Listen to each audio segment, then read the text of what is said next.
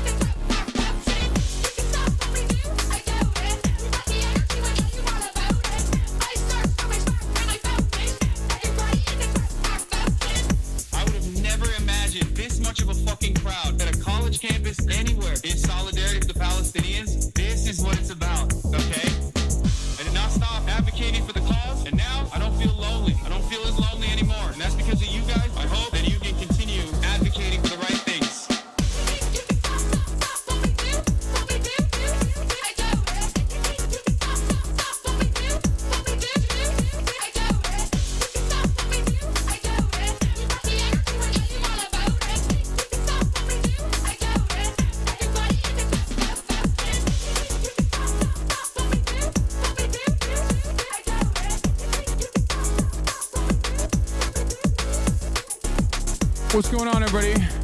I hope everyone's having a fantastic evening, fantastic afternoon, fantastic pre-noon, no matter where you are in the world. I'm Hasan Piker, and this is the HasanAbi broadcast coming to you live from sunny California, Los Angeles, folks. We're live and alive, and I hope all the boys, girls, and MBs are having a fantastic one because today's a beautiful day. Today's a wonderful day. Today is a very special day, ladies and gentlemen.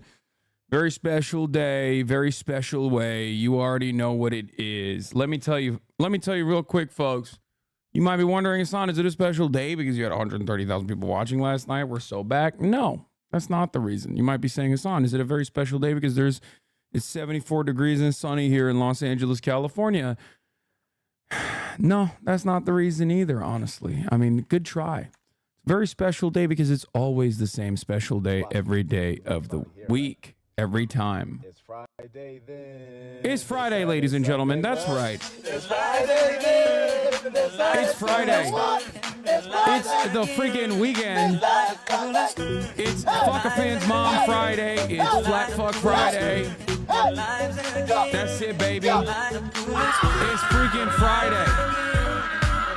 It's Felony Friday. That's right. We're doing felonies. It is Fucked Up Friday, the one day of the goddamn week, or the 3 days, or the 2 days of the week that are coming now that gives you a sense of autonomy, a sense of purpose in your life that our forefathers fought long and hard for in the labor movement. So you better appreciate it. It's the summer anyway, which means when it's the summer and it's Friday, nobody fucking works. I don't even know why we still have a 5-day work week, but honestly, it's Friday, baby. Let's go. Let's freaking go. Service workers Friday is Monday. Be patient. Yeah, well, you know, we're talking for the wage cucks, the regular old white collar wage cucks out here, and it's actually a very special Friday. More special than most other Fridays. Let me tell you why. It's because it's also Fucking Up the Wallet Friday. For those of you who do not know, for those of you who are wondering what is going on, it's merch day. That's right. It's Ideology merch drop day. I dropped that shit on you like nobody's business. Out of nowhere, it came. And it came. I haven't even Insta posted it yet. Like, you already know, it's probably starting right this moment. Okay.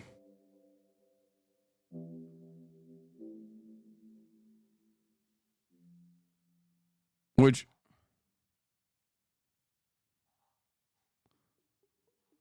absolute, wait, hold on. New collection dropped today, which wasn't personally time to run the absolute worst debate.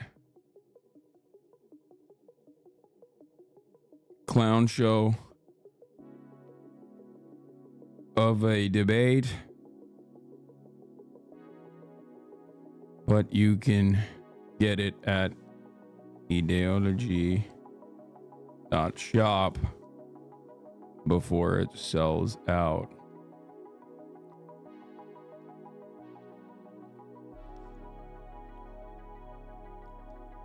All right, I'm posting it on my IG right now.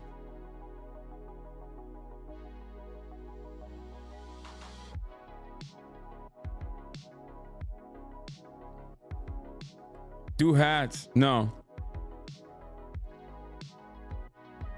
Bro, these pics, dude, you look incredible, my man. No Glizzy. Thank you for the no Glizzy, but yes, Glizzy. My entire wardrobe is merch, and I get compliments on my merch all the time. Believe me, folks, I believe you. I'm honest. I honestly, no memes, think I have the hardest merch in the game. Like, straight up. I honestly think I have the hardest motherfucking merch in the game. Like, it's not even a competition. Who out here is doing it? Who out here is doing it like me? Anyway, this is the part of the broadcast where I tell you a little bit about my personal news about what's going on in the world of HasanAbi Piker. And let me tell you, a lot has happened. As you guys know, I did 11 hours yesterday, basically a fucking half-day stream, literal half-day. What am I doing? I'm basically retired at this point. 11 hours? Psh, get the fuck out of here, right? Hardest job, hardest merch. Thank you. Anyway, and after that half day, right, 11 hours, I of course went to sleep. I played a little bit of Elden Ring and then went to sleep because I was just like really trying to play some Elden Ring. Anyway, I woke up early as hell. Why? Because Piers Morgan was like, Hasan, we would like to have you on. And I was like, who's on the panel? And they said Jank. And I was like, sign me up. I'm in. Because I was excited to do a, you know, uncle nephew style situation, right? Uncle nephew style circumstances are my favorite circumstances. The uncle nephew bond is impenetrable, you know? So, anyway, that's what I did. Oh, wait, it's up already? Your mouth.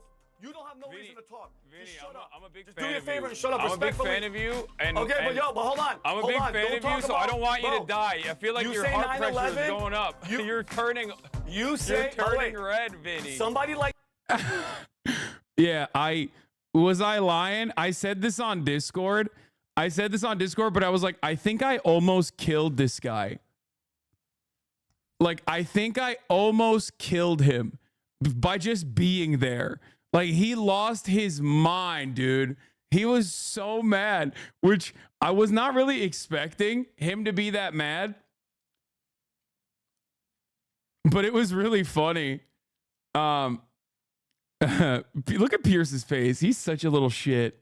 Look at his face. like you. Look at his little face. He looks like an otter there. He looks kind of cute there. Anyway, it's like, dude, you are such a fucking clown. Here's the thing. I popped off on Piers Morgan last time, and I think he knew that. That's why he was trying to pop off on me. Right?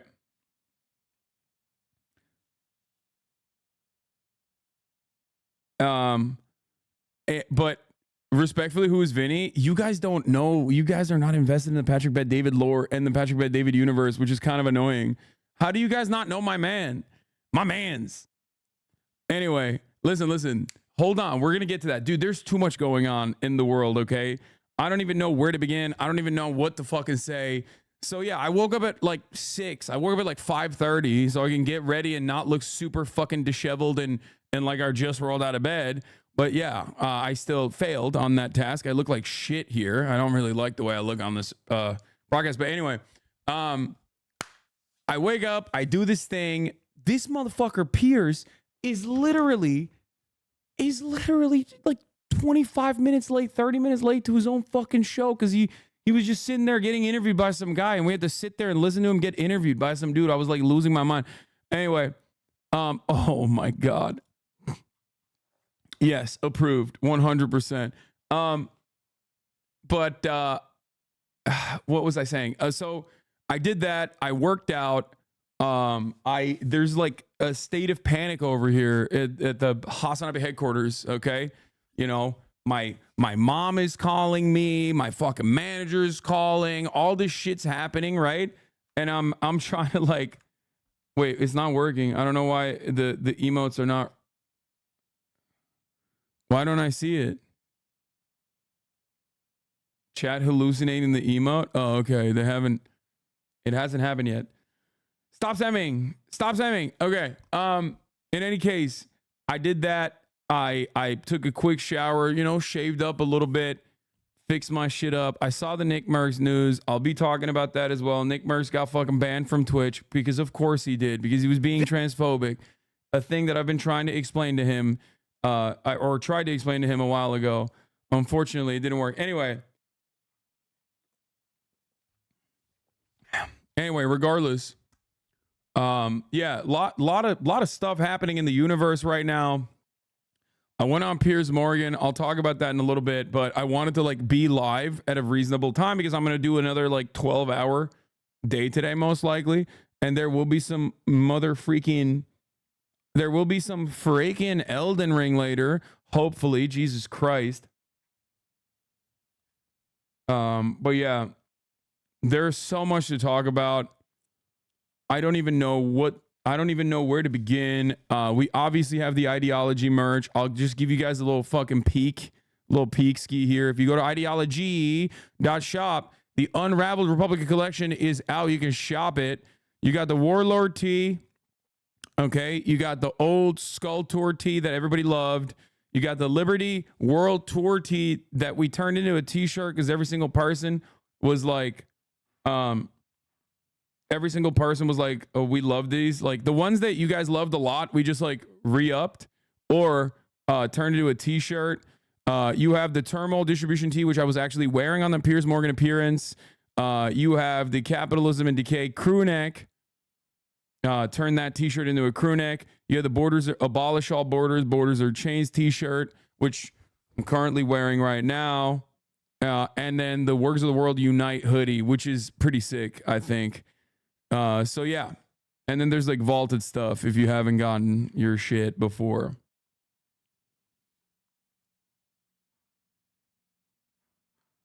So yeah. Oh my God. Hold on. Ideology.shop.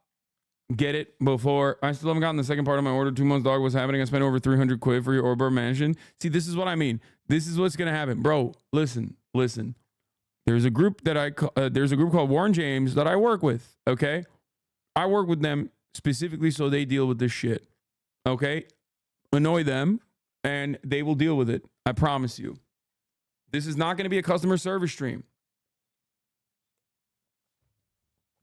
As you guys know, new merch day, obviously new merch day, not customer service stream.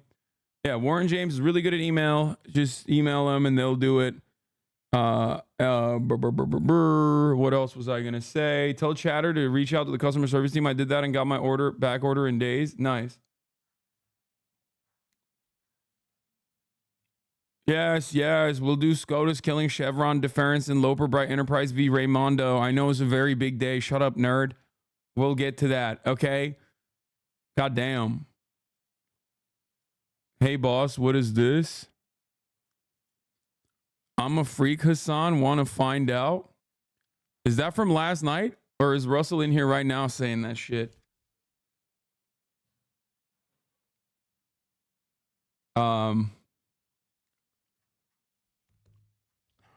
Is Russell gripping?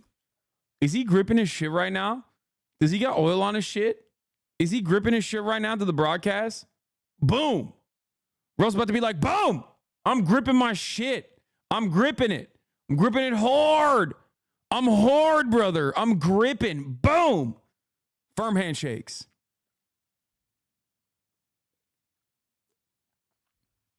How's the quality regarding the print on these? What a question. Yeah, it's shit, bro. What do you mean? What do you think I'm going to say? Like, that's so funny. Yeah, it sucks, dude. Don't buy it. Anyway, what size hoodie are you wearing in the photo shoot? Unfortunately, in the photo shoot, I'm wearing an XL. Okay? I'm wearing an XL. I've lost a little too much weight. And the merch guys were like, oh yeah, let's do it. Let's do the XL. You didn't finish the parasocial update? There is no update. That's it. Like, life is fucking chaotic right now. It's chaos. Okay? We got the debate disaster. Obviously. You know.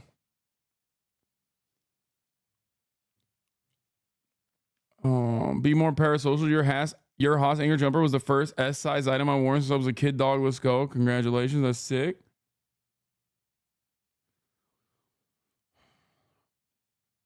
But, yeah. Are you zinning too?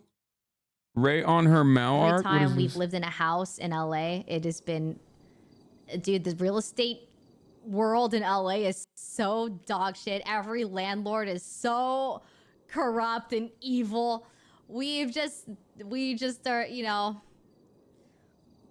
I'm gonna try apartment life again. Yeah, bro, that's the what plan. That's the plan. But I'm excited. She said, I was bro, thinking I cannot believe it. Wait, let's run it back. What did she say? We just are, you know, I'm gonna and it's quite overwhelming. I I can't. I feel like I just need to like really sit myself down and take this on real life. Do life, you know.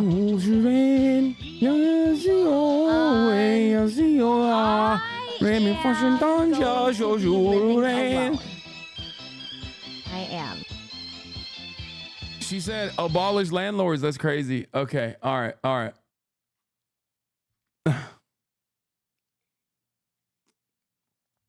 Isn't this culturally insensitive? Wait, what?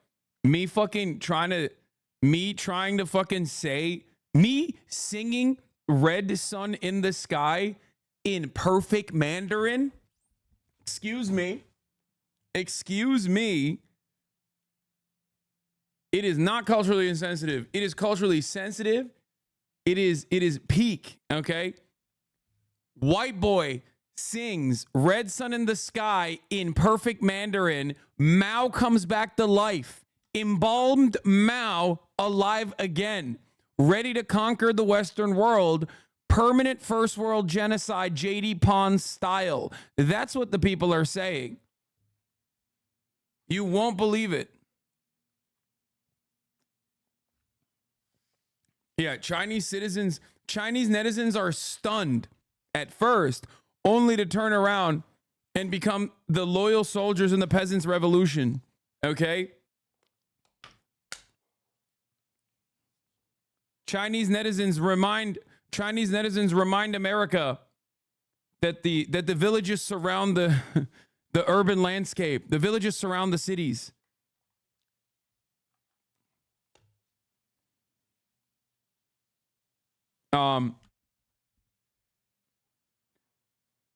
What will you respond to the allegation that LeBron James is sleeping with one of his teammates' mother?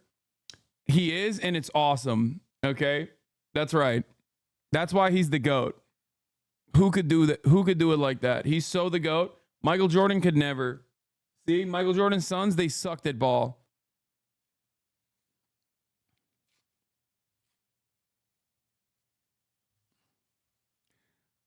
Anyway, Delonte Westgate. Okay, shh. Don't. No,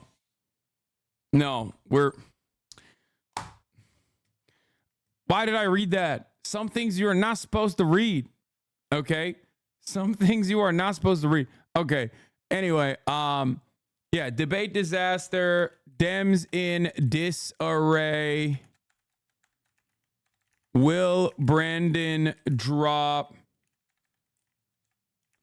I went on Piers Morgan again with Unk. Dude, the Piers Morgan thing was like bedlam because he just kept bringing new guests on randomly, and I was like, the fuck's going on? Anyway, but we'll talk about that later. Debate disaster, Dems in disarray. Will Brandon drop? Went on Piers Morgan again with Unk. What else was I gonna say? Oh, new merch drop day today. Get in now.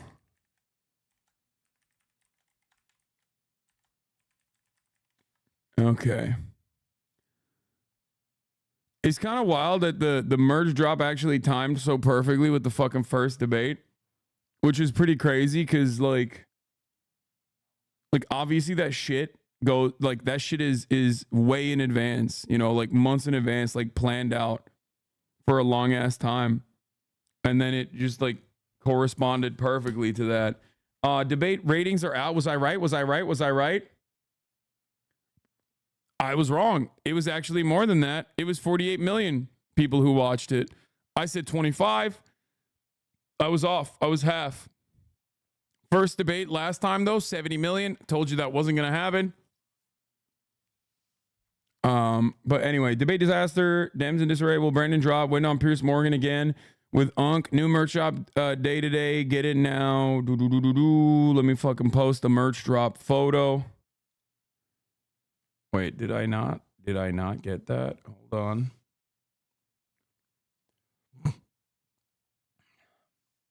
48 million people saw that. Yeah, it's so Jover. It's so fucking Jover, boys. It has never been more Jover than it is today. Okay, today's the day where it is so super Jover. I was on a flight to LA. So many people were watching it live. Yeah, you should have fucking told everybody to tune into the broadcast, though. You know what I'm saying? You should have been like, hey guys, everybody buy Wi-Fi right now and tune into the HasanAbi broadcast. This is the kind of energy that I demand from the HasanAbi heads out there. Okay, we need to proselytize further. Sick and tired of this. Whenever I see someone watching the debates and I'm not in the fucking bottom right corner, I'm like, what are we doing here? What's going on? Are we be for fucking real right now? You know what I'm saying?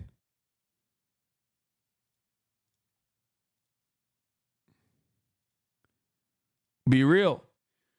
Let me blast off with this tweet though, really quickly, and then we can get to.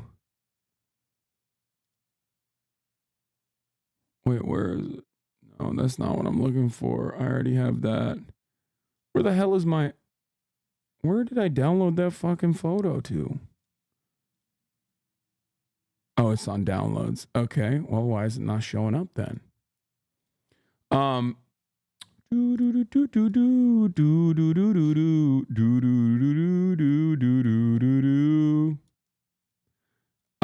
Yeah. So new merch, like I said, Piers Morgan, yeah, horse folder. You listen, guys. Listen, you wish, okay? You wish.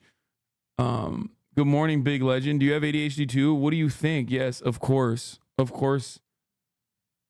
Of course I do. Don't you? You can't tell? I can't even fucking... I can't string 3 sentences together without being sidetracked. All right. Here you go. Debate disaster. Dems in disarray. Will Brandon drop? I went on Piers Morgan again with Unk. New merch drop day today. Get in now. Okay. The boy is a little bit of a model. Okay. The boy is modeling a little bit. Also, yeah, I forgot, but Nick Mercs banned on Twitch as well.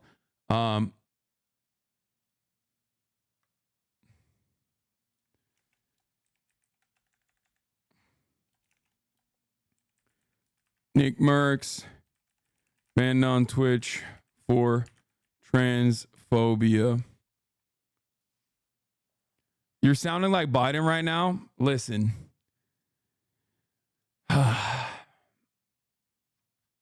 Nick Mercs, more like new merch. Yes.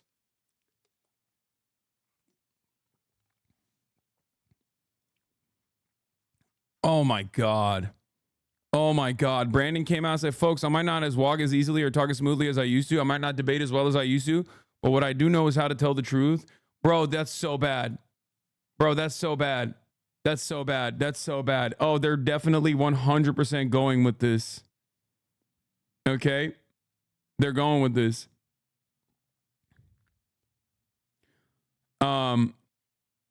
But yeah, listen. Yesterday was a big day. Today's a big day. A lot of fucking movement, a lot of action, a lot of momentum occurring in the world right now. Okay? And you know, we're back is what I would say. A lot of people are interested and invested in politics, so that's good.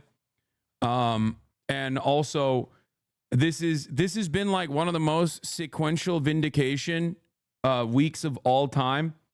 You know, people who are right-wing charlatans who have positioned themselves on the fuck HasanAbi train, outwardly defending pedophilia, coming out as pedophiles, or you know, just getting like genuine comeuppances.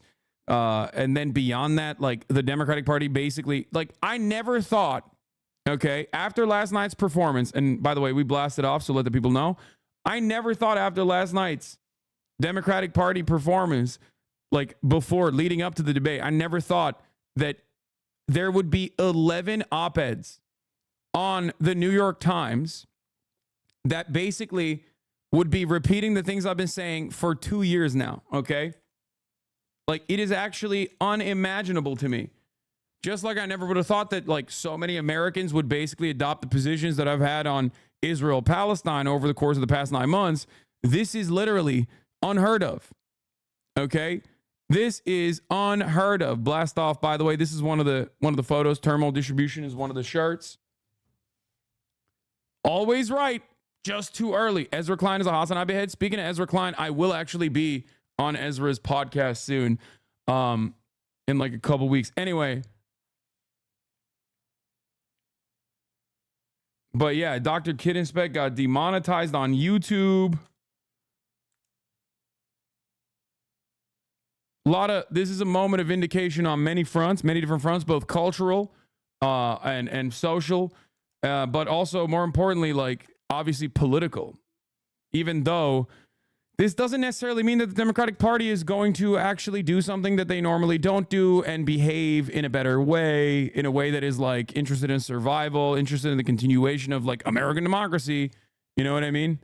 So make no mistake, like Dems will most likely do the same fucking bullshit that they've been doing. Okay?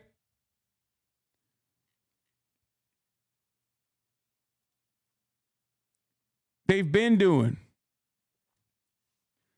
Like, you need to understand something. This is typical Dem territory. We did this with Ruth Bader Ginsburg. We did this with Dianne Feinstein. And we're doing it again, baby. We're doing it with motherfucking Joseph Robinette Brandon once again. Also, the video is out. The editors actually went crazy on this, went nutty mode on this. Fucking worst debate I've ever seen video out. 8 hours, 220K views. We're so back on that front too. If you want to go watch it, you can watch the recap in real time. Okay. 38 minutes of just wall-to-wall coverage on that good shit. Pod Johns are turning on the fucking Brandon camp. I mean, they're not even turning on the Brandon camp, by the way. They're just recognizing reality. That's what's going on. What is happening currently is just something that every single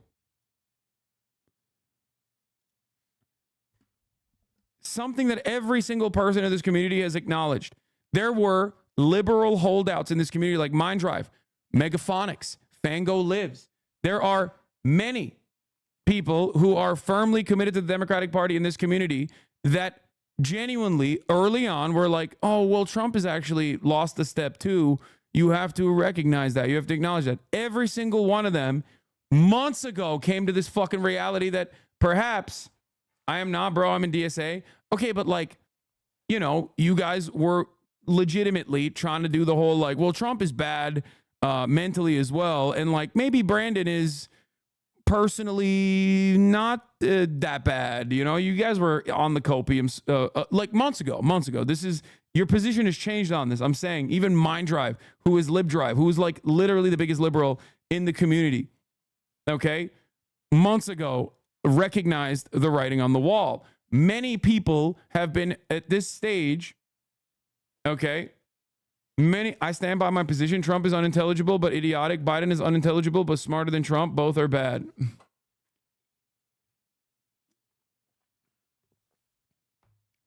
So here's the thing.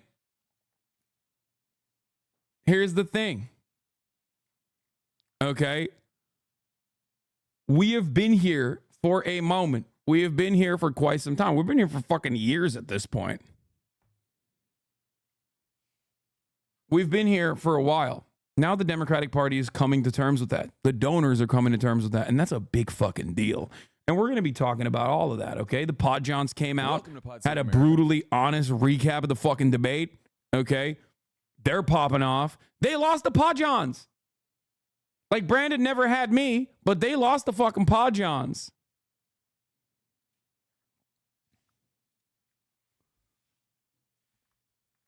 I'm gonna post a sequential thing here.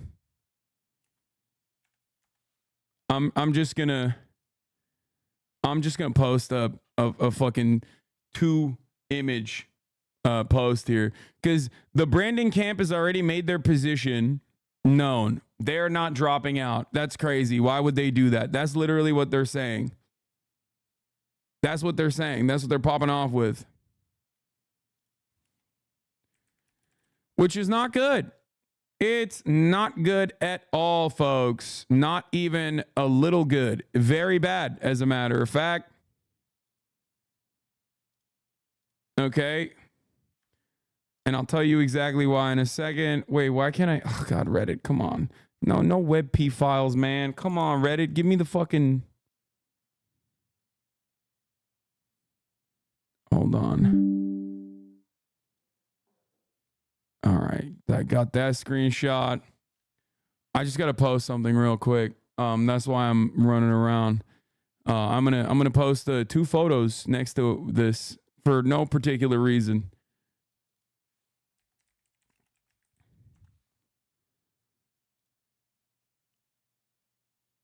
Let's see if I can find it. Oh, here it is.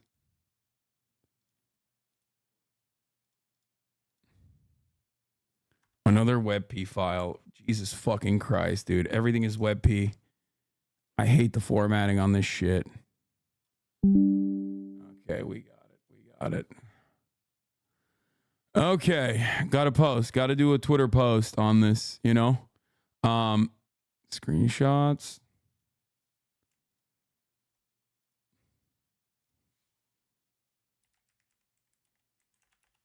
You can just change the file extension to PNG instead and it'll work.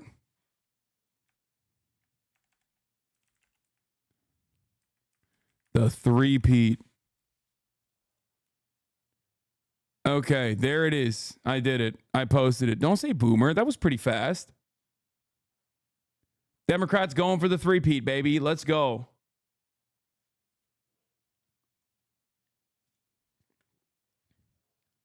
Oh, Obama coming in to defend Brandon. Let's go. Let's go. Dude, let me tell you something, okay? Let me tell you something. Obama did lose his first debate. Okay? He did. Except against Mitt Romney. Except you guys are delusional. Okay? You're like the 10th person to make this joke. Shut up. Don't come at me like that.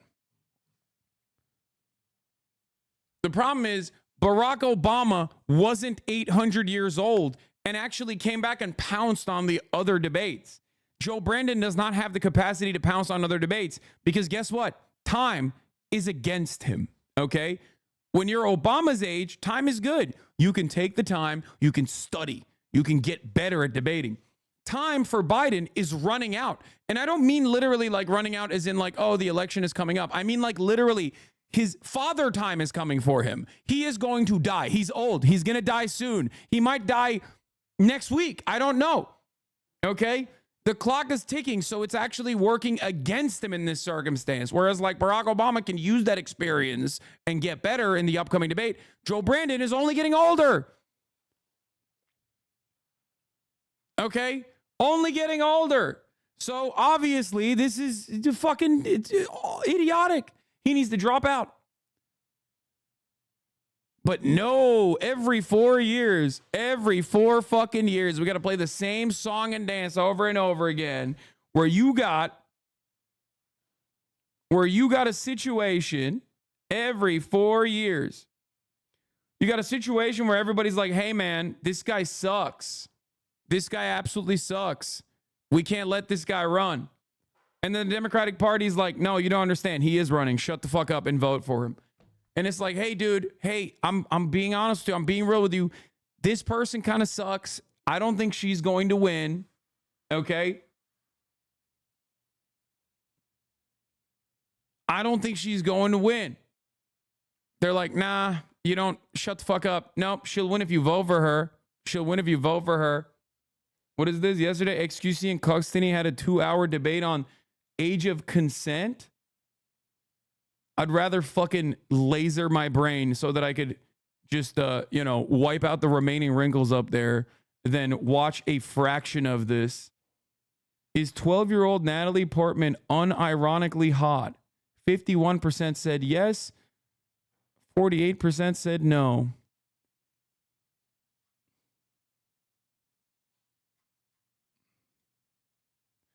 Good stuff, man. That's great stuff going on in the fucking mind hive over there. All right. Even a fucking screenshot of this and even imagining something happening like that has permanently damaged my brain. This is bait. That's not what happened. Why do you know what even happened? Fake.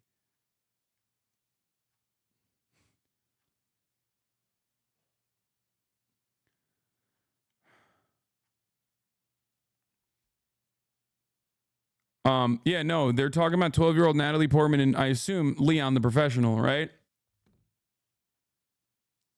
Okay, so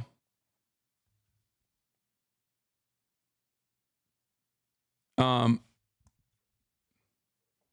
did things get so bad with general election candidates? I mean, it was bad already. It was bad last time. It was bad last time. It's gonna be bad again because it's the Democrats, baby. That's how they work. That's how they operate. Anyway, stop distracting me. Let's get to the like I said, ideology.shop. You got the fucking merch. Go buy it before it gets sold out. I don't want to hear any complaints. We brought back some of the stuff because you guys were complaining about the sold out merch. So some of the top billing ones we brought back. Okay, sometimes in different colors, sometimes it's a t-shirt. If it wasn't a t-shirt before, you can go check that shit out. Anyway, let's get into it. I went on Piers Morgan. We're not going to do that yet. Where the fuck is the... Where is the... they tried to assassinate the world uniter. Oh, I show speed.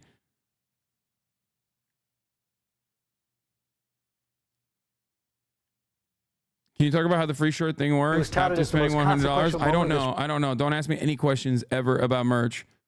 Don't do it. Don't do it. I will not be able to give you a good answer, okay? Race for president. That's exactly all right. Let's take a look. Now, last night, this is not the customer support line, okay? Don't come to me with that shit. Okay. Ask Warren James. So, ladies and gentlemen, boys, girls, and MBs, okay? We're diving head first. We're diving head first into this shit. We're diving head first into this, into what happened last night. Absolute bedlam, absolute chaos. To co-sign your dementia thing, yeah, relax, it's June. If there's one thing that helps with dementia, it's more time. Yeah. So, there were so many moments from this debate, but it was an absolute disaster. An absolute fucking disaster. An unmitigated disaster of epic proportions. The Democratic Party thought that, the expectations are low for Joseph Robinette Brandon. The Democratic Party thought, oh, we'll just put him out there. We'll just put him out there and he'll go out and he'll perform and he won't die on stage. We'll give him the right kinds of drugs or whatever. And he'll be able to, perform. And everyone will look at that and juxtapose him as a candidate who is not dead. We promise you he's not dead. With Donald Trump, a candidate who is alive, but people wish he was dead. You know what I mean? Like, they'll see Trump being chaotic. They'll see Trump being insane. And they'll see Joseph Robinette Brandon be normal and certainly not dead. We promise you he is not dead. He's very much alive, right? That was the goal. That's why they did it so early. They did it so early to show America, because this is an unceremoniously early debate. Okay? So this was like what the Democratic Party thought was going to be a banger. And it was, of course, in the most, classic Democratic Party move, an absolute fucking disaster. Because Joe Brandon did not perform. He could not prove to the world that he is alive. Okay? He could not prove to the world that he was live, nor was he alive. Okay? He proved to the world that he was, as a matter of fact, not doing great. Okay? So much so that Donald Trump did do classic Donald Trump shit throughout the entire 90 minutes of this debate. And absolutely zero people care about it. People are not even talking about it. People are barely even registering anything that Donald Trump said, even though he said the same things over and over again. He literally was like, I stubbed my toe. That's immigrants, undocumented migrants. They're changing the furniture in your homes and you're stubbing your toes. They're doing rapes. They're doing rapes all the time. They're doing Olympic level raping. Okay, which is extra ironic because Donald Trump is literally like a court-approved rapist. But like, having said all of that, people didn't even fucking look at that. Like, people didn't even factor that into the conversation because of how unimaginably awful the Biden performance was, right? So let's take a look at what the media is saying, because in the immediate aftermath, there was a state of sheer panic. Not even in the immediate aftermath, as a matter of fact. 10 minutes into the debate, when Joe Biden first had that fuck moment, everybody started going, oh fuck, oh my God, he's not going to do it. And he did have a slow start. He tried to recover later on. I don't know why. Normally you're supposed to be, more with it in the beginning of the debate. And then the second half, you get crazy. That's usually his performance. Judging his old performances, you look at him in the first half, he's like kind of fine. And then in the second half, his brain starts pooping, but people don't care about it. Biden dropped the ball 10 minutes in. And then immediately after that, you had people going, oh no, we are so fucked. Okay? Yeah, it was 9:11 p.m. Eastern when he broke down. Literally 10 minutes into the debate.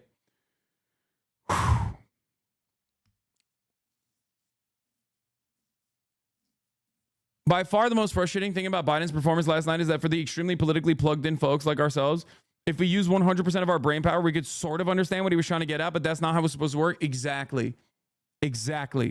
Like, and even on that front, there are many problems, right? Like if Biden came out there and just like demonstrated that he's competent, most of mainstream media would say, see, he's very much alive. Fuck you guys. You guys are faking it. You guys are doing AI clips of Biden, making it seem like he's not with it.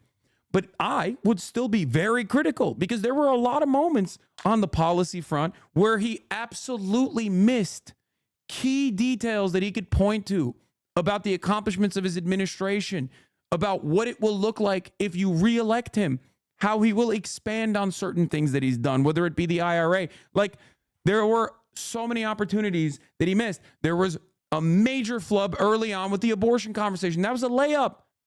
He fucking took the layup and launched it into space. No, actually, I take it back. He took the wide open layup that was given to him in the abortion conversation and scored an own goal. He took it back to the other side. He took it back down to the court and dunked it on himself. We're going to cover all of that in a second, though. Let's start. What the first ever debate between a president and a former president turned out to be. From the start, Joe Biden struggled to answer questions, reinforcing questions about his age. Trump launched a series of lies and misleading attacks, but he faced scant fact-checking, and he did it in a forceful manner.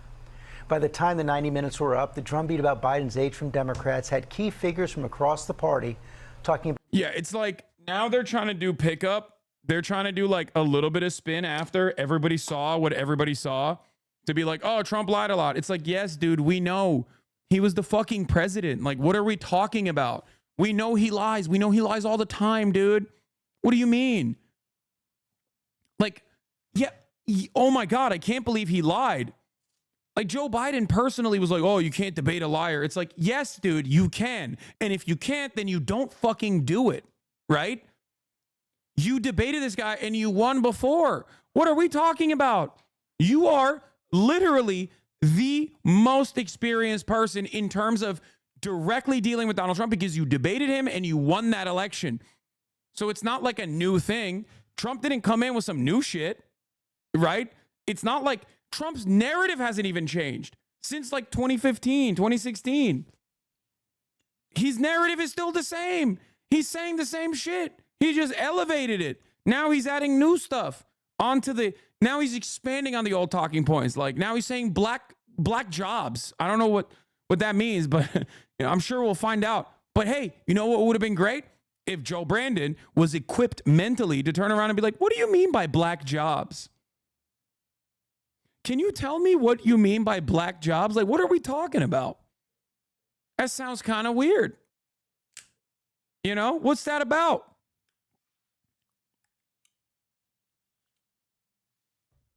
And it is very frustrating that he is not equipped to be able to do that because he's not even equipped to fucking walk on that stage, brother. I'm sorry. And it's like such a laughably obvious thing that anyone who has eyes can see, and yet manufacturer consent is so motherfucking powerful that like the media apparatus, at least seemingly, made the rest of the people in the media, like in the New York Times op-ed piece writers, and also the entirety of the Democratic donor base, perfectly blind to this massive inadequacy of Joe Biden. And I only say this because I'm taking them at their word. I'm taking the Democratic Party's chirpers now at their word when they go, oh my God, this is shockingly bad. How could this have happened? Okay, I'm taking you at your word. If you're genuinely shocked right now, you're fucking stupid. You have not paid attention at all, dude. You were on maximum amounts of motherfucking copium leading up to this debate.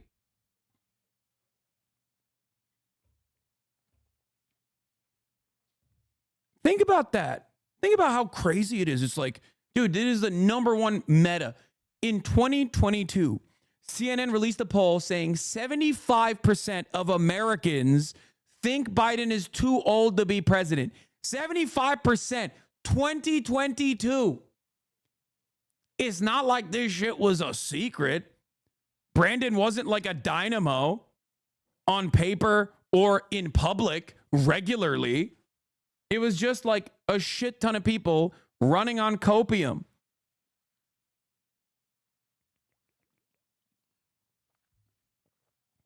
And it's crazy. It's like you should be embarrassed to be like, oh, who could have foreseen this? You should be laughed out of every room.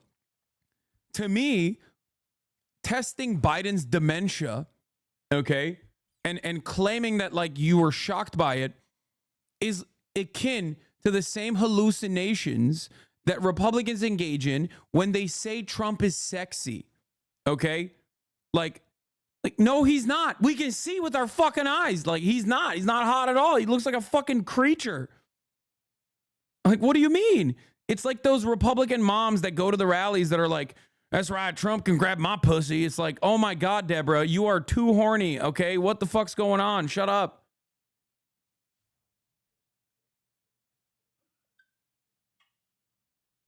That motherfucker is melting on stage, you know? Like you're on a level of hallucination, hopped up on pure fucking love for this person that you've deified, Donald Trump, that you think he's like sexy. To me, it is akin to the Democratic inability, the Democratic base of support's inability, the donors' inability to see how fucked up Brandon's brain is. Okay? About replacing Biden on the ticket. Rachel Scott starts us off from Atlanta. Good morning, Rachel. George, good morning to you. This was the biggest political stage yet of the 2024 campaign. And Democrats were really looking to President Biden to put to rest those questions and concerns about his age. But this morning, his performance is only fueling more and sending his party scrambling. This morning, panic and concern within the Democratic Party after this debate performance from President Biden. Making sure that we're able to make every single solitary person eligible for what I've been able to do with the COVID.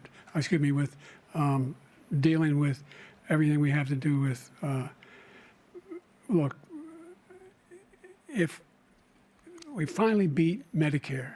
Thank you, President Biden. From the start of the debate, the president speaking with a raspy voice, at times stumbling and trailing off, unable to finish his thought, even on the issues at the heart of his campaign, like abortion rights. I supported Roe v. Wade, which had 3 trimesters. The first time is between the woman and the doctor. Second time is between the doctor and an extreme situation. The third time is between the doctor, between the Bro, this is literally Sun Tzu, okay? Don't interrupt your enemy when he's making a mistake shit right here. Like, the first 25 minutes was a clinic for Trump. He shut the fuck up. He didn't go crazy. He had a couple jabs in there, but just like very sneaky. And he didn't do the second half shit that he was doing. He just waited and just looked over and was like, I don't know what the fuck's going on, which was the best thing he could have done. Okay? And then, of course, he unfolded and went nutty mode in the second half. But by that point, it's over because everyone is like, what the fuck is this cadaver doing on the stage? The dynamic changed dramatically. Well, not dramatically, but the dynamic certainly changed. But that's all Trump had to do was just sit back and be like, look at this. Look at this. You want this again?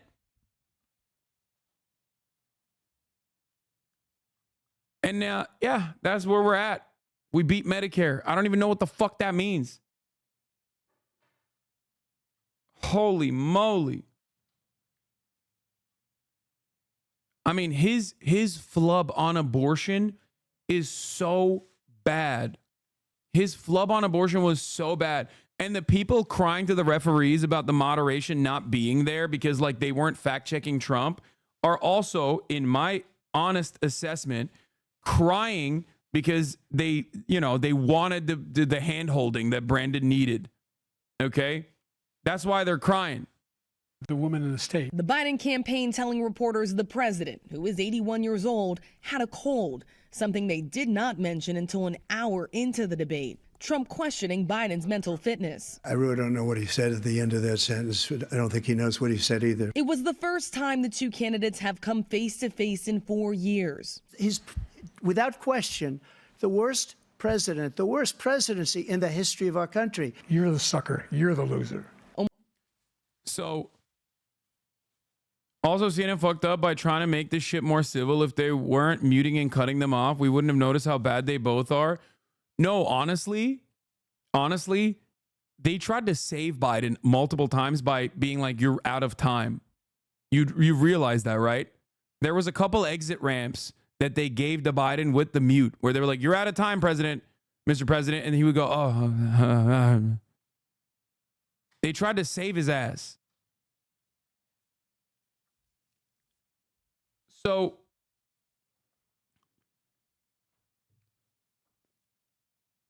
ultimately, did you see his rally today? He was more animated. Yes, brother. It doesn't matter. Okay. 50 fucking million people watched this debate. You can't overcome that by being like, but he's fine here. Anyone that has old relatives, anyone that has old fucking relatives knows exactly what's going on. And I feel like I'm taking crazy pills because so many people just don't recognize it. Yes, dude. This shit comes and goes, okay? It comes and goes. Sometimes he doesn't have that pep in his step. Other times he does. If you have a grandparent that has early stage Alzheimer's or dementia, okay, you know exactly what I'm talking about. Sometimes you have a conversation with them and they're just on the ball. They will recall things with incredible accuracy. And you're like, what the fuck? Is this the same guy? What's happening? And then other times, not so much. Okay? That's exactly what is happening here. Ultimately, though, the moments, the sundowning moments overcome the lucid moments. That's it. That's how it works.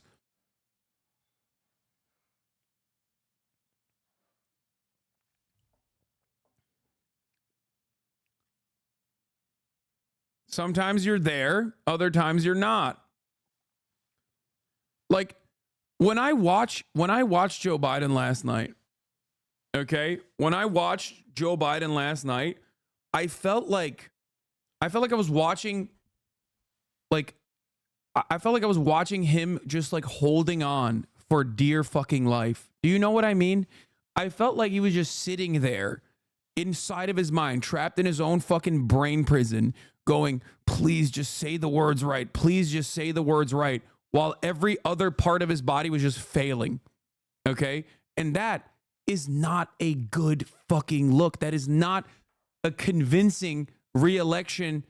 That is not a convincing re-election candidate. That's not a convincing incumbent that is going to have a major advantage.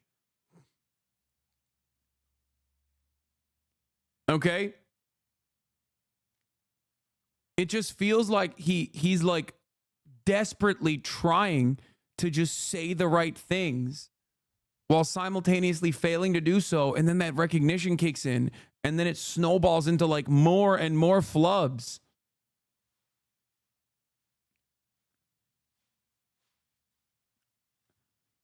And you have to recognize something. And I said this before the debate. I said this before the debate started. Everybody brought up the State of the Union and said, well, you know, everybody thought State of the Union, he was going to fuck up, and he was actually fine. He wasn't fine on the State of the Union. There were moments in the State of the Union where he went off script, where he was having a contentious conversation with Marjorie Taylor Greene, and that's where he had that famous illegals moment, where he was like, them illegals. Which means he is not equipped to be in a contested conversation.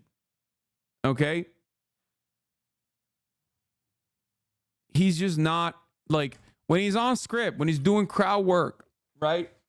When it's just like people who adore him or whatever in a rally, that's fine.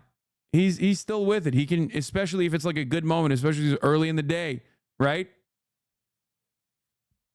On the State of the Union, he did a decent job, except for moments where he didn't, right? And that is what matters. Because this conversation, I mean, this back and forth, like him using all of his brain power, trying to fucking, get the talking points out, while also simultaneously standing next to Donald Trump. Like, it was a terrible, terrible performance. And I'm not alone on this. Okay? I never thought I would say this, but the damn near entirety of the New York Times op-ed team is in agreement with me, which is crazy. Once again, being a leftist means you're right, just too early, right? I've been saying this for 2 years at this point. I've been saying this is the midterms. People were like, oh, midterms are good. Midterms were great for the Democratic Party. It's because of Biden. It was like, no, that's not because of Biden. It's because the Republicans were throwing, okay, Roe v. Wade, and also how gross and stinky the normal Republican has become, the normal Republican candidate has become, was genuinely off-putting for people that would fucking go out and vote in the midterms, for the Republican midterms. Yeah, Claire McCaskill agrees with me. I hate that potato woman, okay? I despise her. I think that if she just never had airtime ever again for the rest of my life, that would be great, okay? Major dub for me. I despise her. I think she is basically all of the worst instincts of the Democratic Party combined. She's a fucking loser. And of course, classically, as a loser, she is a perma hosting spot on MSNBC. Massively right-wing Democrat.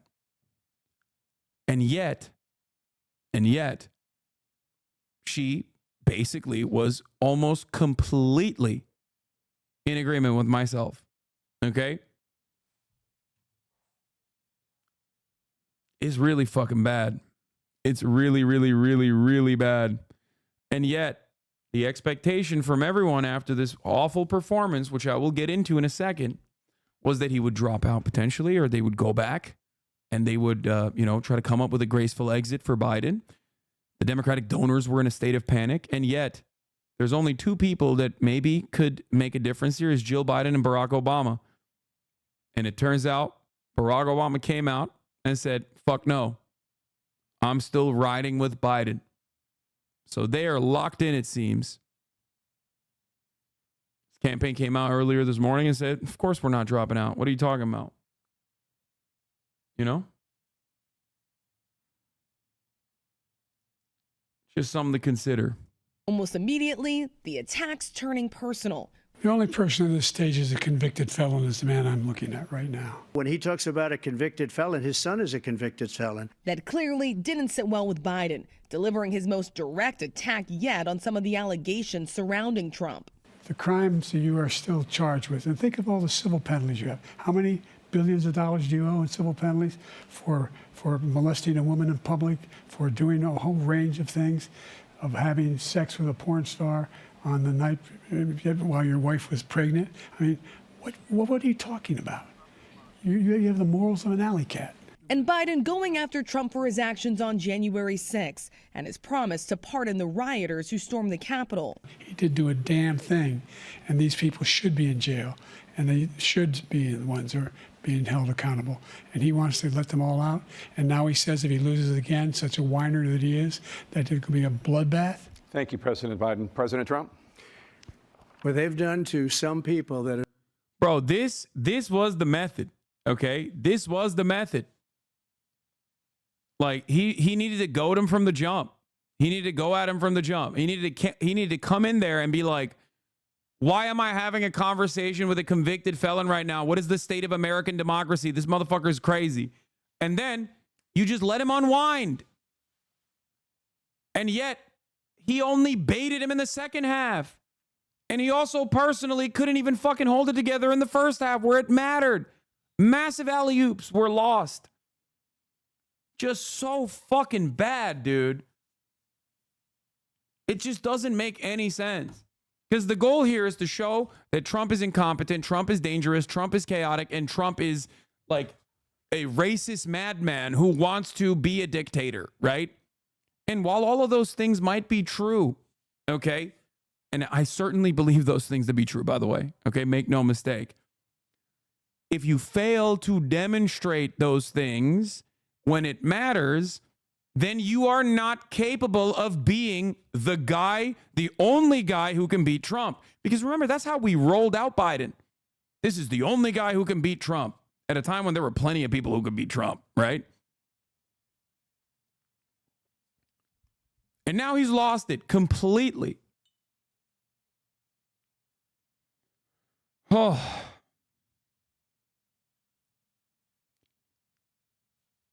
They're so innocent. You ought to be ashamed of yourself. But when pressed on his actions, Trump deflected. And he would not say whether he would accept the results of the November election.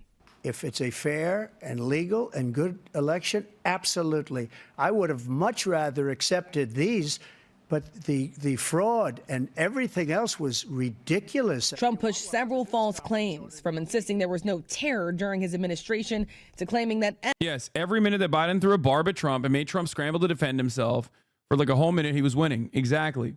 And he should have fucking stayed with that energy from the start. He should have immediately hit him on the felony stuff to like unwind him. That was the number one thing. That was the number one thing that fucking pissed him off right off the jump. They talked about fucking generals for like literally half the debate. It's so stupid. But like for the purposes of like ostensibly showing, because like the Democratic Party's goal there is to show the world how incompetent and how dangerous Trump is. Their goal also is to simultaneously prove that Brandon isn't a fucking cadaver that is rotting in front of our eyes, right? They failed on both counts. They failed on both counts. And they failed so spectacularly that that became the thing to talk about. And then that also created a separate news cycle about the Democratic panic happening. Okay? Massive, massive L. Unimaginable L's. Every legal scholar in the world supported overturning Roe versus Wade. CNN did a terrible job calling out Trump's lies. CNN is a right-wing institution. CNN has openly stated their desires in pivoting to the right. I'm sorry, this was a mutually agreed on, negotiated process. So much so that they didn't even use the Presidential Election Committee in order to host this debate.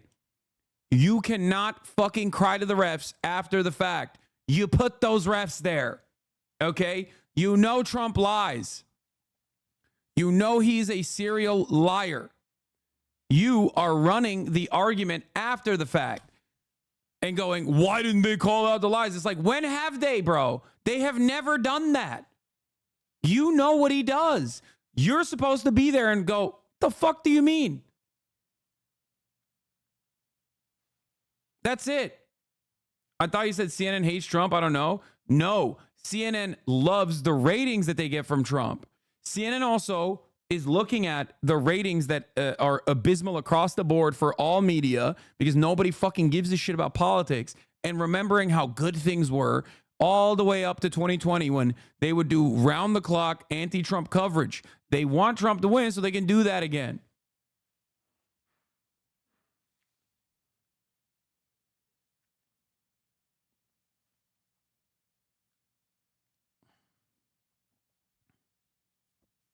Anyway, that's besides the point, though. That like, it's so ridiculous. Like the notion of, oh, like CNN didn't do a good job fact checking. Like, where was this energy during the debate? It's like, come on, dude, come on. Then don't have the fucking debate, okay?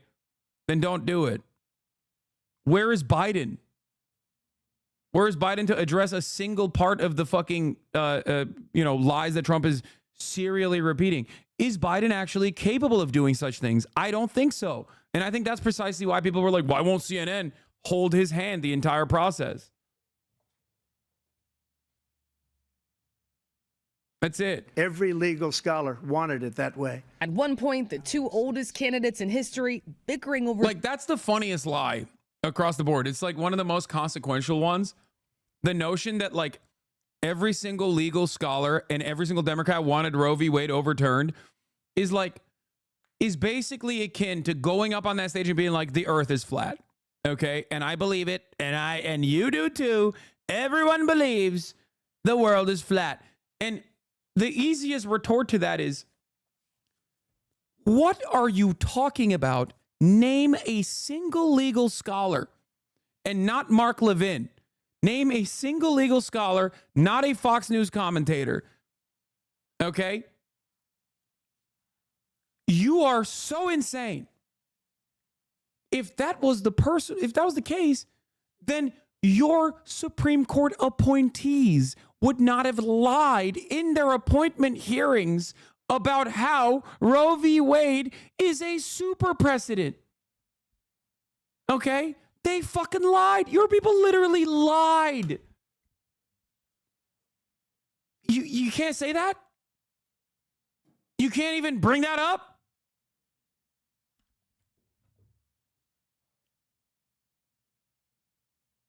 California attorney who was on Law Review here. Many legal scholars thought Roe v. Wade was the shit. Yeah, it's just it's so unimaginably stupid that he's like, no, you don't understand. The most consequential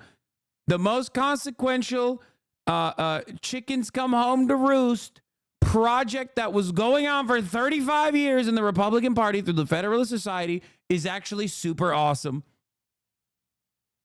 It's super awesome. Everybody loves it. Everybody's thanking me all day about abortion being left up to the states. For their golf game. I told you before, I'm happy to play golf if you carry your own bag. Think you can do it? That's the biggest lie that he's a 6 handicap of all. How is it? Yeah, that's also fucking so dumb. It made both of them look like goddamn dinguses. You're supposed to jab at him, not get down to his level to that degree, man. What are you talking about? Absolutely nobody gives a fuck. I guess voters care. I guess voters care about the golf shit, right? Like, I assume like the people who actually go out and vote overwhelmingly care about the golf stuff, right? Like this is the last audience that will look at the golf shit and go like, yeah, no, that was actually a great conversation or whatever. Because Piers Morgan literally spent time on it. On our conversation that we had, like he was like, I don't believe he's actually a 6 handicap. I would give him $100,000. Like, it's like, dude, I don't care. I literally don't care. He's pooping in his diapers. Okay, he can't even fucking walk normal. I don't give a shit about golf at all. And yes, I don't think that Biden has a 6 handicap. But who gives a fuck? Like who actually gives a fuck about that? No one. No one gives a fuck about that. Please shut the fuck up about golf. Holy shit. People care more about the top of the hour ad break than the golf conversation. Because at the top of the hour, there's a 3-minute ad break. And the chatters in here who are not subscribed are going to see a 3-minute ad break. But if you want to avoid seeing those ads, all you need to do is subscribe, like I said, for $5 or for free with Twitch Prime by connecting your Amazon Prime account to your Twitch account, where you get 1 free Prime subscription a month. I'm 15 minutes late. I know. Okay. I was on a tear here. ACAP for Cutie. Thank you for the 10 community gift this subs, allowing 10 people to no longer see the ads at the top of the hour. Twitch Prime is free, folks. Here's a 3-minute ad break now.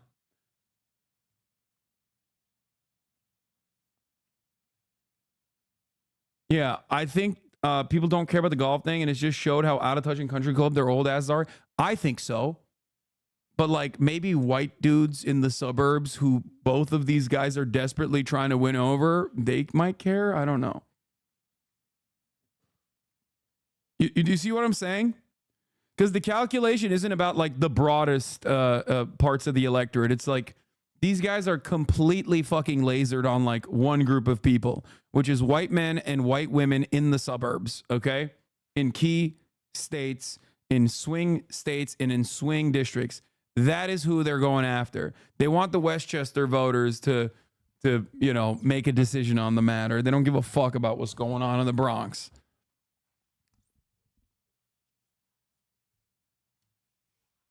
So maybe it's maybe, I mean, it's still a flub for Biden because absolutely no one believes he has a 6 handicap.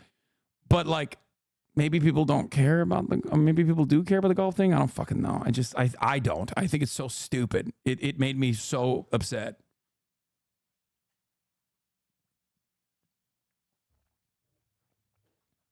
Eight handicap. Yeah. Eight. Never. Rory Mage, thank you for the 5 I've gifted. seen you swing. I know you swing.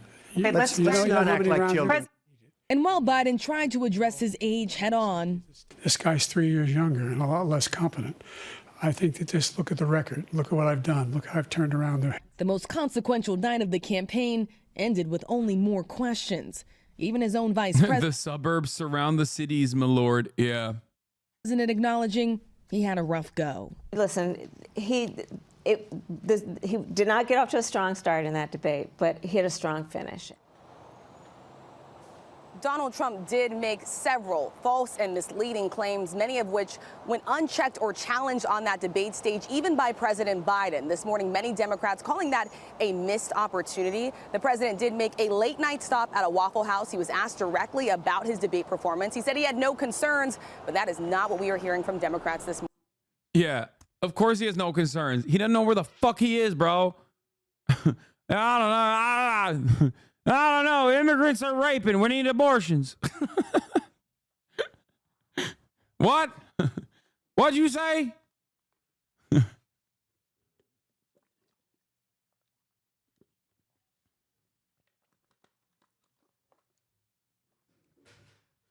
I'm getting waffles.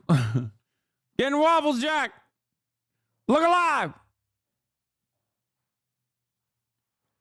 I love that he went to fucking Waffle House after. That's so perfectly American. Dude, that is literally, I feel like that is something I would do to eat my feelings away after like a phenomenally bad, exceptionally bad performance. You know what I mean? Like that's some shit I would do just to be like, yeah, I sucked dog shit here and now I'm going to eat my feelings. Yeah.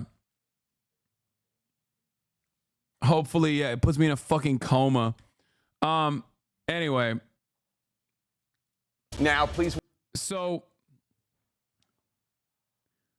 if you lost to Lud, yeah, to be totally honest, your Biden isn't very good, but it fucking cracks me up every time, so I don't really care. Yeah, it's hard to do a Biden.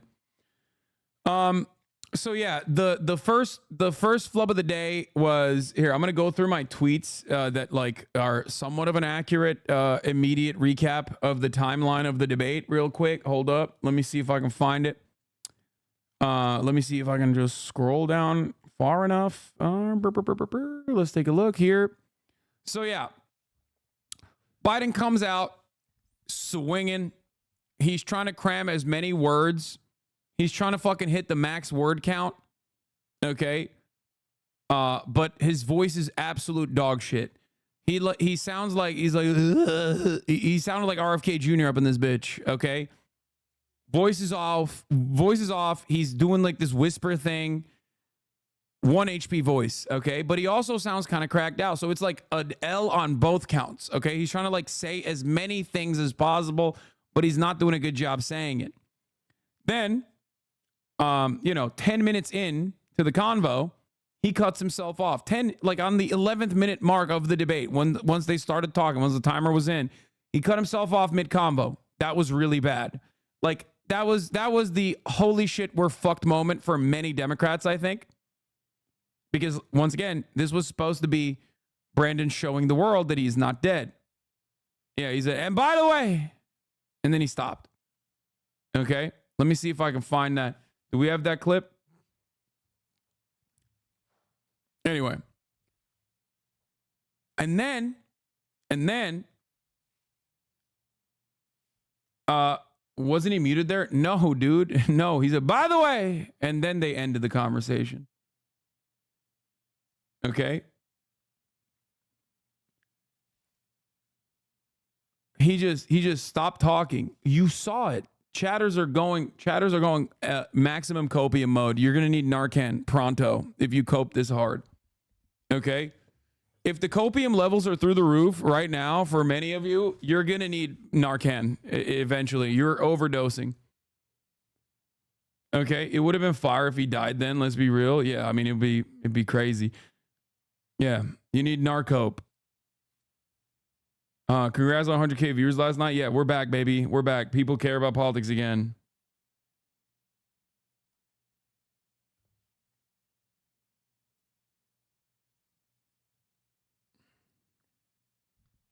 For like a little bit. Make no mistake. They're not going to care. They're not going to care about it consistently. Here. I made sure every company in the world, every pharmaceutical company, cannot have to pay. Thank you. And by the way. So every day. Yeah, they didn't mute his mic. He said, by the way. There you go. Okay. You can hear CNN say thank you. I know.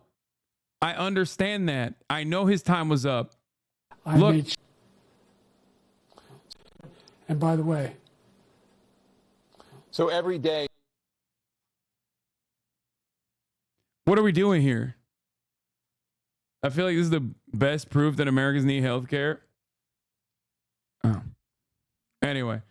Thank you, Mr. President. Moving on. Okay. And that was a save for him, for the record. Okay. That was a save for him. Okay. That was a save for him.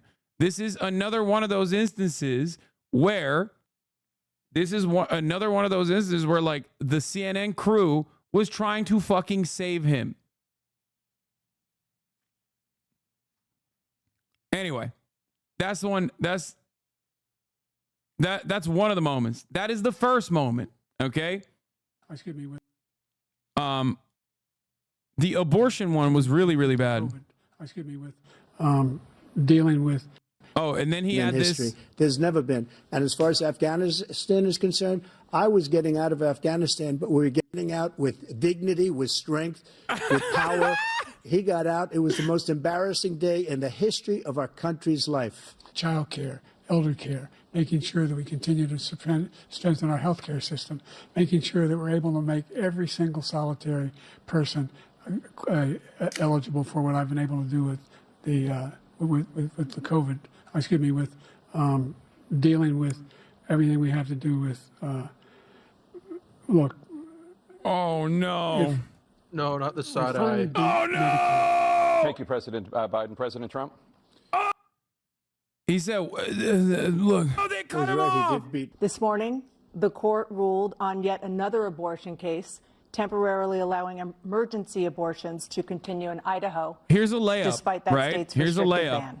Former President Trump, you take credit for the decision to overturn Roe v. Wade, which returned the issue of abortion to the states. Come on, good. Bring it However, back. This is a good one. This is a good one for the Democrats. Come on, Joe. Don't fuck this up, Joe. Stop the fact. To abortion Believe. pills. They're used in about 2/3 of all abortions. As president, would you block abortion medication? First of all, the Supreme Court just approved the abortion bill, and I agree with their decision to have done that, and I will not block it. The vast majority of constitutional scholars supported Roe when it was decided. Supported Roe. And that's this idea that they're all against it is just ridiculous. So I'm gonna cut him off here and explain what he's trying to say. Okay? He's trying to say trying to turn back Roe v. Wade, overturn Roe v. Wade, and bring the decision back to the states is basically like the same argument that, slavers made during the Civil War. Right? He's trying to say that. He's trying to be like, oh, this is like, there's no states' rights on this issue. Like, you're ridiculous. It's settled law. Right? And this is the guy who says the state should be able to have it. We're in a state where in 6 weeks, you don't even know whether you're pregnant or not, but you cannot see a doctor, and have him decide on what your circumstances are, whether you need help. He said him as a doctor. He's not woke. Do this is a little like saying we're going to turn civil rights back to the states. Let each state have. Yeah, see, it's like looking at settled law, like civil rights, and saying we're going to return it back to the state. Which, by the way, we did do that. The Supreme Court did do that technically, not for the civil rights, but not for civil rights across the board, but for voting rights, they did do that. So, that is kind of a pivotal part of the Democratic Party's platform on voting rights, restoring voting rights. Anyway, oh no, what is this? Meth.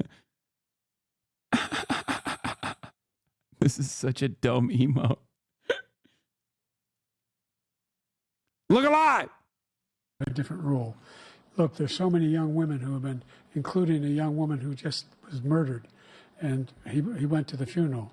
The idea that she was murdered by an immigrant coming in. You're talking about abortion, man. Here's the deal. There's a lot of young women are being raped by their in-laws. He's short-circuiting. By their spouses, brothers and sisters. So the argument he's trying to make is that Republicans try to claim here. The argument he's trying to make here, which is so stupid. Like, I cannot, let me explain something to you. I cannot begin to make an analogy on how dumb this was. He took the only issue that he is leading on by like 20 points, abortion, and recentered the conversation on an issue where he's losing by 20 points, if not more. Okay? What he was trying to say there was, oh, Republicans love to care about Americans getting killed by immigrants, and you put out the woman, you talk about the girl that was killed by an undocumented immigrant as though you care for women. Okay? Meanwhile, there are women all around the country that are dying as a consequence of not being able to get this medical procedure due to the overturning of Roe v. Wade. So you don't care about women. That's the point that he was trying to make. It was the worst point that he could have made. Okay? Because why in the ever-loving fuck would you try to recenter the conversation on abortion to immigration? He was trying to say, y'all don't give a fuck about women. You only talk about women when they're being murdered by an undocumented immigrant to make an anti-immigrant argument. Because if you cared about women, think about all the thousands, if not hundreds of thousands of women, if not millions of women that have had their access to medical care shut off as a consequence of this fucking decision. Those women get raped by their family members sometimes, and they can't go out and get this fucking medical procedure due to your restrictions. That's what he's trying to say, which is really fucking bad anyway. Why would you bring that up? That's the dumbest way to make this argument. You do not have to say undocumented migrants doing murder and bring up, what's her name, Lainey Riley or whatever. Like, even if he was 100% coherent in that situation and thought that he was cooking there, that's still a bad point. Do you guys understand what I mean by this? Like, him being old and him not being able to complete that talking point in a way that like people can understand. Lincoln Riley. Even in that circumstance, even if he actually was yapping like a grade A yapper, okay, and he perfectly delivered that line, it's still bad. It is still it's an own goal. It's a self goal. It's so fucking stupid.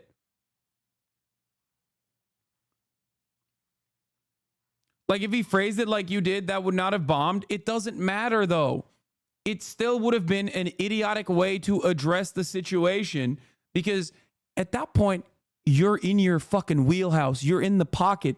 You don't have to remind people about how much immigrants are doing crime, which is already built on top of a faulty premise anyway. It's just ridiculous, and they can do nothing about it. And they try to arrest them when they cross state lines. Thank you. There have been many young women murdered by the same people. And then he immediately gets up. I mean, he immediately fucking pops off. He's like, thank you. Thank you for giving me this fucking incredible moment where we can eliminate the conversation on abortion and start talking about my favorite issue, immigrants doing crime. Of course he's going to fucking run with it. He literally had a wide open layup, got blocked by the rim, took the rebound, drove it back to his own fucking basket, and yammed it in his own basket, and then handed the ball to fucking Donald Trump to yam it again.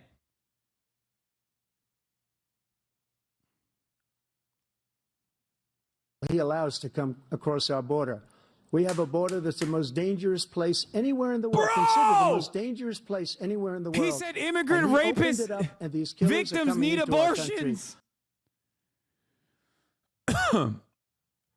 Dem source, we are doomed.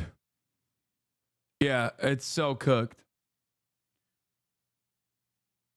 So it's just like, it's true. I mean, the Democratic Party is cooked. So fucking cooked. Reading the transcript shows how bad this answer is. Yeah, I don't even want to go through it again. Look, there's so many young women who have been, including a young woman who was just murdered, and he went to the funeral. The idea that she was murdered by an immigrant coming in, and they talk about that. But here's the deal: there's a lot of young women who are being raped by their in-laws, by their spouses, brothers, and sisters. Like, what do you mean sisters? It's just ridiculous, and they can do nothing about it. And then they tried to arrest them when they crossed state lines.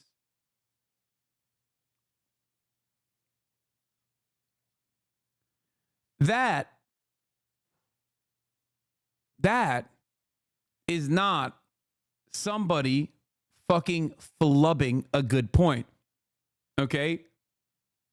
That is brain rot. That is his brain leaking out of his fucking ears, dude. Yeah. Nothing explains why, when handed a perfect abortion question on a silk pillow, Biden started talking about how a woman raped and killed by an illegal immigrant. That's not over preparing. That's something else. Thank you, David Weigel. Okay? Dave Weigel is absolutely right. They're trying to fucking say that, oh, Biden was over prepared for the convo. He prepared too hard. Okay? His bitch too bad. His smoke too loud. Okay? They'll kill him.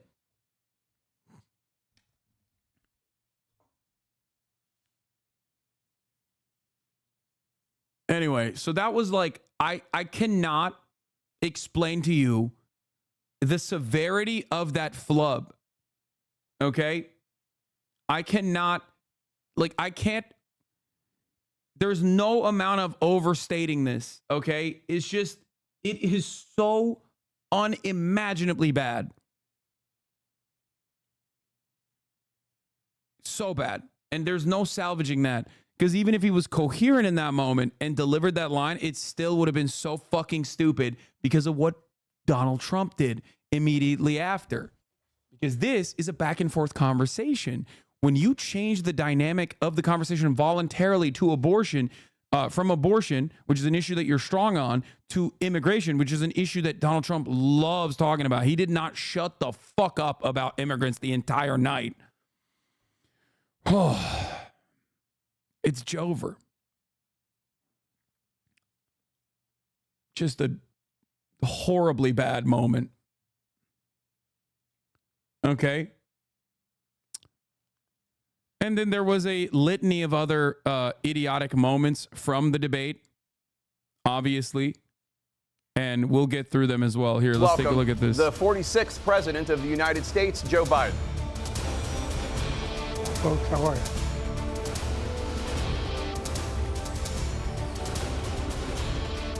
Great to be here. Thank you. And please welcome the 45th president of the United States, Donald. Also, they did not fucking prep him on where the camera was. He was fucking, they did not tell him. These are important things, okay? This is a very important part of debate prep.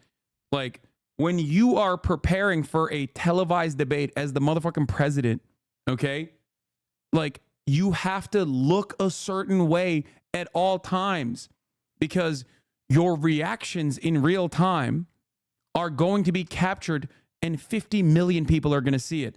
I'll give you an example. There was a really funny moment where Joe Biden, here, there was a really funny moment where Joe Biden was talking about Melania being impregnated by Donald Trump, okay? And here's how he responded with his face. Trump being like, damn, yeah, Melania was pregnant. Here, this is a really, really funny moment, but here. For doing a whole range of things, of having sex with a porn star, on the night while your wife was pregnant? I mean, what do you? He was like, yeah. Look at his face. He's like, no, didn't have sex with the porn star. Yeah, I fucked the shit out of her. On the night while your wife was pregnant? I mean, what? Yo, she was pregnant as shit. Hey, yo, I did that shit, dude. I fucking laid that seed in her, big dog. I impregnated the fuck out of her. What are you talking about?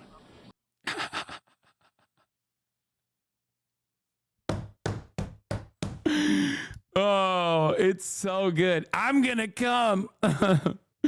But anyway, listen.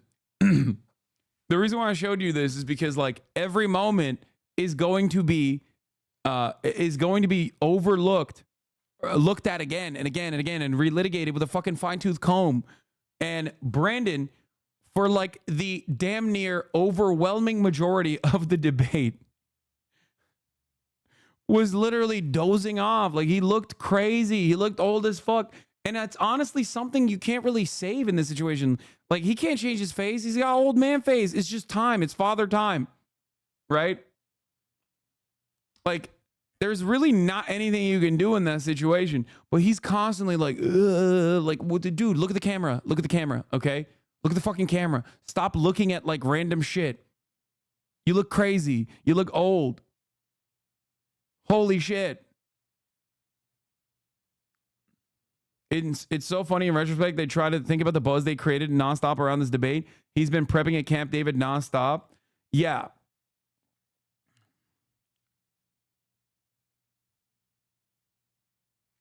I know. Anyway, they, of course, Dick rode Israel into oblivion, which is expected. Donald Trump.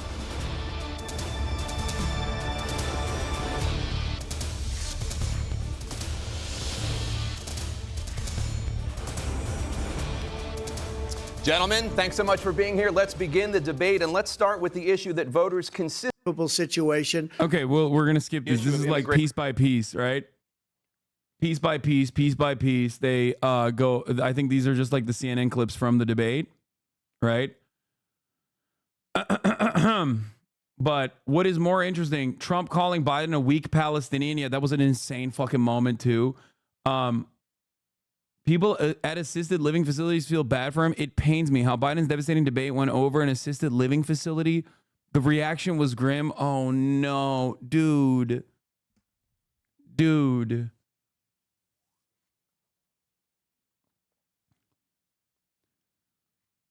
Oh my God. Oh my God. Politico is just coming out with absolute heaters, dude.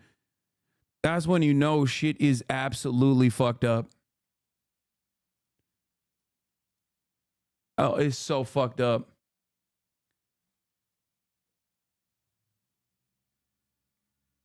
Anyway, we'll do Morning Joe. We'll do like the reactions, but like in the immediate aftermath of the debate, and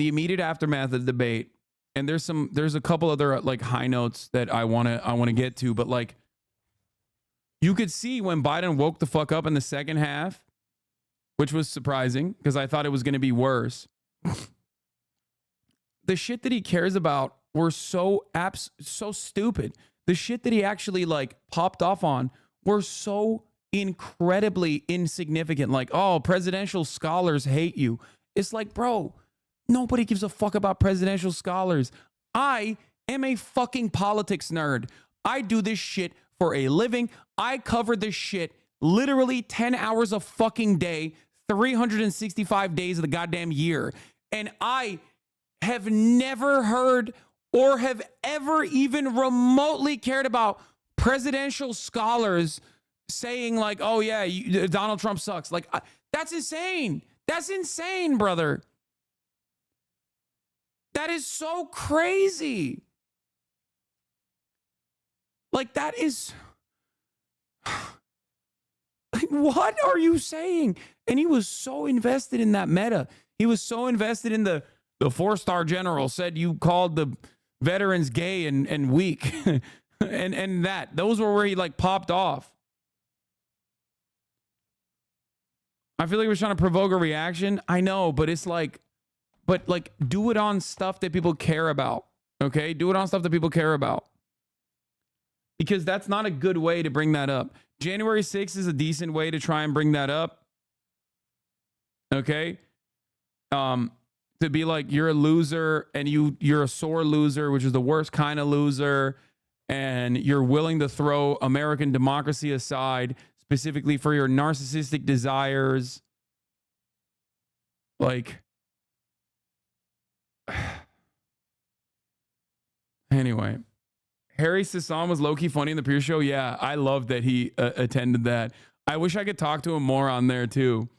He said Hasan is a big fan of mine. No, so I suspect he's seen my criticisms of him, but he popped off on fucking the Patrick Bet David guy.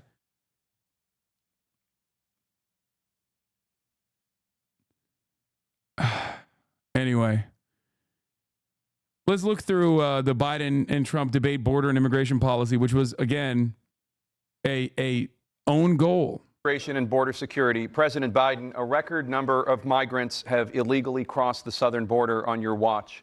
Overwhelming border states and overburdening cities such as New York and Chicago, and in some cases causing real... Like, this is... I'm putting my wonk hat on, okay? Imagine I'm a Democratic Party loyalist who's a wonk. I'm working with the fucking Brandon administration. They're like, Hasan, what do we do? A lot of people are going crazy over this immigration hysteria. This is not right now, but like, let's say 8 months ago, 9 months ago, right? 10 months ago. Okay. And they're like, yo, what's happening? Like fucking Greg Abbott is like shipping migrants. I've talked about this before. I immediately come out and showcase all of the, data-backed talking points. Immigrant crime is not a real thing. It is a manifestation of Republican hallucinations. Okay? It's hysteria.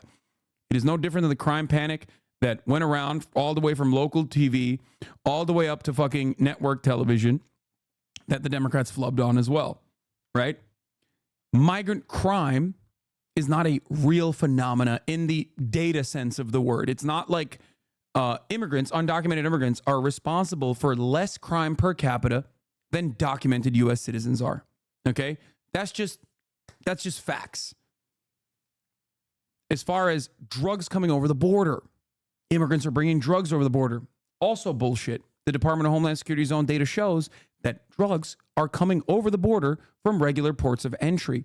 Oftentimes, in the majority of cases, in the regular border apprehensions, right, it's actually being trafficked by American citizens inside of their own vehicles. It's not the abuelas that are fucking, shoving fentanyl in their pockets and running over the border. We're talking about, millions of fucking pounds of drugs being shipped into the United States of America.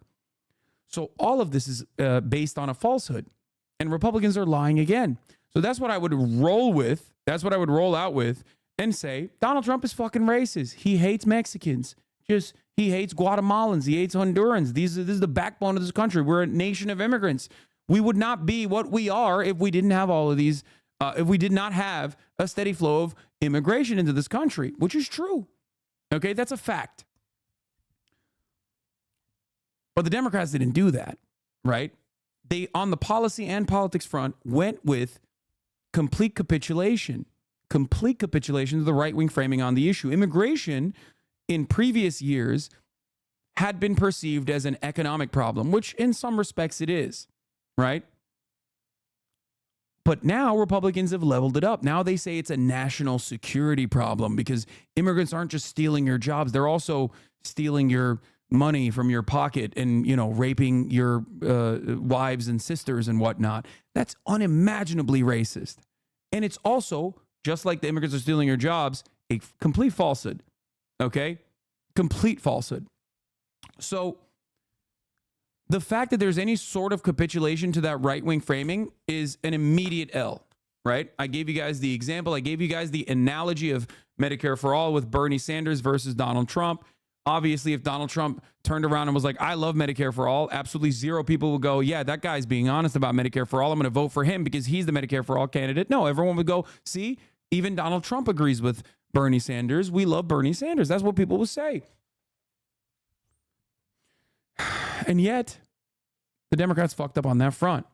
And every step of the way, Biden has leaned further and further into the right-wing framing on immigration being a problem of national security. Immigrants are coming in to do terror. Immigrants are coming in to do rapes. Immigrants are coming in to do crimes specifically. These are military-aged men coming over the border, not to work, not to create a better future for themselves, not because they're escaping violence or dire economic circumstances or political violence, but instead coming over to the United States of America with one purpose, and that is to do crime. That is ridiculous. It is ridiculously racist, right? And it's also untrue. Not only is it racist, as many racist things are, it's also untrue, as all racist things are. So Biden is already coming into this conversation with with an absolute loser position, right? Because he's already ceded ground to Donald Trump on the immigration front. And beyond that, he still tries to run this narrative like, oh, the Border Patrol liked the bill. Yeah, they did. They liked the bill that Biden put forward because it was the Trump bill, right? Until Donald Trump said, fuck this bill, because I want to use immigration as a talking point in the reelection. And Biden and the Democratic Party thought that hypocrisy will work. Of course it doesn't work. You're fucking stupid. Democrats try to do this all the time. And if you bring up the Border Patrol Union thinking that they're going to say, yeah, we did originally sign off on this fucking bill, you're an absolute idiot, because they immediately came out and tweeted, we have never endorsed Biden and we will never endorse Biden. Trump was able to say on that stage, oh, you mean the Border Patrol Union that endorsed me for re-election? Just an absolute whopper, just an unimaginable L. So even in his coherent moments, he's still fucking failing. Real safety and security concerns. Here it is. Given that, why should voters trust you to solve this crisis? 423,000 Because we worked very likes. hard to get a bipartisan agreement that not only changed all of that, it made sure that we are in a situation where, like, that's your big W, that you try to do a bipartisan agreement. It's so stupid. you had no circumstance where they could come across the border with the number of border police there are now. We significantly increased the number of asylum officers. Significantly, by the way, the Border Patrol endorsed my position. In addition to that, we found ourselves in a situation where when he was president, he was separating babies from their mothers, putting them in cages, making sure the families were separated. That's not the right way to go. What I've done since I've changed the law, what's happened? I've changed it in a way that now you're in a situation where there are 40% fewer people coming across the border illegally. That's better than when he left office. And I'm going to continue to move until we get the total ban on the total initiative relative to what we're going to do with more Border Patrol and more asylum officers. President Trump? I really don't know what he said at the end of that sentence. I don't think he knows what he said either. Look, we had the safest border in the history of our country. That was so fucking good. I mean, this was in the early stages too of the conversation, so he just like hit him with that. It was great. Light clap back, move on, address the talking point. The border, all he had to do was leave it. All he had to do was leave it. He decided to open up our border, open up our country to people that are from prisons, people that are from mental institutions, insane asylum, terrorists. We have the largest number of terrorists coming. Like, look at his face, bro. Look at his face. Look at his fucking face. Look at his fucking face. Are you joking? What are you doing? Fix your face, man.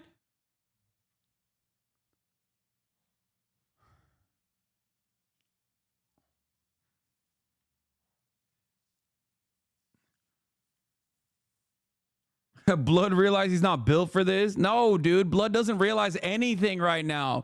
Bro is not realizing anything. Bro is on to nothing right now.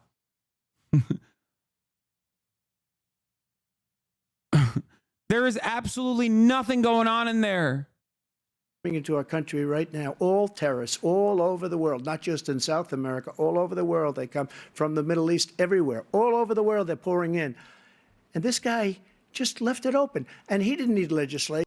And then they try to talk about like how, no, actually, like you're letting in terrorists. When you were president, you let in terrorists into the country from the border. What are you doing? Not a single person believes that, okay? Even if it was completely factually accurate, which it isn't, okay? No one is like, yeah, that's right. Actually, Trump is the fucking non-border security candidate. Come on, dude. Like, that's this whole thing. Build the wall. Remember that? What the fuck are you doing? Because I didn't have legislation. I said close the border. We had the safest border in history. In that final couple of months of my presidency, we had, according to Border Patrol, who is great, and by the way, who endorsed me for president, but I won't say that, but they endorsed me for president. Brandon, just speak to him.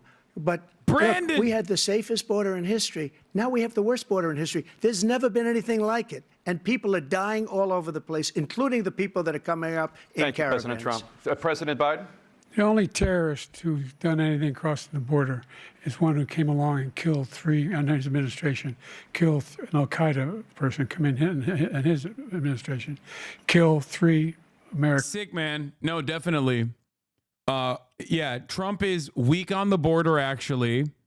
And also, yeah, no, Al-Qaeda members are coming over the border. You know, it's totally valid. This is a real national security concern because Al-Qaeda members are jumping the border. They're border hoppers.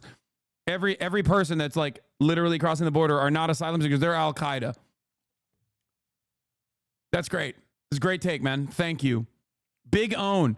Democrats are so fucking stupid with this like hypocrisy baiting shit. Hypocrisy baiting is actually definitely good, right? In terms of like making dumb guys listen to your position. All right.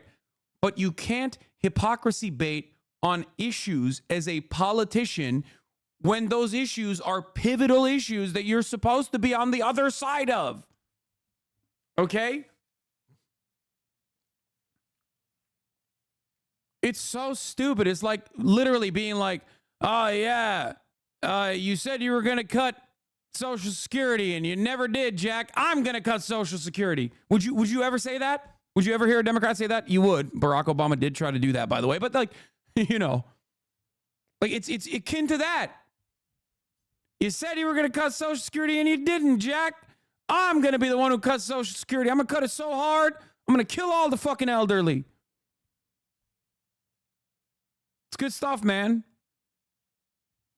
Assume his position and then what? Hypocrisy fish on the other side of the fucking argument? American soldiers, kill 3 American soldiers. That's the only terrorist that's there.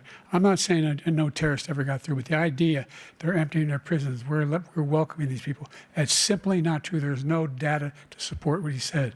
Once again, he's exaggerating. He's lying. Look, this is a point where he's not even supposed to bring up the Al-Qaeda shit. He's supposed to go, you are wrong. You are lying. This is complete panic. Okay? This is complete hysteria. All available data shows consistently that undocumented migrants are responsible for less crime per capita. Here, per capita. That means they are doing less crime. If the entire country was undocumented immigrants, the crime rate will be lower, okay? Less crime per capita than documented U.S. citizens, natural-born U.S. citizens. This is a lie. Okay, you are lying. Fine. President Trump, staying on the topic of immigration, you've said that you're going to carry out, quote, the largest domestic deportation operation in American history, unquote. Does that mean that you will deport every undocumented immigrant in America? Another dub for Brandon here, by the way. This is a W for Brandon.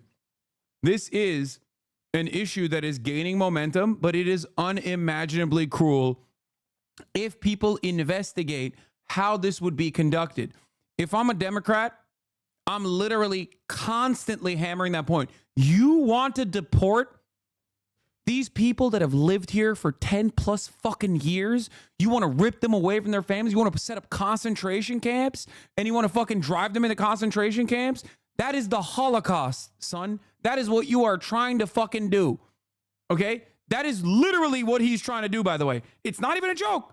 If followed through on the policy proposal, this is Nazi fucking Germany. Okay? Straight up.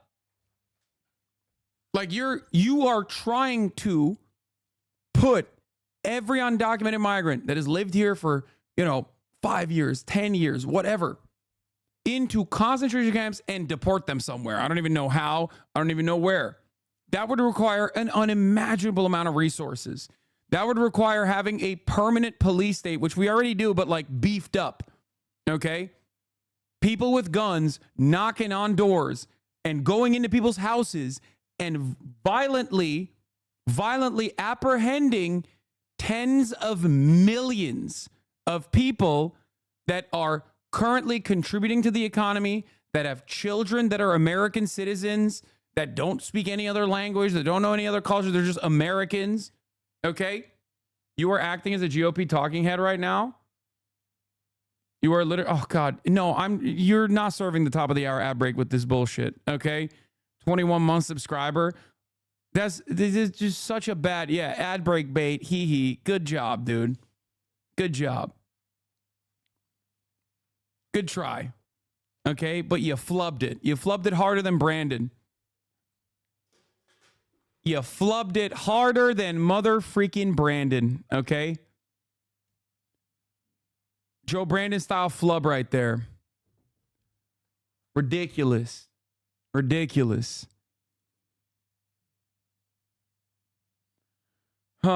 Trump is live for the first time since the debate. Last night, oh God, he's gonna be flexing, dude. All right, here's the 3-minute ad break now. That was a big one. But as you saw on television last night, we had a big victory against a man that really is looking to destroy our country. He's the worst. He's the most corrupt, the most incompetent president in the history of our country. And we have to take it back from that party. That's an evil party, despite the fact that crooked Joe Biden spent the entire week at Camp David resting, working, studying. He studied very hard. He studied so hard that he didn't know what the hell he was doing. He got the debate rules that he wanted. He got the date that he wanted. He got the network that he wanted with the moderates he wanted. No amount of rest or rigging could help him defend his atrocious record. It's not defensible. I don't care who you were. You could be the late, great Clarence Darrow. Has anyone ever heard of Clarence Darrow? He was known as quite a good debater. Not as good as your governor, but that's okay. Hello, Governor. I can't miss this guy in the crowd. But his son's much better looking than him. Joe Biden's problem is not his age. It's not his anything, really. He's got no problem other than it's his competence. He's grossly incompetent. You know, they keep saying old. I know people that are much older than him that are doing unbelievable things, making a fortune. I knew a man that at 79, he was never a success, and he made $1 billion and a half from 79 to 92. And that's what it is. It's not his age, it's his competence. He's not respected anywhere in the world. Our country is being laughed at all over the world. Biden is using the weaponization of his Justice Department, the FBI, local district attorneys and attorneys general to try and win an election against his political opponent. That happens to be me. Do you know who I am? Something that actually was unthinkable in our nation. Pee. I'll be back. But which is very common in third world countries or in banana republics. That's what he's doing. He's using law enforcement to try and hurt his political opponent. Every one of those things last night, you saw that, was all started by this guy, this crooked guy. And not only crooked, I mean, just so bad in so many ways. He's killing our country. He's incapable of winning based on his far-left policies of open borders, massive tax increases, the Green New Scam, That's a windmill on every corner, most of which don't work. And things like putting men in women's sports, really not a great idea. As every American saw firsthand last night, this election is a choice between strength and weakness, competence and incompetence, peace and prosperity, or war or no war. They like a war. They love wars. You know, they love killing people. It's so wonderful. You know, I'm the only president in many, many decades that didn't start a war. I finished one. I beat ISIS in record time.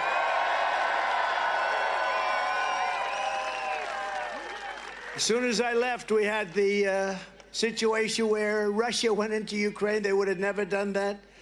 And where Israel's attacked. And then we had inflation. And then we had that horrible event that took place in Afghanistan. The worst, I think the most embarrassing moment in the history of our country. And it's a choice, though, between a president who puts America first or a train wreck who puts America last. They put America last. Actually, the Democrats put America last. You take a look at that. Look at a guy like Senator Schumer. I've always known him. I've known him a long time. I come from New York. I knew Schumer. He's become a Palestinian. He's a Palestinian now. Congratulations. He was very loyal to Israel and to Jewish people. He's Jewish, but he's become a Palestinian because they have a couple of... This is like kind of crazy. He's just using Palestinian as a pejorative over and over again. Like he says it like it's a slur, and it's very weird. For our country, a vote for your all-time favorite president, President Donald J. Trump.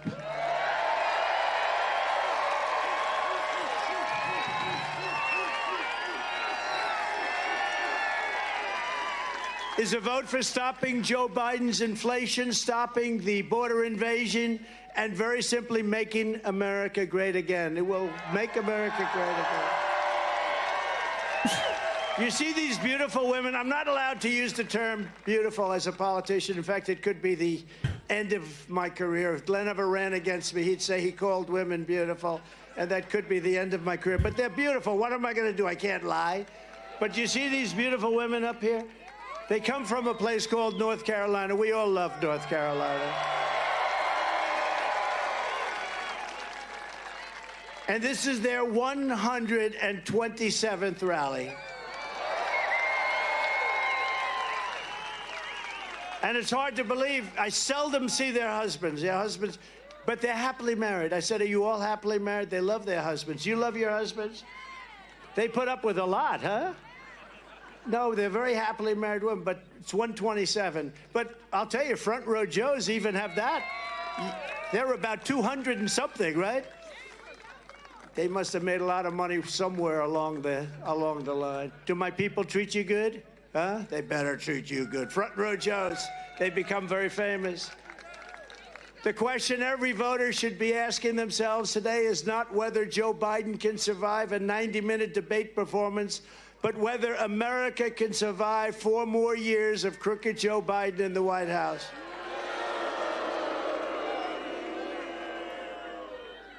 In fact, I don't know if we can really survive 5 more months. This is the most dangerous time in the history of our country, in my opinion, and we have a transition period because hopefully there has to be a transition. We've never been so close to World War III before.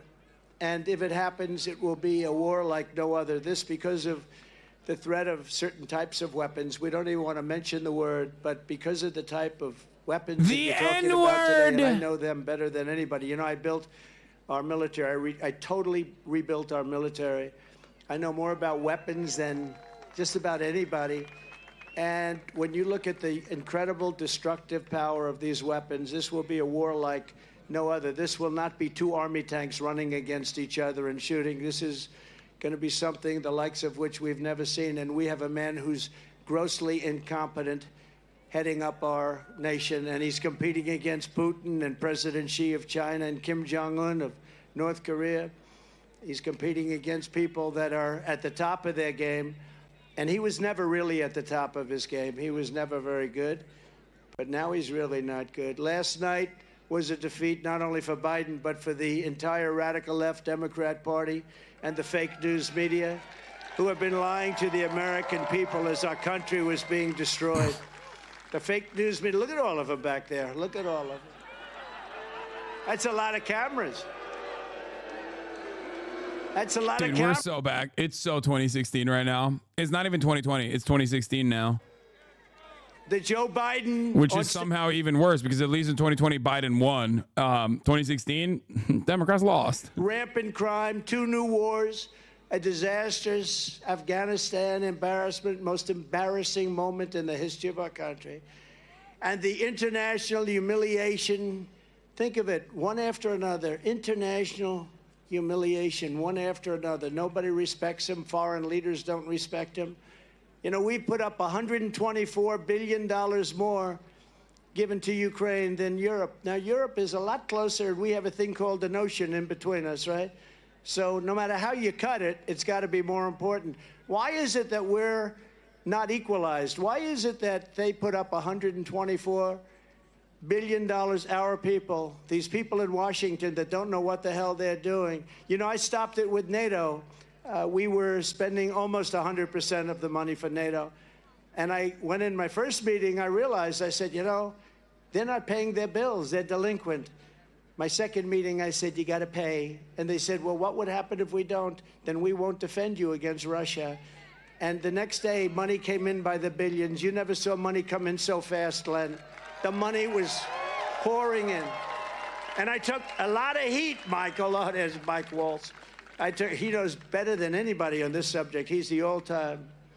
He's the all-time. But am I right? The money came in like at a level that was never seen. Hundreds of billions of dollars poured in. And then I took heat from the press because they said, no, I will not defend you if you're not current. And they said, well, that's not very nice. I said, it's not nice. Now, if I said I will, they wouldn't have paid, right? I suspect. But I took a lot of heat. But the fact is, the Secretary General called it the greatest. He's never seen anything like it, because Bush would come in, make a speech and leave. Obama would come in, make a speech and leave. And then I came in and I didn't make a speech. I just said, these guys aren't paying their bills. They're not paying their I know that bills. Trump really isn't going to convince pro-Palestinian Gen Zers to vote for him, but you really think his continued use of Palestinians as a pejorative might cause younger voters to think this is a reflection of his foreign policy and engage in a slight uptick for Biden turnout? No. Until there is a clear-cut difference, an identifiable difference between Joseph Robinette Biden's policies on Israel and Donald Trump's policies on Israel, absolutely zero people are going to be engaging in defensive voting. If a ceasefire occurred, maybe he would be able to claw back some of those voters. Okay? Potentially. I was 10 during the 2016 election and now 18 for 2024. This cycle is so crazy to witness. It's the second election cycle that I've really been politically present for. I was watching every debate in 2022. Nice. It's crazy to think that there were people who were 10 years old when 2016 was happening, when that's like, you know, I was already doing my media career at that point. That's wild. I'm so old.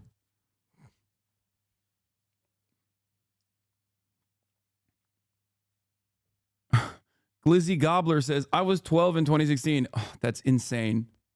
You guys were little babies like playing Roblox with a binky while I was fucking doing political commentary. I am so goddamn old. Holy shit. This is officially my third big election cycle at this point. Oh my God.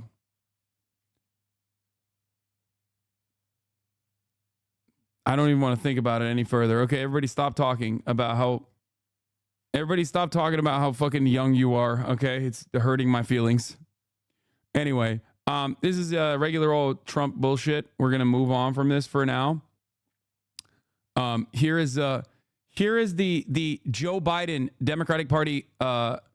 Here's how the Joe Biden Democratic Party is trying to fucking manage the massive defeat that they withstood last night. Donald Trump is a convicted felon with the morals of an alley cat. I don't know what you did last night, but I spent 90 minutes debating a guy with the morals of an alley cat.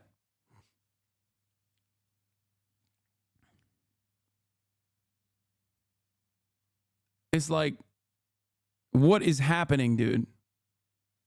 What is going on? Like, call him a felon, dude. I don't know. Just like anything else. What is this alley cat shit? Ay, ay, ay. He is just calculating this. I suspect that internally, if there are genuinely competent adults in the room, they're calculating this as an electoral dub that will be won on the boundaries of like 8 people voting, okay? 8 of the oldest, whitest Americans you've ever seen in Pennsylvania. They are going to vote because they saw the alley cat thing and they were like, that's extremely my shit. Okay? So now I'm voting for him.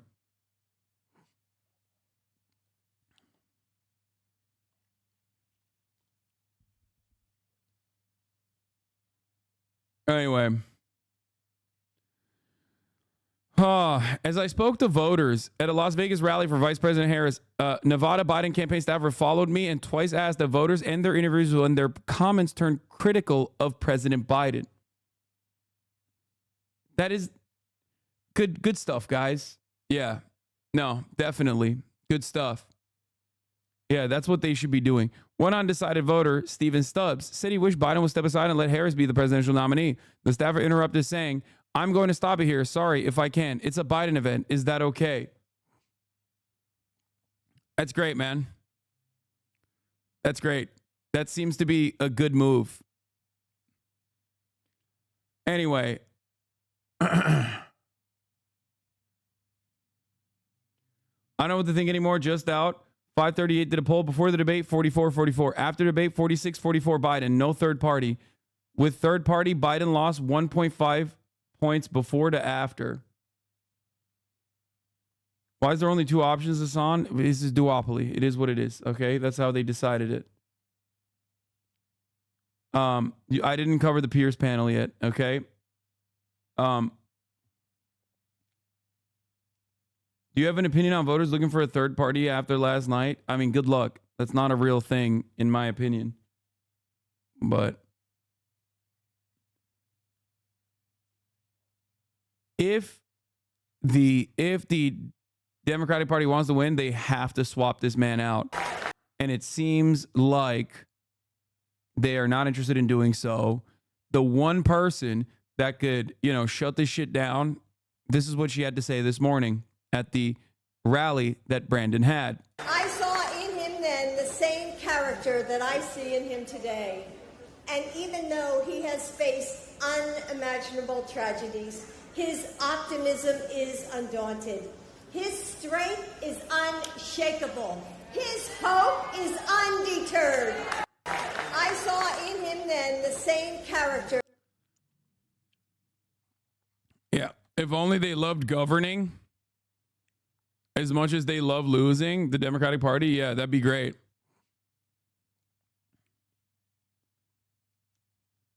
Hold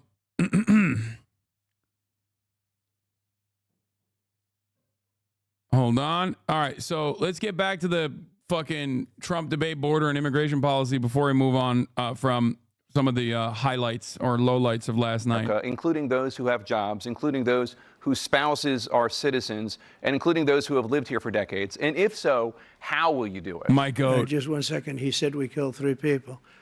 The people we killed are al-Baghdadi and Soleimani, the 2 greatest terrorists, biggest terrorists anywhere in the world. And it had a huge impact on everything, not just border, on everything.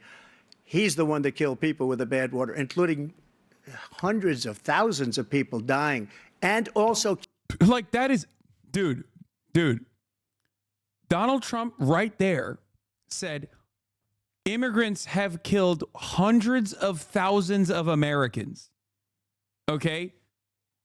Like, that statement in and of itself is like, that's it. It's over. What are we doing here? Donald Trump said Joe Biden opened up the border to like rapist, criminal, murderer, serial killer immigrants, and the American murder rate skyrocketed due to this migrant crime. Hundreds of thousands of Americans dead.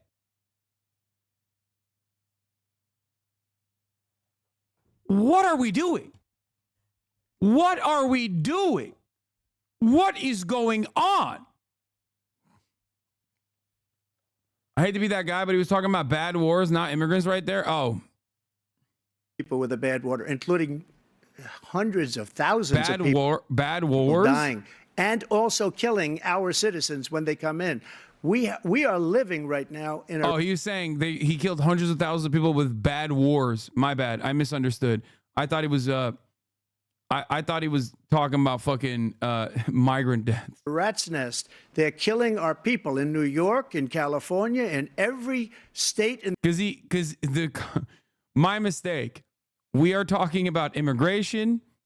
We are talking about, and he quickly turns back and says, like, you know, immigrants are responsible for so much death and destruction in the country. So I thought maybe he was saying Biden is responsible for 100,000 immigrants being killed because of the bad border. Did he say bad wars or bad border? Or did he say bad? What are we doing? Why are these the two options? What is happening? What is going on? I'm losing my mind a little bit. Aren't you? I feel like this is mind numbing. This is unimaginable. What the fuck is happening? Oh my God.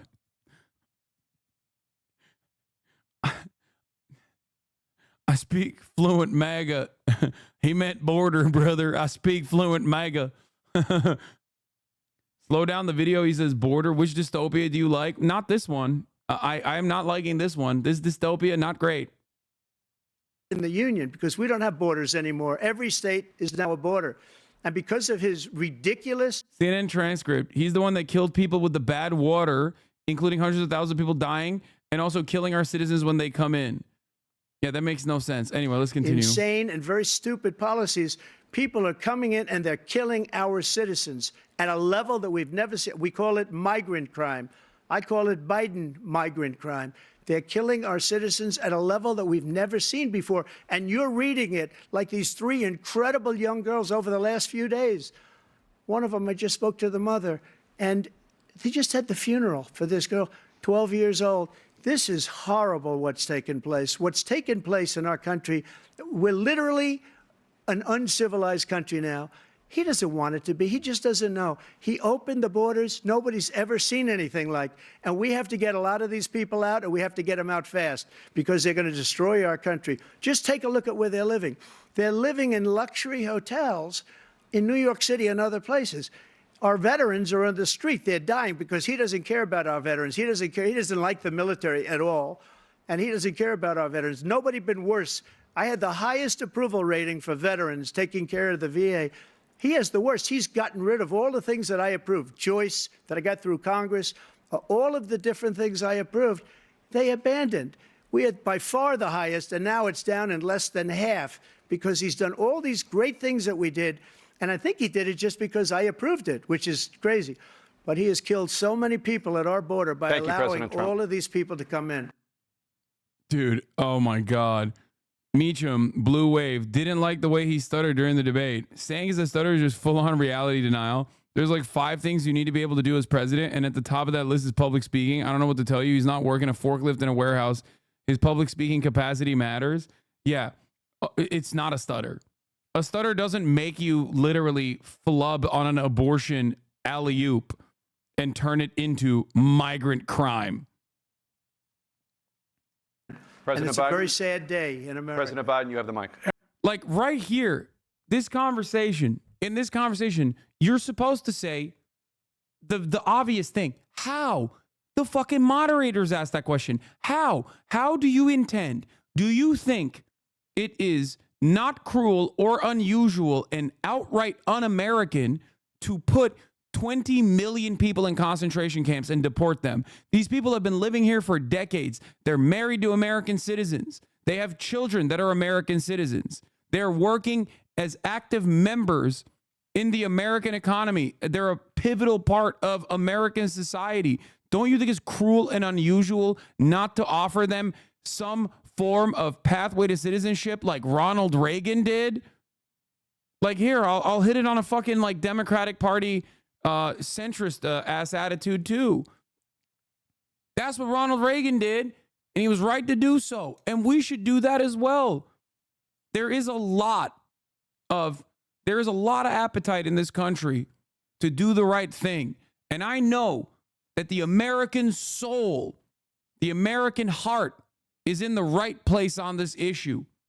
And your way of thinking is leading us down a very scary path. We fought a war and won against the Nazis.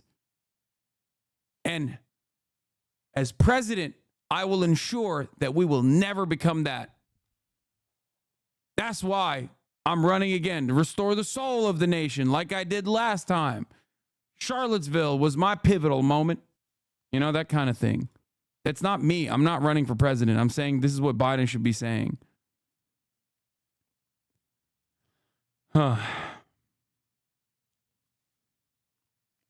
Every single thing he said is a lie. Every single one. For example, veterans are a hell of a lot better off since I passed the PACT Act. 1 million of them now have insurance, and their families have it. Their families have it because what happened, whether it was Agent Orange or burn pits, they're all being covered now. And he opposed his group of... Like, they moved away. They moved away from one of the most damaging propositions that Donald Trump is voluntarily bringing to the table at a time when there is seemingly some appetite for it from the American population.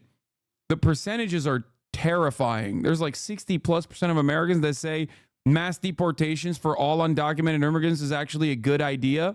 The only reason why they're saying that in polls right now is because they're not thinking about what this looks like. Because when Republicans actually do put policy into action, we know what that looks like. We know that that looks like children in fucking cages. When Democrats put policy into action in the same way, by the way, in the same white nativist way, you see Border Patrol whipping fucking, Haitian black asylum seekers on the border. That's not seen as a positive by the broadest subsects of American society. When Republicans actually fucking put the pedal to the metal, people change their attitude very quickly about it. This means that if there is actually a strong, resilient counter to these positions, then we'd be looking at very different poll results in general. And I know that as a fact. You want to know why? Because under the Trump administration, he did do that. He did push the fucking boundaries on what was permissible. And that was seen as very unpopular. Okay? When he actually did put the fucking kids in concentration camps and did family separation as a deterrence measure, Americans hated that shit. When he dangled the DACA recipients and their legal prospects, when he put them in legal limbo, Americans responded in such a negative way that he had to actually just kind of drop that position. Because at that point, 90% of Americans, the highest percentage of Americans, said, no, these guys have to get a pathway to citizenship. Because there was a lot of people at that point that were actually covering it. They were actually covering the story. There was a lot of defense from the Democratic Party. There was a lot of retort from the Democratic Party, humanizing the DACA recipients. And without that defense, without any kind of counter proposal, okay, you are not going to see, if the Republicans are running the narrative on immigration, then yes, Americans are, primed to be more reactionary. Economic volatility and economic instability historically creates a more reactionary populace. Oppose that. We're also in a situation where we have great respect for veterans. My son spent a year in Iraq, living right next to one of those burn pits, came back with... Now they're not even talking about the most damaging aspect of his policies. So bad. Talking about his son and the burn pits and shit is dumb. Let's turn to the issue. Now, then they talk about January 6th, which I don't personally give a shit about, but Americans that do vote care. Okay? Americans that do vote do care to a certain degree about the prospects of democracy with a second Trump term. Like they do fear that. That's a pretty big deal for the boomer liberals and shit like that. Trump reacted at this point at this stage in the debate. He's just like becoming more and more unhinged. He reacts predictably. He starts talking about, the election is fucking rigged, blah, blah, blah, sore loser talking Believe points. that. And let me tell you about January 6th. You don't care about voting? Is that what I said? Did I ever come near that statement?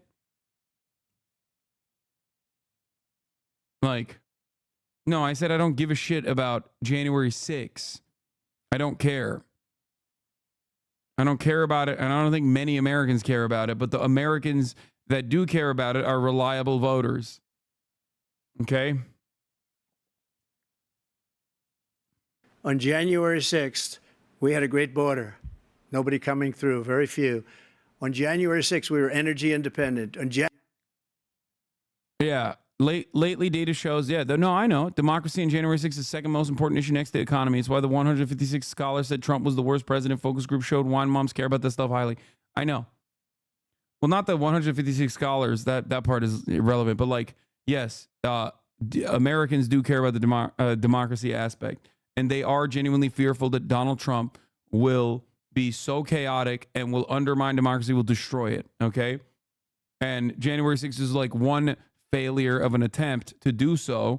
So that's how those two things pair up. That would be much stronger as a talking point. That would be a resilient talking point. That would be a talking point that people care about if the fucking court cases were not pushed back into fucking oblivion.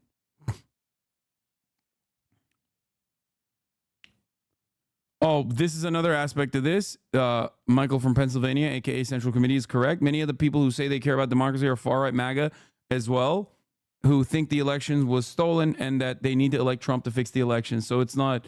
So there is more nuance to those polls as well. That's why it's number 2 right now. It's absolutely correct. January 6th, we had the lowest taxes ever. We had the lowest regulations ever. On January 6th, we were respected all over the world. All over the world. No, Central Committee is not making that up. That's absolutely correct. I remember seeing a poll. Fuck, I can't remember where it was. No, I remember seeing a poll where like they actually looked at crosstabs where it literally showed like a shit ton of Republicans saying they care about democracy, but in their own way. Do you understand? That doesn't mean democracy, small d democracy, in the way that you and I understand it. Their understanding of the democracy being undermined is entirely different. Okay?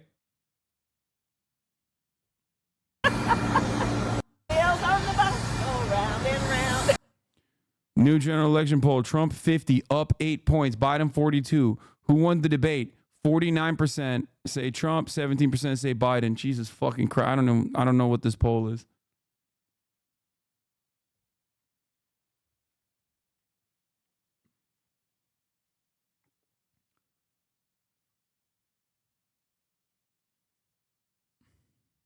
Yeah, we covered this last night. Pre-debate, Biden 43, Trump 41. Post-debate, Biden 50%, Biden 42%, Trump 50%. 49% said Trump won the debate, 17% said Biden won the debate.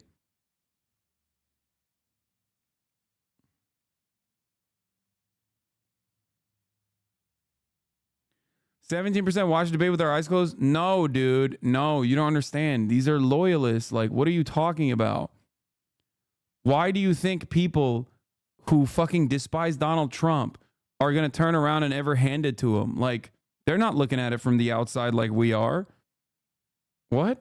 Yeah, no, of course there's going to be a decent percentage of people that still say that they like, that their candidate did fine and won the debate. I wouldn't be shocked if like, I wouldn't be shocked if Joe Biden's not Joe Biden, sorry, but Donald Trump's performance at the debate actually really grossed out a bunch of Hispanic voters, specifically young voters, into, holding their nose and voting for Biden. Because it's like, dude, it is so unimaginably cruel. Like, it is, like, I talk about America being a white supremacist country all the fucking time, right? But like, Donald Trump has absolutely fucking moved the needle in a really, really, really fucking scary direction.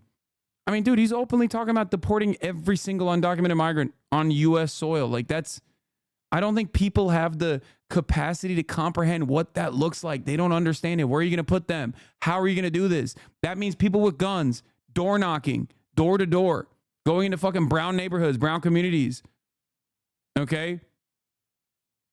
And just like, you know, going in with guns and arresting, you know, doing dragnets, arresting as many people as possible, and then fucking putting them into the like Salvadorian style prison facilities.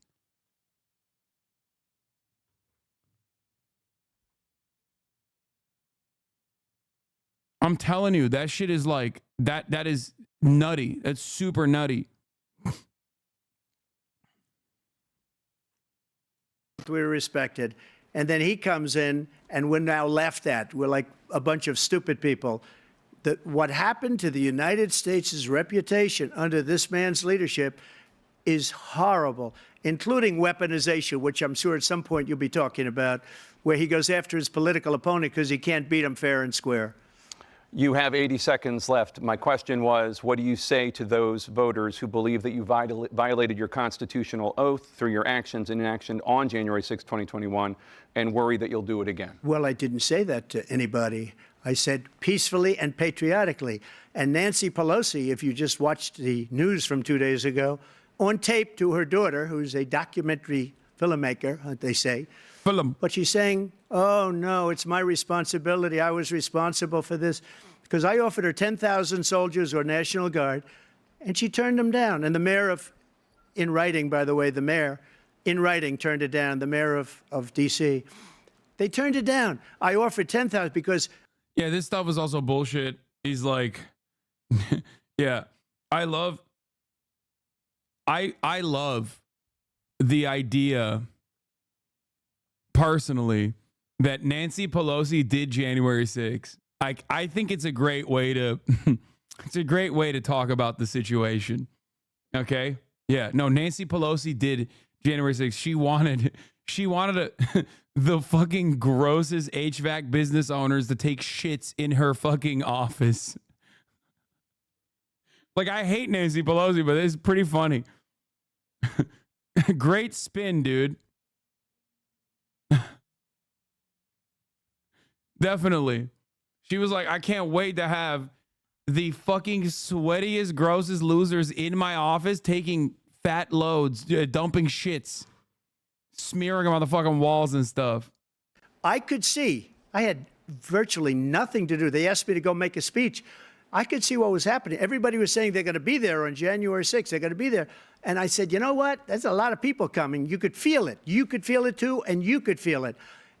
Looking dapper. Thank you. I'm currently wearing the latest merch from ideology.shop.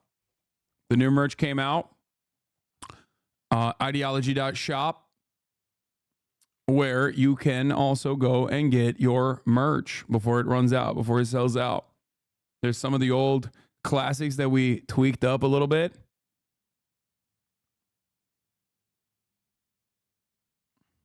And I said, they ought to have some and new ones. National Guard or whatever.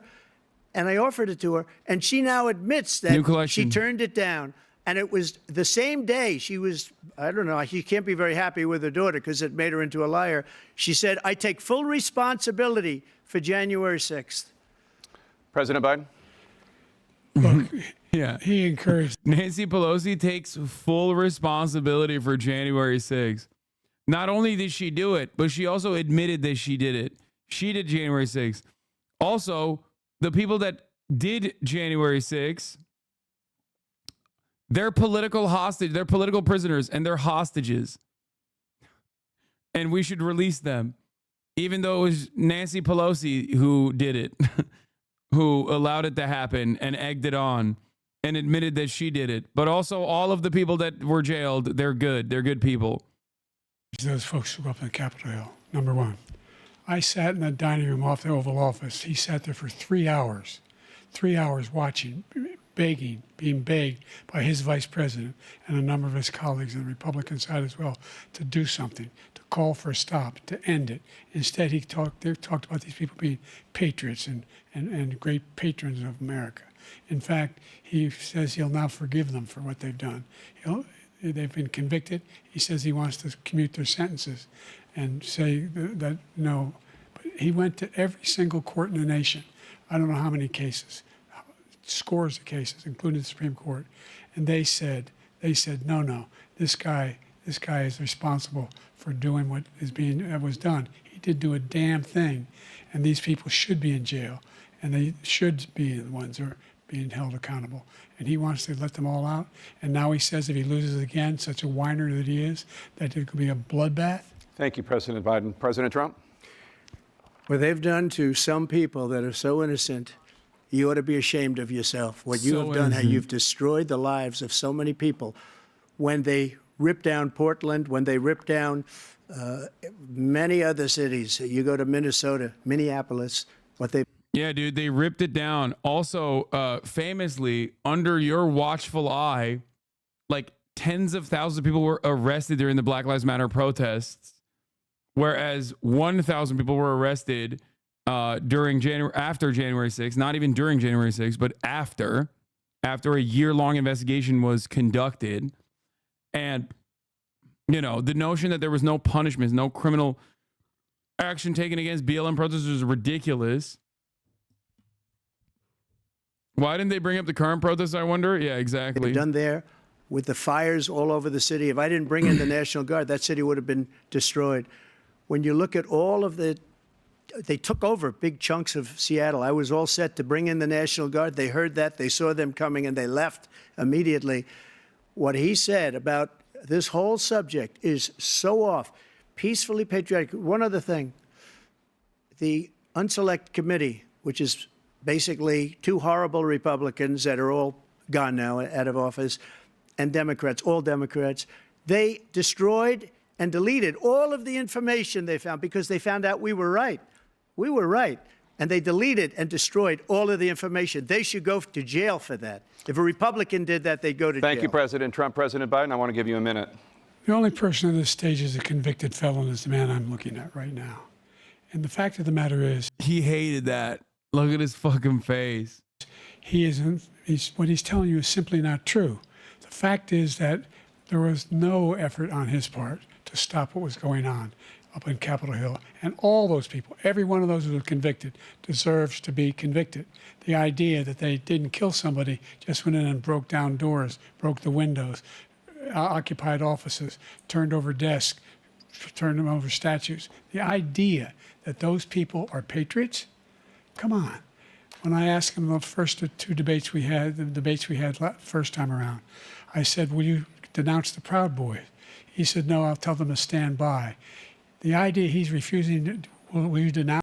Okay, the rest of this shit is boring. Biden and Trump addressed concerns about their ages. Anyway, let's move on to, I guess like a couple things I want to mention. One, after the debate, there was an immediate reaction from the Pod Save America boys, the Pod Jons, which was pretty bad. There's the Daily Show reaction, which was also pretty fucking bad. 48 million people watched it, by the way, last night. 130,000 in here at the peak. So, you know, just want to point that out. We're back to all my fucking haters who keep calling me, who keep saying, Hasan, you fell off, suck my dick. Okay. We'll do Jon Stewart. But before we do Jon Stewart, we are going to talk about the unlikely ally, Claire motherfucking Potato McCaskill. Well, first, the easy part. Donald Trump is a liar, a flawed character, mean, a jerk, very unlikable, and that was obvious tonight. Now, the hard and heartbreaking part. I have been a surrogate for some presidential candidates in my time. I know what the job is after a debate of a surrogate. I've never wanted to be a surrogate more than I do right now. Because when you're a surrogate, you have to focus on the positives. But I have said very clearly and very plainly on this network, and my job now is to be really honest. Joe Biden had one thing he had to do tonight, and he didn't do it. He had one thing he had to accomplish, and that was reassure America that he was up to the job at his age. And he failed at that tonight. Now, speak on it, sister. That's crazy. That's Claire McCaskill. That's crazy. We're talking about one of the most conservative Democrats, okay? Wild stuff here. does that mean that my phone blowing up with senators and campaign operatives and donors, big donors from all over the country, does that mean that Joe Biden is not going to be the candidate? I don't know that. I think we'll know a lot more in a few weeks, how this plays out, how the polling plays out.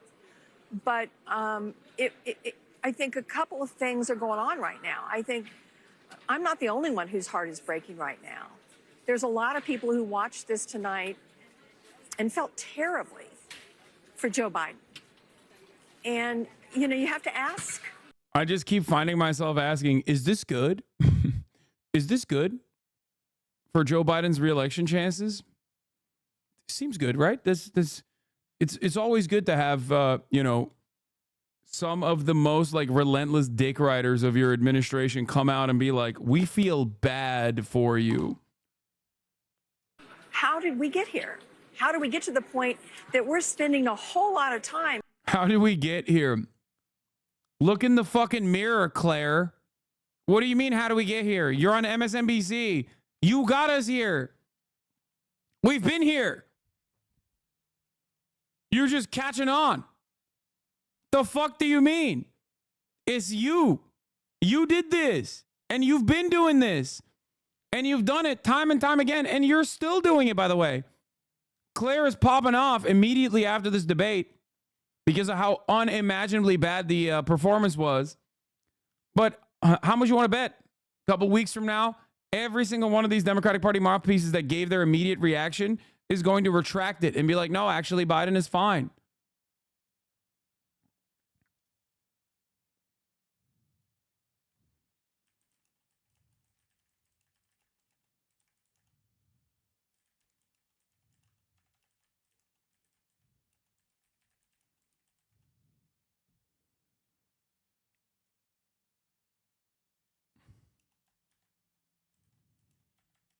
Wait, hold on.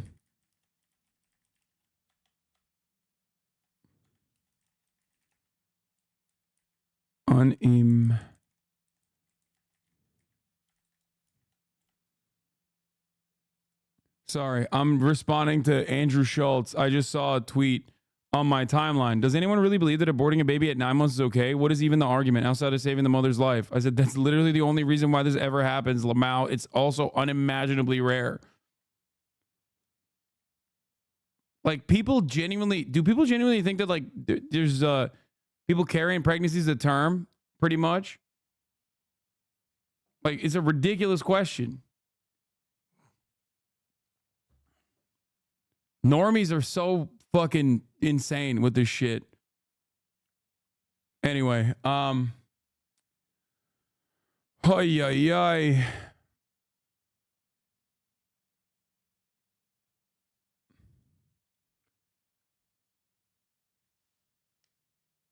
There are some very dumb Americans, as you know. I know. It makes me sad. Talking about the vice president tonight instead of talking about the president. And I don't know how the rest of this story is written. I don't know if things can be done to fix this. They might. And, you know, Trump is so terrible that this might heal itself. But based on what I'm hearing from a lot of people, and some of them are people that are in high elective offices in this country, and you might guess where they serve, there is a lot of more than hand-wringing tonight. I do think people feel like that we are confronting a crisis. Claire, I want to talk to you about this in very nuts and bolts terms. Given what you are describing, the kind of reaction that you're describing among people in the kinds of positions that you're describing, or at least alluding to, what can be done? What do you personally think should be done? Well, I think, listen, this could be a situation where everyone talks it out over the next few days. I do think that this is a time that Ted Kaufman and Ricchetti and Donlin and Ron Klain are going to have a heart-to-heart with the president about his ability to exude strength. And listen, nobody is a bigger fan of Kamala Harris than I am. And you know, and Gavin Newsom did a remarkable job tonight as a surrogate. And what he said, you know, it's not that I disagree with anything they're saying, but those two people are signaling to a whole lot of Americans that are paying attention, how come they're not running? Come on. How come the Democratic Party... They really do talk about Biden like he's old like he's old Yeller. He is old Yeller.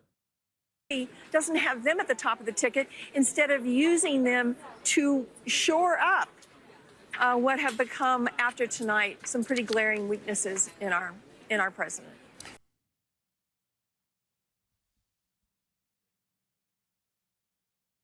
So how might the election look like if they replace Biden with someone who can actually articulate a thought?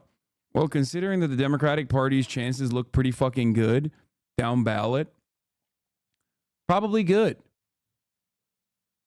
Like, anyway, dude, any Democrat, this was like a couple months back, any Democrat, literally any generic Democrat was beating Biden by 18 points. Okay? Like, the Democratic Party is not being perceived as bad. It's being perceived as good. The Democratic Party platform is not being perceived as bad. It is being perceived as good. The major issue is the person leading the Democratic Party is seen as very bad. This is what I'm trying to explain to people. You cannot have a situation where the down ballot races are carrying the top of the ticket. Like, that's not going to happen.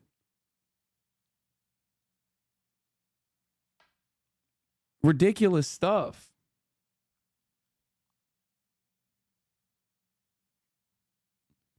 Here is MSNBC's Nicole Wallace in the immediate aftermath. It is the job of a campaign to take the hit, right? I mean, it is the job of the campaign to take the blame. Yeah. And that is a better scenario than it being the candidate. Because, you know, I mean, you can't change the candidate, but you can. I mean, as a Michigander, please stop fucking simping for Gretchen Whitmer. She's not an ally. She's bought by the same corporations ever to centrist Democrat. Yeah, I know, dude. Like, I'm just saying, if you want the Democratic Party to win, she is definitely a significantly better fucking person than Biden. I'm trying to work with what we have here, okay? Like, yeah, when people ask me that question, I'm not going to say Ilhan Omar, even though I love Ilhan Omar. I'm not going to say Rashida Tlaib, even though I love Rashida Tlaib. I'm not going to say AOC, even though I'm pretty critical of AOC, but I still like her a shitload more than most other Democrats. Cori Bush. I'm saying that I prefer Whitmer to Newsom.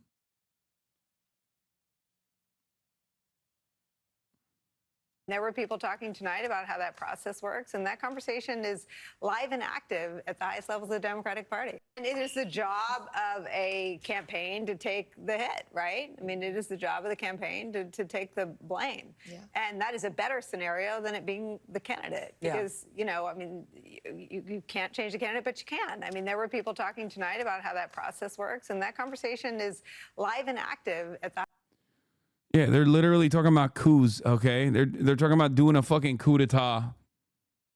Joe Biden should save his legacy by ending his candidacy. I want to show you something, okay? Here's the New York Times, and I posted a tweet about it last night because I wanted to see what the homepage looked like. This shit was abysmal, dog, okay? This is his demographic. The New York Times op-ed writers are who Biden is running for. Okay, you got Lincoln Project members being like, we got to replace Biden. Look at this. Thomas L. Friedman, President Biden is my friend. He must bow out of the race. I was crying. Thomas L. Friedman said he was crying watching the debate. That weepy bitch. Biden struggles as Trump blusters in contentious debate. Democrats talk about replacing Biden on the ticket. It's frightening. Voters express worry about the President Biden struggles. Former President Trump's attacks were frequently false, lack context, or were vague enough to be misleading. Look at the fucking op-eds. Biden cannot go on like this by Frank Bruni. Patrick Healy, top Democrats on Biden's debate. Bad to worse. Emperor has no clothes. Don't ask. Nicholas Kristof. President Biden, it's time to drop out. David Firestone. Biden's truth was overshadowed by his stumbles.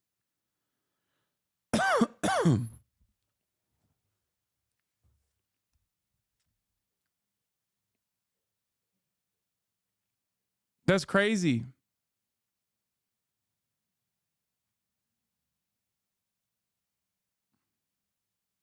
Paul Krugman, the best president of my adult life, needs to withdraw. Based on his policy record, he should be overwhelming favor for re-election, but he isn't. And on Thursday night, he failed to rise to the occasion when it really mattered. I could and would complain about the lack of real-time fact-checking as Donald Trump spewed a fire hose of lies about the general prevalence of theater criticism taking the place of policy analysis. But complaining about those things right now isn't going to save American democracy in this moment of crisis. These are the guys who are legitimately invested, or at least they're presenting themselves as people who are legitimately invested in the narrative that American democracy is going to fall apart. And there is some truth to that sentiment. There is some truth to those fears. Okay? And if you legitimately believe that the American democracy is going to fall apart with the second Trump re-election, with the second Trump presidency, second Trump term, you have to do everything in your power to defeat him. And rolling out this fucking corpse with the hopes that he survives up until the finish line is not cutting it. Okay? Things are dark. This is a time cover. Democrats are panicking about Joe Biden's debate performance and what will happen next.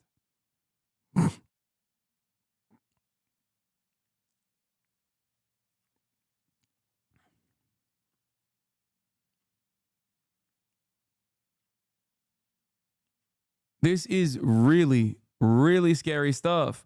If he doesn't drop out, he will be roundly and completely pilloried as one of the worst presidents in history, going back to the last Pennsylvania president, James Buchanan, who did nothing in the lead up to the Civil War. I don't know about that. I do think that we have a capacity to fucking whitewash the legacy of all of our leaders. So they'll do that to Biden too. You know? Every single motherfucking op-ed writer is begging that Biden drop out. Let's hear from the Pod Save America boys. It's a choice between Joe Biden and Donald Trump. Like, if we get through the convention and Joe Biden says, I'm not stepping down, and there's no other Democrats step up, you know, I've seen a lot of the elected Democrats tonight on TV, which understandable. It's like right after the debate say like, no, we're sticking with Joe Biden. It's great. If everyone decides, everyone who could run for president decides that they're not going to run, they don't want to run. Wasn't there a president in a wheelchair? Yeah, one of the best American presidents who also did a bunch of fuck shit too. Yeah, FDR. Joe Biden's the guy. Joe Biden decides then, like, after that convention, of course, we will do everything in our power to elect Joe Biden, 100%. But like, the best thing Joe Biden did is to propose this debate before the convention and give us a chance now to like rethink this. It is because the threat Donald Trump poses that we have to have this debate right now about whether or not it should be Joe Biden. Do not tell us that because Donald Trump is a threat, we cannot have this conversation. That is ridiculous. I did not come away from this debate. They're sounding a lot like fucking Bernie bros up in this bitch, dude. Wondering whether Joe Biden can do the job of president. He can. He has been doing it. He's done a great job of doing it. Yeah, also, who gives a fuck about a wheelchair, dude? I don't give a shit. I mean, wheelchair politicians are fucking, you know, 1 for 3 if we're comparing FDR to the two prominent wheelchair politicians right now, Greg Abbott and fucking I guess Madison Cawthorn is no longer even a politician, but like,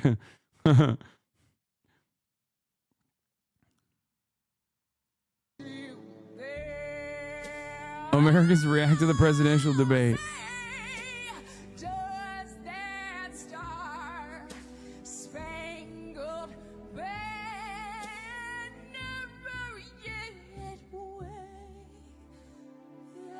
Oh my God, it's so funny. We all did the same shit, bro.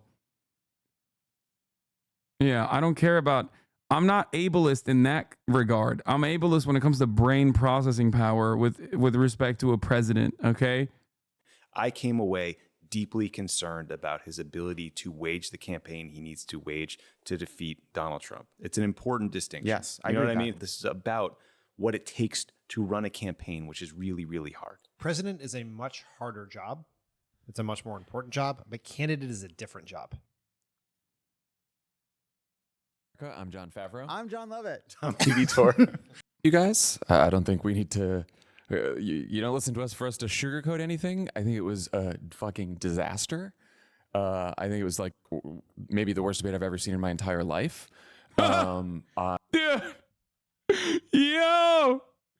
He said it might have been the worst debate I've ever seen in my entire life. Oh my God. I mean, he's right. It is. Donald Trump is a threat to democracy. Donald Trump is just a despicable human being. He should not be president. We have to do literally everything we possibly can to make sure he is not president again. And that is why it was so fucking awful, because Joe Biden just in every single way failed at that debate. And he failed in the debate in the most important way, by the way. It's not like it's not like Joe Biden's age and mental acuity wasn't the reason why they wanted to have this debate, to show everybody that like he still has it. That was the one thing he was supposed to not fail at, and he fucking failed spectacularly on that front. He showed everybody, like, he had one goal, man. I'm alive. I'm a real human being. I'm not a cadaver, okay? I'm not being propped up like a marionette. And he fucked it up. And every American was like, we already knew this, but holy fuck, it's just so much worse. It's just, you know. And like, I don't know what else to say there, except that, and then, you know, I won't make any other predictions now, but it was a disaster. Yeah, I mean, look, debates are a performance, and what you say and how you say it both matter. And so the optics, to start there, were very bad tonight. Biden had to answer concerns about his age. I think he exacerbated them. His voice sounded frail. There was an answer where he kind of stalled out halfway through.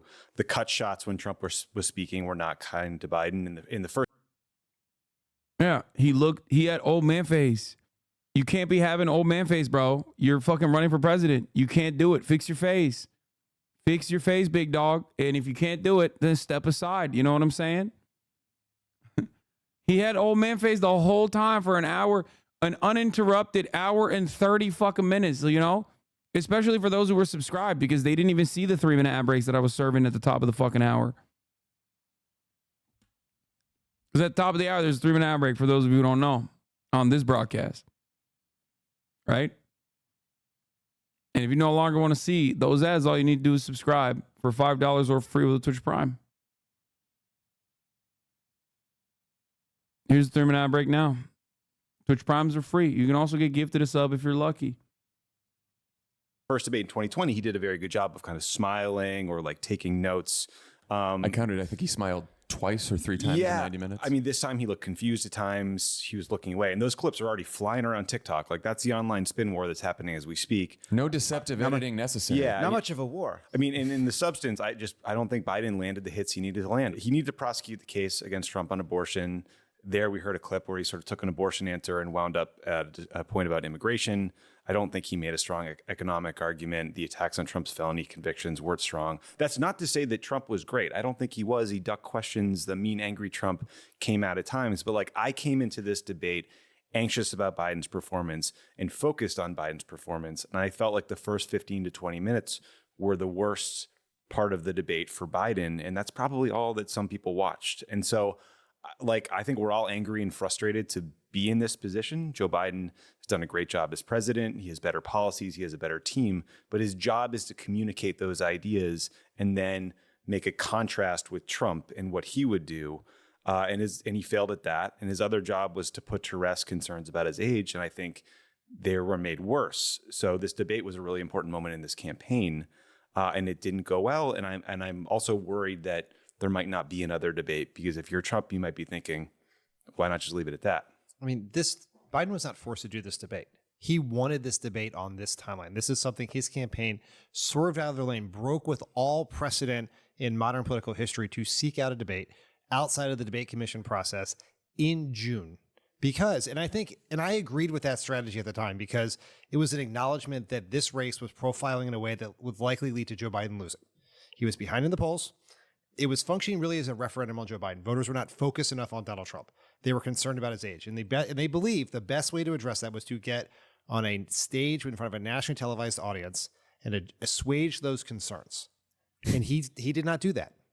He, as Tommy said, he exacerbated. In fact, he did the opposite. He did the exact opposite of that. And like as you said, it is painful to say this, because we adore Joe Biden as a person. He's a fundamentally decent, wonderful human being, and he has accomplished a fuck of a lot as president that he should be proud of and we should be proud of. And he has done a good job as president. And I believe that tonight's performance is not a reflection of the kind of president that he is, but it is a very concerning piece of evidence about the kind of candidate he will be in this race. Right? Because you need to ultimately be able to defend your record and make the case against Donald Trump. And there has never in the history of politics been an easier candidate to make a case against than Donald Trump. Donald Trump gave him ample opportunities to do so. If Joe Biden had given a B- performance tonight, we'd be talking about Donald Trump. He lied. He made very little sense. He didn't answer any question. He became much more incoherent as the debate went on. Donald Trump did, for sure. And this was, maybe we'll have another debate, maybe we won't, but this was Joe Biden's best and biggest opportunity to address the single biggest concern about his candidacy, and he did not deliver on that tonight, and that is deeply disappointing. Yeah, at first it was shocking, then it was scary, then it was sad, and by the end it was absurd. I'm also, by the way, I'm not really buying this spin that the first 20 minutes were terrible and then he got somehow much better. That was not my experience in watching this debate. Like, I think part of what makes this so sad is A, we understand the stakes. B, we view Donald Trump as an eminently beatable figure. And C, we believe Joe Biden to be an excellent president. I believe that. I believe Joe Biden ran because he loves this country and he believed his case against Trump was the best. He was right about that. I believe he was an extraordinary president and played the hands better than anybody else could have played it. Yeah. But the most important job, Joe Biden... Dude, no. I'm sorry, but no. Okay? Joe Biden was not the absolute best, nor is he a decent or kind man. I don't agree with that either, but Joe Biden is not the best possible candidate to defeat Donald Trump. I literally said exactly what is going to happen today, what is happening right now, what is unfolding in front of our eyes in 2019, in 2020. I said, Joe Biden is old. You are cooking up you can find the videos. Joe Biden is old and you are cooking your chances. What's good? You can take her out with you so she can run around a little bit. I got some friends who are using the pool. Okay. It's good. Bro, it's a child lock. Push it forward. Push the two things forward. There you go. No, it's not the Aussies.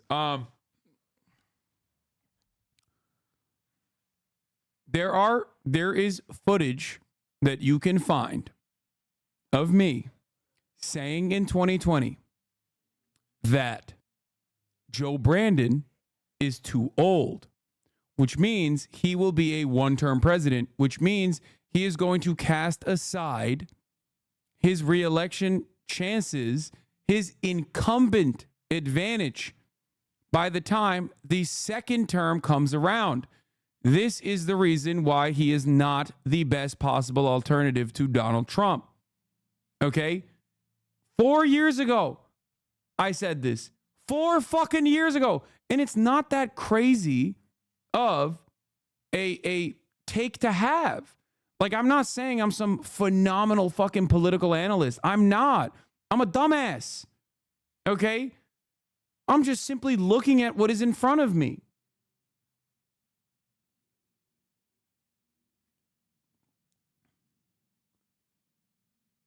This was already locked in 4 years in the making.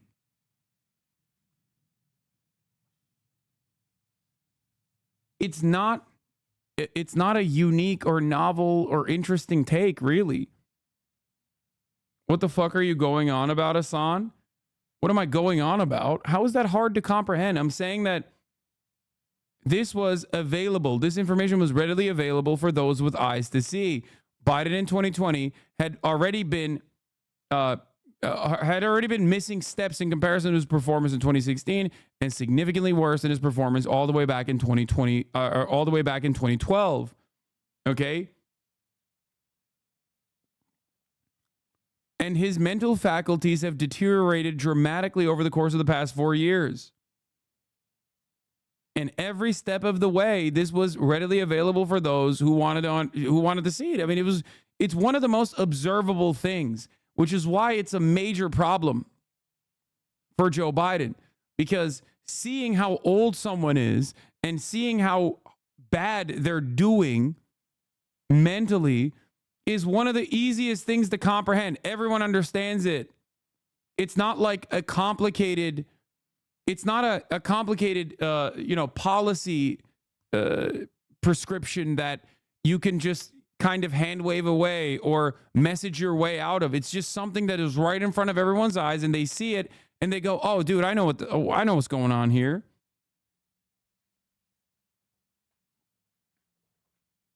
And at the time, everybody tried to fucking be like, "Oh, it's because he has a stutter. You're ableist.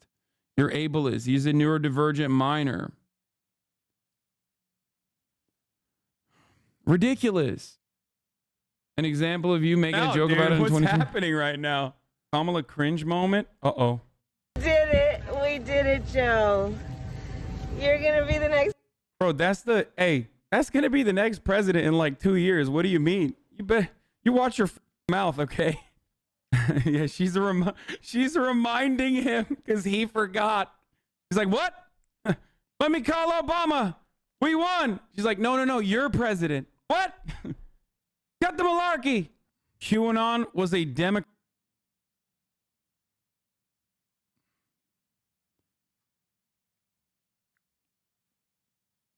Anyway.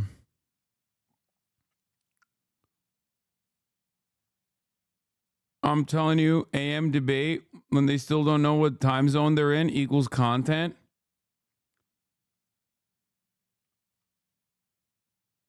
If your dad/grandpa sounds like this, you ascribe it to a stutter, you're an abuser. Take him to the hospital ASAP. Yeah. Damn, 2020 chat was a mode. Yeah, there was also 100,000 people in there at that time. In the first 2 hours. This is like right after the election. So shit was popping in 2020.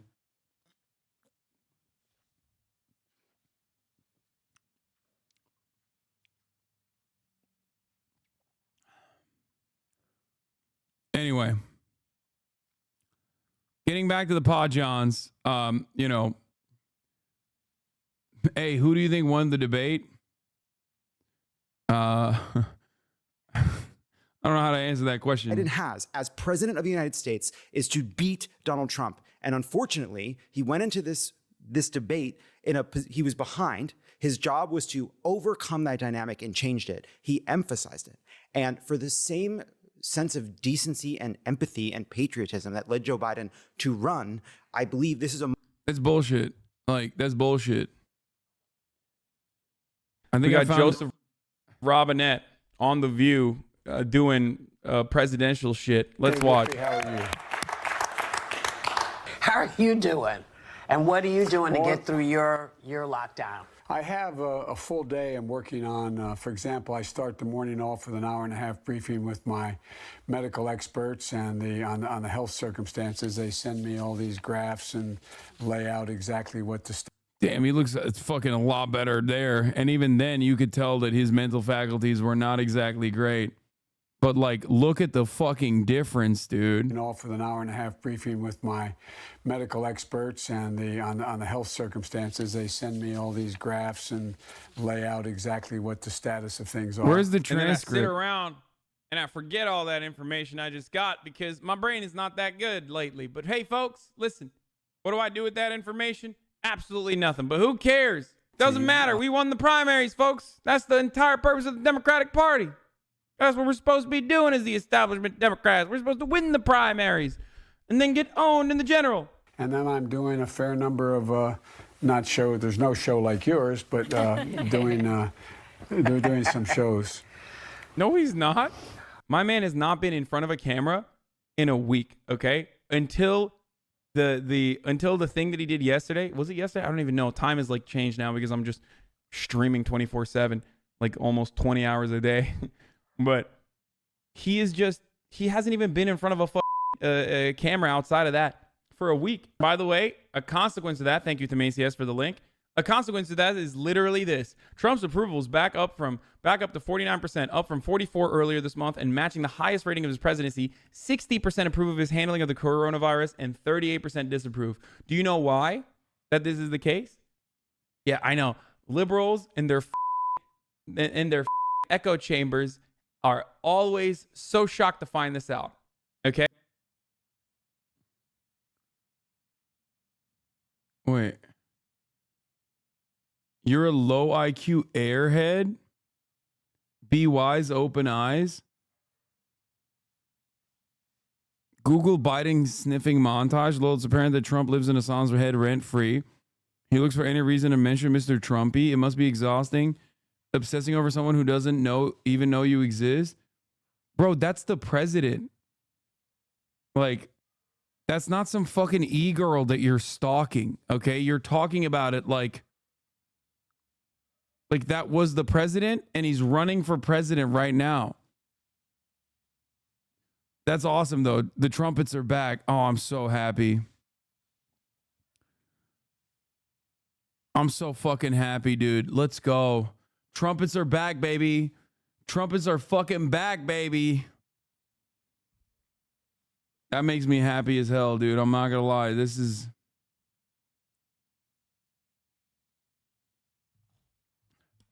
Please don't ban this guy. We need more of this. Usually when I hear you're a low IQ airhead, it's like fucking Biden dick riders who are coming in here from like some communities.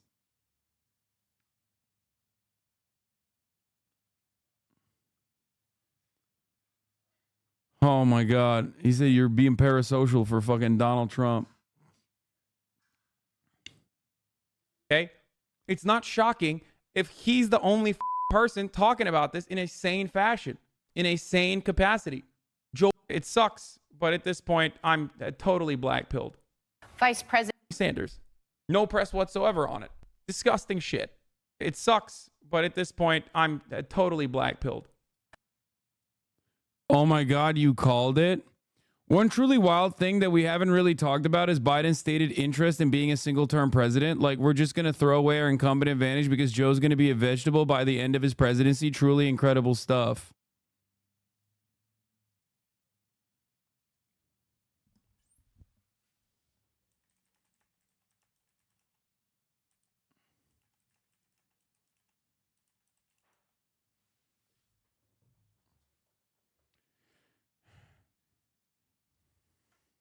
Yeah, I'm going to self-glaze a little bit. Thank you, Lil Bear, for finding it.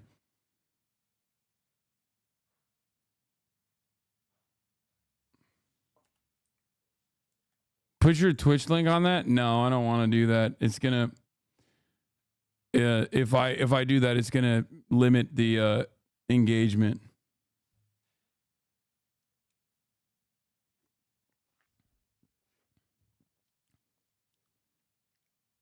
Surprised your back lets you reach that far? What? My back lets me... What are you saying? You're literally watching like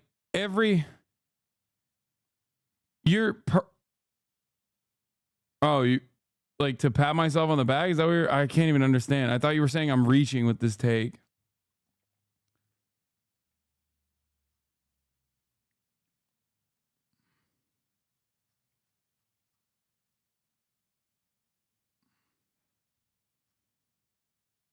Anyway. Dude, what is this fucking Groiper nonsense, bro? Why are these motherfuckers like, they got their goddamn notifications on, dude? Are they in here? Like, what's happening with these little Nazis?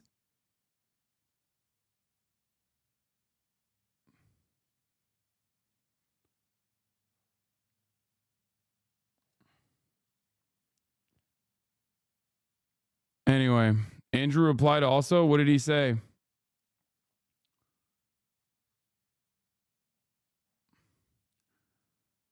The real hot take is that in spite of all this, Trump might still lose, okay? Because he is objectively a fucking bad. He is objectively a bad candidate.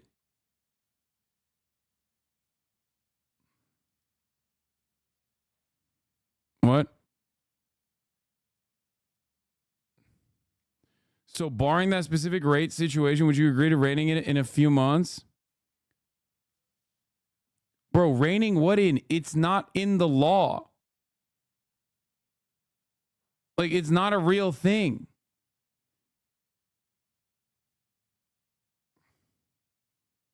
Like, what are we talking about? You fucked up trying to address a normie in public? I just...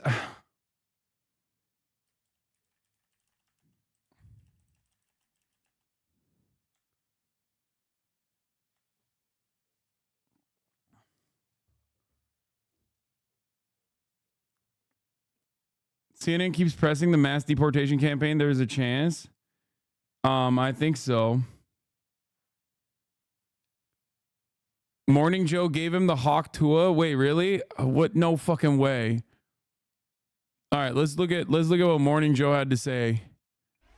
What I'm going to do is fix the tax system. For example, we have 1,000 trillionaires in America. I mean, billionaires in America. And what's happening? They're in a situation where they, in fact, pay 8.2% in taxes.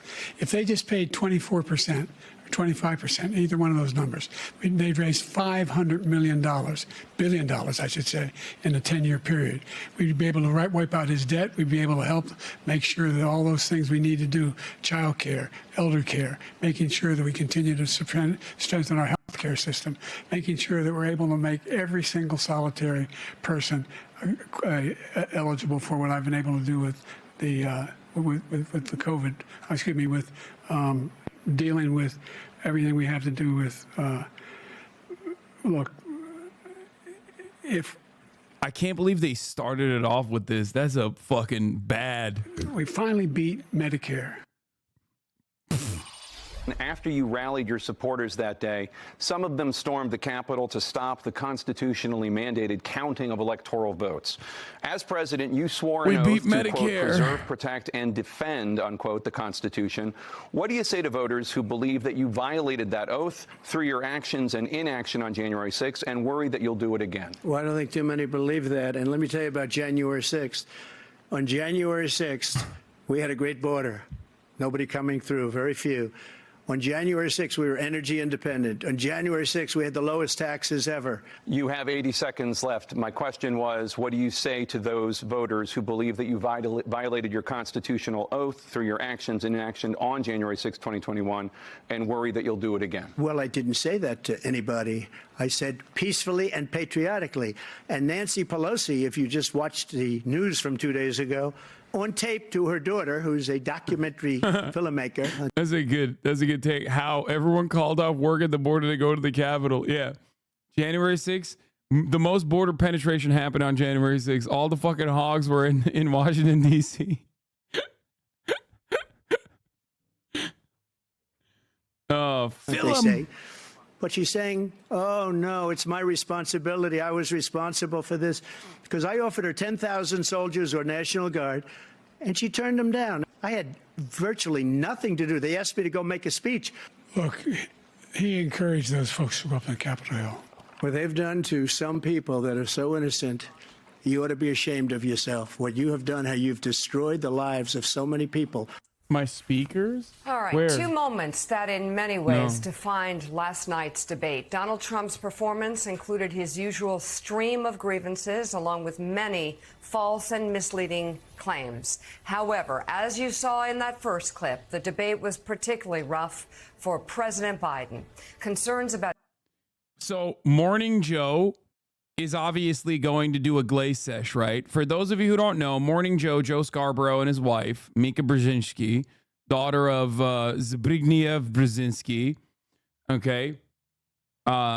This is like the one show that Joe Biden watches because it's like, you know, he's old as fuck. So he wakes up early in the morning and then he watches this fucking show, and then they always ride him, and they're constantly appearing to be very sycophantic. So I suspect that this is going to be a glaze sesh, but who knows? At his age, perhaps his biggest weakness, according to polls, were on full display as he struggled through many of his responses, speaking with a soft, hoarse voice, which his campaign blamed on a cold. Good morning and welcome to Morning Joe. It is Friday, June 28th. Along with Joe, Willie, and me, we have the host of Way Too Early, White House Bureau Chief at Politico, Jonathan Lemire, NBC News National Affairs Analyst John Heilman. He's also a partner and chief political columnist at Puck. They are both at the debate site in Atlanta. MSNBC contributor Mike Barnicle joins us, and Pulitzer Prize-winning columnist and associate editor of The Washington Post and MSNBC political analyst Eugene Robinson. It's good to have you all on board. I think we should begin with Joe, Willie, and me and get your reflections on the debate last night. Well, I think I should start by saying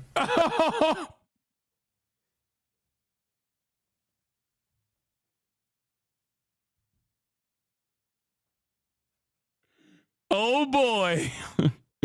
Wait, I gotta run it back. Your reflections on the debate last night. Well, I think I should start by saying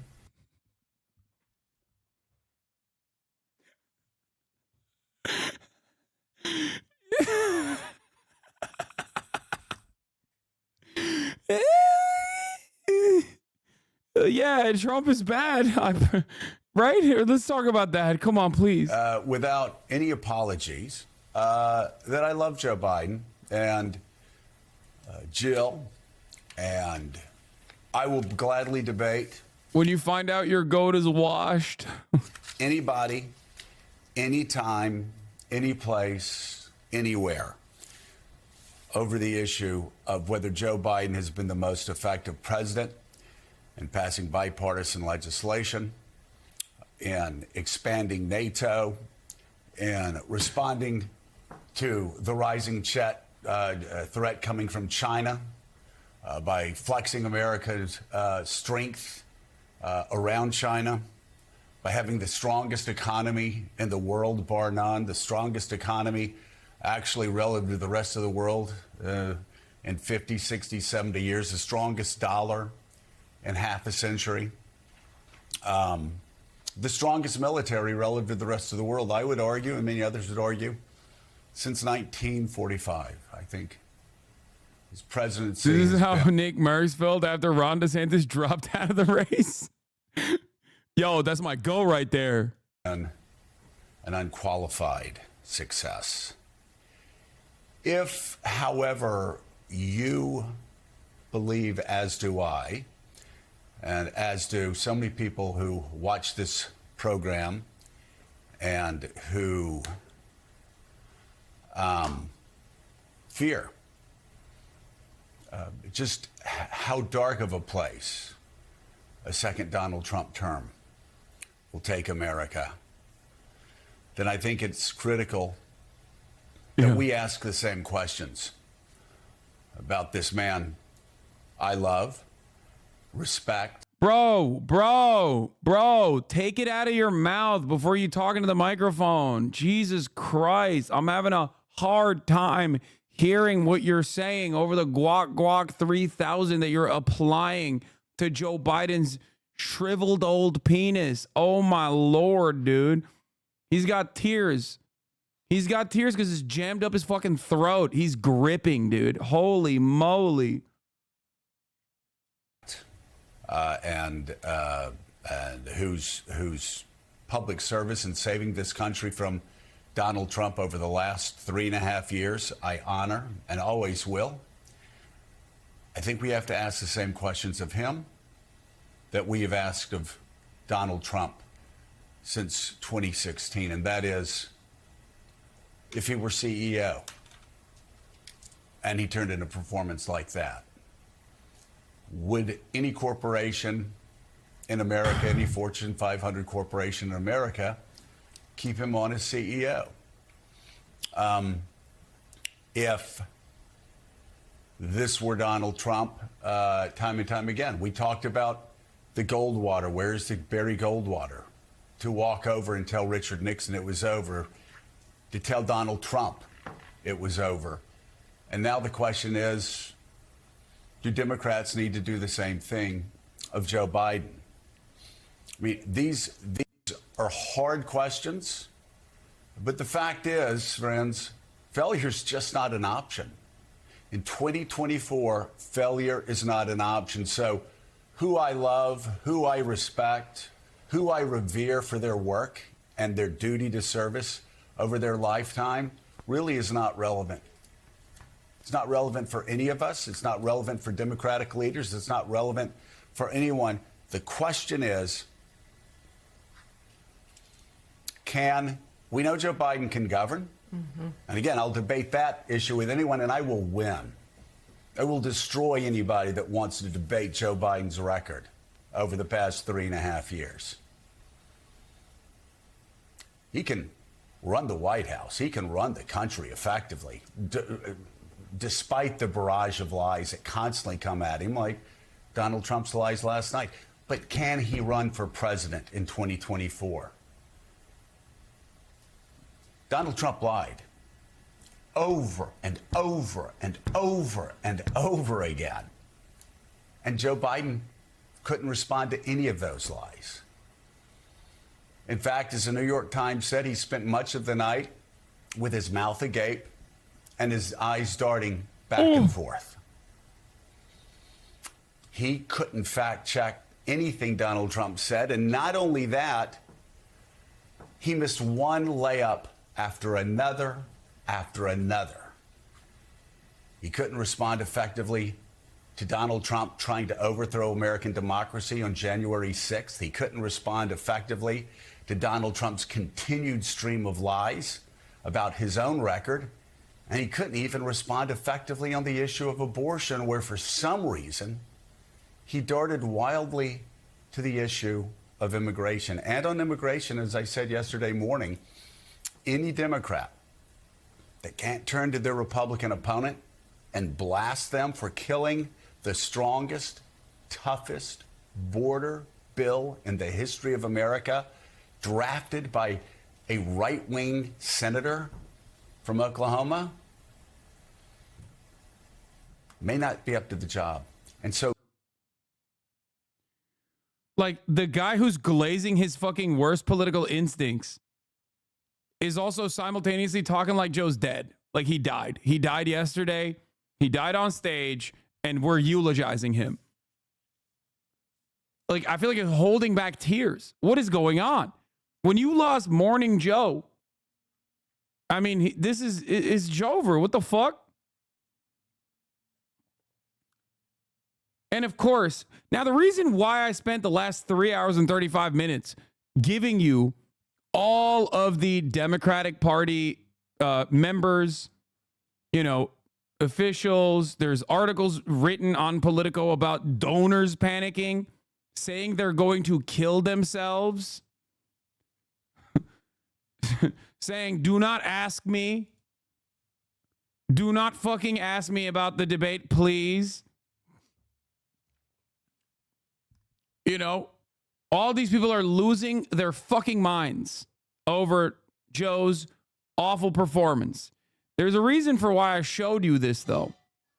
Because the Democratic Party, or at least the Joe Brandon team leading the Democratic Party, is going to do exactly what it does, baby. They ain't listening to shit. So that's the question. I know people are waiting and say, oh, and David Morning, Plouffe, I have Joe. such great respect for David Plouffe. He said we need to wait 3 or 4 days because Donald Trump really turned off swing voters in a lot of focus groups once they saw him again. And that makes a lot of sense. But the door was opened so many times. This race should not be close. We've been asking, why is this race close? We have no idea why this race is close. What do you mean? I know why. I'm not exactly the most astute political observer here, okay? We know why. We know why. We know why. I hate these fucking dipshits, dude. They're so stupid. They literally, I don't know. Maybe they are actually this dumb. Like, I want to take them at their word and go, yeah, okay, you're the stupidest person on the planet. You should never be listened to going forward.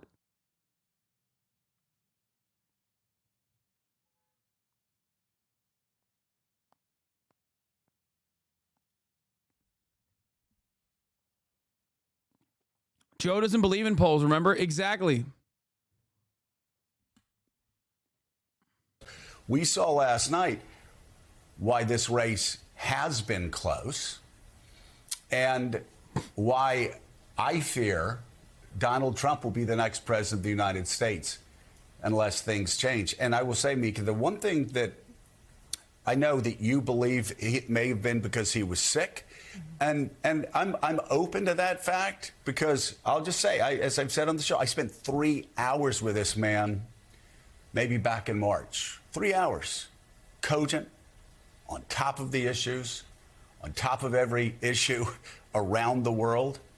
Yeah, dude, you're still doing it, man. You're swearing up and down that, like, people should not believe their lying eyes, okay? I promise you, bro, his dick was so hard when I was sucking it. You feel me? Like, listen, dude, I was throwing it back. And at times I felt myself being thrown forward, you know? He was thrusting so goddamn hard, okay? The walls were sweating. There was reverb from the motherfucking ass cheeks clapping as he blew my back out. Do you feel me? Do you understand what I'm saying to you? I fucked him. I had sex with Joe Biden for hours. He fucked my ass for hours. He is a dynamo. He's strong. Bro, I'm at work. Can you not? I'm sorry. And last night, he simply was not on the biggest debate stage ever. And I think what surprised me and what surprised a lot of people very close to Joe Biden is the fact that this man always rises to the occasion. And last night was sadly for him, and I believe for Democrats in this country. And again, if you believe what's at stake at this election is what we believe is at stake, I'll even use the word tragically. He tragically did not rise to the occasion last night. Okay, so as you can see, you won't see us spinning here on Morning Joe at all.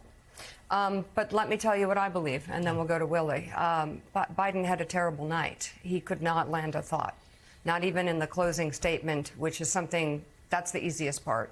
Write down a few words, go through them, go through the thoughts.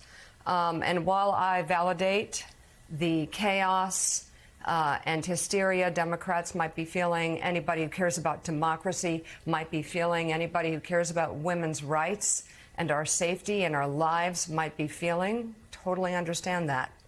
And at the same time as the night was over and I was hearing you on the phone and all our phones were exploding, I just had this gut feeling that I'm not ready to give up on Joe Biden, not even close. Joe Biden has lost more in his life than he has won in every way, especially politically. This man has lost and lost, and the only time that he wins is when it matters. And that is, we have proof of that. He has lost in personal ways. He has lost and hit rock bottom in every way possible, and every time he comes back fighting. So, dude, what kind of dick game does he have? Actually, yo, maybe it was real. Like, maybe it was real. Maybe he was actually going crazy with it.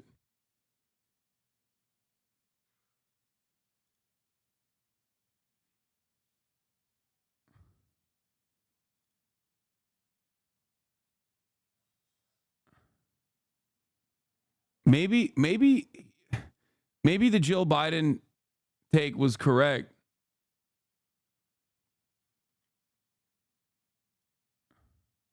Yeah, this poll is fucking devastating.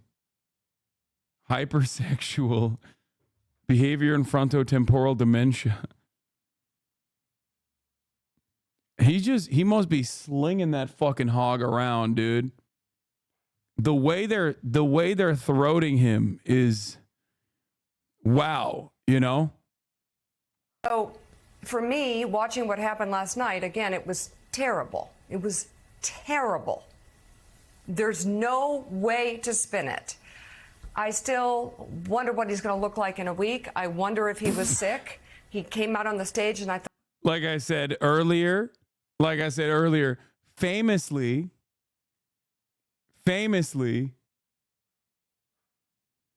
the one thing that a man who's like really old, famously, the one thing that is good for a person who is like on death's doorstep is more time. Like he's in a race against time currently. He's done. The more time passes, the older he gets. I thought something was wrong. I still believe he's the best choice for this country, even with that performance last night, because he was standing next to a man who represents fascism, who doesn't believe in this country, and would not even agree to the results of this election if they were free and fair to him. A man who has incited a riot, a man who tried to overturn the election, a man who's liable of sexual abuse, a man who is a fraudster, a man who is a convicted felon. So many times Joe Biden has hit rock bottom. Last night was one of them. And I'm just not going to jump to conclusions here and jump on the hysteria train. I am rocked a little bit by it, didn't like it, was really worried, but I really truly believe in him as a president and as a human being. Hey there, MSNBC fans. That's crazy. I've never seen dick riding while in tears like this. The DNC needs 3,000 more volunteers. Here's how to sign up. Has the DNC considered paying people? Fuck no. It's so funny watching them like in fucking tears. Anyway.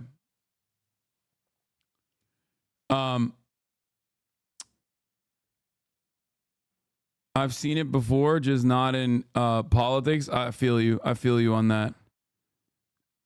Where is the Jon Stewart reaction? We got to find that one. Where's the... Oh, here it is. I mean, yeah. So why did I talk about all this? Why did I show all of this? Because since then, since all of these takes came out and popped off,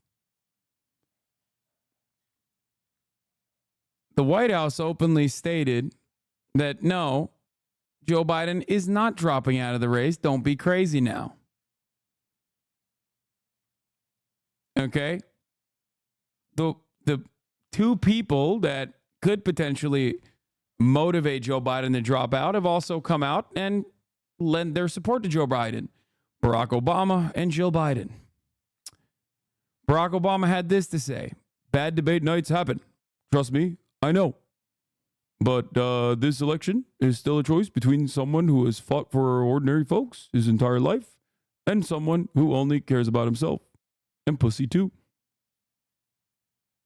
Between someone who tells the truth, who knows right from wrong, and will give it to the American people straight. This right here is basically him saying, like, no, that's your guy. Shut the fuck up and eat it. Okay? Shut the fuck up and eat it.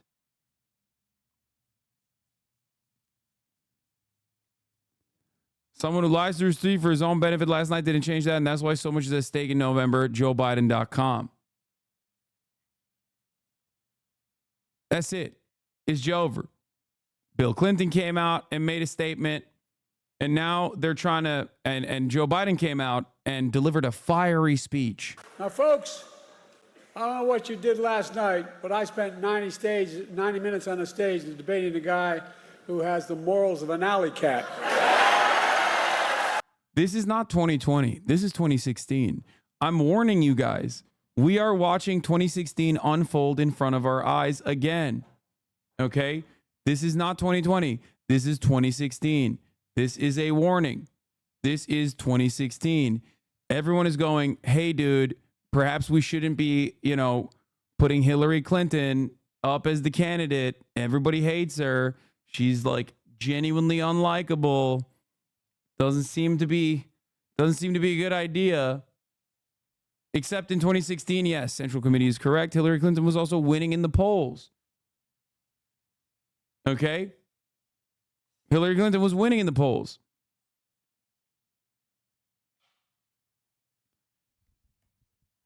This is 2016 with worse, and some of the aspects of it are better. Obviously, Joe Biden defeated Donald Trump one time. Donald Trump is no longer the outsider.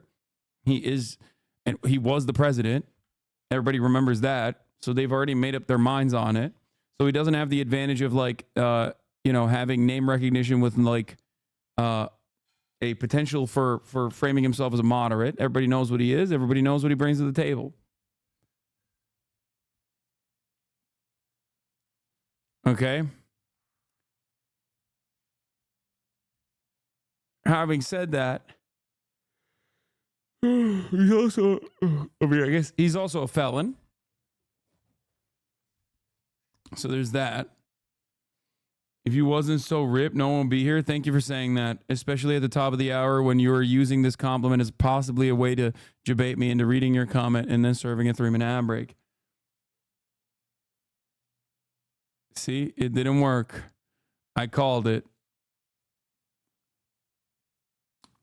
Does it even matter that he's a felon? Yes, it does.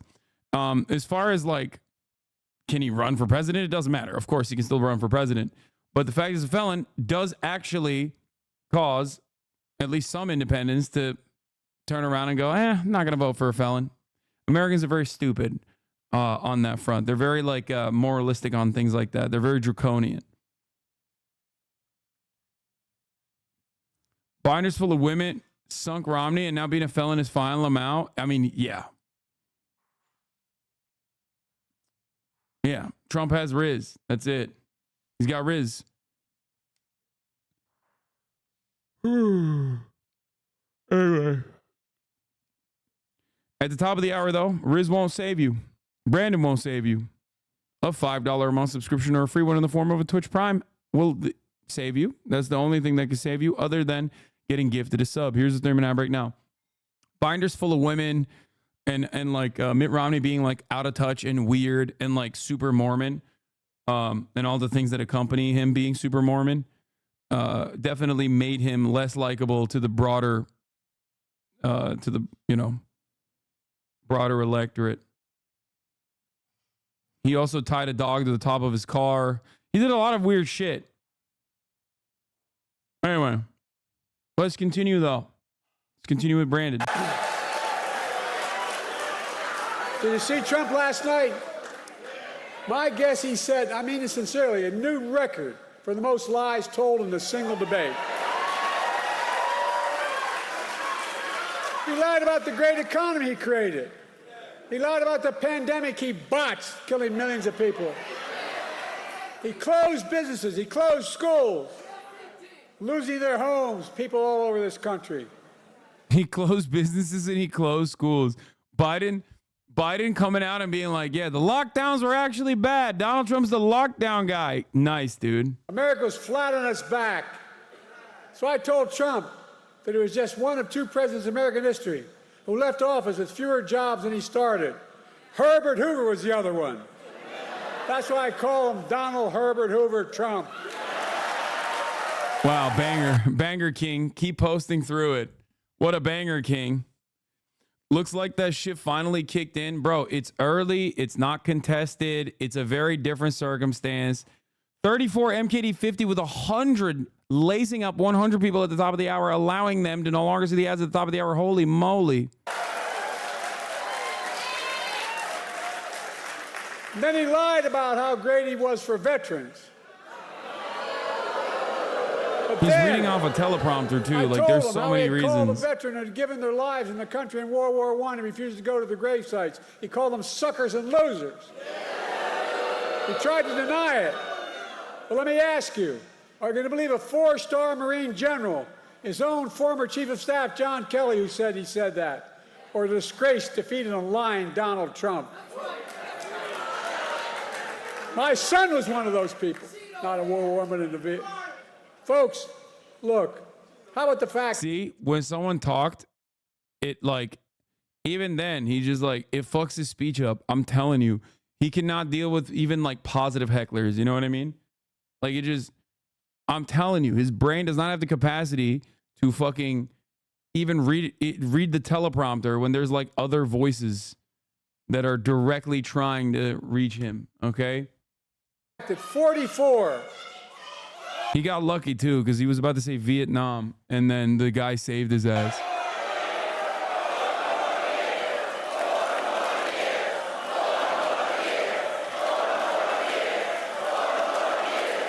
How about the fact, that's okay. How about the fact that 40 out of his 44 top advisors, including the vice president, aren't supporting him this time around. The people who know him best, 40 of them said, I will not support the man I work for this time around. It tells you a lot about the person who knows him. Look, he lied about how great he was on crime. I had to remind him that he oversaw a record increase in murder rates in 2020. On my watch, violent crime has hit a 50-year low. There's more to do with a 50-year low. And then I pointed out that the only convicted criminal on the stage last night was Donald Trump. When I thought about his 34 felony convictions, his sexual assault on a woman in a public place, his being fined $400 million for business fraud, I thought to myself, Donald Trump isn't just a convicted felon. Donald Trump is a one-man crime wave.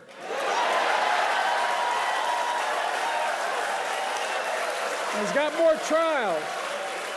He's got more trials coming up. Well, it's time for that. Look, the thing that bothers me maybe most about him, he has no respect for women or the law.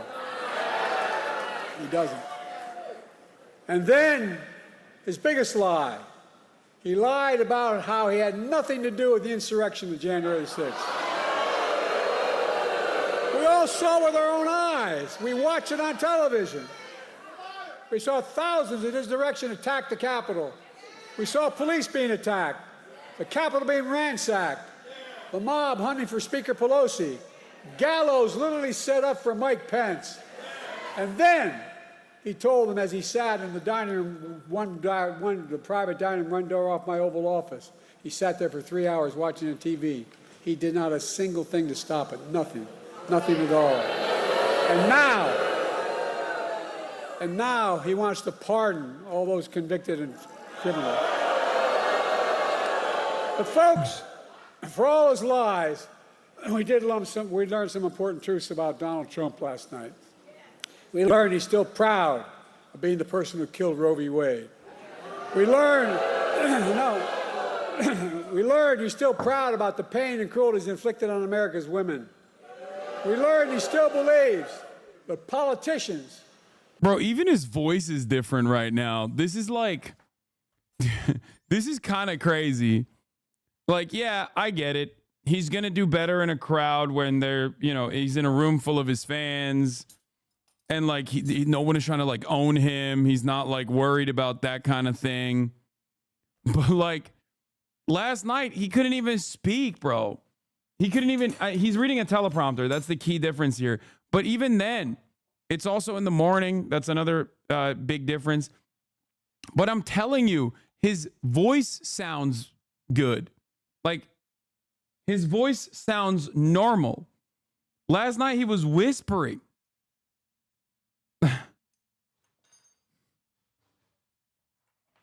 Like, what the fuck? What happened? Like, you can't make the difference on that front. Why is his voice so different? The fuck's going on? Not doctors and women should make decisions about a woman's health. We learned that if he's elected again and the MAGA Republicans pass a national ban on abortion, he will sign it. Donald Trump says he thinks overturning Roe v. Wade was a beautiful thing. I think it was a nightmare. No, I really mean it, a nightmare. And I made it clear again last night that if you elect me and Kamala, you give us a Democratic Congress, we will make Roe v. Wade the law of the land again. Bro, you're the president right now, though. Like, that makes... Bro, this is the stupidest fucking thing to say as well. Because it's like, yeah, okay, you're trying to get reelected. I get it. But, like, you're currently the president in office. And you've been the president in office for 4 years. And you actually did have Congress, too.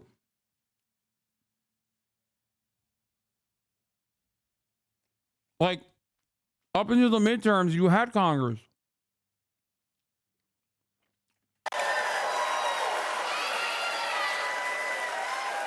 He continued to lie.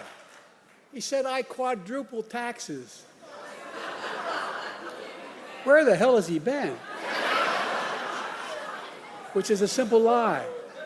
I didn't raise a tax on anyone in America who they made less than $400,000 a year. And I won't in my second term either. We learned that Trump, who had the largest deficit of any president in 4 years because of a $2 trillion tax cut to the super wealthy, we learned that Trump wants to give another giant tax cut for the very wealthy and the biggest corporations. This time, $5 trillion, not a joke, $5 trillion. To pay for it, he's going to cut Medicare and Social Security. He'll cut health care. He'll do it all with millions of working and middle-class Americans all pay for another tax cut. It's kind of wild to think about, but if he delivered half of these talking points with like this level of intensity last night against Donald Trump, the conversation would be so different right now. Like, the conversation right now would be victory laps. He'd be picking up like 8 points.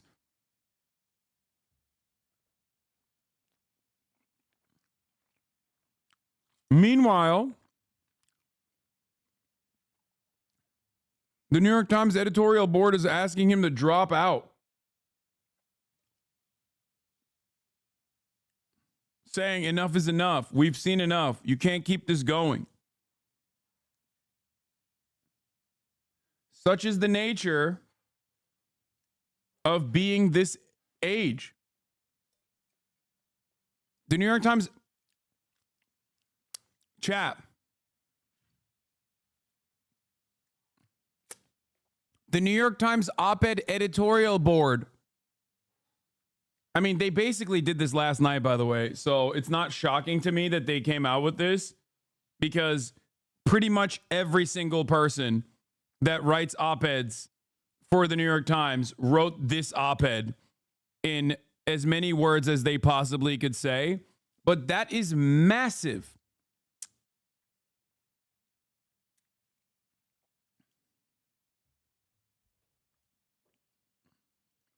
And they did this. They did this after Barack Obama defended Joe Biden. You have to understand something. Barack Obama is God. Barack Obama is king. Barack Obama is literally a religious deity for these liberals. Okay? So when he says, nah, Joe's going to keep going, the fact that they came out with this still on top of everything else is wild.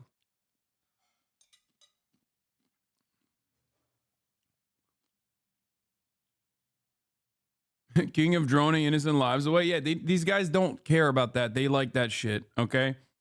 He's king because of it, not in spite of it even. This is massively consequential. For the very wealthy. Then, to add insult to injury, he wants to raise taxes on the average family $2,500 a year. What amounts to a new 10% sales tax on all products imported in America. That's his new plan. For food, coffee, candy bars, and so much more. It's going to raise the taxes on the average family $2,500 a year. And most dangerously, though, we learned that Donald Trump will not respect this year's election outcome. He's still not respecting the last time out. Well, think about it. Every court in Yunnan ruled that it was a fair election. He's still denying it, still telling lies. 3 times, Trump was asked last night by the moderators, would he respect the election results if he lost this time? 3 times he refused to answer. 3 times. Folks, Donald Trump refused to accept the results in 2020. We all saw what happened on January the 6th. It's a direct consequence of that. It was an international embarrassment. By the way, as I go to these international meetings, I know every major world leader, and I literally, because I've been around, as you might have noticed. But they asked me, did he really mean this? Was this real? It caused a constitutional crisis and international embarrassment. Now, Trump is making it clear that if he doesn't win this time, there will be, in his words, bloodshed. No president has ever said anything like that. No president. His words, not mine. We're going to let Donald Trump attack our democracy again? I don't think so. Folks,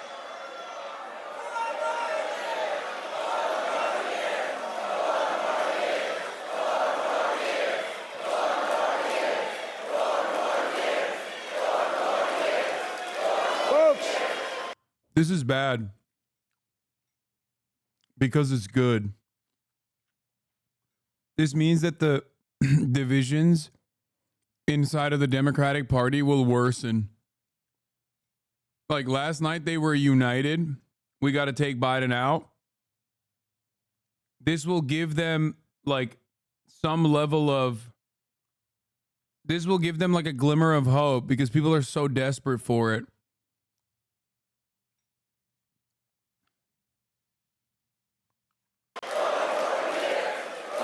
we've come a long way. We've come a long way from the mess that Donald Trump left us. We came out of the pandemic. We're a long way from where Donald Trump telling us to inject bleach in our skin, that COVID is not that dangerous. Today, we have the strongest economy in the world without exception. 15 million new jobs, 800,000 manufacturing jobs, unemployment under 4% for a record 2 years in a row. Historic Black and Hispanic unemployment down. Historic creation of small business in Black and all communities across the nation, particularly in rural areas. Historic economic growth. Inflation has dropped from 9% to 3% and is still going down. I know we have more to do to get prices down. We have to take on corporate greed. They're making twice the profit they were before the pandemic. We got to make housing more affordable, provide child care, make the tax code fair. 16 Nobel winners of the economic Nobel Prize have looked at my economic plan this week. They've issued a report and a Trump's plan. Here's what they concluded. They said that my plan would continue to grow the economy and bring down inflation. 16 Nobel laureates. And that Trump's plan would send the nation into recession and inflation soaring through the roof. Well, don't take my word for it. Folks, let me close with this. I know I'm not a young man, State the obvious. Well, I know.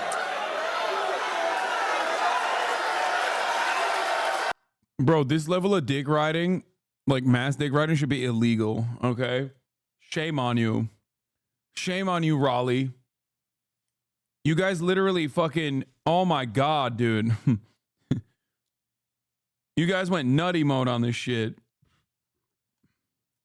You're dick riding this man harder than he dick rides Israel. I've never seen something like this. By the way, this is so fucking, like, it's so similar to MAGA in so many ways, including the 4 more years chant.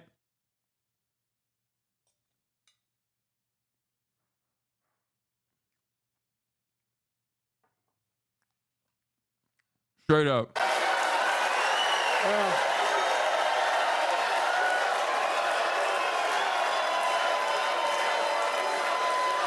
Well, I don't. Folks, They're saying I Trump. don't walk as easy as I used to. I don't speak as smoothly as I used to. I don't debate as well as I used to. But I know what I do know. I know how to tell the truth.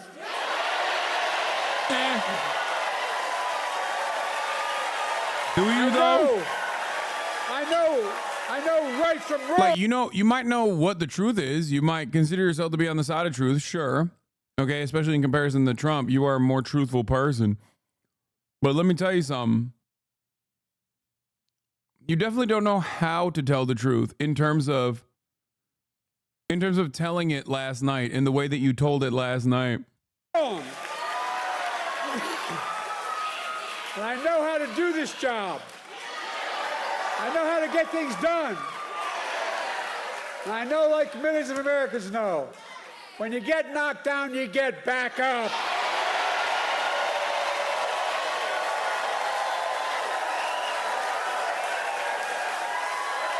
I know what it took to take our economy from the depths of the pandemic to where it is today, the strongest economy in the world. I know what it'll take to bring this economy to everybody. I know what it'll take to rally the world to stand up against Putin and defend freedom, not yield to him. And I know what it'll take to keep the world safe and free for the years ahead. Folks, I give you my word as a Biden, I would not be running again if I didn't believe with all my heart and soul I can do this job. Because quite frankly, the stakes are too high. The stakes are too high. Yeah, that's why you need to drop out. Like, you're not wrong. That's what's wild about this entire process is like, yeah, a second Trump term would be fucking unimaginably bad for America. But like, other people are finally recognizing that. It's so crazy how vindicated Cenk is, especially. Because, like, he's been fucking screaming from the rooftops. Like, ultimately, at the end of the day, I don't really care about the Democratic Party as much as he does. Like, he still thinks that there is, like, a genuine way to... The genuine way to change the outcome.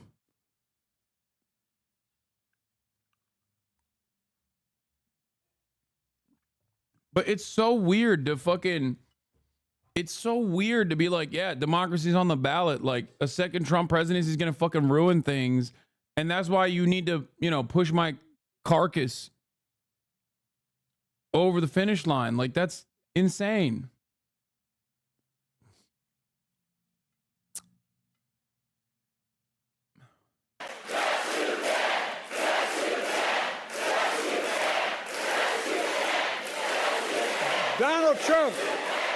Donald Trump is a genuine threat to this nation.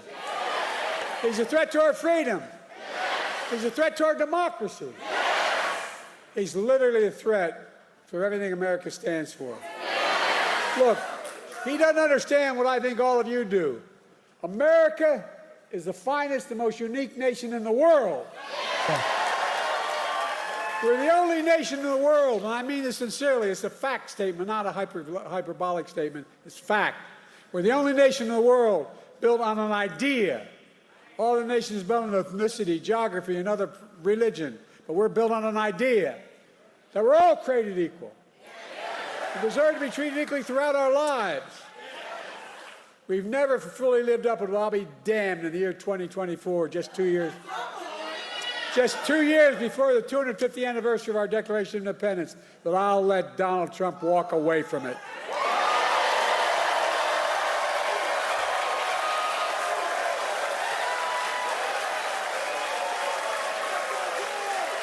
I give you my word. I give you my word as a Biden. We're still a nation. I believe we're still a nation that believes in honesty and decency and treating people with respect.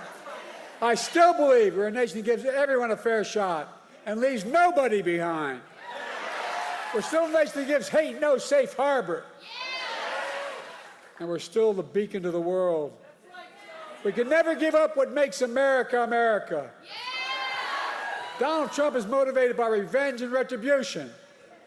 Well, revenge and retribution never built a damn thing. You and I, we Americans, are a nation of hope, optimism, and possibilities. That's what always built America. That's going to continue to build America today. The choice in this election is simple. Donald Trump will destroy our democracy. I will defend it.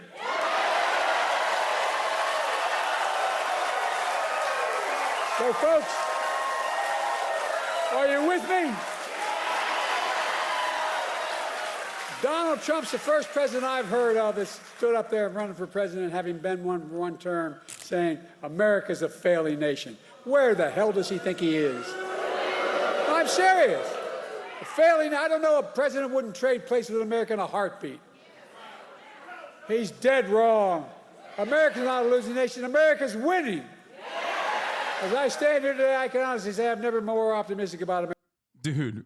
Dude, this is copium, by the way. Like, this is maxed out copium. This is when you fucking max out the copium. Like, America is doing great. It's doing fine. It's doing so great. We're the best. I swear we're the best. I promise you we're the best.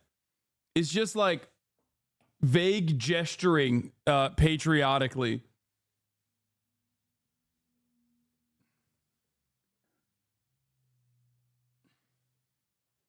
Yeah. If anything, Biden's performance, including Trump's performance last night, showed that we are not the best. Okay? It actually was conclusive evidence to prove that we are not the best or doing the best. Nations that are the best do not have a cadaver against like an absolute fucking fascist psychopath. Okay?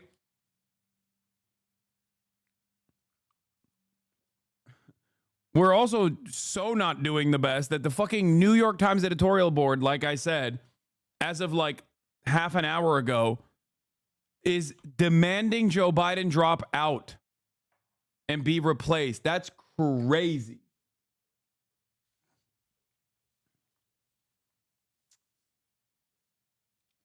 I cannot believe I'm in almost complete agreement with the New York Times editorial board on a especially during a fucking presidential election. Yeah, it was pretty funny when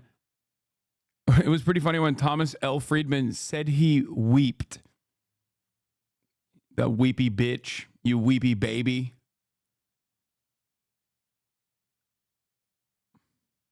America's future in my whole career. We just have to remember who we are. We're the United States of America. There is nothing beyond our capacity, nothing when we act together. You got it. So may God bless you all, and may God protect our troops. Let's go get them, North Carolina.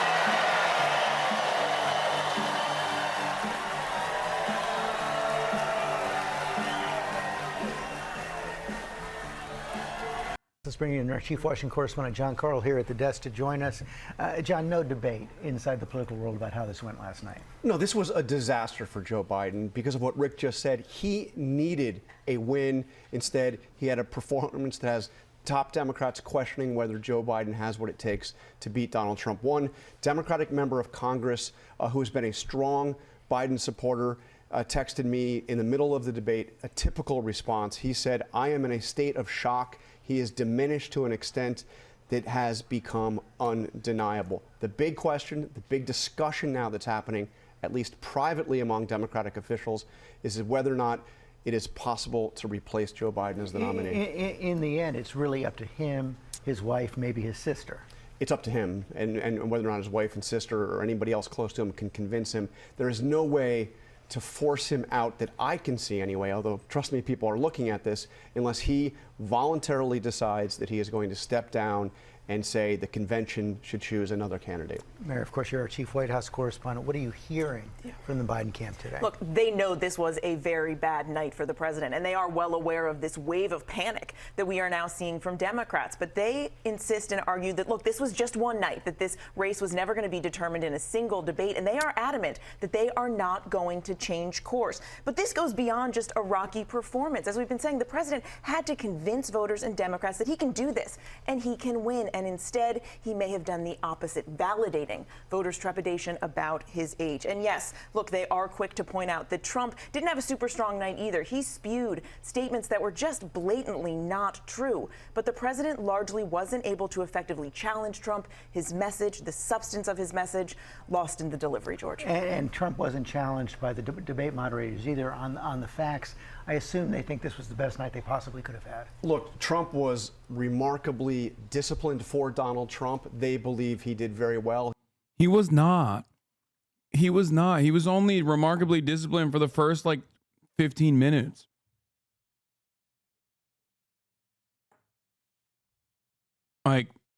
That's literally it. He didn't seem unhinged, but yes, there was a rapid fire lie after lie after lie, untruth after untruth, and the real frustration among so many Democrats was that there was nothing to effectively push back. I mean, he said things that were frankly, ridiculous. He said everybody wanted Roe v. Wade overturned. He said that Nancy Pelosi turned down his effort on January 6th to send 10,000 National Guard troops to the Capitol. This stuff is just completely false. You alluded to it in your previous answers. I guess the big question right now, is there going to be a moment inside the Democratic Party similar to what Richard Nixon faced during the Watergate crisis when leaders of the party... Thank you. No, you're absolutely right. He started yelling about golf and called Brandon a Palestinian. And beyond that, kept fucking saying over and over and over and over and over and over and over and over again that the immigrants were doing unimaginable crimes, hundreds of millions of fucking Americans dead because of immigrants, okay? The Guatemalans have seized control over the White House, okay? They have killed every American and replaced them with Guatemalans. Everyone you know is actually from Honduras. That's right. They've invaded the bodies of your closest family members. I know, like millions of Americans know, when you get knocked down, you get back up.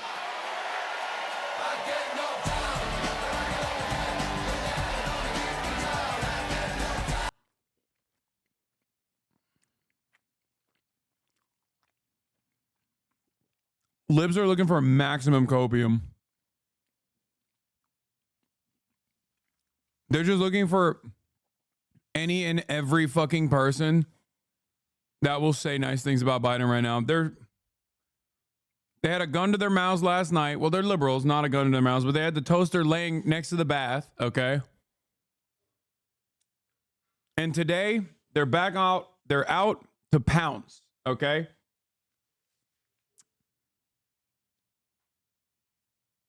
You went to him and said the gig is up. You have to go. Look, I really think it's quite possible. Look, normally I would say no way. He's the sitting president. A weak debate performance. There's no way you can replace him. But Democrats know that the stakes just couldn't be higher. If Biden cannot defeat Donald Trump, you have a return to what Democrats say is an absolute disaster crisis for the country, a return of Donald Trump to the White House. Okay, thank you all very much. We're going to begin this hour, though, with more on the potential impact of last night's debate between President Biden and former President Trump, where both presumptive nominees were looking to convince voters they are fit for office. It's better than when he left office. And I'm going to continue to move until we get the total ban on the total initiative relative to what we're going to do with more Border Patrol and more asylum officers. President Trump? I really don't know what he said at the end of that sentence. I don't think he knows what he said either. Look, we had the safest border in the history of our country. The border, all he had to do was leave it. All he had to do was leave it. As you see, Biden stumbled through many of his answers last night, while Trump repeatedly made several false claims about his record in office. CBS News chief election and campaign correspondent, that's Robert Costa, joins us now from Atlanta. He was there last night. Bob, good morning to you. Listen, we all know you have some of the best sources in the business. I'm curious about what the Democrats are saying to you this morning. What are you hearing? Good morning, Gail. Good to be with all of you. Look, after anyone goes to a concert or to a movie, there's always that chatter in the aftermath, and we're still living in the immediate aftermath of last night's debate. But I've been working the phones, Gail, talking to people close to President Biden who work inside the White House, who work at the highest ranks of the Biden campaign.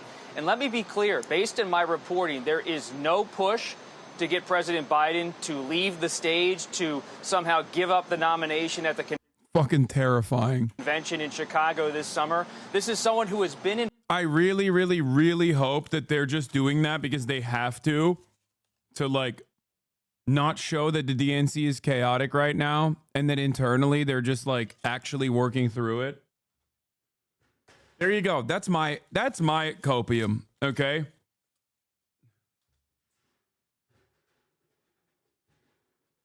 My copium is that the Democratic Party is not behaving exactly like it does all the time, unimaginably out of touch, and completely oblivious to how like unelectable their candidate actually is.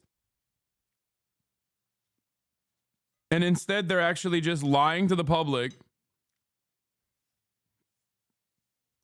and looking for a graceful exit for Biden as they prepare whoever is going to be the actual candidate.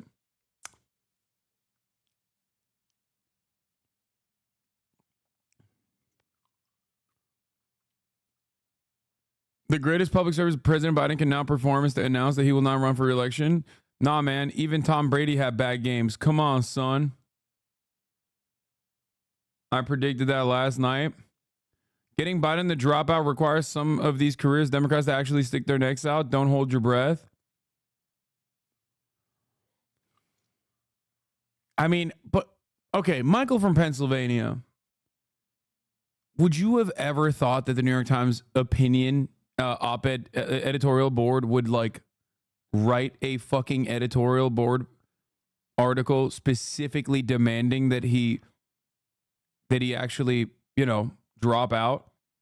I would not have considered that. Like, he's currently the Democratic president. This is the one place where I usually look to see like the worst centrist take imaginable.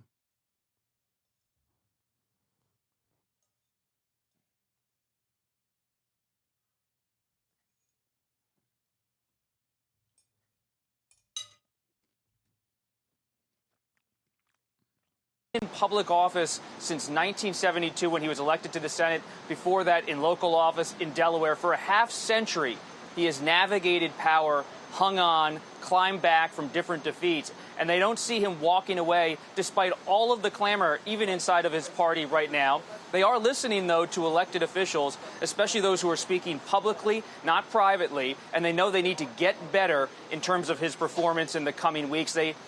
No, the problem is the iron law of institutions. Every person who isn't paid to be a Democrat in the DNC or White House is panicking. But the people inside the party care more about their own position, and that position requires Biden to stay the candidate. They'd rather roll the dice with them and maybe keep their jobs than definitely lose them. Fair. Fair. I think that there is less ideological commitment to like some kind of broad-reaching Democratic Party project. I see what you mean.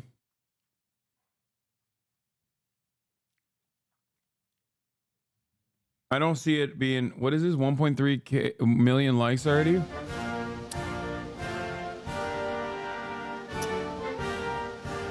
I don't mean to laugh, but my dad just had a stroke watching the presidential debate tonight, and my mom said he started speaking gibberish and staggering, and she thought he was just making fun of Biden. Oh my God. Oh my God. I don't even know if that's I don't know if that's real or not, but that's funny as fuck, dude.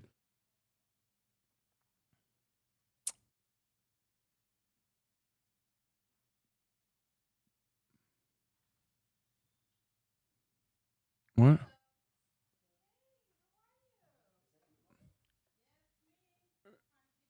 What's up? Okay. It's fine. Why are you whispering, bro? They can't hear you. Anyway, let's continue. Expect Biden to work hard to maybe meet more Not voters. Murad, it's Brian. Do more interviews. They acknowledge it's a poor performance, but there is no move to get him off the ticket. But how do they explain a poor performance like that when the stakes are so high? He had one job to do last night, Bob. Just one, really. Of course. So part of the argument I'm hearing from top Democrats, Gail, is that it's not just President Biden who's going to be making this case. You're going to see more from Vice President Harris, more from top Democrats, and they're going to pour millions and millions into television advertising to try to remind voters that in their view, this election is about former President Donald Trump, his character, his conduct, not about one debate. Now, this debate has had a searing effect on how a lot of people in the party perceive President Biden. They know that. They're in a pained position today. A lot of them, when I've spoken to them on the phone, all these texts. Are they?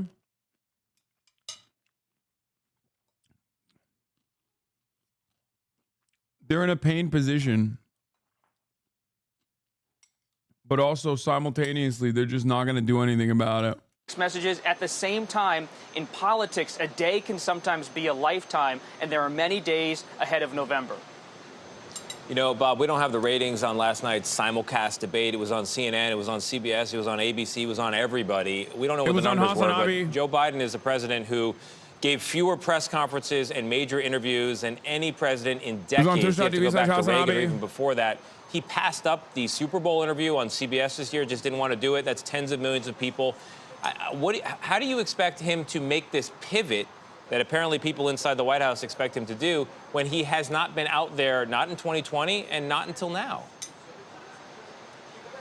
It's not so much a pivot. It's going to be shining an even brighter spotlight on Trump.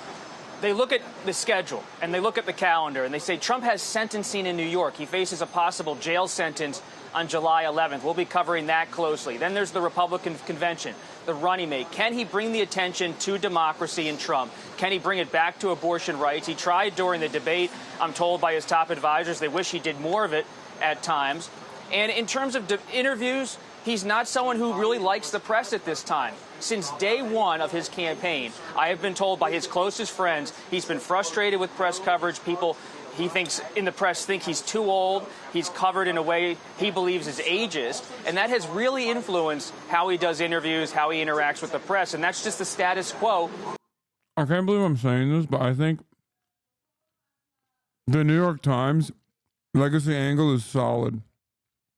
It's perhaps the only potentially successful angle inside of Biden world.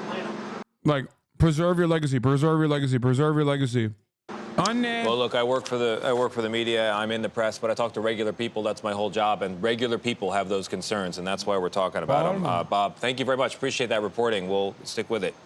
The president and former president making their way off the CNN debate stage. Looks like Jill Biden, the first lady, has come out. Former President Trump walking off the stage. The first debate of the 2024 campaign and the earliest presidential debate ever now in the books and in front of the voters. Tonight, along with Aaron Burnett, the first word on what those voters might make of it from our political professionals, from our CNN Flash Poll and Swing State Focus Group. We'll be talking to surrogates, including Vice President Harris, getting fact checks from our Daniel Dale and new reporting from inside. And they're having conversations. Here, this is the big pop-off for John King. Debate in the sense that right now, as we speak, there is a deep, a wide, and a very aggressive panic in the Democratic Party. It started minutes into the debate, and it continues right now. It involves party strategists. That part I skipped, but he literally cannot actually fucking leave the stage without Joe Biden guiding him, like very openly. He's having a hard time walking down the steps. It involves elected officials. It involves fundraisers. And they're having conversations about the president's performance, which they think was dismal, which they think will hurt other people down the party in the ticket. And they're having conversations about what they should do about it. Some of those conversations include, should we go to the White House and ask the president to step aside? Other of the conversations are about, should prominent Democrats go public with that call? Because they feel this debate was so terrible. They do say, in moments in the debate later, the president got better and got his footing, but then at the end, even his closing statement was a little halting. The contrast between the two candidates. Let me be clear. None of them, and a lot of Republicans, don't think Donald Trump had a great night. Donald Trump broke the fact-check machine more than I can count tonight. That will be on the record as we go forward. He refused to answer some very specific and direct questions about his conduct, about January 6th and what all. So that will be dealt with out there. And sometimes there's a parallel universe between the political elites and the American people. It'd be nice to see what the voters say. But I can tell you, it started minutes in. It started with the first couple of answers, and it has continued throughout the night from a, oh my God, oh my God, oh my God, to what do we do about this? And it involves very senior people in the Democratic Party, including elected officials, saying we have a problem. And just to co-sign what Jon is saying, I mean, the panic that I am hearing from Democrats is not like anything that I have heard in this campaign so far. And a lot of it has to do with, first of all, there was a deep frustration about Trump's lies. I mean, he lied a lot tonight. But the problem for Biden was that Trump was able to take sometimes incredible falsehoods and turn them into some kind of argument. Now, if they do publicly request he step down, they're going against Obama and the establishment. Literal career suicide. A line has been drawn in the sand, and the infighting. This is the infighting we know and love. Yeah, but like outside party elements that are fucking diehard liberals who have the ears, remember, of the donors. Because guess what? Sure, every dumbass DC wonk that looks like Harry Hasan but doesn't have Harry Hasan's swag. Okay, much respect. Peace and love to Harry Hasan, my goat. Okay? Every dumbass fucking DC wonk that is a careerist might want to maintain things as it is. But there's one group of fucking people that are way more powerful than the Democratic Party operatives. That's Jank's angle too, and I kind of agree with him on this. The only way I see this changing is if the polls start getting really wide in favor of Trump, like 5 to 10 points. Let's see how the week rolls out and how donors react. They don't care about what you or I, the voters, think. They will bend the donors. Exactly. I think it's the donors. When the New York Times writes an op-ed like that, when the New York motherfucking Times writes an op-ed like that, those donors are reading those op-eds. Okay? Especially Democratic Party donors are reading those op-eds. When they see that, dude, when they see the actual like faucet of Biden has to drop out articles coming out, when they see it on MSNBC, when they see it on CNN, no way. No fucking way, dude. No fucking way, no how, because nobody wants to make an investment that has no returns. Donors see, obviously, dumping shitloads of money into the Biden campaign as an investment, and there needs to be a return on that investment. Now, when they're watching MSNBC and CNN, when they're watching MSNBC and CNN tell them Biden might not cut it, Biden might not cut it this time, and then they read the New York Times, and every single person that writes a fucking op-ed is like, dude, I love you, please, you have to drop. You have to drop out. You have to save democracy by dropping out. You're gonna cook us. When every single person is writing that, when the editorial board is writing that, that's a very different dynamic, I think. I don't think you can Twitter spin that away. I don't think no matter how many Deborahs and Barbaras with the fucking blue wave on their Twitter account is talking about how, Joe Biden is bae and he actually fucking, he's right that Trump is a alley cat or whatever the fuck, right? No matter how many people in the Democratic Party that are trying to fix the situation on Twitter, the real motherfuckers, the ones with power, the donors, they are reading the New York Times. It's pretty significant. They're going to start making some phone calls and be like, cut the shit out. Cut this fucking shit out.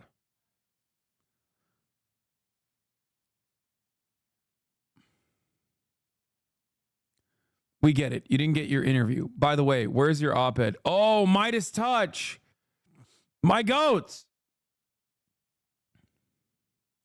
My goats over at Midas Touch. I love them. You guys know this. I'm a firm, committed believer and defender of Midas Touch.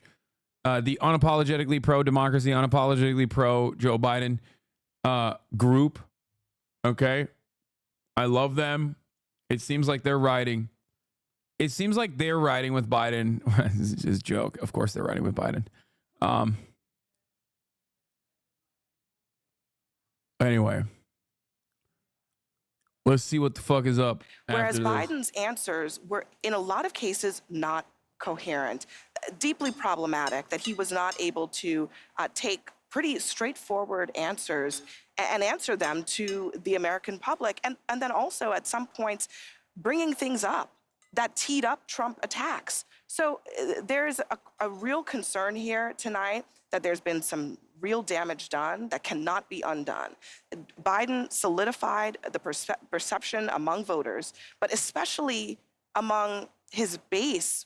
Oh my God. Someone in the chat said Joe's generation refuses to go. It's so real, dude.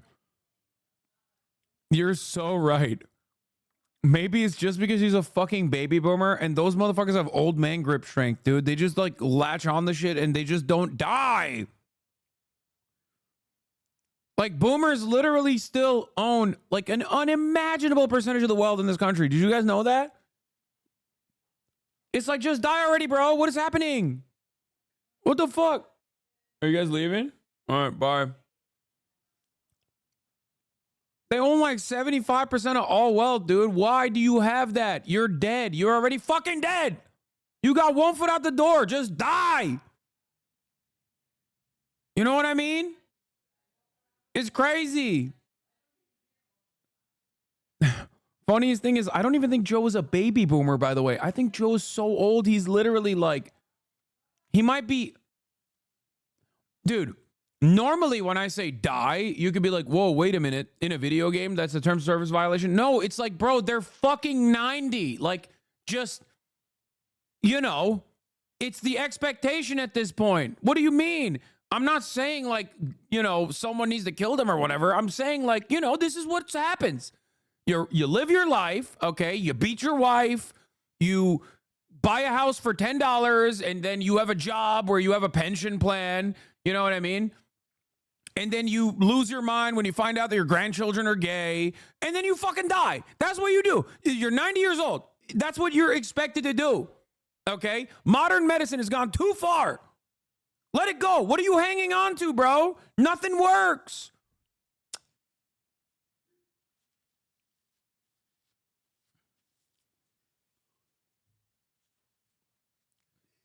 Am I wrong? It's like, it's just the normal thing at this point. I'm not saying like someone should do something about it. I'm not like saying that. I'm just saying like, this is just what happens, you know? This is the expectation. There's nothing beyond the finish line, okay? You're at the finish line. Cross it. Someone will say this about you in 40 years. Yeah, exactly, brother. And by that point, I'll be fucking 60. Okay? And they'll be right. Whatever the next generation is that says that will be right. Okay? And you bet your fucking ass I'm not dying. I'm holding on with the same grip strength demonstrated by Joe Biden.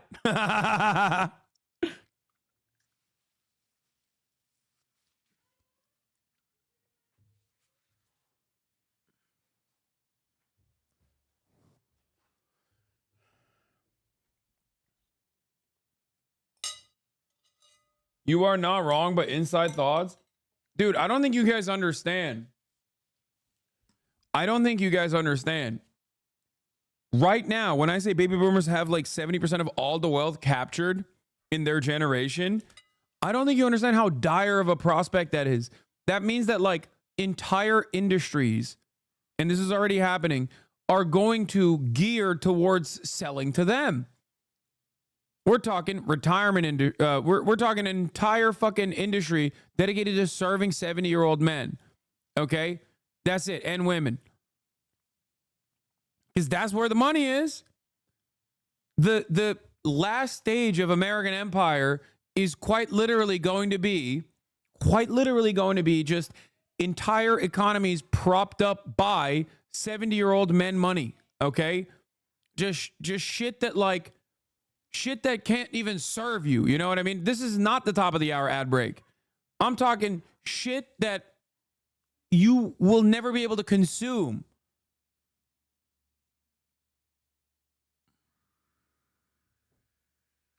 You can, however, consume your subscription at the top of the hour and avoid seeing the ads at the top of the hour because there's a 3-minute ad break, as you guys know. You may or may not know this. But yeah, imagine the villages in every fucking corner.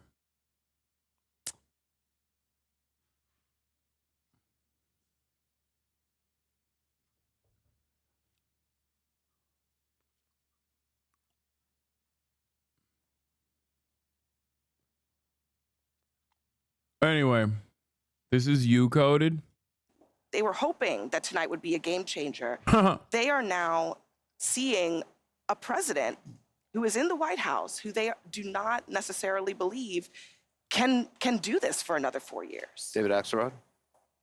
Look, I can't argue with either of them about how Democratic leaders are reacting. Did we ever figure out why David Axelrod was so wet? Like, was it just raining on only him?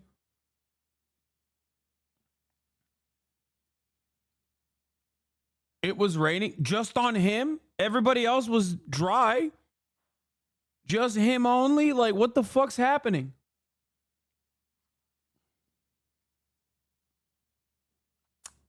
The funniest thing is he's the only guy on this panel who very openly, genuinely was like, this shit sucks. Joe Biden needs to drop out. It might be far too late now, though. That's what he said. He said that like 9-10 months ago. I think almost a year ago. He was like, this shit is ass. Joe Biden's not making it across the finish line. He needs to drop out to preserve democracy, to save the party. Okay? One of the very few people I've heard openly state it like that. Ezra Klein, another person, straight up was like, nope, not happening. What is this? He never responded. Did someone spill a glass of water on you, sir?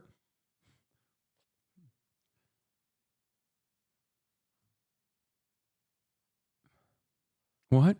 I noticed that something was actively dripping on his head during one answer. A large dollop of water. Axelrod didn't seem to miss a beat, though, as it happened. Later, his glasses seemed to have water on them.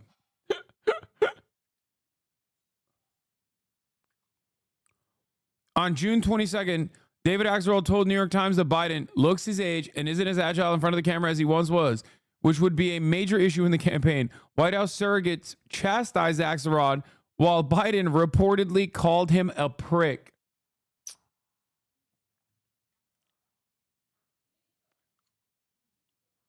That's why they were dripping water on him. They were like, shut up, David. Shut the fuck up. Talking about how Biden needs to drop. This is what we do to you. You fool. We will make you look like a fool.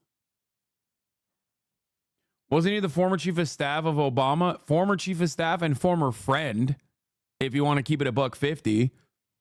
Barack Obama literally, dude, one of the funniest Barack Obama stories is when Barack Obama cut David Axelrod out of his birthday party invitation because he had to make space for Jay-Z. He's literally been there since day one. Like, David Axelrod literally been there since day fucking one. Barack Obama cut his ass out. Cut his ass out for his birthday party during COVID when he had that big birthday bash. To this poll, we said at the beginning that each person had a fundamental goal. And for Biden, that goal was to appear energetic, engaged, and look like someone who is capable of serving for another 4 years for president. That was job number one. I actually think he scored a bunch of points. I think if you just judge this on sort of policy stuff, he did score a bunch of points on issues like abortion, for example, on some of the economic issues. But there is a feeling I think there was a sense of shock, actually, at how he came out at the beginning of this debate, how his voice sounded. He seemed a little disoriented. He did get stronger as the debate went on, but by that time, I think the panic had set in, and I think you're going to hear discussions that I don't know will lead to anything, but there are going to be discussion about whether he should continue. And I think part of it is Donald Trump did not meet his mission either. He could not resist the copium. Donald Trump's job literally was to stand there and not basically be like, I'm going to be Adolf Hitler too. Like those exact words though, because Donald Trump's policies are literally like, I'm going to be Adolf Hitler too. But I'm saying like, he just can't simply say those words in succession. He could say things about Hitler. He could say Hitlerian things. He just can't literally say, I am Adolf. Okay. And he didn't say that. So technically, it kind of did it. Kind of did what he was supposed to do.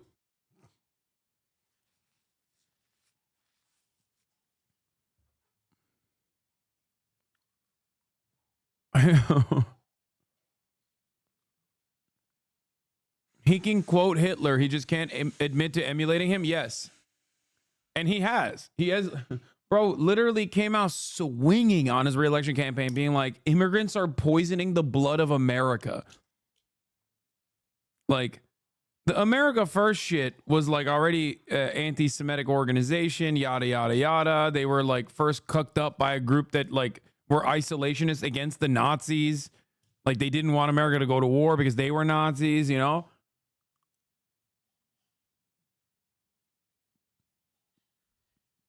But Donald Trump straight up has like elevated his fascism.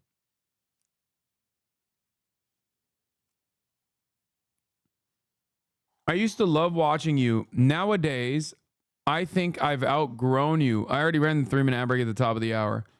But I can't say much apart from how much you constantly belittle the Democratic part, even though we don't have much else to push electoral change off of. See my previous message. Damn, this person tried to bait and then hit me with a double, which is unique, but you already missed it.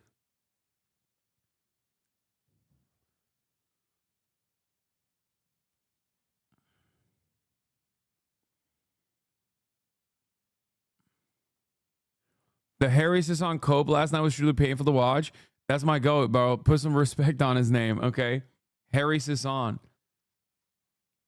Where the fuck's his TikTok, dude? Someone link me what he had to say.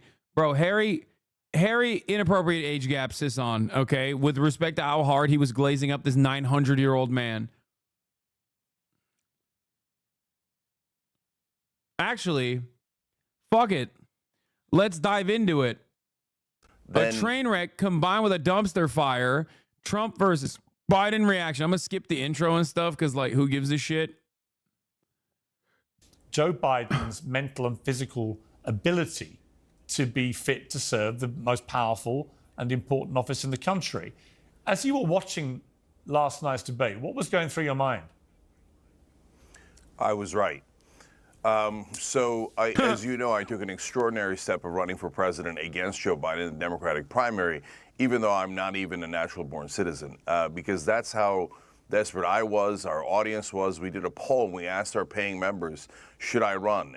And now 9 months ago, 76% of them said, for God's sake, run. Do you know why? Because it was... Wait, out of your... I missed this part. That's kind of an L. It wasn't 100%. Like...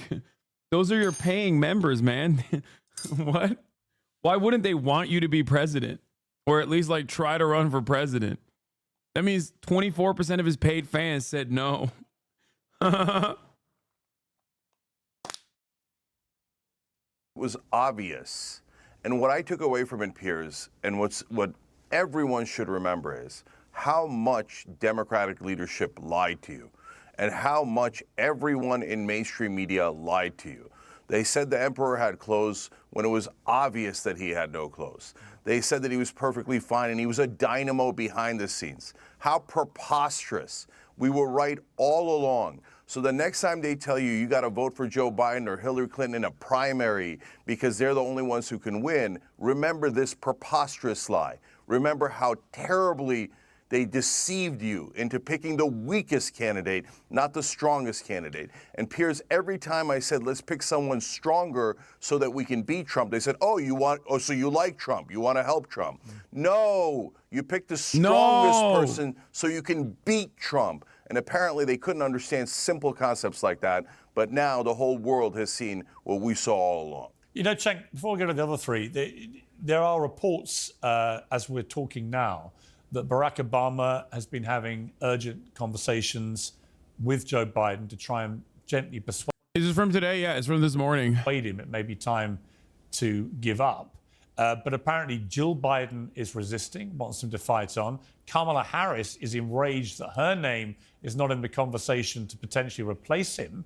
People want to bypass her completely because she's even more unpopular than he is, and move to somebody like Gavin Newsom or someone like that. What is the playbook here? Well, are we into unprecedented territory? Because I don't think any incumbent president in American history who is seeking to be re-elected and hasn't stood down has ever been forced out. There's no mechanism to actually force him out unless he voluntarily goes, is there? Yeah, there is one mechanism, unfortunately, and it's the donors. Because once the donors stop funding him, then he'll have no oxygen left. Remember, for someone who's a populist like Bernie Sanders, their source of power is the people. But for people like Biden, who are establishment candidates, their source of power is money. And once the money tap is turned off, then he's got no oxygen left. So I don't care what Jill Biden thinks. Are you, who's insane enough to care what she thinks? I don't care what Kamala Harris thinks. I care about picking the... How can you not love this man, dude? God, I love my uncle. My goat. Strongest candidate against Trump. Is democracy on the line or isn't it? Is this the most important? I love when he gets mad. He's like, is democracy on the line or isn't it? Oh, man.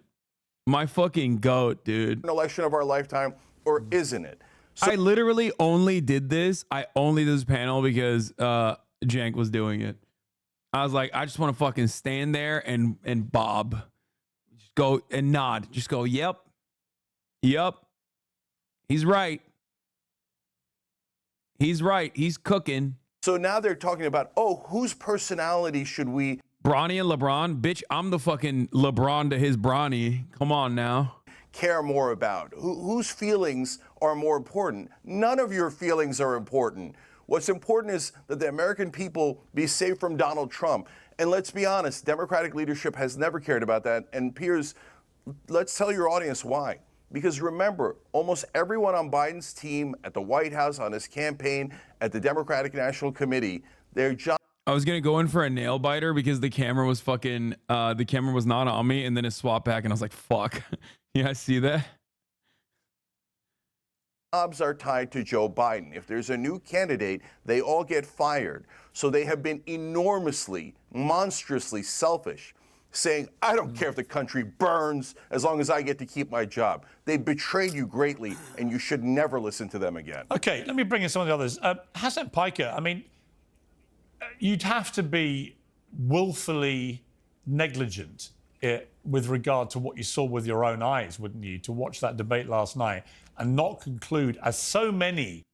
Jim Nona is back and being more annoying than ever, by the way, which is shocking.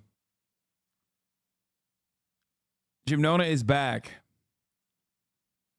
This is the Hasan guy you were looking for, pal. When mom find the poop sock,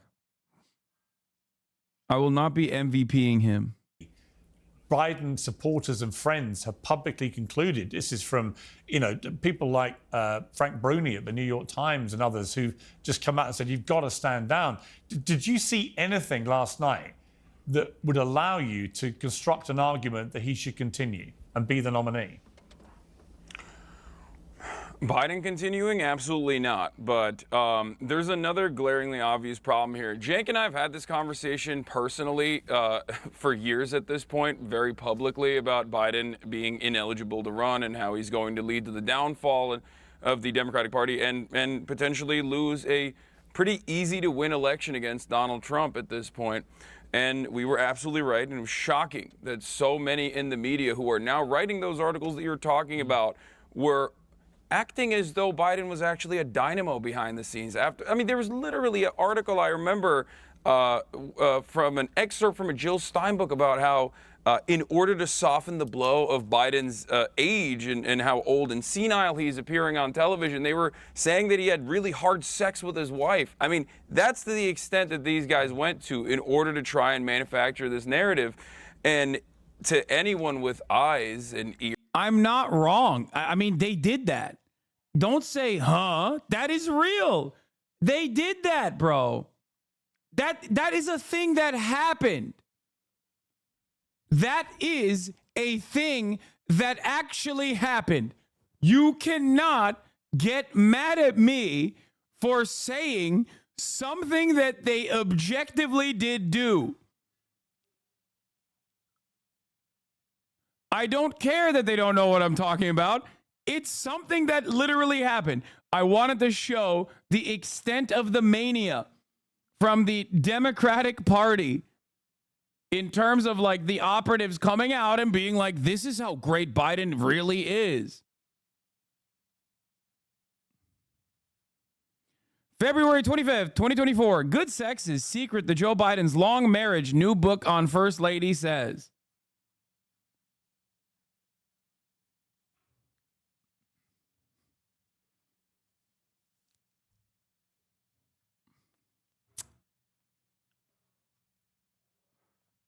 Joe Thick 8. I mean, for sure, the Bidens have cock meat. Like, that's not in contest here. That's not contested. That is 100% proven. Okay, I have seen not one but two Biden cocks at this point. Both Hunter Biden and even Joe Biden's brother, and both of them are hanging dong. Okay, it's true. They have nice dick meat. It's facts. So, you know, it's not a wild estimation to make that Joe Biden is also hanging dong meat. Ears to hear, they could see what Biden looked like, what Biden's performance looked like. So I don't understand why it's so shocking to people. David Axelrod said on CNN, I believe at this point, 9 months ago, that, you know, Biden has to go. Someone else has to come in and, you know, potentially win this race. You have an election coming up right now where the down ballot races, where you have Democratic Party senators doing 10 points better than the top of the ticket, than Joe Biden in places like Nevada, in states like Arizona. These are states that Biden has to win. You have issues, especially post October 7, with the supposed blue wall that's obviously destroyed. You got Michigan, that's a potential problem for Joe Biden. All of these swing states that the Democratic Party should be clearing up with like Reagan numbers right now are in contest. Having said that, Donald Trump also had a phenomenally bad performance last night. It's just that no one is going to talk about that because one guy was very clearly demented. So when the other guy's talking about immigrants and how they're responsible for everything that is going on for an hour and 30 minutes straight, people didn't even have the time to make that assessment because they were so unimaginably shocked at the fact that the Democratic Party has basically put forward a cadaver. Why don't you project your voice more when on TV? You seem nervous. I am. And not nervous, but I am projecting my voice. It's a different microphone. And tried to push him over the finish line and are hoping that you don't notice. Okay. I'm going to come to your two panelists in a moment. We're going to be joined right now, though, by the Republican U.S. Senate candidate for Arizona, Kari Lake. Yeah, they just cut in and brought Kari Lake in, which I'm skipping because who gives a shit about Kari Lake? Then Jenna Ellis comes in and talks about the Republican triumph. No one, like, we didn't really interrupt one another except for the one blowout moment where Vinny was popping off. There is panic. Do you think it's unfounded? Well, I think it's unhelpful, and I think it's unnecessary. We've got to go in and got to keep our heads high. And as I say, we've got to have the back of this president. You don't turn your back because of one performance. What kind of party does that? Oh, by the way, for the record, they muted our microphones because when Carrie Lake was on, I was trying to chime in, and my microphone was muted. Just letting you know, because if you think I wasn't trying to say some shit, I was, which is kind of fucked up. They pulled a, they pulled a debate move on me. They pulled a CNN debate move on my ass. It's been a masterclass. 15.6 million jobs. That's 8 times more than the last 3 Republican presidents combined. The only thing the last 3 Republican presidents have in common is recessions. Democrats deliver. This president has delivered. We need to deliver for him. Now, Vinny, here's the thing. Trump had a great night. I mean, even the CNN poll, 67% of CNN viewers felt that Trump put in a better performance than 33% for Biden. God knows who the 33% were, but he obviously won the debate very comfortably just by just not doing very much particularly special. But if they do get rid of Biden and they do parachute in somebody like Gavin Newsom, who's young, he's dynamic, he's not afraid to get into the horses, into the lion's den. He went on Fox News with Sean Hannity. Dude, he's so handsome. That's why he's there, because he's hot. And I'm unafraid to say it. Vinny, for those of you who don't know, which is probably many of you, unfortunately, because you aren't here when we're getting value-tained, it seems, is a pivotal part of the Valuetainment podcast led by Patrick Bet-David, who also is like Bizarro Jank, another person that I love. Stupid Sexy Vinny is also a person that I love. He's great. He's just a hot man. That's what it is, okay? Now and acquitted himself. You're hotter, just saying. I love chatters taking what I'm saying seriously. And going, no, like he's attractive, but you're more attractive. Like, guys, I'm fucking, oh my God. I'm not even gonna, no, he's a hot man. That's all I'm gonna say. Very well. He's eloquent, he's sharp. Yes, he's got a record that can be attacked. But in terms of the visual optics, would that not concern you a bit as a Trump fan, as a Republican, that you might end up out of this victory with a far more difficult opponent to try and defeat in November? Oh, I think don't put anything past the Democrats. The fact that Gavin Newsom can sit there and literally look at somebody in the face and say, Joe Biden's presidency has been a master class. That Gavin Newsom is one of the most disgusting snakes in the grass. Just look at California. Okay, I even had to write this down, Piers. Highest taxes in the nation. Thousands of businesses have left. Mandatory vaccine bills. Losing child custody over. I love that he's had to write those things down. Like, if you want to understand how fucking stupid he is, like, he's like, what did you write down? Oh, mandatory vaccine bills? Like, that's what you couldn't remember? Like, it's not like you're giving data. You're not putting forward data. You wrote down California bad, and I hate it. They're making the kids gay. Over if your child doesn't transition. $7 gas. This is, and I'm telling you right now, Piers, it's scary as hell, and I don't care what anybody says. This has all been a plan, okay? They moved the debates up early, all right? They didn't give him any, whatever he was on the State of the Union, Piers, that 60 minutes, he was up. They probably gave him adrenaline. He was there. He was in the moment. This was the time when they put him out there like a sacrificial lamb. They said, listen, Jill, we're not going to give Joe any drugs. We're going to roll him out there. He looked lost. He had no idea what he's going to do. I think the shift is going to happen 100%. There is absolutely no way they're going to stay with him. And that is going to be a huge challenge for the Republicans. Bro, he just gets progressively more red when he's talking. And I personally love that. Like, that's his quirk. That's his secret superpower. He just like gets more and more red. Republicans, because all this, because we've had a case study, Piers. We've had 4 years of Trump, and now we're going to have 4 years of Biden. There is no debate. There's no arguing. Dude, look at his neck veins, dude. He's pushing that shit out, dude. Like,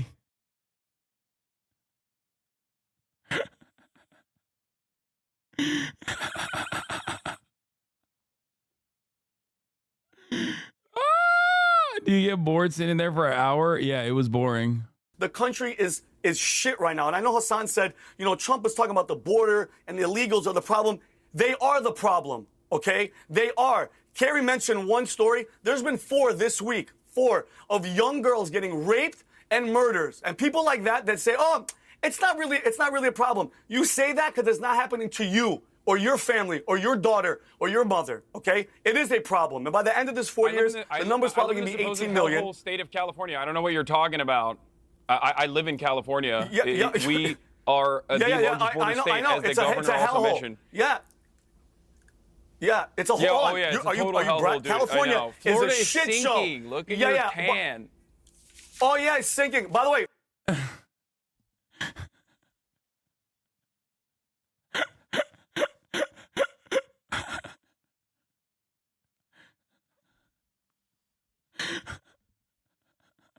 I'm sorry. I just wanted to see how far I could take this. Like, I wanted to see what would happen. I had to. Okay? Like, is it productive? No. Okay? But, like, when you see an opportunity to see just how red a human being can get, this is like a science experiment at this point. Okay?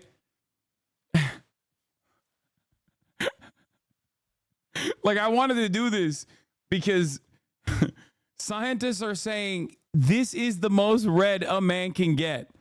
Watch, because you think he's red right now. Just you fucking wait. Hold on.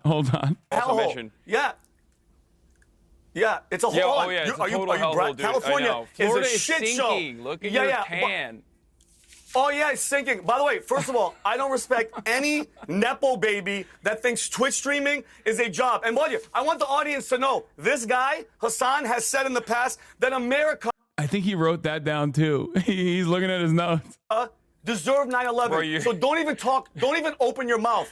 Don't even open your mouth. You don't have no reason to talk. Vinny, just shut up. I'm a big just fan do me a favor and shut up. I'm respectfully. a big fan of you. And, okay, but hold on. I'm a big fan of you, so I don't want you to die. I feel like your heart pressure is going up. You're turning red, Vinny. Somebody like you to say America deserved 9/11, Hasan, you shouldn't be on this fucking panel. I'm sorry for my language, Piers. He doesn't belong on your show. That being said, Piers, it'll be a huge challenge. You triggered, Vinny? Huge challenge for Democrats. Should we invoke Donald Trump?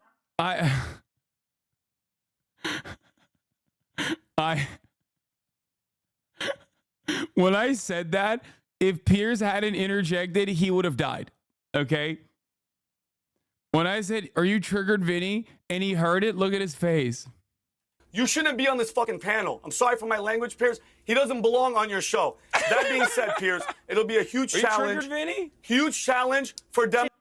Hasan, bu tarz şeylerden bahsettiğinde bence çok saçma oluyor. Niye sürekli yapıyorsun bunu? Sana ne lan? Yarram! Sana ne? Seni mi siktik?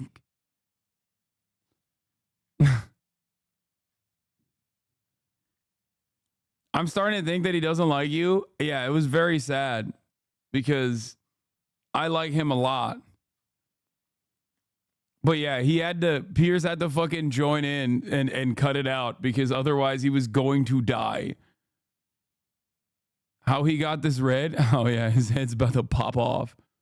Should we invoke Donald Trump right now and say, let's not be children? Yeah, I think that's a very good call, Jenna. Yeah, I think we'll try and keep things... Can we get back to the... Do you know what was interesting? Well, hang on. What was interesting about last night, actually, I'll bring Cenk back in here. I liked the format, actually, of... Piers loved that shit, by the way. Piers fucking loved that shit. Look. Huge challenge for... Yeah, Let me... Invoke Donald Trump right now and say, let's not be Look at his fucking face. children. Yeah, I think that's a very good call, Jenna. Yeah, I think we'll try and keep things... Can we get back to the only one not laughing is Cenk. He was disappointed, I think. He was mad. What did Cenk say? He didn't say anything. Do you know what was interesting? Well, hang on. What was interesting about last night, actually, I'll bring Cenk back in here. I liked the format, actually, of the way CNN did this. I thought Jake Tapper and Dana Bash did a very competent job. But also, I liked the format where there was no audience to manipulate, perhaps, or save a candidate for themselves. He's so mad he had to drink his water. or to overreact to try and drown out a particularly salient point. And the mute button worked very well. You could see both candidates trying to speak at various times when their mute button was on. I don't know what you thought, but I actually thought it was a pretty good format for showing us what the reality was of these two candidates. So, Piers, a lot of people are criticizing CNN now, and in fact, they themselves this morning admitted that maybe we should have fact-checked Trump once or twice when he said, like, deranged things like, oh, there's post-birth abortions. That doesn't make any sense at all. But my answer would be, Joe Biden should have done it. Right, Biden should have called him out on all those things, but he wasn't able to do it. Hold on. That's exactly what I'm getting to, Piers. So, you know, when somebody says something so stupid like that, and like Trump says, oh, they let out all the mental institutions and the prisoners of countries, the opponent has a responsibility to say, which countries? Yeah. Tell me which countries released all their prisoners and mental inmates, et cetera. What are you talking about, post-birth abortion? That doesn't even make any sense, you deranged lunatic. So, yeah, I'm not getting on Jake Tapper or Dana Bash. The guy opposed to you is supposed to make those super obvious points. Yeah. Look, at this point, this conversation about whether Joe Biden's going to drop out is over. He's definitely going to drop out. The donors no longer think he's a good investment. And think about this, Piers. If he doesn't drop out, imagine what history is going to say about him. That he put his monstrous ego, maybe an ego even larger than Donald Trump's, above the needs of the country, the party, the voters. It's an unbearable thought. He would become one of the great villains of American history. And there's actually a really easy way to replace him. All he has to do is say, I'm out. And then we go back to a traditional convention where the delegates decide. That's almost always how Americans decide their by the way, I think we discussed, anyway. Yeah, we discussed it before, but two incumbent Democrat presidents since the end of World War II have both stood down in election year, Harry Truman and Lyndon Johnson. So there's a Do I agree with Cenk that Biden will drop out? No, I think I agree with Cenk that where he says the donors will try and force Biden to drop out. Because he's not just saying like Biden's going to drop out on his own volition. He knows that Biden is a fucking deranged lunatic, in his words, that is like incredibly narcissistic and operating on fucking pure resentment and fumes. Do you think there's any chance of the 25th Amendment? I said last night that I think it's the funniest thing that could happen. And then the Republicans stop it because they think Biden is like, you know, a great, a much better candidate to run against than anyone else. Precedent here for this to happen. It just hasn't happened where the incumbent president doesn't want to go. Jenna, I want to bring you in just on one point, which is the behavior of Jill Biden after the debate. Vinny, why does he look teary-eyed? Vinny's still mad that he has to sit on a panel with a Twitch streamer as opposed to what he does, which is, I think, being like the third most relevant guy on the Patrick Bet David Valuetainment podcast. You don't do anything. I, on the other hand, am valuetaining people. I didn't even say anything. I just said he looks red. And he's got a shitty tan. And he's getting progressively redder. I even said I was a fan of his. Does this mean you're not getting invited to PBD? Are you kidding me? Patrick Bet David is a fucking entertainment demon. He is a valuetainment demon. He knows good content when he sees it. If anything, this would mean I would go on Patrick Bet David extra hard.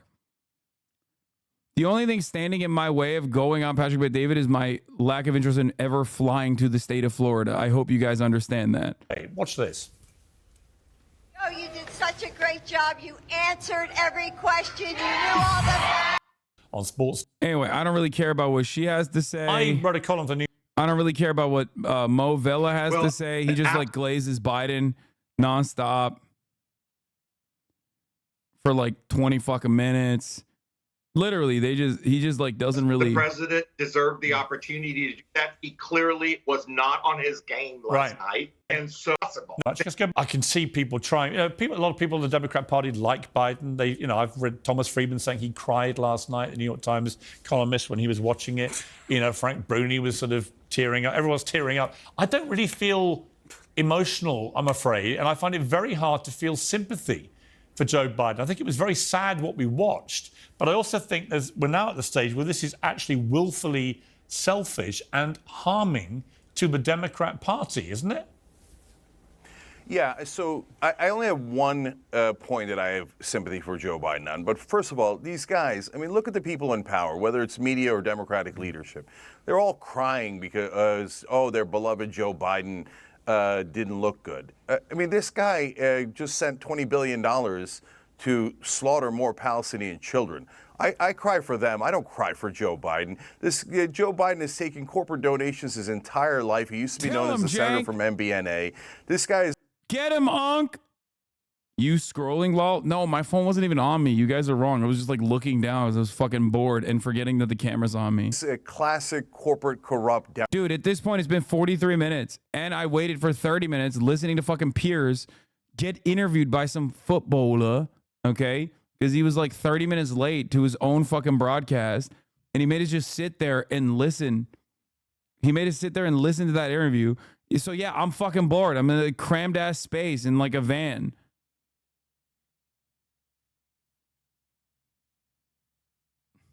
I might have actually written some stuff on Hoscourt a little bit in between. Democrat. So I don't... Does Piers Morgan pay you? Fuck no. ...point any of this like, oh my God, he was such a good person. And think about this. This guy, and even if you disagree with me and you think, oh my God, no, I love establishment Democrats that sell us out to the donors. Oh, you're so radical for saying things that are obviously true. But think about this. Even for those guys, he was willing to risk all of us, the Democratic voters... You doing this for free? Bro, are you kidding me? I did this for my own personal entertainment and for you guys, okay? There's no other rhyme or reason as to why I would do that, okay? That's literally the only reason why I go on these fucking shows. No, it's not even the exposure. What are you kidding me? I had a fucking 130,000 live viewers last night. Fuck you mean exposure?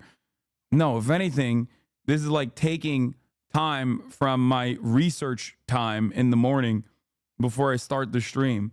That's why I was a little annoyed, actually, that he fucking spent 30 minutes getting interviewed. It's like, bro, what do you think? You think I need to be on your show? Come on now. Like, be a little bit respectful. Having said that, yeah, no, I literally go on these shows for this so we can react to it, and it's like fun, and there's like TikTok clips and shit that comes out. Why don't you hit the do bag with them? Podcasting is a real job? Because Piers interjected. I would have loved.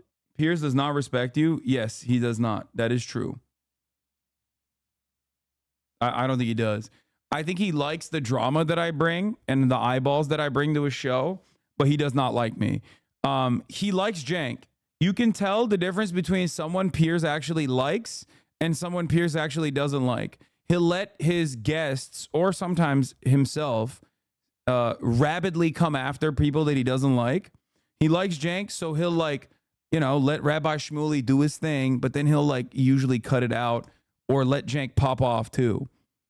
Whereas with me, he brings me on because I bring eyeballs, I bring drama, and also he can unload into me, both himself and also his panelists.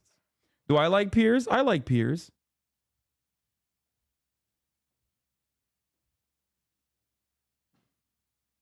You are the Twitch kid? Well, I don't give a shit. To be fair, I did call him a baboon in a suit. Like I said, he's a monkey. So,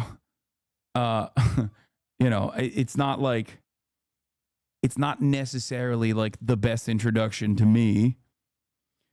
But I think he brings me on so we can like rip into me or have the panelists rip into me. And then, I just push back and it's win-win. If I get owned, then it's great, commie owned Lamau, right? And if I don't get owned and I push back, then it's a really viral moment for him, for his show. The Democratic Party, the entire country, just to satiate his ego. Oh, I want to be a two-term president. That's better for my legacy. So he's an egomaniac that I have no sympathy for, except one thing. Last night was elder abuse. And it was elder abuse by the entire Democratic leadership, the DNC, and yes, sorry, but Jill Biden. If Jill Biden wants to run for president, she should do it.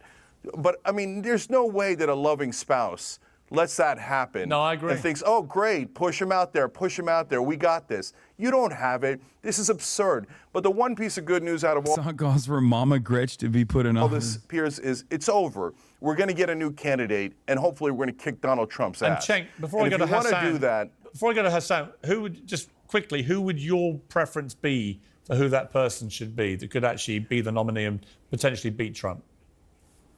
So the problem with the Democratic Party is that they never pick a populist in a populist time. They keep picking the most establishment candidates there are when the American people keep telling you they don't want establishment candidates like Hillary Clinton and Joe Biden. So they should pick a populist, but they won't. Of course, the top candidate is Bernie Sanders, and he would easily beat Donald Trump. Everybody actually knows that. They just don't. And let's be honest, the Democratic Party would rather have Donald Trump than Bernie Sanders. So, but if you say, no, Bernie Sanders is too old or we can't have it, you can go to Ro Khanna, you can go to Jamie Raskin. Jamie Raskin's beloved by everyone in the Democratic Party. He's incredibly smart, incredibly principled. He would eviscerate Donald Trump in a debate. Let's pick someone who can win and actually represent the people. Okay, before I come to Hasan, actually, let me just get Vinny's reaction. There's a delay. One name. I'm afraid I'm going to disagree with you. There's a delay. That head tilt for Ro Khanna, for the record. I was like, the fuck? I think there. Yeah, go on then. Okay, Hasan, you respond. Yeah. Okay. First of all, Big Gretch. That's it. That's the method. That's the movement. Okay? Put Mama Gretch in office. Okay? She's popular. She's in a pivotal state. She would absolutely crush it.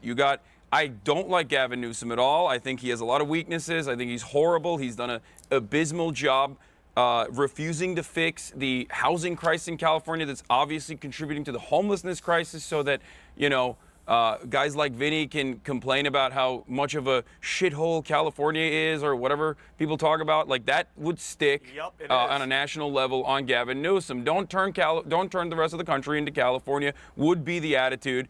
Another good guy, I think, another great guy, J.B. Pritzker, governor of Illinois. We need a big boy in office. We need a dynamo. We need a guy with a kind heart. He could even, I'm not exactly a fan of him being a billionaire, but ultimately, maybe we could have a real billionaire against Donald Trump's phony billionaire status. Who knows? Anyone would be better than Joe Biden at this point. Even Hillary Clinton. Well, okay. Well, that's interesting. Joe Biden at this point, that's interesting. For those who don't know, well, hang on. Cenk does not agree with that. What is this? You really said this on Piers? Yes, I did. Because dude, I'm not taking it very seriously. I don't know if you guys can recognize that from the terms I'm using, but I'm not exactly taking this the most seriously, but I'm just having fun with it. I'm freestyling, okay? I said Mama Gretch. Which is why I think hang on. For those who don't know who the Gretch is, by the way, it's the Michigan governor, Gretchen Whitmer. But I want to come to Vinny. Hillary Clinton's name is being talked up here as potentially the unfinished business that she comes sweeping back and she does what she... I was going to say Hillary Clinton might do better than Joe Biden, but not by a lot, and might still lose, but they cut me off before I could finish that point. But it doesn't matter. Who gives a shit? Whatever. She failed to do in 2016, and she actually beats him. What are your thoughts about Hillary returning? You know what, Piers? I think she's finished. Hillary Clinton has no chance. I think every single time she gets in front of a camera, it's... Wait, what? Bro, I can't get over Cenk said Dems would take Trump over Bernie. That's crazy as fuck. No, it's not. He's 100%. He's 100% right on that. They basically did that in 2016, by the way. They 100% would because they did. Okay? Also, do you guys not remember 2020? What are you talking about?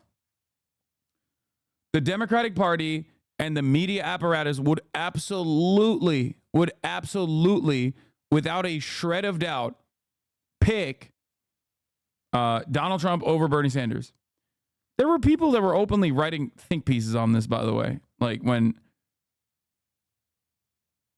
Bernie was a prospect. Democratic Party. I think she's the worst. From her history with her and her husband is just, it's abysmal. Let's not even get into the Clinton Foundation and Epstein and her husband. That's a whole different can of worms. But I think it's funny how everybody on the left is so, this whole failed presidency is because of Biden's age and his dementia, which he definitely has. Whoever's going to come in, it's the Democratic Party's policies.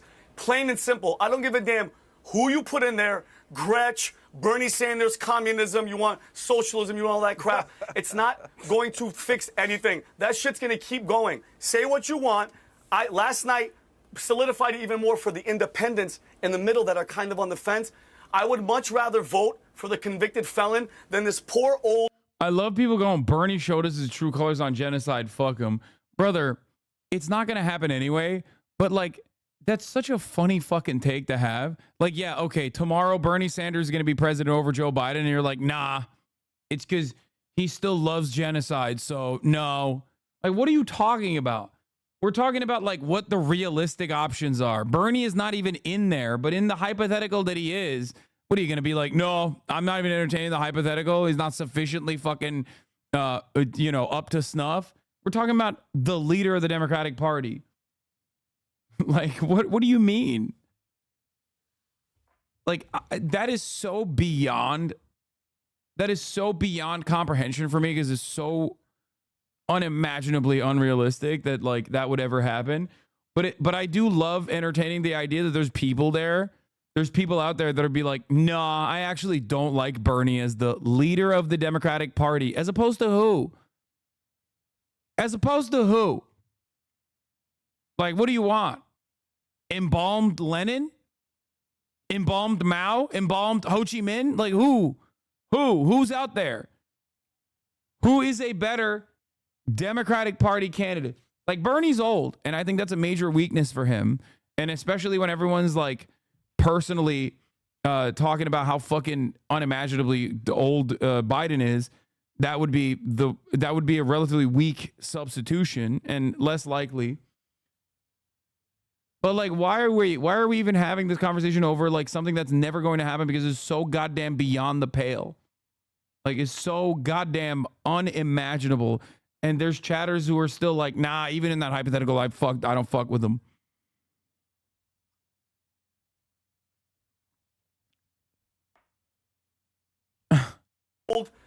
Moron that they wheel out there now on purpose like a sacrificial lamb with no drugs and everything to turn. You notice, Piers, every other debate, every CNN anchor, everybody that was moderating would cut Trump off. They would yell. They would stop. Notice how they sat there, Jay Tapper and Dana Bash. They were quiet. They let everything pull out. This was all on purpose. And I think that Hillary Clinton's on the table. I think Gavin Newsom, for sure, he was the only one there. You notice that? He had good gel in his hair. Why is he always so angry? You know, maybe this is not a question to ask 48 minutes into the video, but like, it is kind of weird because like, you could ask him a question about like what he ate for lunch and he would respond with this energy where he's like so mad at you.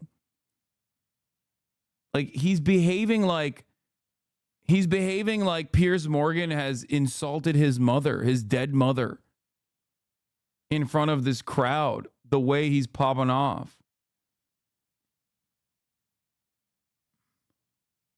I said for 2 years that I think Newsom is the one that could put up the best fight. And I was persuaded when he went on Fox News into the heart of the enemy lair and sat there with Sean Hannity for an hour and acquitted himself very, very well. I mean, Jenna, to bring you in here, I mean, who Jenna, if you were a Democrat right now, who would you think? I had a little bit of a moment with her because she was like chirping about abortion and like how fucking radical Big Gretch was. Had the best chance of actually taking Trump on. You know Trump very well. You know his weaknesses, his strengths. Who of all the Democrat names you've seen touted would you fear most potentially as being the one that could win it for the Democrats? Well, I actually agree with what Sink said, that we really need a populist on both sides that actually speaks to what the American people are concerned about. And if the Democrats can put up someone who isn't so far extreme leftist establishment, then I think that they have a real chance of actually getting disaffected who is that person? Republicans as well. And I think that they should put up someone like an Andrew Yang. They should have gone with RFK Jr.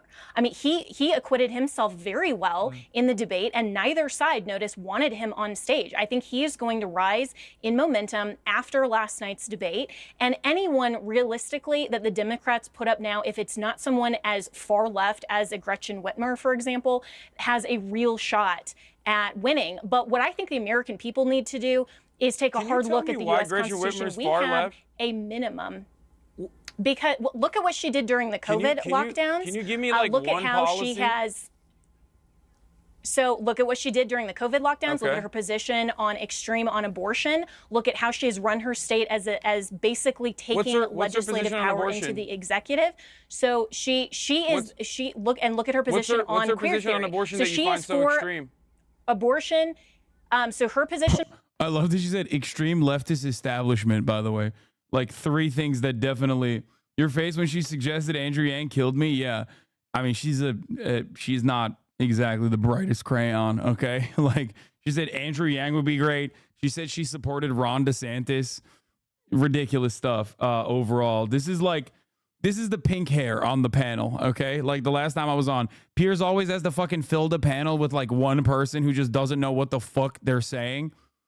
Like at least Vinny, despite being a fucking coked out TRT monster, is like at least 1, entertaining, and 2, has like a tangible position. She, on the other hand, she has no position. She's the no position candidate. She's the center candidate on the panel. She's just there to just do this, okay? And have a little bit of airtime so that maybe she can cut together like a video and give that to her shitty ass middling agent, who will then be able to put her on like actual TV shows like MSNBC or whatever. That's the reason why she's here. She's just trying to have like airtime. How do you plead to aiding and abetting false statements in writings and under accusation 23 SC 190514? Guilty. And is this your signature along with Mr. Hoag's signature on the accusation? It is. In the wake of the 2020 presidential election, I believed that challenging the results on behalf of President Trump should be pursued in a just and legal way. Anyway, let's continue. So she's like, oh yeah, Gretchen Whitmer has radical positions on abortion, okay? Radical positions on abortion. On abortion that is so extreme is that she wants no limits at all, no restrictions. And most of the country is not for that. Even the Democrats themselves know that there needs to be some restrictions, at least in. So there's like a bunch of different things I wanted to say here to be like, one, most of the country is in agreement on our side of the spectrum when it comes to abortion. That's why Donald Trump is like that's why Donald Trump is not defeating Joe Biden handily currently.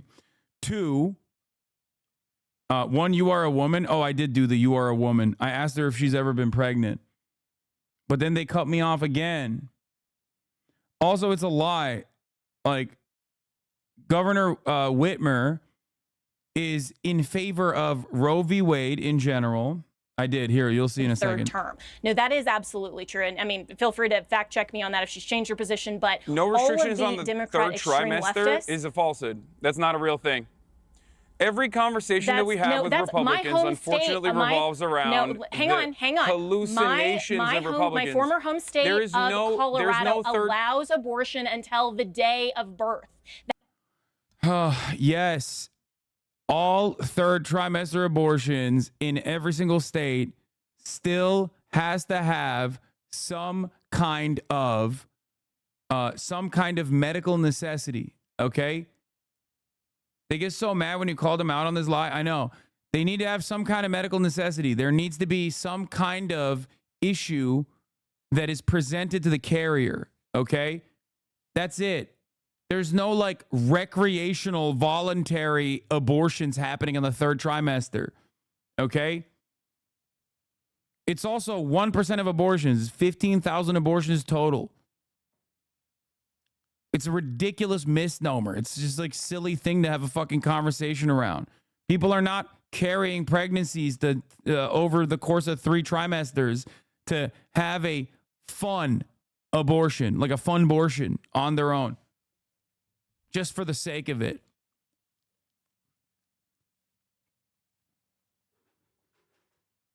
Pure Republican mania. That is the law in 7 states right now, including California, where Gavin Newsom is the governor. There is so no there state, are people there is that no can state go in, yes, in the country where you can have a 3rd trimester abortion without a Colorado, doctor California, giving there are you a 7 medical states. exemption. No, you still have to get look at a the law. psychiatric Look at the law, and evaluation it doesn't matter whether and a healthcare evaluation. No, but it's still Do you allowed. think That's the women? point. Dude, do you guys want to know something so insane?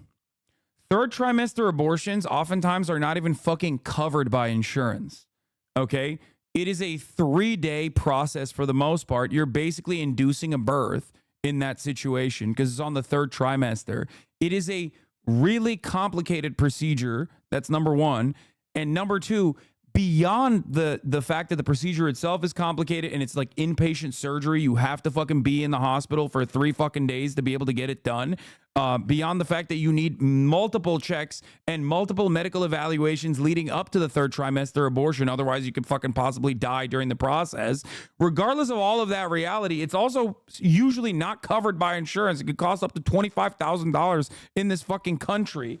And besides the point, and here's the most significant part of this conversation, okay? Not only is it traumatic, but also you have carried a baby for 9 months at that point, or at least for 2 trimesters.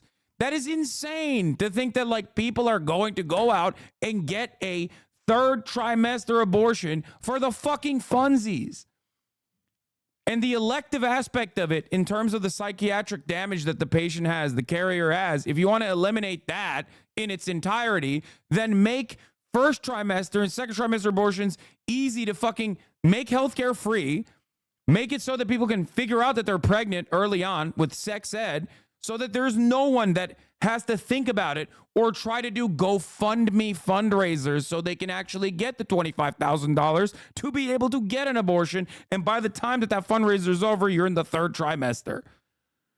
Oh, I hate this conversation so much. The idea, and by the way, that's the reason why I asked her, like, have you ever been pregnant? Which will come in a second. The point is that it is still allowed. Okay, you're a woman. You're a woman. You're a woman. Have you ever been pregnant? I have a question for you. Have you? Or I don't know. Have you?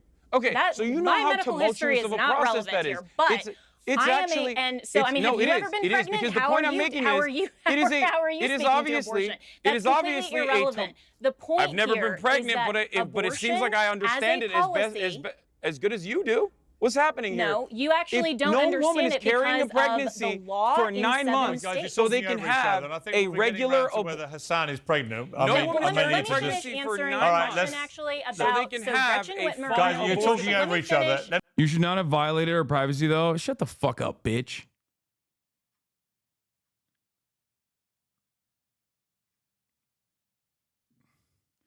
What's the Buttigieg thing where he's like, people have the most likely picked out a name and boss stuff by that point? Yeah, it's just so fucking stupid.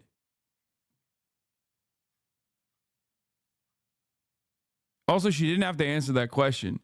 The point is, third trimester abortions are not only unimaginably rare, but they are almost they're never actually like elective in the sense that like you just carried it up until that point so you can fucking get the abortion.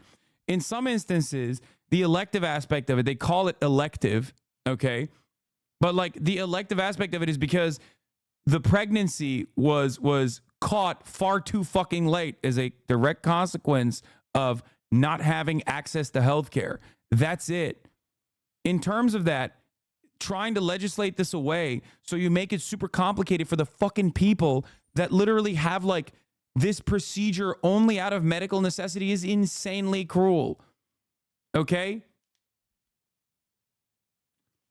Bro complaining about violated privacy when her views violate women's bodily autonomy. It's just so dumb. Also, yes, I was pregnant and I gave birth to a bear. So, MPreg, it's real. This is my daughter. I gave birth to her.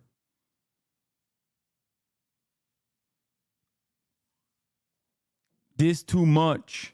Thank you for the 5 gifted subs. Let me. Piers asked. I just have some Let me breaking finish what news. Piers I have some breaking news for everyone. The Biden campaign spokesperson Seth Schuster says that Biden will not be exiting the race. There's no and then my goat Hasan comes in. Basis for that. There's nothing that voters have indicated that they agree with that. Senior White House correspondent at CNN, Kayla Tausch, said on X, not only does POTUS not plan to drop out, Biden remains committed, incredibly, to a second debate in September, an advisor tells me. I cannot see that happening. But we actually have now. Admit you were creepy for that question? No, you're creepy for trying to fucking do a 3-minute ad break debate literally at 4:53, okay? Okay, you take an hour off for that. Going forward, that's it. I'm dishing out bans for 2-parters. Okay? We're banning bad baits from now on. It's over. It's a new dawn. It's a new day on the broadcast. If you come in here and say some fuck shit, specifically so you can get my attention, specifically so you get me to read out what you have to say, just so you can then turn around and be like, oh, top of the hour debate. Boom, you're done. We have to. I hate doing this to the chatters who are trying to do a collaborative effort. Okay? I hate doing this to chatters, but I need to elevate the baits a little bit. We got to raise the bar. We got to make it a little costly. Okay? We have to make it a little costly, dude. I'm sorry. We got to go back to the 1-parter meta. That shit was way harder. It's way harder to do a 1-parter. I'm saying it. I'm fucking saying it. Okay? Straw donation ad break debates are insane. Doing short breakdown style videos on these popular Republican talking points would be great. 9-month abortion and other points would be great. Breakdown of format and detail and sourced out to the years would be great content for normies. Aren't you mansplaining a little? No. What do you mean? That only works if I'm being misogynistic to a woman and not when she is demonstrating her own internalized misogyny in terms of restricting, making an argument to restrict women's bodily autonomy. Like, that's funny. I like that.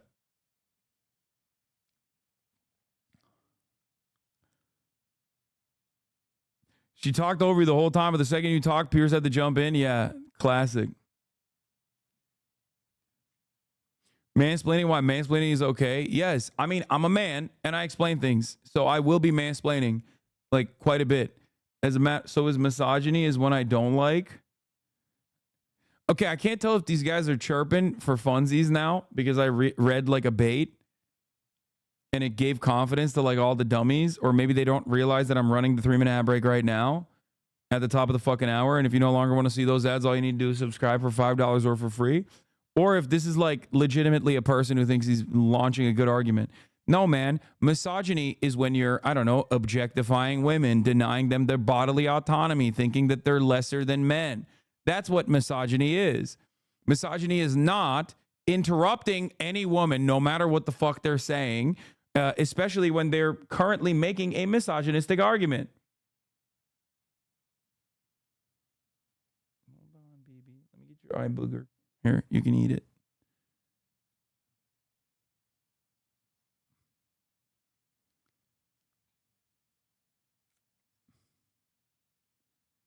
We have Radlibs defending forced birth advocates. Yeah.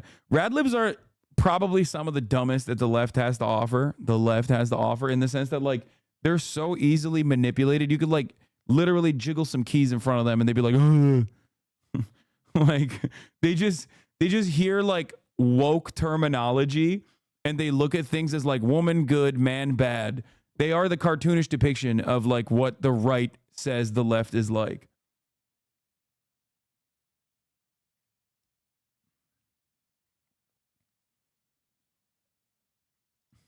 Somebody joining us who is as low-key infantilizing her. I am infantilizing her. She's a fucking idiot. What are you talking about?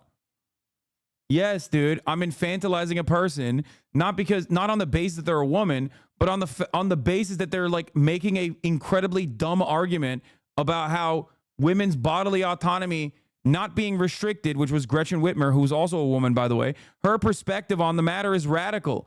Claiming that Gretchen Whitmer's position on abortion is radical is unimaginably stupid. Misogyny is when you disagree with a woman. I know. Is pro-Biden and thinks that he won last night. It's the TikToker Harry Sisson. Harry, you think Biden won last night? One person. Yeah, no, I did, definitely. On the substance of... I got so excited when Harry popped in. My goat. How dare you infantilize the person with a toddler's view of how the world works? Yeah, I know. You're right. As a feminist, okay, I should have fucking turned around and been like, my queen, you are so right. We should kill women that get abortions. So the conversation, Biden won. His policy was pragmatic. It was logical. And Donald Trump just... This is like one of the only remaining pro-Biden TikTokers. I think he might literally be the only one at this point. He's like a super fucking riding for Biden TikToker. Him and the other kid with the Zoomer haircut.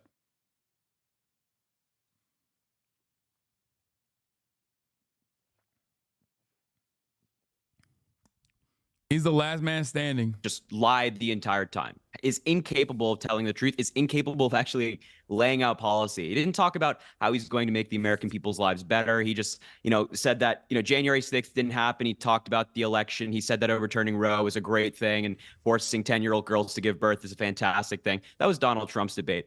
So on the substance of the conversation, Joe Biden absolutely prevailed. Right, but the problem you've got is I saw the CNN fact checkers on Joe Biden's public statements last night, and it was just untruth after untruth after untruth. Oh, I'm not sitting here telling you that Joe Biden tells the truth every single time he speaks, or that he gets every single number right and every single statistic right. He gets most of them wrong. That's not true. To compare Joe Biden's lies to Donald Trump's lies is laughable. Trump told over 30,000 lies during his presidency, averaging around 20 a day, and he showed that last night when he lied about every single I'm not gonna lie, I was a little bit proud of him. I was a little bit proud of him for cooking here. He did a good job. Thing he talked about. Lying doesn't win debates. Yeah, but the problem is, if you're going to use lying or misleading the public with statements against a candidate, you've got to make sure your own candidate speaks with unforked tongue. I mean, Biden, barely a week goes by without him saying something which is immediately proven to be untrue. I mean, only like 2 weeks ago, he was claiming that his uncle was shot down and eaten by cannibals. None of that ever happened. It wasn't shot down and he wasn't eaten by cannibals. I mean, I just think that this idea that Trump's the only one whose statements can't be trusted is just not true. Last night, again and again, I'm not denying that Trump made a series of untrue statements. He does that. He barrels through and hopes that the big messages about the border and so on kick home, and they probably do, actually, with many Americans. But if Biden's going to play the lying card as a pro-Biden thing against Trump, he's got to tell the truth and get his numbers right. He can't then have a fact check from CNN, which was painful to watch last night. It went on and on and on. Almost every statistic he came out with was completely wrong. Yeah, but Piers, I mean, let's be real here. Like, if you're lying... Oh, Vinny's not going to let him slide either. Vinny's coming back.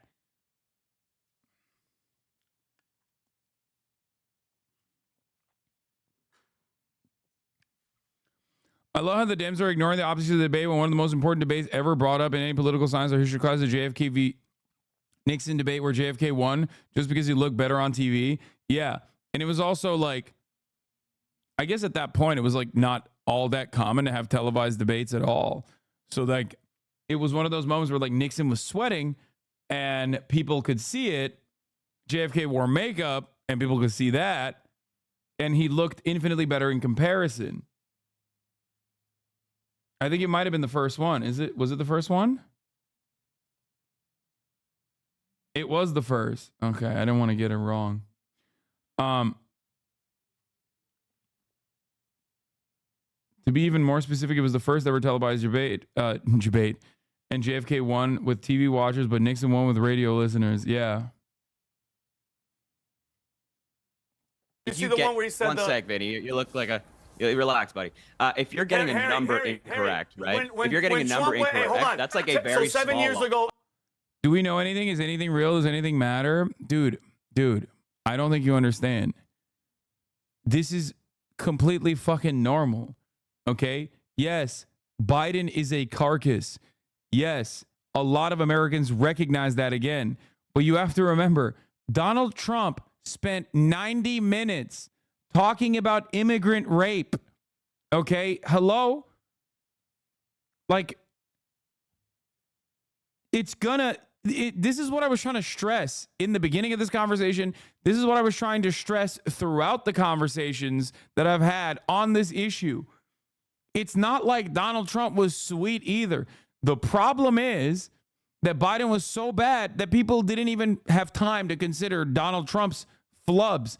But of course, the people that like watched it were shocked by how unimaginably insane Biden was. I mean, not Biden, sorry, Trump was. Bro, he literally, dude, come on. Like, I'm used to it at this point, and perhaps you are too. Like, because you hear Donald Trump so much. But you have to remember, like, if someone hasn't been like paying that close attention, and many voters are not, and many non-voters are paying even less attention, when they see Donald Trump, let's say for the first time since like the last election cycle, and he's just on there, and he's just like, I want to kill every brown person in the country, they're going to be like, what the fuck? Like, yeah, no, there's going to be people that hear that and go, yeah, the other guy is like really fucking old. Holy shit. But like, all they hear, all those audiences are hearing is Donald Trump saying, we have to kill immigrants immediately, like tomorrow. We have to kill immigrants yesterday.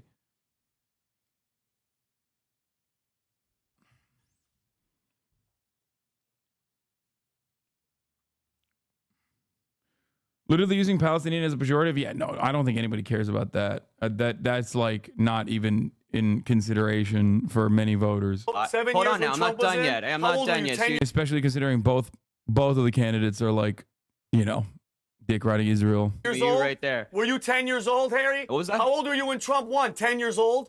7 years ago, you were 10 years old, You look like you're about to explode. You don't know what the hell you're talking about. Take a breather. That's not relevant. Hasan was right to call. You have makeup. He's entitled to his Hasan, opinion. listen, I know Hasan's a big fan of mine. He was right to call you out for looking like you're about to explode. It's okay, no problem here. Yeah, you were 10 years old when Trump won. You have to level. Get him, Harry. And what are you, like 80? Like, relax, buddy. Take a breather. You're okay. I promise. It's okay. I fucking cooked his ass, dude. So what are you, like 80? Relax, buddy. He's so mad. Oh man, that made me so happy. So good. Zen, yoga. Yoga's good. Yoga's good. Can I just say, it doesn't. I don't actually care how old either of you are. Let's get back to the real reality, which is I care about the age of the president because he looks like he's 180. So, Harry, I'm just bemused. 33% of people watching it apparently think Biden won. I don't know. Harry, hang on. Harry, I don't know how. He's getting so mad. Oh, I did have fun. This was probably my most fun Piers Morgan panel.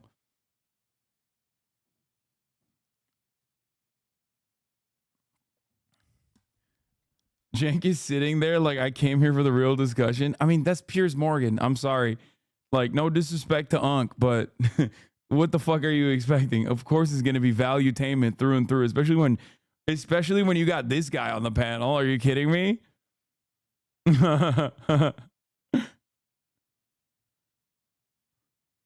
How anybody honestly can watch that debate and honestly conclude that Biden won. You'd have to be so deeply embedded in the Democrat partisan tank that you can't crawl out long enough to see the wood for the trees.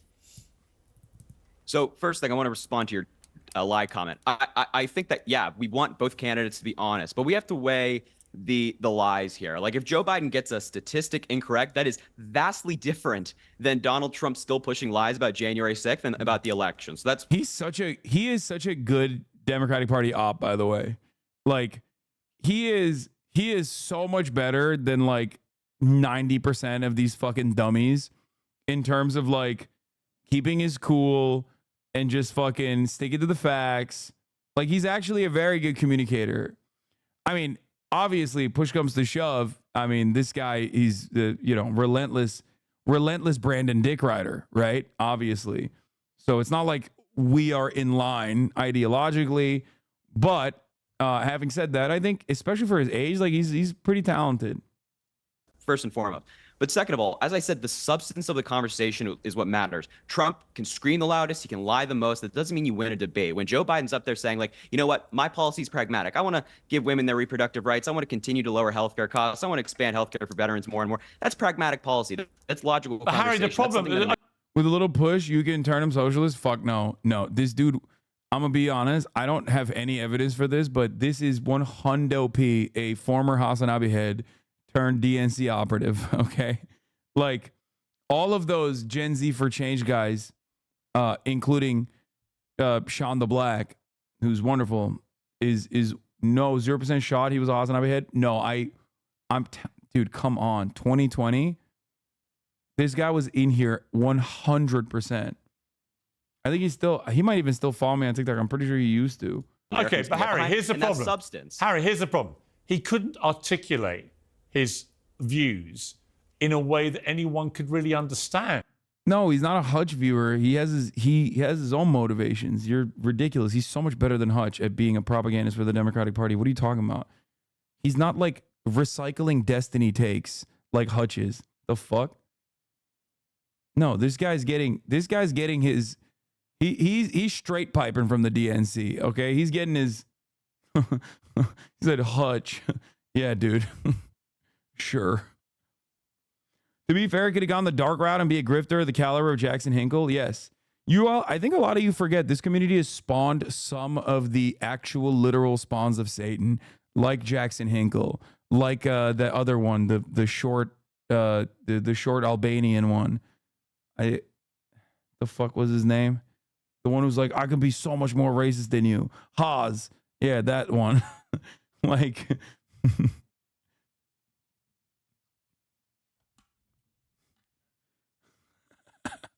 I love that clip. Sneeko, technically.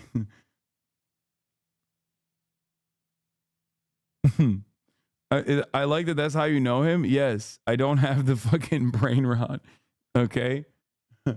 So yes, I know him as the short Albanian man who once famously said, I could be so much more racist than you.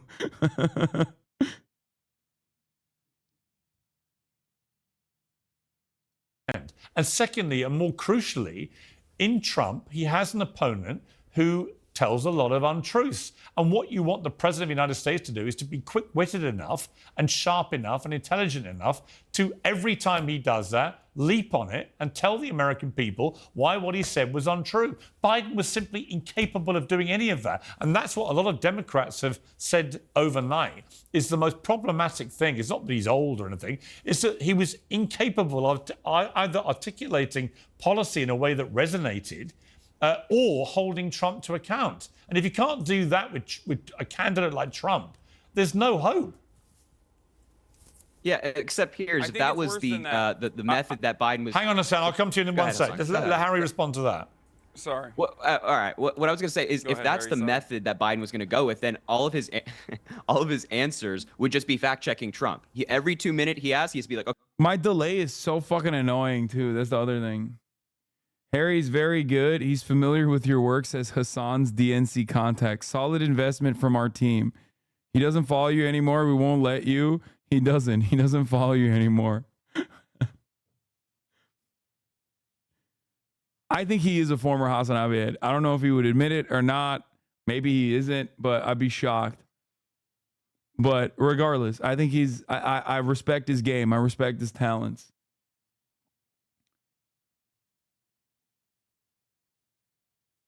You can't zoom in, Zoom calling like Harry. Yeah, I don't know what that's about. How come Harry gets a Zoom in call, but I had to sit in a goddamn studio? What? Interview him, speak with him, debate the poor child. Revolution, folks. Reach out to him and ask. Work on your connections. Connect with him.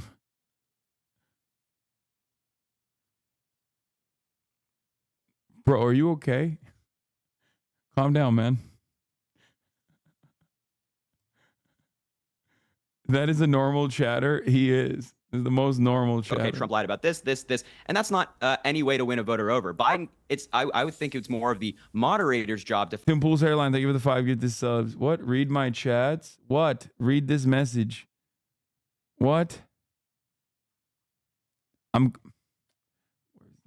I'm gonna ban his ass. Where the fuck? Megaphonics, it's been a while. It's been a while since you've been banned. Take a day off. Okay? Take a fucking day off, Megaphonics. Fact check as opposed to Biden dedicating his entire debate to fact checking. Biden should be laying out the policy, which he did. He seemed pretty coherent when he called out Donald Trump for assaulting and raping E. Jean Carroll. And what did you think? Okay, felon. People don't like to talk about excruciating moment when Joe Biden basically. The left is real divided, so we could be good to Sepak and debate with him. What? Dude, shut up. Please stop talking. The left is real divided. He's not. He's a liberal. He's a fucking Democratic Party spokesperson at this point. What the fuck are we talking about? The left. He froze and mumbled his words. It said complete gibberish. And then Donald Trump just said, I don't think even he knows what he just said. Let's just watch this clip, and I'm going to ask you to explain to me what he said. I think more importantly, he's super shameless. He's super shameless. Like, that's huge. You know what I mean? It's like kind of wild how shameless he is to just like go, not be devoid of any shame whatsoever, to just like go on any broadcast and be like, no, I think fucking Biden did an incredible banger job. And with everything we have to do with, look, if he doesn't care, he doesn't like the military at all, and he doesn't care about our veterans. Nobody been worse. I had the highest approval rating for veterans taking care of the VA. I mean, Harry, what was Biden saying there? It's a very nice, selectively edited clip. I like it. Yeah, I don't think that every person ever is going to speak perfectly. So highlighting Biden not speaking perfectly. No, but I watched the whole thing, Harry. I watched the whole thing. Broader conversation. I watched the whole 90 minutes. I don't come at this as on the left or right. I'm not a member of either party. I don't promote either party over the other. I simply come at it as a journalist. I didn't understand 90% of what Biden was saying. I did understand Trump, and understood that he was misleading me a lot of the time, but also understood on the big picture messaging, which he kept ramming down the viewers' throats about the chaos at the border, the state of the economy, particularly on Black Americans and Latino Americans who are gravitating to Trump, and so on and so on. On those big picture messages, he was hitting home hard. I don't know what Biden's messages were. I don't know what he was talking about. I love when Piers claims he's 100% neutral. Like, come on, dude. Piers, did you not understand President Biden when he talked about how the PACT Act now has 1 million people signing up for it? No, and now not getting really. Did No, you not understand I him? didn't know. Did you not understand him when he talked about the largest investment in fighting climate change in world history? No, because he spoke in a weird. Look, I'd understood it if you had basically translated him in real time. I'd have understood it. If Gavin Newsom had done the translation for us and articulated what Biden was trying to say, I'd have understood it. But Biden spoke for 90 minutes in a croaky, monotone, drone-like manner that honestly, for most average viewers watching, was utterly incomprehensible. And the problem he's got is that Trump sounded and looked exactly like he did in 2020 and 2016. Like he's always done. Oh, come on. Yeah, he did. He did not sound exactly like he did in 2020. I promise you, go back and watch Trump in 2016. Go back and watch Trump in 2016. Incorrect. Compared to... Yeah, no, Trump definitely sounds pretty close to how he did in 2016. That's not correct. Anyway, the rest of it is just like mumbo jumbo.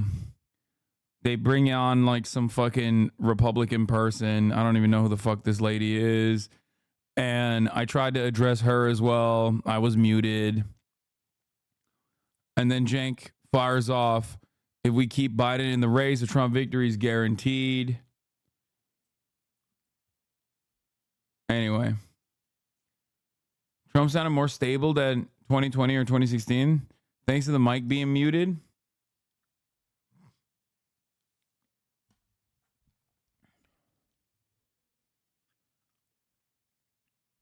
Did he not pivot to you after this? I don't think so.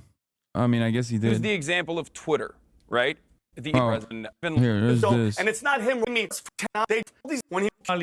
hear Vinny. Vinny's content. Vinny's content. Let's hear Vinny. It was always obvious how old he was. It was always obvious that he couldn't do this. And I want to thank whichever Democrat made the decision to put this before the convention, because thank God the debate was before the convention so we could pick someone else. If you say at this point that we shouldn't pick a different candidate, you're saying I'm super happy to have Donald Trump as president and have him destroy this democracy. It's a betrayal of the Democratic Party. But right now, the RNC should be panicking, not celebrating, because they're going to get a new candidate, and that new candidate is going to kick Trump's ass. That debate turned out to be a disaster for both of the candidates. Okay, Vinny, I can see you not entirely agreeing with that assessment.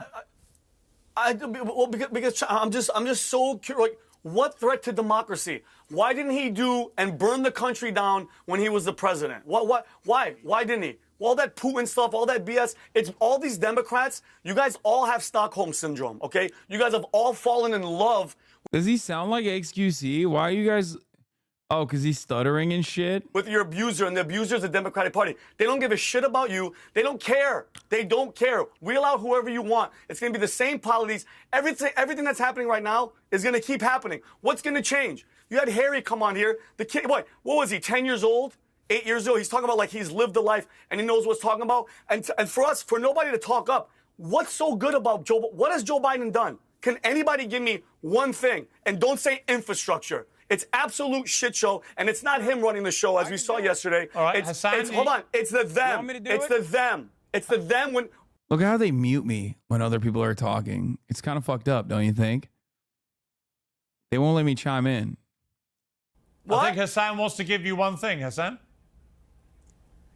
It's not even just one thing. Here's the problem, okay? I don't like Joe Biden. He went from Jim Crow Joe to Genocide Joe.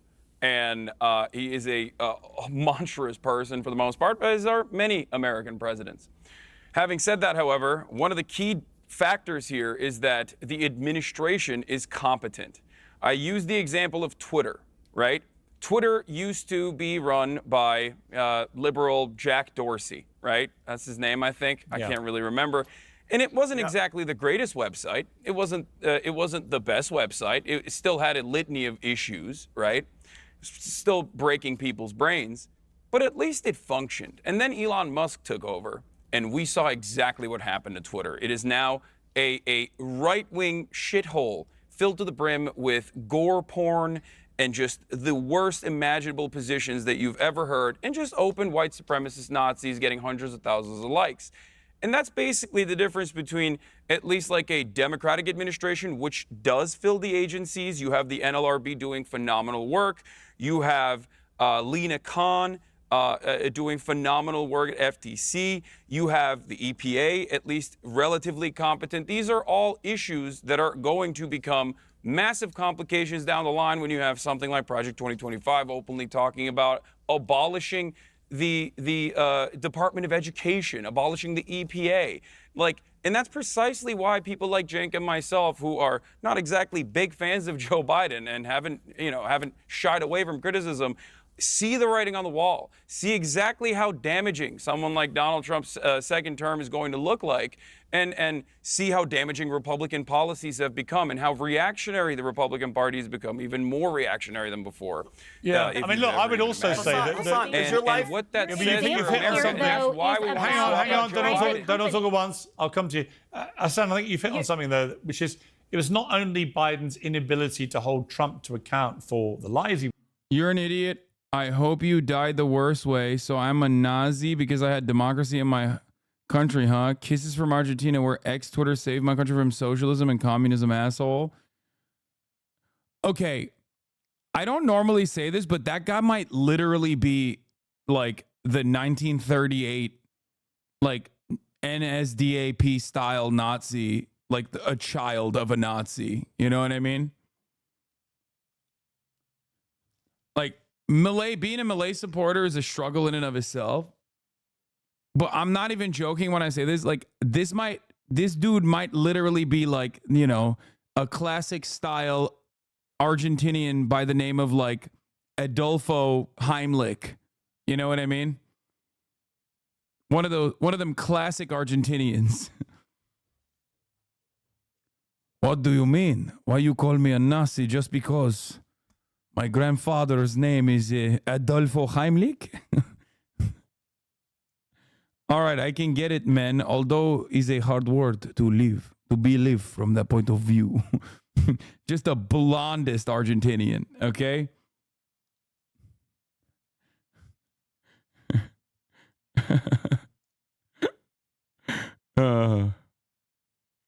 Hey, commies crashes the economy while banging his sister and talking to his dogs. Dead dog, specifically the dead one. Excuse me, my name is Adolfo Heimlich the Fourth. Adolfo Heimlich was my great-grandfather, who suspiciously did not have this accent, but instead sounded very German for some reason.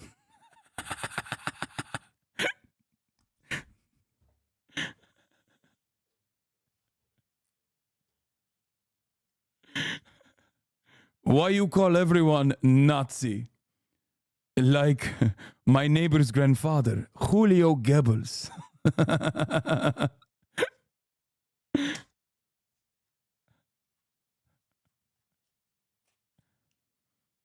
What does FF mean?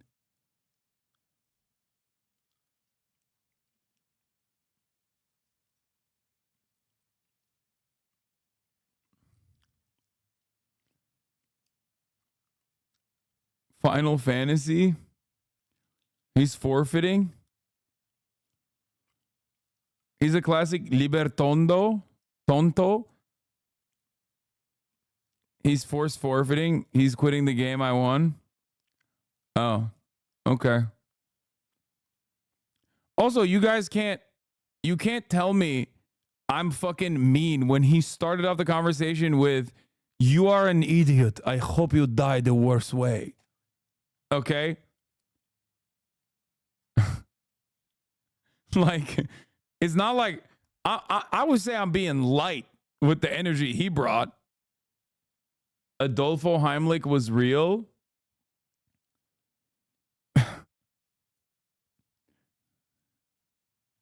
Yes. Exactly. And now he lives in Argentina. What do you mean? This is no problem. Just like 1000% inflation. No problem. We love the IMF.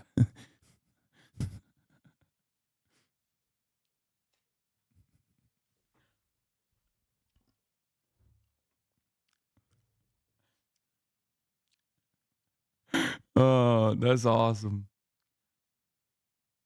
Okay, let's continue. He was telling, but also his inability to sell himself and what he's achieved. Because there are achievements there. Absolutely. But actually, he's been incapable. Gavin Newsom, in that 1-minute clip I showed earlier, was able to articulate better achievements by Biden than Biden's been able to do. That's why Biden's approval rating is in the tank at like 37%. Jenna, I want to bring you in here for a kind of summary of where we are with this. What do you think happens now? Yeah, well, I mean, I think what's remarkable that we've seen in just the last 12 hours since the debate is that the Democrats are... I think that's it. That's the end of it. Like, the rest of it is just a herd chirping, and then we end it. You missed it. I think he said, I think you are far left. I am.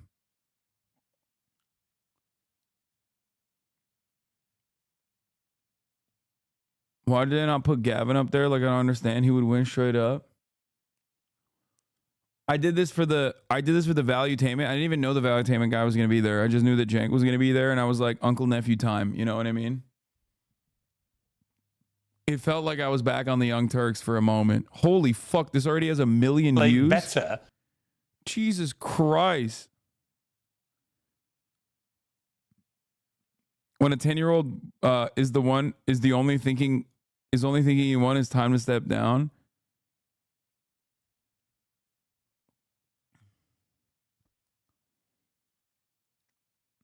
Do we really want to California the whole country? See, they're already saying it.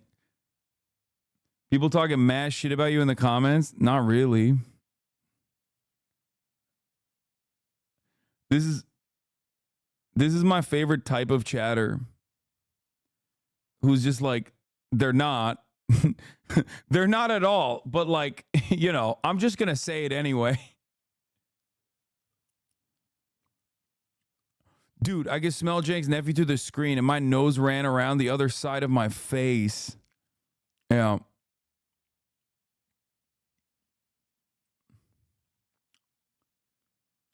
They are if you sort by newest. Yeah, I wonder who's in the fucking chat. They are if I sort by newest. Who's the toddler at the end? Oh, they're talking about Harry.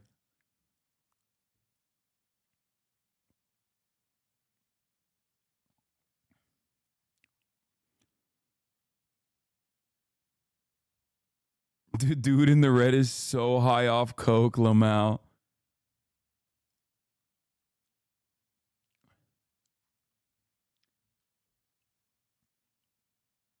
Piers Morgan losing all credibility, having morons like Hasan on. Hard skip. Huh.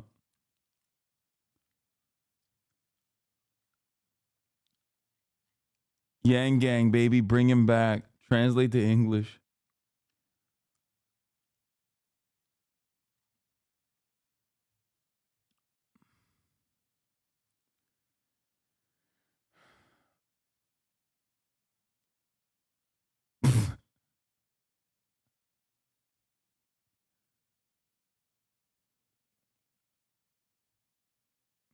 It's so funny how people outside of California just think it sucks here. I don't mind since they will stay where they are, but it's just funny to me. I know. It is my favorite thing. It is my favorite thing when motherfuckers will be like, dude, you don't understand. California is a crime-ridden shithole. And it's like, bro, I live here. Okay? I don't know if you know this, and it might come as a surprise to you, but I live here. And like, yeah, sure, there's some problems, especially with Gavin Newsom, some things that I address personally. But it's like, it's pretty good. Los Angeles is what they're talking about. They're not talking about Central Valley. Nobody thinks about Sacramento. Even motherfuckers from Sacramento are not thinking about Sacramento. When people say California, they mean Los Angeles. Okay? I'm sorry, chat. Sometimes San Francisco, but that's it. Not even San Diego.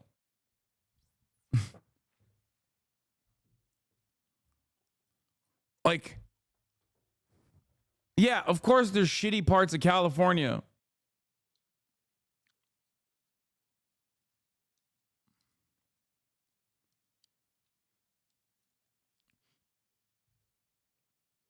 It was so funny when Trump mentioned Seattle like it was a lawless war zone. I was there, it was a fucking drum circle in the park. I know. How do you explain to people that they are just out of their fucking mind with this shit? How do you do that?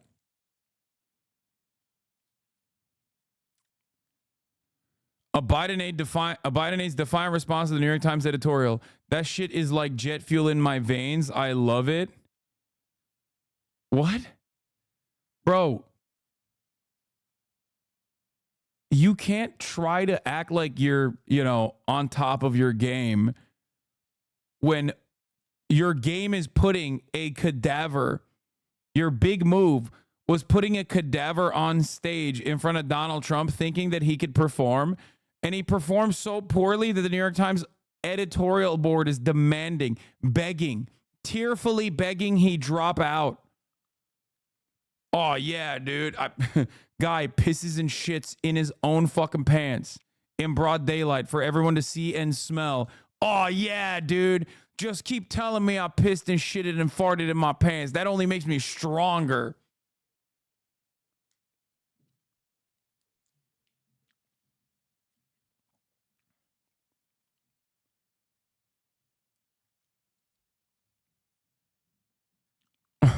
It's like, yeah, dude, new game plus difficulty. I love that shit. It's like, yo, this is the country, okay? Also, John Fetterman. To serve his country, President Biden should leave the race. Fuck that.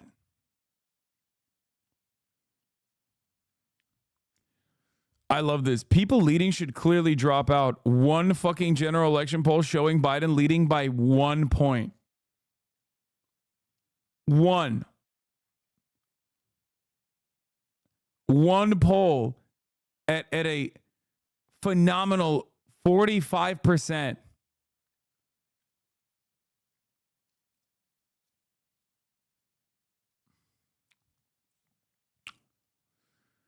Yeah. Fetterman tells Democrats to chill the fuck out, referencing the Dem panic after his debate with Oz. I refuse to join the Democratic vultures on Biden's shoulders after the debate. No one knows more than me what a rough debate is, not the total sum of the person and their record. Yeah, dude, you're really doing a bad job defending Biden if you're saying that, like, he has a bad brain just like me. And, like, sure, the debate showed that he has a bad brain just like me, just like my debate showed. But things are going to get so much worse. He's going to turn into me.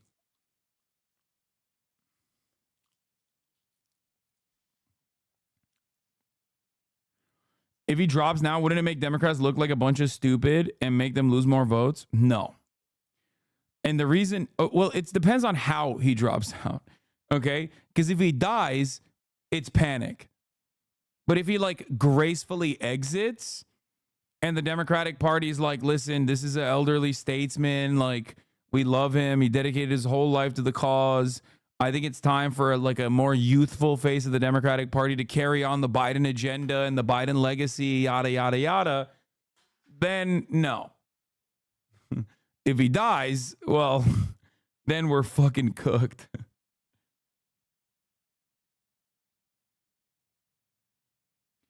My liberal friend thinks that Biden won. He also says you're both a center-right streamer and a fake socialist for owning a car and designer clothes. How do I even approach talking to him about this? Don't. If your friend thinks I'm center right, then he is a crackhead, I suspect. Like, calling me center right is pretty funny. His friend is Thomas Sankara. Yeah. My friend, Fidel Castro. Anyway, yeah, this is bad. I'm not going to sugarcoat it. It's really fucking bad for Brandon, but potentially good for your center right in the EU. No, I'm not. What the fuck are you talking about? None of you guys know anything. None of you guys know anything about what the fuck. At first, I thought that I wouldn't agree with you because your views are left wing, but then I realized that you're actually right wing or center if you were in my country. In the EU, the US is so Republican.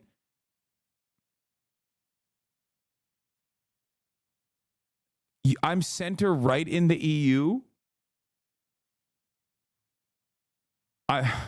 Okay, I'm not gonna yell too much at all the new people coming in because I really appreciate the broad swath of takes that are coming in. And also, once again, you know, if you guys want, Unraveled Republic collection is out. Okay, Liberty World Tour tee, Turmoil Distribution tee, Capitalism and Decay crew neck.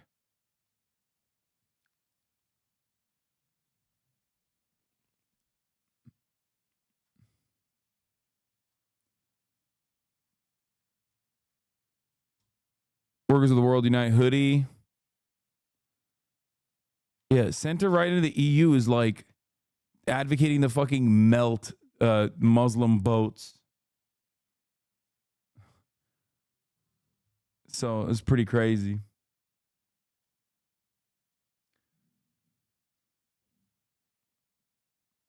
Anyway, closer for capitalist pig, real communists are naked. True. All right, let's talk about Nick Mercs. Nick Mercs. Nicholas Merkinson. That's right. My goat. Or rather, Ron DeSantis' goat. Or he thinks Ron DeSantis is the goat. Anyway, earlier today, Twitch partner Nick Mercs was banned. Okay? Like this morning, I guess, or midnight last night at 12:03 a.m. 6/28/24. And a lot of people were like, what the fuck? Why is this happening? Why did he get banned? Well, it turns out he actually very openly revealed why he got banned. Banned for using the word T-word, I'm not going to say it, on Twitch. Apparently, that's a derogatory term. That's on me. Next time, I'll use mental health disorder.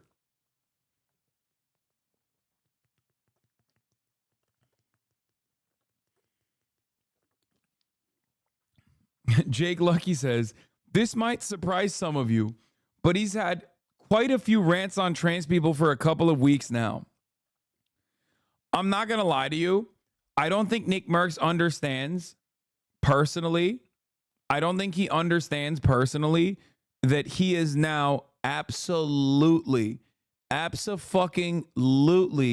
on the turf brain, terminal brain poison. I've talked about this a bit, okay? The normative position, the broad majority's position is that, like, I don't really understand this trans stuff. I don't really think about it. It's kind of weird. I don't get it. This doesn't mean it's the correct position. It's just the position of the population. Everybody understands it. It's like slightly transphobic, right? But for the most part, it's just like, I don't really know. And there's two routes you can go, okay, beyond that. You can either go the route of like, let me investigate what this is about. And then you learn about trans people. You learn that they're just like normal. It's just like, think of it like gay plus, okay? If you're a normie and you've never encountered a trans person and you don't fully understand it, maybe you're a little scared, right? And then you find out about it and you're like, oh, okay, it's whatever. It's just like another type of person. You know what I mean? There's many different types of people out there, right? There's Republicans out there. So you either go on that path and then you don't become a transphobic weirdo, or you lean into the fears that you have, okay? And you look at trans people and you're like, oh my God, this is like undermining everything that I've learned about gender, without any care or consideration to like maybe the things you learned about gender and the social conditioning you have on it is faulty, you know? And you just go, nope, I'm not, society's wrong. I'm not wrong. I cannot be wrong. In my heart of hearts, I know I'm right. And then you start becoming increasingly more and more transphobic until you are more invested in the comings and goings of trans people. You start watching Matt Walsh, right? You start becoming more and more hateful while you don't even realize you're being hateful. You think this is like so unimaginably fucked up that like society doesn't immediately put an end to this nonsense, this trans stuff, right? And ultimately you arrive on what I like to call turf brain, okay?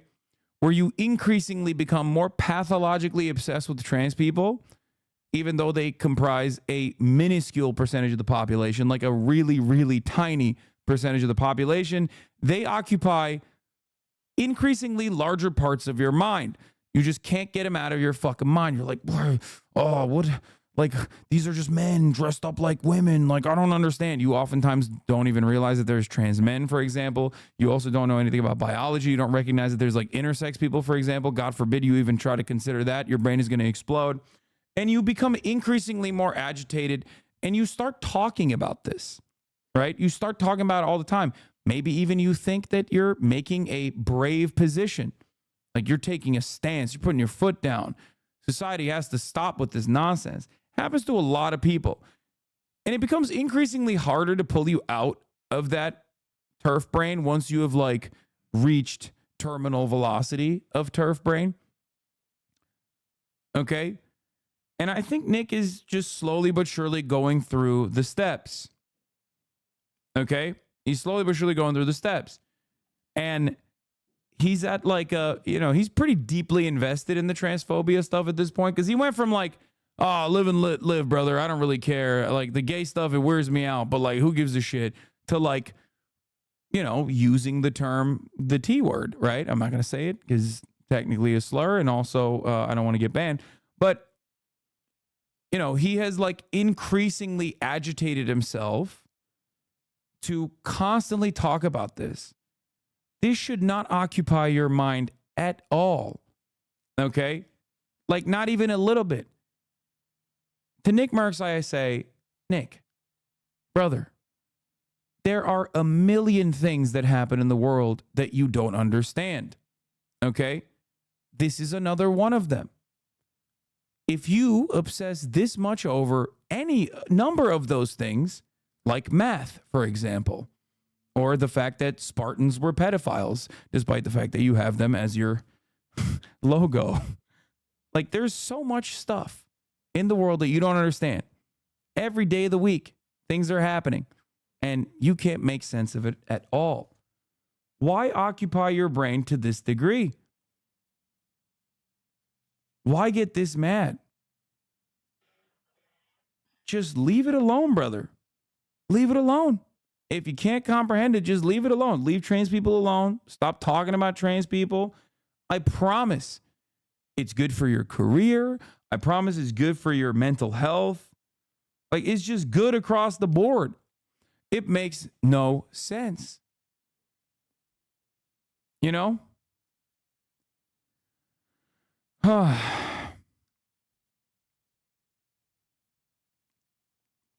June is a hard month for conservatives.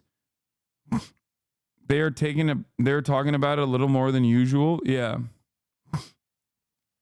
So that's my take for people that are just like not realizing that they're entering this like dangerous area. Dangerous in the sense that it's like not just dangerous for your financial prospects, because you're being like a hateful person. And before you realize it, you become more and more invested in this hatred. And like for even normal people who also might agree with you on in terms of like, you know, being weirded out by trans people existing or whatever, even they think you're weird. Because they're like, okay, bro, like chill out. Nobody wants to hear you talk about trans people every fucking day. Okay? That's it.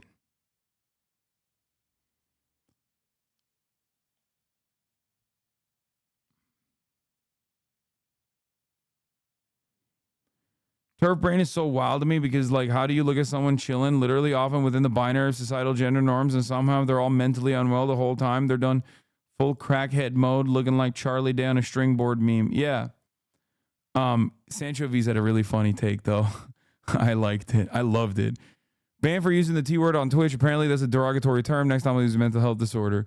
Nick, mate, I think I speak on behalf of everybody when I say the only LGBT we support is lager, Greggs, beans and toast. The hell with these woke tossers. Chin up, shoulder back, a couple Stellas, and you'll be live again before you know it. Love from Plymouth.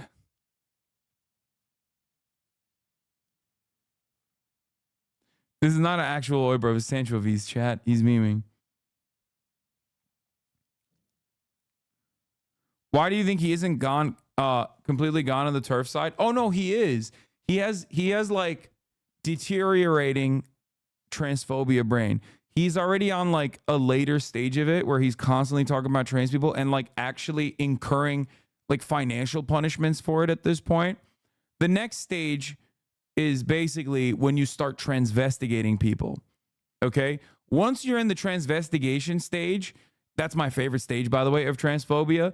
You become like completely insane. You're like hallucinating. You're seeing trans people in every corner. You start suspecting people that are otherwise cis of being trans. And then the final stage of transvestigation is when you start thinking that your parents might be trans. I'm not even joking. There are entire Facebook groups dedicated to this kind of like brain rot where people are legitimately always transvestigating people around them, talking about their experience, about how like they think the cash register, the cashier at like their local Ralph's is actually trans, and now that like fucked up their day.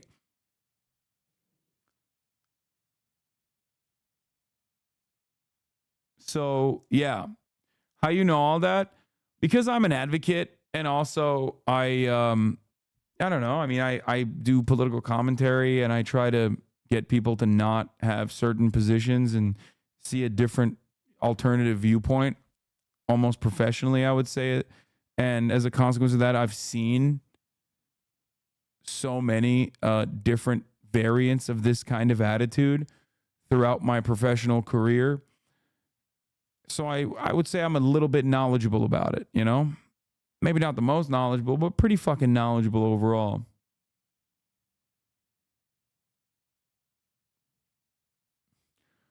Wait, what is this? Someone said, fuck, I missed it.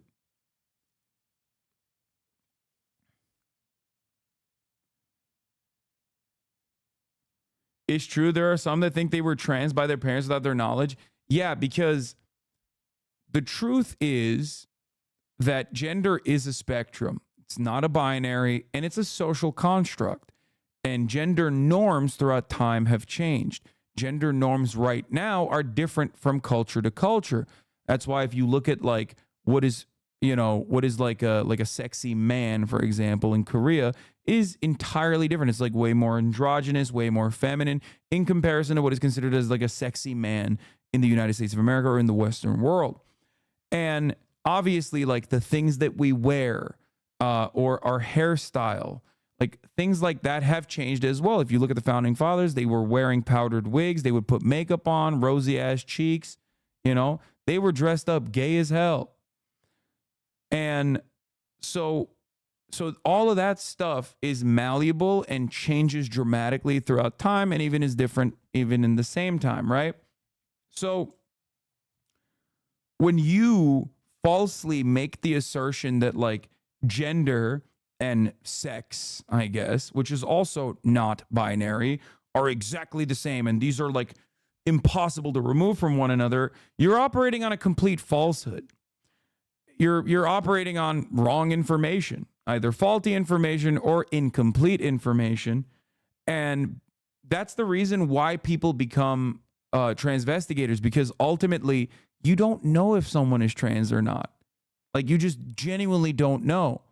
You might be able to tell sometimes, but ultimately that's going to lead you into being really fucking rude if you're constantly obsessing over like, is this a trans woman or is this cis woman? What's going on here? Like, because that's the reality. That's the reality of how gender works. And because gender is not as black and white or as simple as the way people try to understand it or the way that people try to reinforce it, you ultimately end up thinking that a whole bunch of cis women are actually trans women. That's it.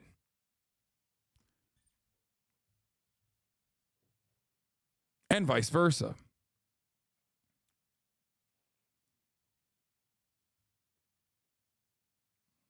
Does that make sense? Let's be honest. When did you think of an assumption and it was wrong and then you corrected it? Great question. I had transphobic opinions.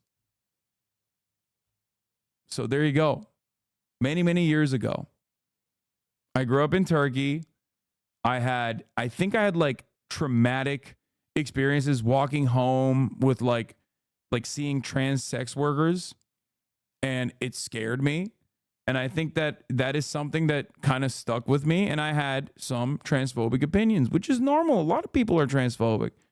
Trans people are transphobic before they realize they're trans. It's an unfortunate byproduct of our social conditioning.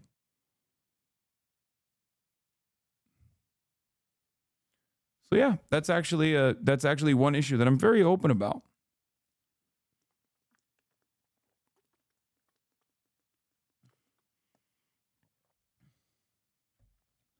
I can't wait for the same internalized arc,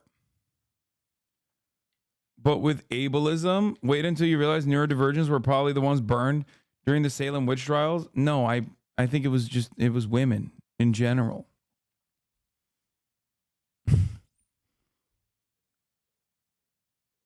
The fuck?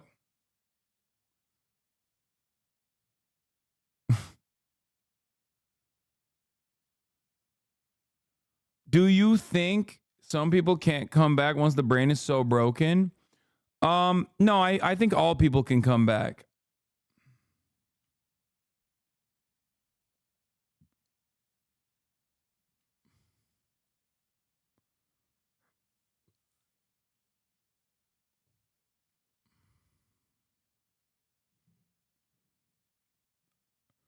All people can come back, no matter what. And even if someone is like impossible to change the minds on, you shouldn't give up hope on changing their minds in general. The only exception I make is like people that professionally do this. Those people are getting a bag by behaving like this. You know what I mean?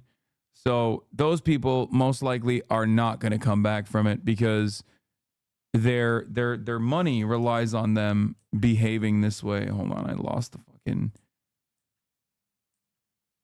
Where the frick is the playlist that I was on? Holy shit, I closed it so many Sound like tabs you've hit ago. on something there that we should- All right, I found it.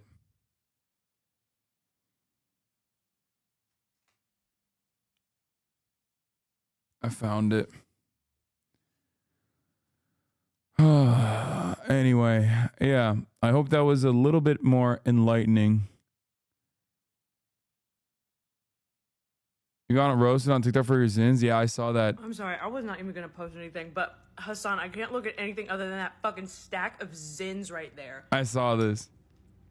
I was the lead bartender on a staff with 20-something-year-old boys. That is what it looked like behind the bar. In the recycle bin.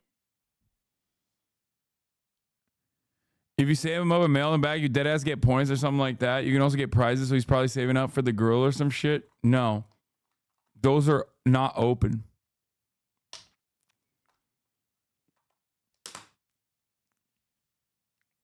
This is a shocking revelation. You get good prices. I didn't even know that. Big Dog HasanAbi. Yeah.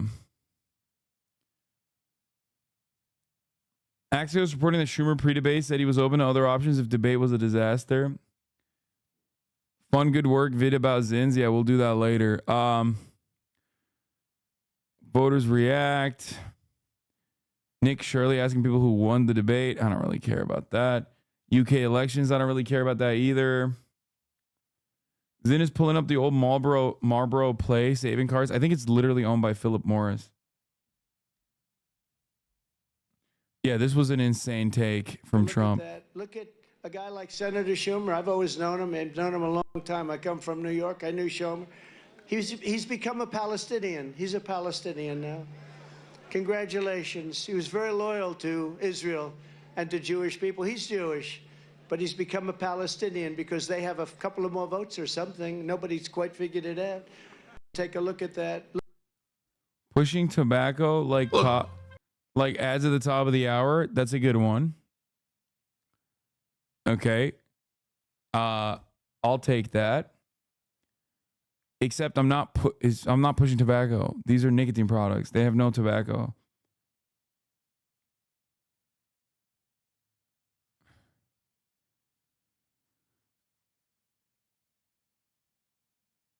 I think Trump thinks that word means Muslim. Maybe. Miss Susie B, thank you for the 5 community gifted subs. Did I hear the new Megan Thee Stallion song features what? No, I did not. Do you think Trump saying that is going to negatively polarize any Dems into supporting Palestine? No. Trump has carefully not come out and swung super hard in a way that in the same way that people recognize Biden. He has been super pro-Israel, both historically and has been super pro-Israel recently as well, especially since the Miriam Adelson bag that he got. Having said that, however, it's still nowhere near enough for the normie dumbasses that will recognize that he is, unimaginably pro-Israel, potentially in a worse way than fucking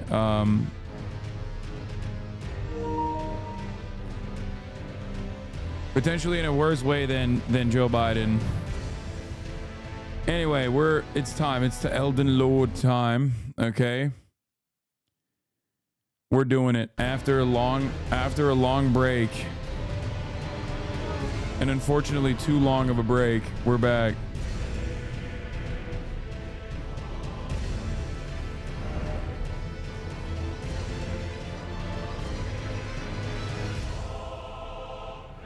I went and got the Milady sword, by the way.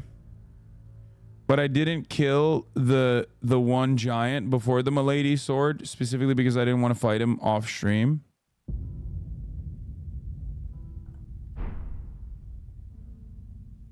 Also, like that chatter said, I ran a 3-minute ad break. Anyway. Boo, gaming offline? Dude, I have to game offline.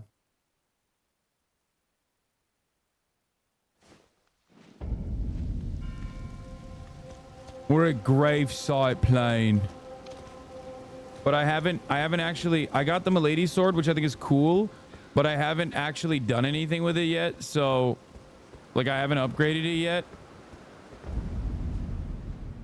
Hold on, let me turn on my...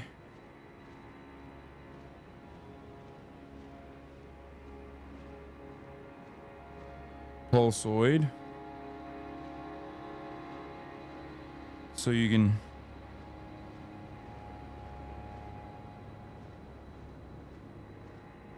Where is it? I have to pee real quick too. There it is. There it is, lads. There it fucking is, lads. 89.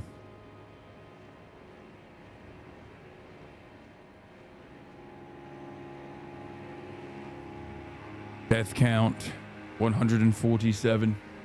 One boss down. I gotta pee.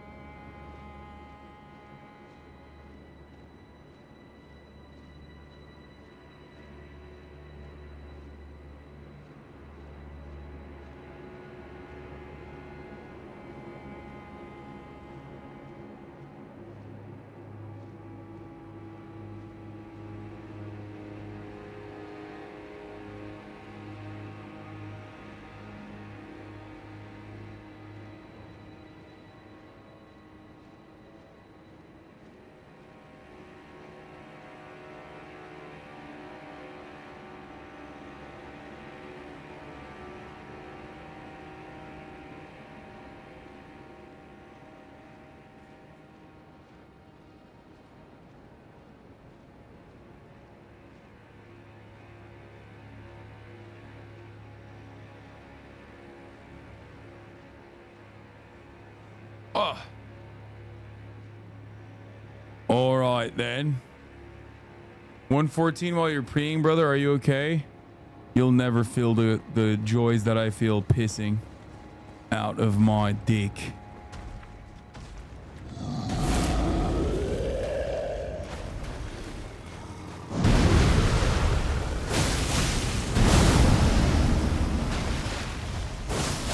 Oh shit!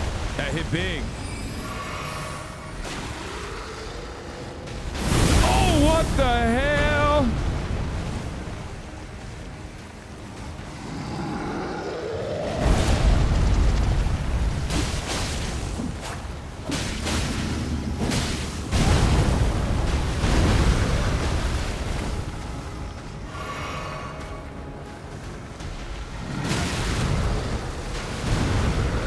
Oh my God. Holy moly. Holy moly.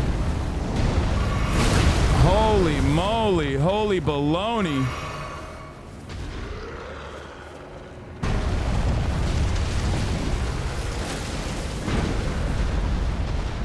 How many times? Will he stop?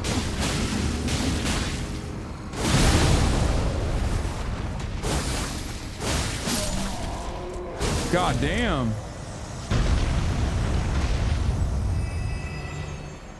We did it. Royal Magic Grease.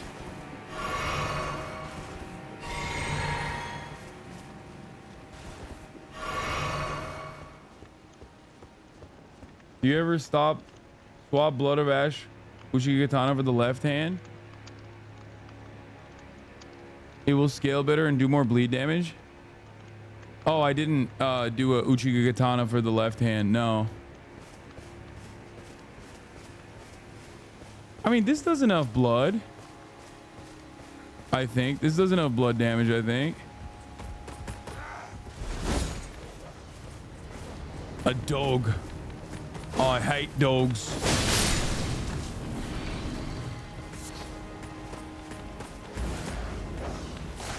Oh shit. Ah! Another dog. And a man.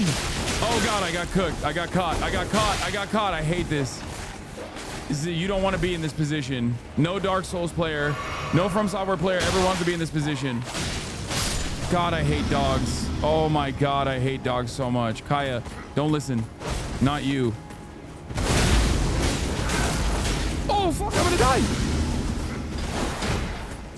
Oh my god, I almost died.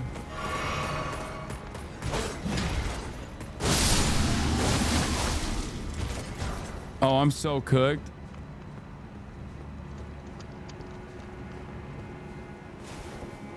When are you fighting chatters? I'm not ready to fight chatters.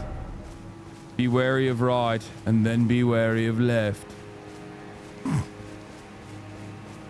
4 flasks ain't gonna cut it? Yeah, I'm not trying to get the flasks. I'm trying to get my I died here to hopefully I can get my shit. I died to that one up there.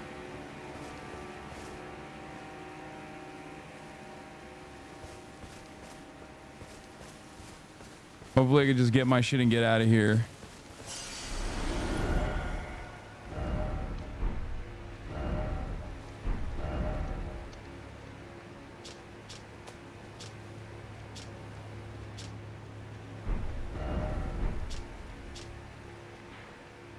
What am I doing? Let's see if I can. Where is it?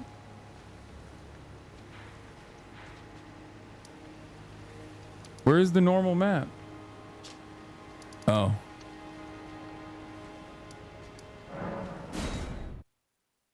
Press R3, bro. Run past him. There's a grace. Wait, really? What are you moving like BN last night? What's BN? Is Uchiha Katana with the blood actually better, chat? No. Well, I mean, I feel like if it was better, I would have done it, right? Like, bees nuts. You're moving like Brandon. Is that what you're trying to say? My lady.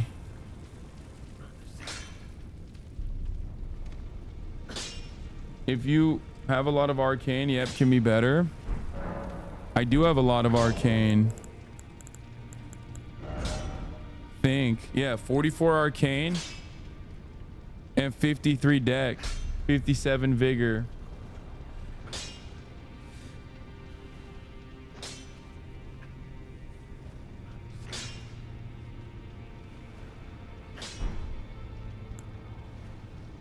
The problem is upgrading all that shit's gonna be costly. I'll try it. I mean, YOLO, why not? But do I have a... Is it scaled up already? I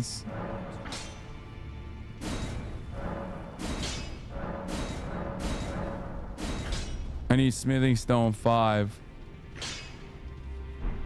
Have you not heard of the Mog Palace grind spot? Brother, I played the base game and I finished it. What do you mean I don't know about the... Of course, I use that shit a lot.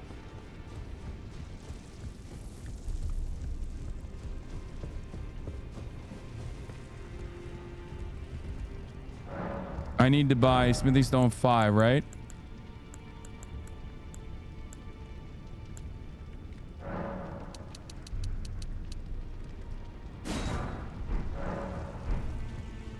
Have you played different specs? In the beginning. You'll need the black wet blade for the Uchi to be better. I need 12. Oh, I need 2 more. I think I had a couple left. No, I had a couple left. I think I had like 2. I think I might have actually gotten the right amount. I might need 1 more. Not 2 more. Oh my god, this cape goes hard. Thank you. It's Fashion Souls time. You need 12 stones of each. This is why I love playing with chat. Yeah, see? I have 10. in my inventory. And I have 12 smithing stones. And I need 12 sevens. Is that what I need? Oh, I can only buy 5. Fuck. See? I'm out. I'm tapped.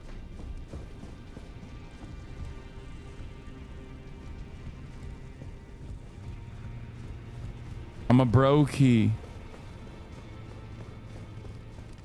If I'm getting introduced to Soulsborne, should I start with Dark Souls or Elden Ring? I would say start with Dark Souls because a lot of the quality of life stuff that is like prominently featured in Elden Ring might annoy you if you go back. And that way you can like appreciate Elden Ring for all of its glory. Not to say that the Dark Souls games aren't good. They're phenomenal works of art. And they literally stand the test of time. Like,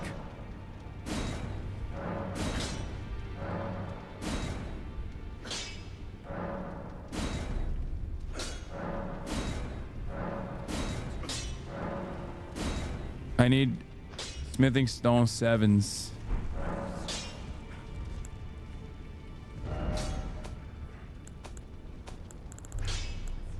And then I keep it as blood, right? Bloody Slash or Blood Blade?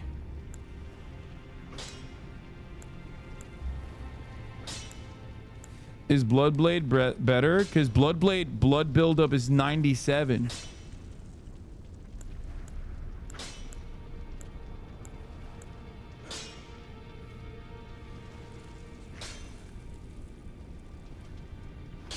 No seppuku on the second sword.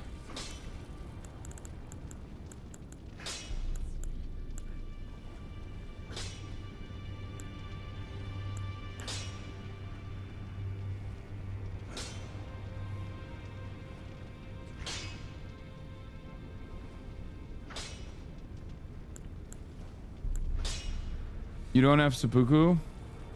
I think it's better to keep it at Bloody Slash, right? Because the blood loss buildup is much higher. And I'm gonna be using the other one anyway. You forget that this is not my right hand weapon, it's my left hand weapon. And then what? Affinity is standard or bloody? Blood affinity or or keen affinity?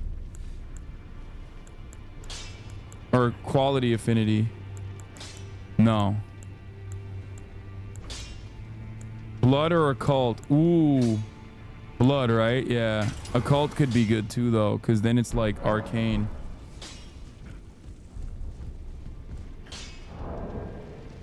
There's better bleed weapons in the DLC. They fucking mog the katanas. There's literally a katana in the DLC.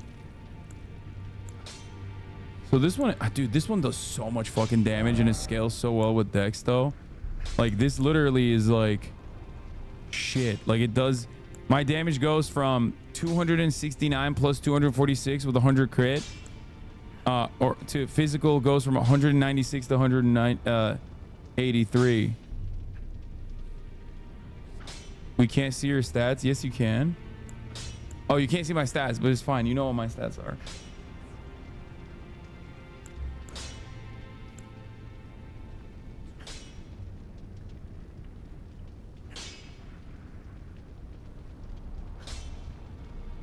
I need to upgrade it more. I know I need to upgrade it more.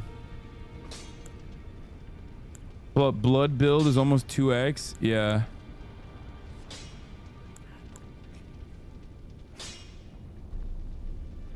Seppuku adds 40 bleed proc to the left hand. You don't have to fight anyone for it.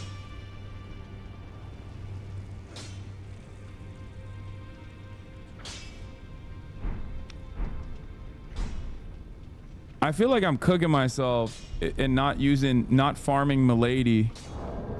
Do I have any runes in my inventory? I feel like I should probably be using all of the money I make on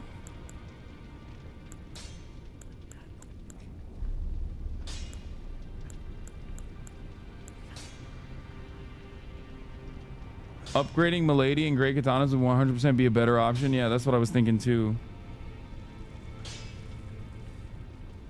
Milady is so fun. Just switch to it. Anyway, I mean, I don't know why I'm doing this right now, doing all this shit. I should just be playing the DLC instead of fucking trying to min-max. You know? I can't switch to Milady right now. It's fucking level 1.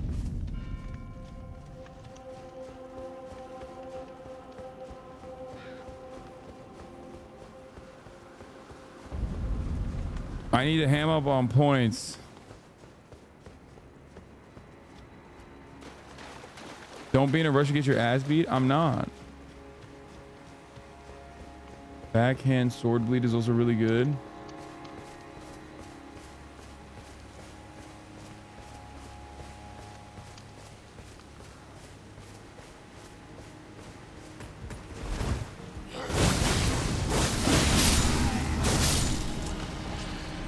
This is how you do it. That way they don't come up to you. Pillage the corpse and get the thin beast bones. Milady's up here for those of you who are wondering, by the way. It's up there. And I ran away from the giant because I didn't want to kill it off stream and then have complainers complain. And the giant is absolutely capable of hitting you when you're on top of this building. If you were wondering.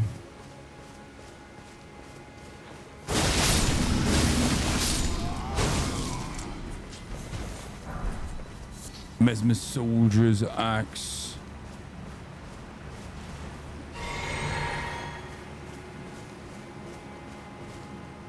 Do you know how to get the Ash of War from a lady? No, I do not. A war crime that he considered not to be there. It was his own resounding failure. Oh shit, there's dudes up there too. And there's this dude up here. Oh, did he see me? Oh, he saw me, all right.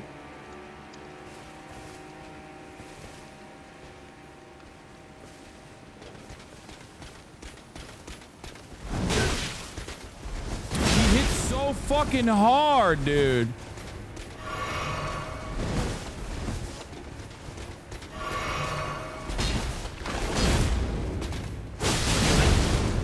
And he doesn't take a lot of damage. Okay, I'm running away. There's a Grace up here, right? I think there's gotta be because there's a cross up there.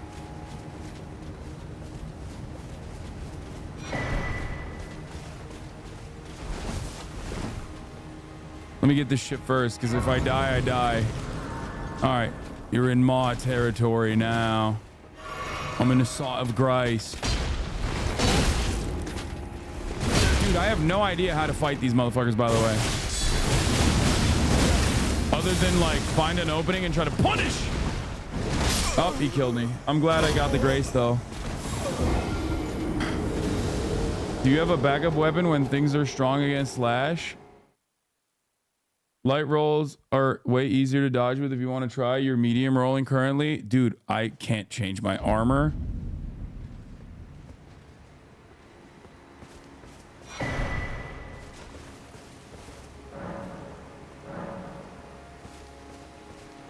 I got a Scatter-Tree fragment though, so that's good.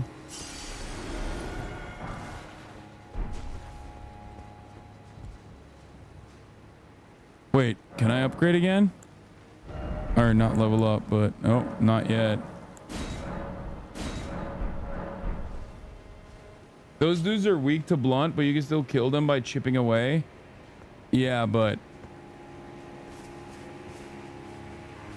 those guys are a little bit like a perfect counter for me, not gonna lie.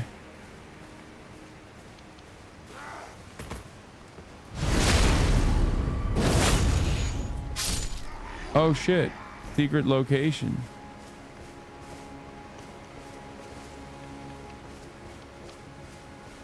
Or maybe not secret location. I think that's just where I have to go, huh?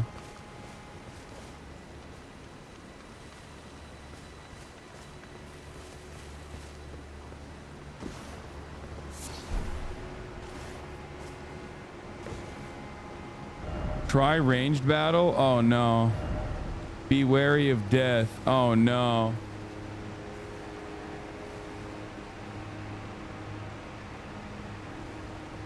Be certain do not progress past this dungeon. Once you kill the boss, you will lock yourself about 4 NPC quest lines and miss out on some amazing rewards.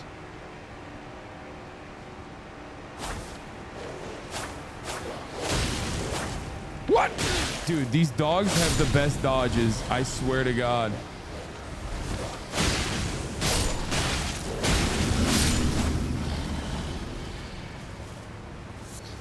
They're fucking dodge maniacs, dude.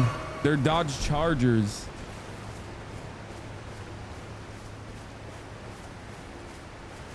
These dogs. Stay away from Shadowkeep for now.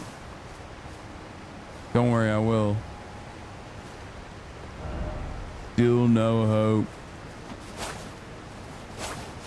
Ah! Almost fell off.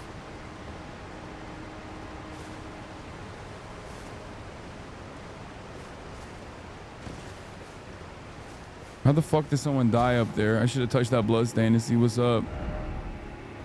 First off, here. Should I go down there?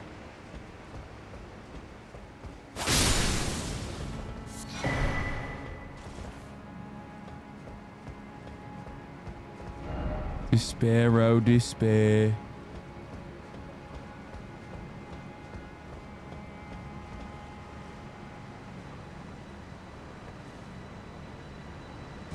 Whoa, what the fuck?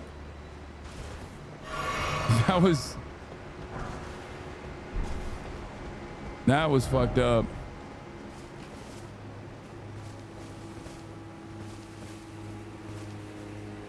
I almost died. I'm literally in the same spot right now. Maybe I'll see you.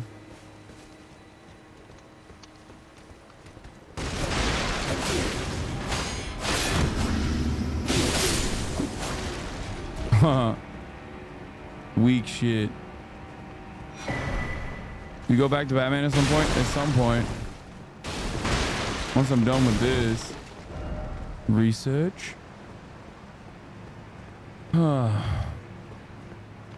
dumbass mage. Absolutely cooked his ass. Wait. This is where this is the beginning, isn't it? Did I just go back to the... Why were chatters telling me to do that?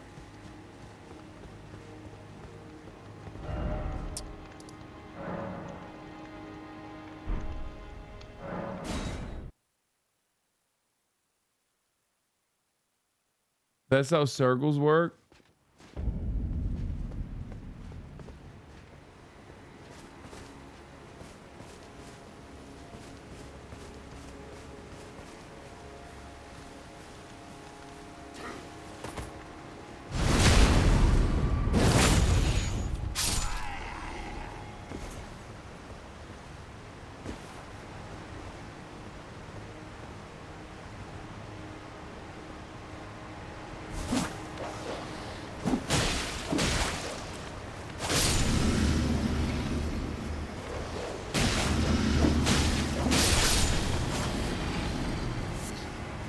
Okay, got him. Easy peasy. Go up the waterfall? Can you?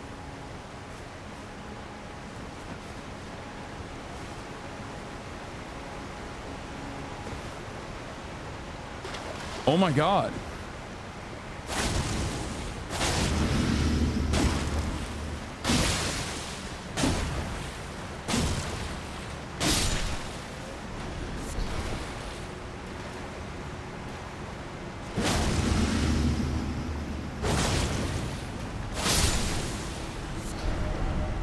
Why is it always dog? Sometimes you gotta kill him, bro. I'm sorry.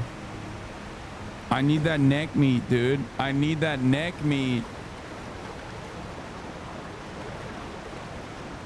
I feel like, don't worry, I'm gonna get sufficiently punished for the crimes that I just engaged in by this game in a heartbeat, in a second.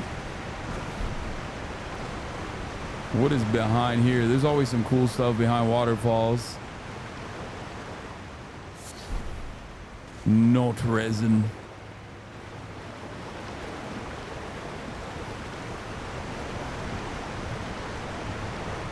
Am I close to the boss already or no?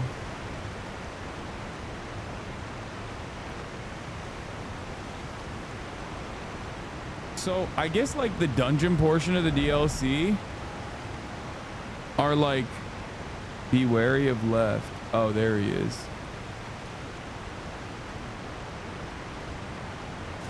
What? Oh shit.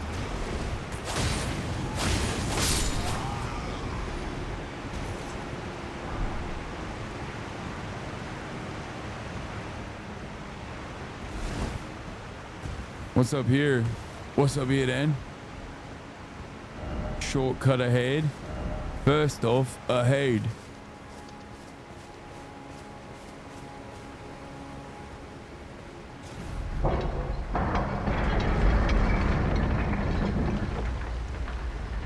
Come on, heart rate. Why are you guys saying come on, heart rate? You want my heart rate to go up? Where is this shortcut even? Oh.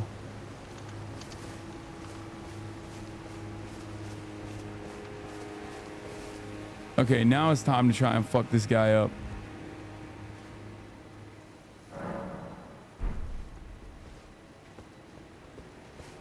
No, don't get mad. Wait, what? Why? Oh, the heart rate is like...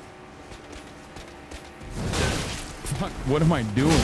That was a good start, chat. I'm gonna try that again. I'm not trying to die. Breathe in, stay calm. Bro, you guys are... This is the sign that you guys are actual real addicts. You're real fucking addicts.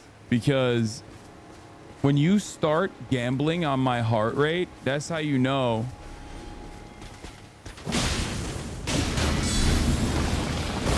What? That AoE is crazy, brother.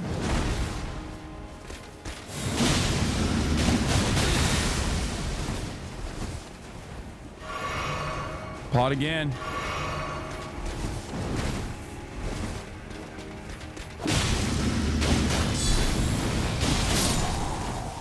Boom, boom, boom, boom, baby. Easy peasy. I'll take those.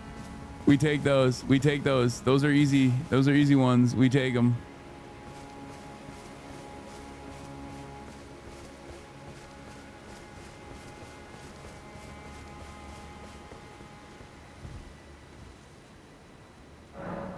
Paladins are strong. I mean, it's nothing in comparison. Okay, 35,000. It's nothing in comparison to if you hit pot again when you flask. Is that your lips? You'll do it again with minimal lag. Yeah, I know how to double flask. Thank you, though. Thank you. That's a good tip. It would be much appreciated if I didn't know. Wait, what the fuck?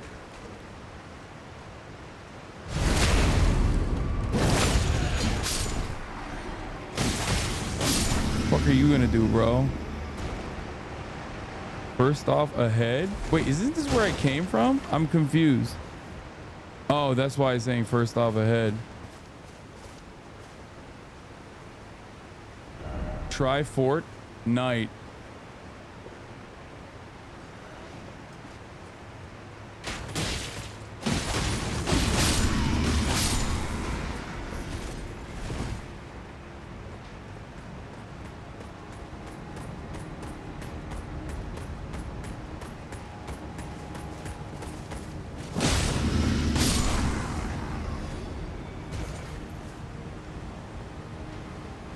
You do get hella fucking... You do get a lot of rooms in the DLC, actually. Like, the DLC is a crazy amount of... What the fuck? At this point, I should not be able to... I shouldn't be misjudging the range of my weapon. You know what I mean? I've been using it for the entire fucking game. Kind of crazy that I still end up beefing it. First off, dog. Oh no, I hate the dog. Be wary of ambush right. I hate the dog.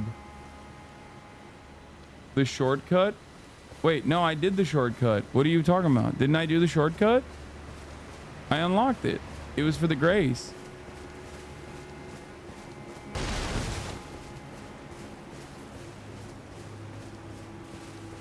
Don't forget to use your money to upgrade your gun. Yeah, no, I'm cognizant of that. Like, I have a decent amount of runes right now.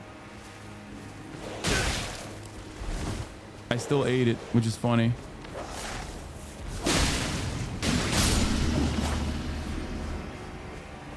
Even though I was wary of the ride.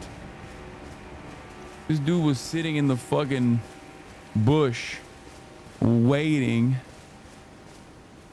like a proper doggy is.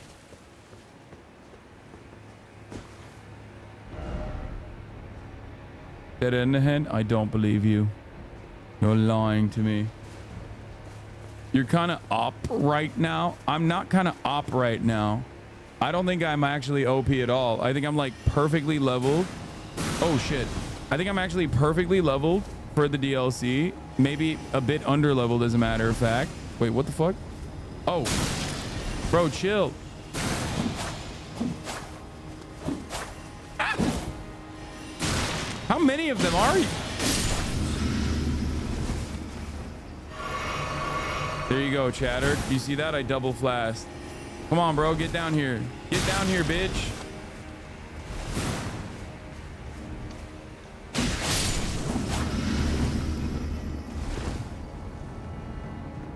Oh, shit. A night. Not good. Next area is level check. I recommend you run like a motherfucker. Wait, what do you mean? Oh no. Oh no, this guy's a demon, huh?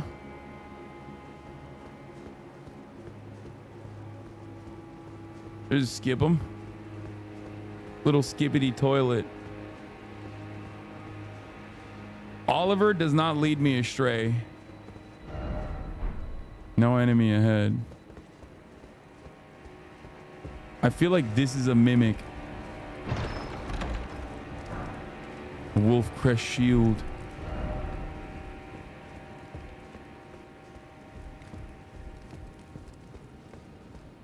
Never skip mini bosses. Chill out. I don't skip mini bosses. I'll try to fight him, but like, I got like 50K in the bank. I want to buy a bunch of stones. I don't want to die to him and then not be able to recover, because when I'm trying to come back to recover it.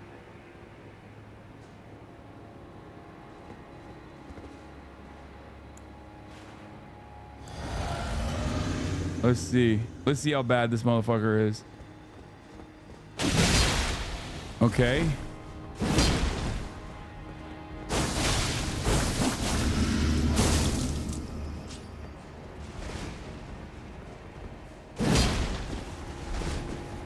Oh shit. Oh shit. Oh fuck me. He's not that hard, I don't think. It's just the problem is he's literally, oh, well, that's hard. That's not good. But I don't think he's that hard, but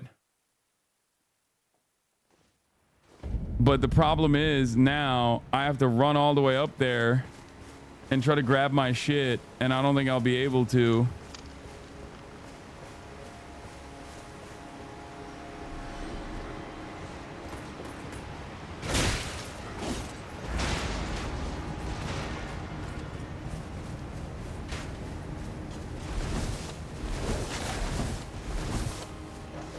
Fuck.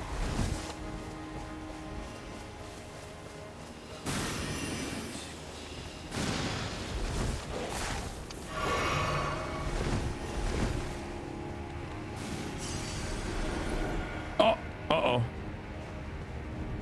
Okay, this is not a good situation to be in, I don't think. I'm in a bit of a panic. Okay, we'll come back to you later. We'll come back to you later. Is there a grace around here? Please tell me there's a grace around. Oh, nope, nope.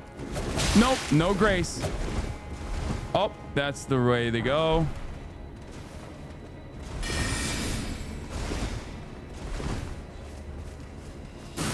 Oh my god, mages everywhere. I fucking hate this. Wait, do I open this door? Can I open this door? Oh, I can. Iframes, baby. Iframes, bitch. Iframes, get fucked. Get fucking iframe. Get fucking iframe. Oh, they're gearing up. Nope. Can't get me. Oh.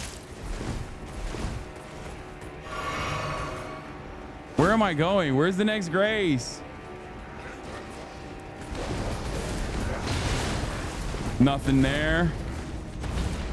Can't get me.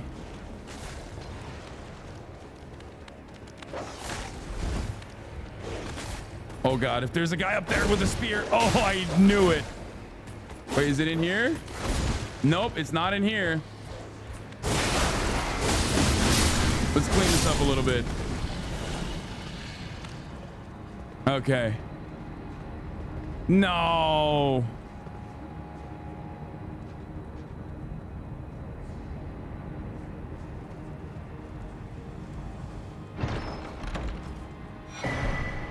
Fucking looking right at me, bro.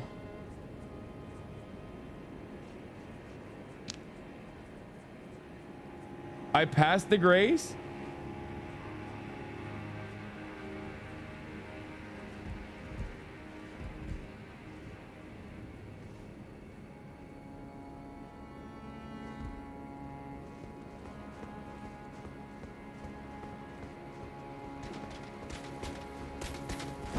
Oh shit. No. Oh, let's go. Don't come with me. Don't come with me. Let's go. Get fucking fucked, bitch. I'll come back for you in a second once I'm up this elevator. Visions of grace. Where? Oh, I see it. The beauty, the wonders, the glorious safety. I am overcome with joy. Feels good being a gaming frog. Dude, this is cozy as fuck. It's the best. Real ones, no. Enjoy the boss fight. This will be fun. I mean, I don't think I'm done with this area yet. I'm probably gonna go back down and like check shit out. You know what I mean? I'm sure there's stuff down there. No?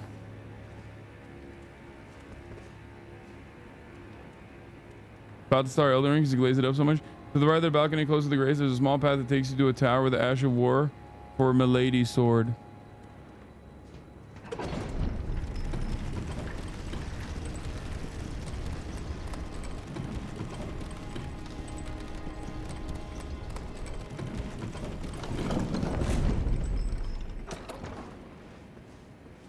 What?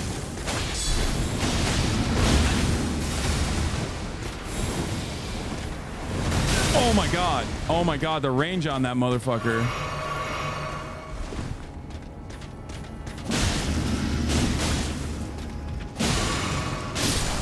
Dude, these guys are so susceptible to being fucking stunned. It's not even funny. Like, it's just like, boop. Well, not him, but because he was doing the action, but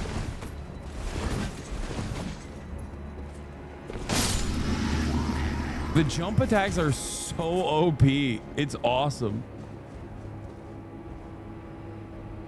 You need the great katana, brother. Just pick it up at the little lake. Yeah. Look at that cheeser. You guys saw that? That's the cheese build. The fucking epic great shield with the poke, the stick and poke. That was a cheeser walking by. Okay, that dude is playing a very different game. Y'all are playing Elden Ring. He's just playing stick and poke. It's a whole nother game he's playing.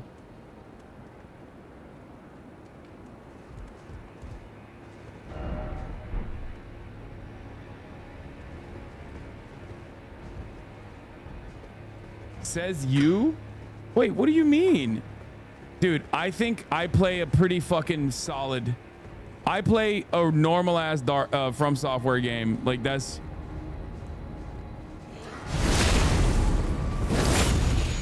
crazy to call me a cheeser.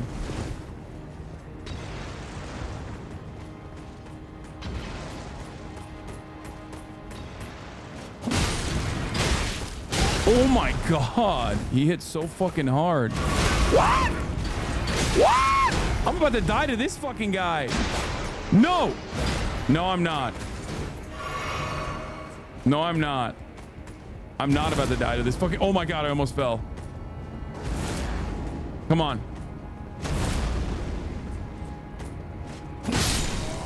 Bitch. I'm in the DLC, yes. I play these Sword and Shield games like a nerd.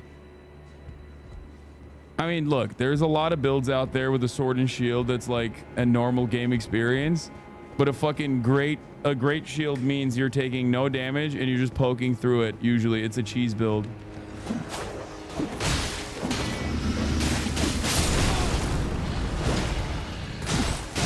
Fuck.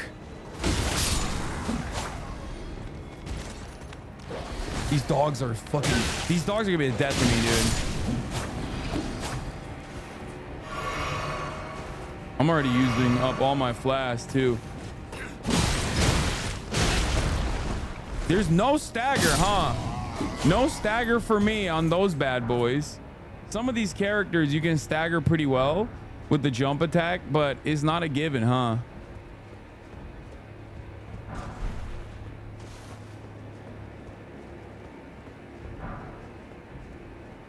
Damn, smithing stone galore up here.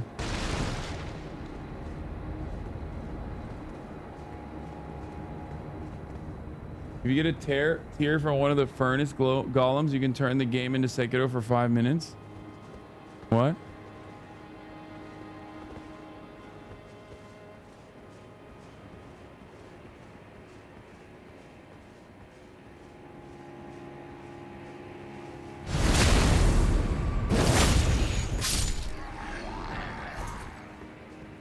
Yeah. Mesmer soldiers just not looking too good. They don't got the VA up in here. Mesmer really needs to fucking work on his veterans affairs, because these soldiers are fucking, they're making noises from their mouths like they got extra issues.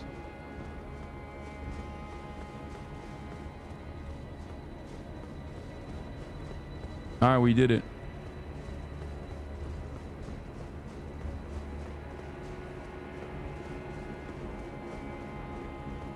Mini boss time? Oh no, I don't want to go back there. Fuck that.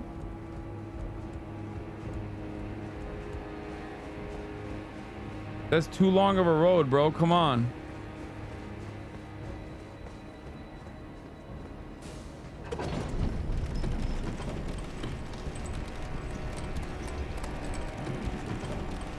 Mesmer soldiers. Mesmer doesn't take care of the soldiers. He does not care about the veterans. Mesmer did not do the pact act. I did.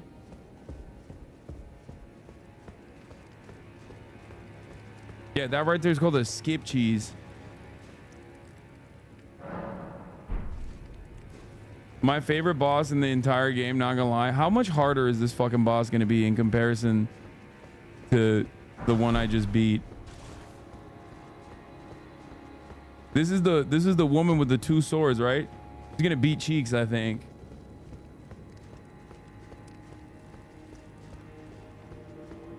Oh, the boss is right here. Oh.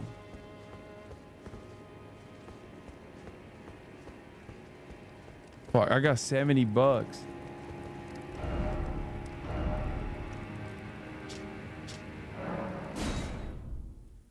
I learned from a TikTok that if you press start, like if you do the map and then you press square and then you press triangle, you automatically go to round table hold. And I finished the entire game not knowing that. And I just wanted to let you guys know that that's an incredible fucking upgrade. So for this lady, should I go Uchiha Katana? Like, should I actually lock in with the Uchiha Katana?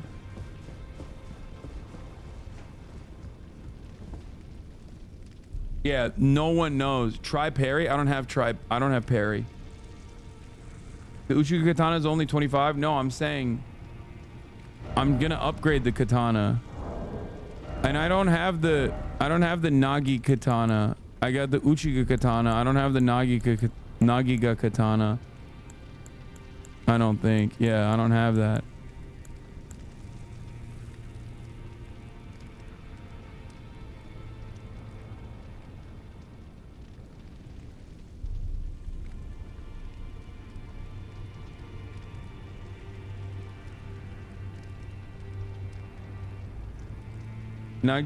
Nagakiba is easy to get. You can go get. How do you not have Nagakiba? I don't know.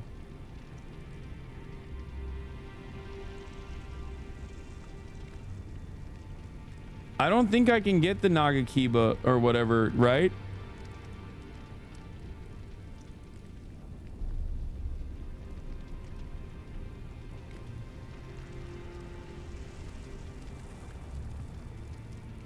I might be locked out at this point. Unless it's a DLC weapon. I don't think there's worth investing that many smithing stones into another katana when you're going to want to try DLC weapons too.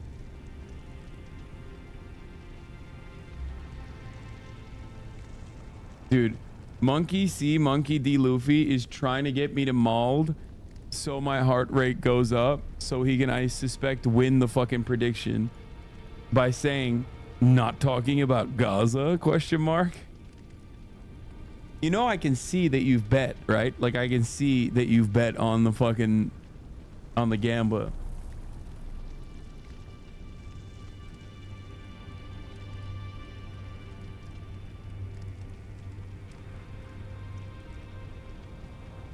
Another katana build? Chat, I love katana.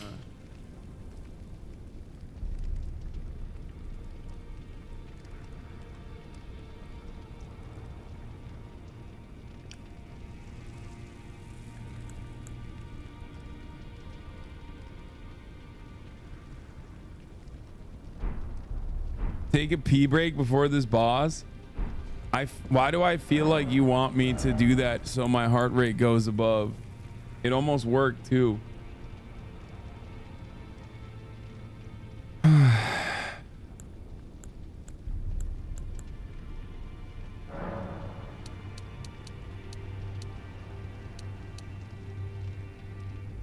No held? I have 2 held, so I need 10, right?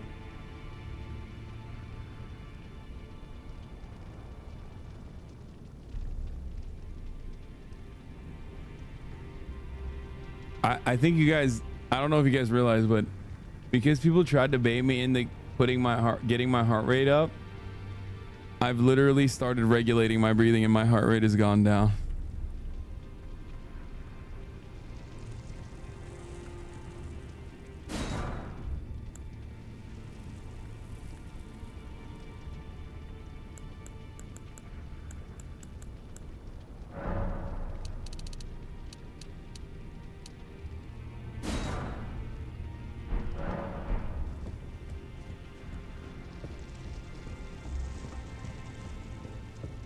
Is this on still on Divine Beast? No. By the way, you're raising Kaya wrong. Stop. Okay. That's, you know what that is? That's desperation, brother. What you're showcasing in the chat is desperation.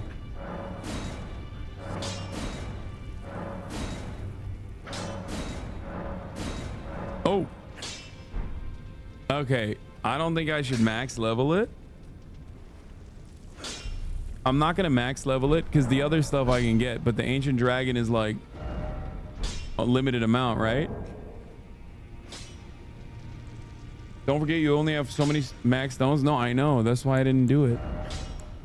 And then we do this and it's like 230 to 238.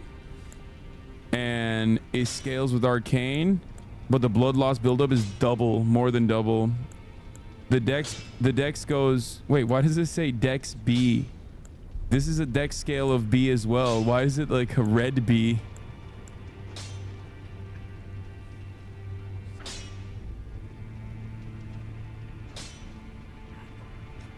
It's slightly worse. It's B minus.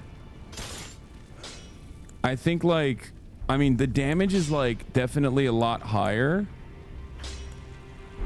but I think doubling like this, oh, it might be shorter though.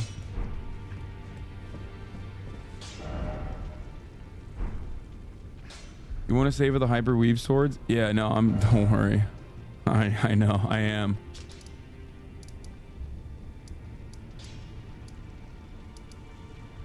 Castle Lord's Chamber. Traveling to Castle Lord's Chamber. It's time. It's time for me to meet one of these fucking bosses. It's time for me to see what it's all about. Yeah. Fucking hell.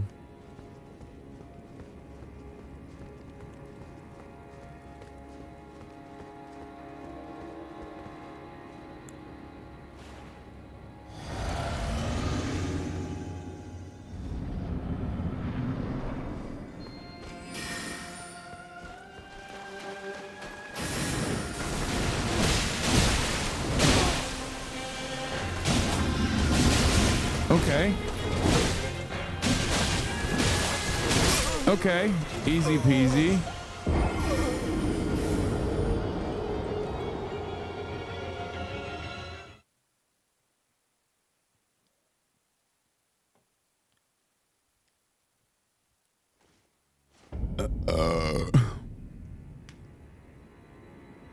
Wait, what was the Gamba? I think my build of a bleed up is good.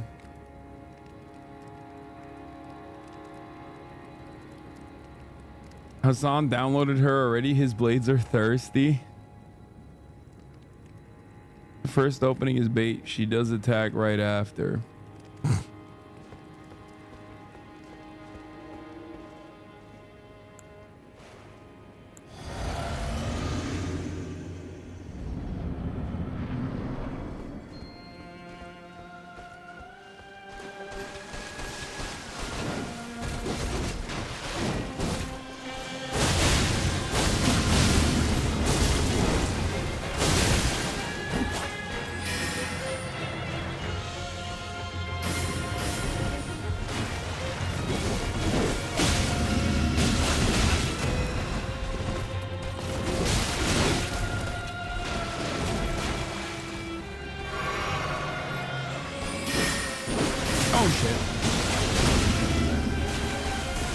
Oh, what the fuck is that? Oh, whoa. Okay, didn't know it was like that. Didn't realize it was like that. Okay. Rihanna, Twin Moon Knight. Dancing in the moonlight. Everybody's dancing in the moonlight. That was crazy.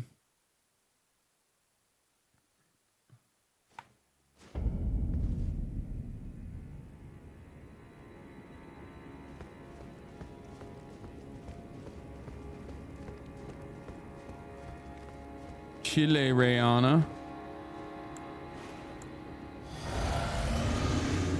No one believes in you, by the way. It's fine. I believe in me. Well, he did not. She didn't bait that first attack this time.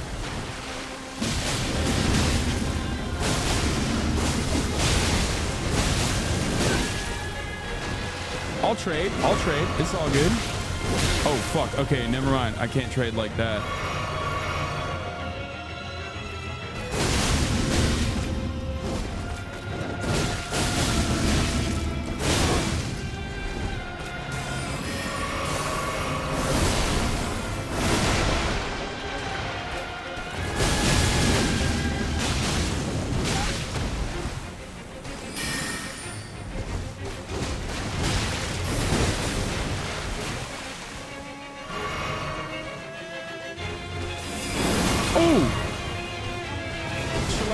Chill out with that. Chill out with that. Chill out with that. Chill out with that shit. Oh, what the fuck? Oh, what the hell? What the hell? What in tarnation? What in tarnation is that? The battle has changed dramatically. Oh my lord. What in tarnation? What the hell? She got me singing like I'm god dang.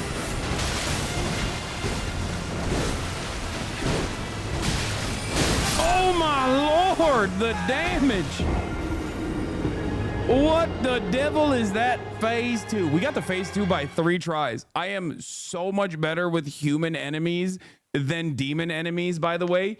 It's not even funny. Like, can we just sit back and openly recognize that much like Moon, demonoid enemies are so fucking difficult. Like beast type enemies are my genuine, like, it is incredibly difficult for me. So I'm really scared about that fucking hippo.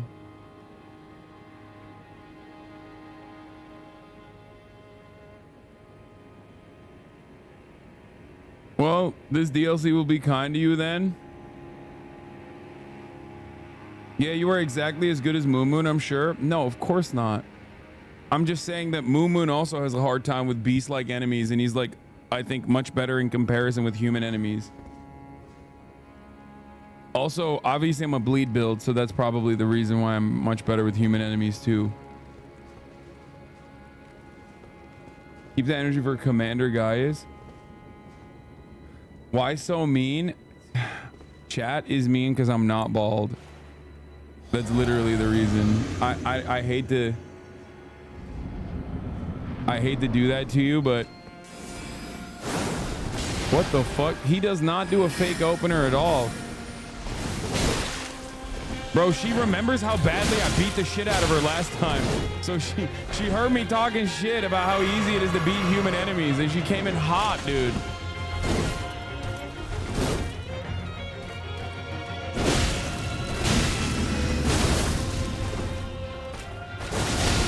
Oh, fuck me. God damn, chill, son. No. Oh, dude, I sliced.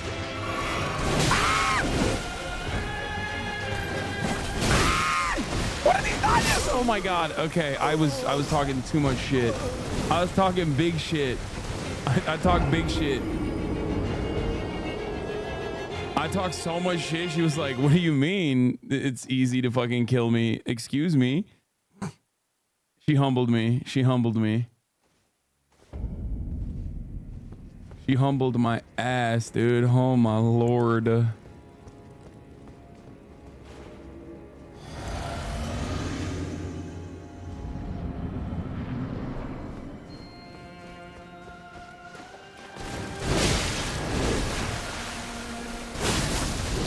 Fuck you.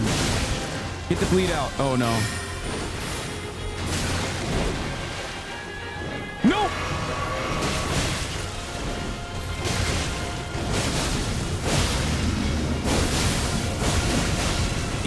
Eat it.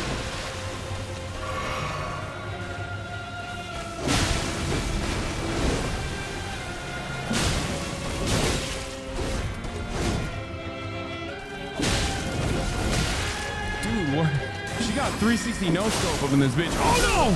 Oh, I fucked up. I thought I could dodge it. I did not.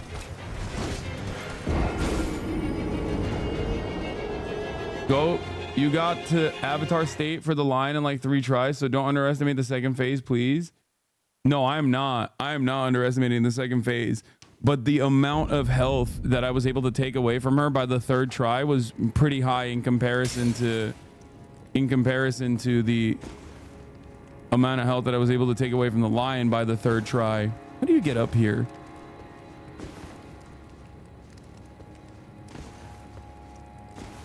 Oh. No. You jump on this? No, I broke it.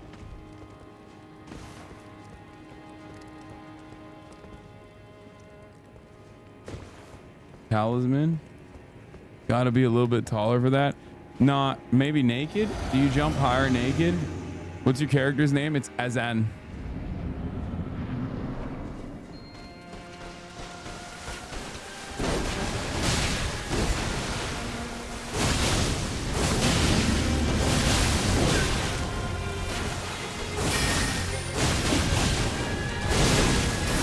Oh fuck.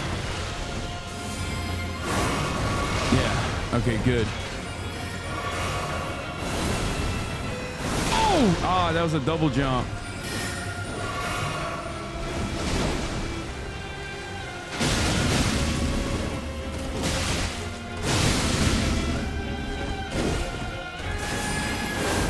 Oh, I thought I dodged it. I did not. Joe Brandon is better at this game at his age than you. Why are you guys trying to make me mauled? Is there another fucking heart rate monitor maulding?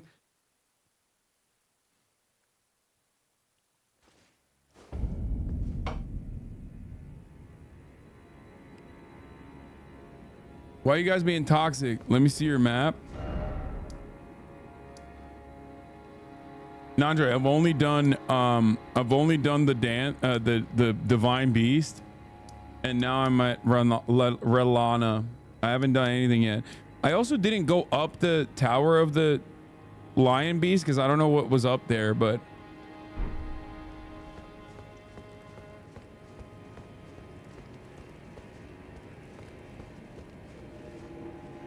Brandon uses Mimic and Heavy Shield 100p. Brandon has never served a 3-minute average at the top of the fucking hour either.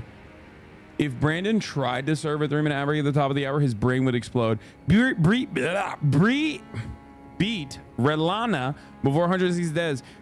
Yeppers at 5 million. Nopers at 24 million. A lot of doubters in here in the chat. A lot of doubters in the chat, ladies and gentlemen. Lots and lots of doubters. What is going on? I'm Chris Wallace all of a sudden for no reason. Such is the way of Gamba.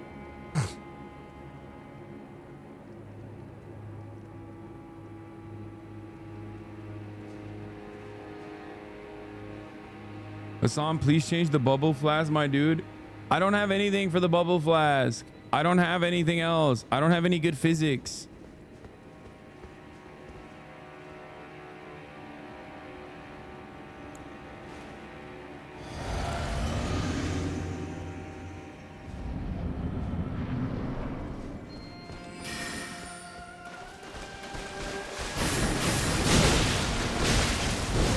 Jesus Christ, that was shocked.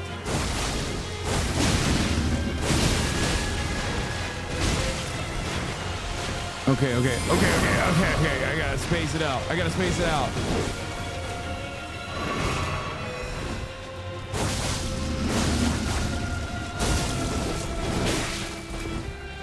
What is that fucking delay, dude? She's so... every single character, including the humanoid ones, have just like this insane delay.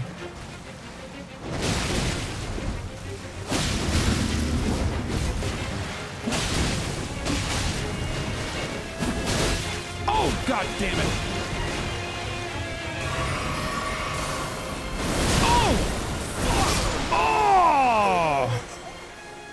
Oh, that hurt my butthole. And she's dancing. She's Fortnite dancing on my corpse. I rolled too early. I have not downloaded this boss yet at all. Okay, let's be real. Where's this downloading the boss thing coming from? I don't even know. There's a magic negation talisman. Lock in, man. You're right. I need to.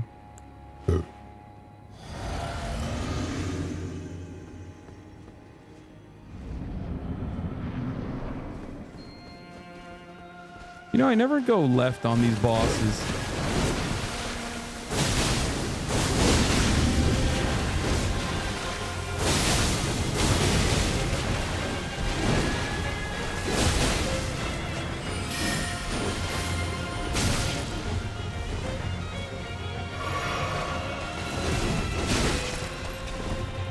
What is that delay? She just waited for me to roll out of that.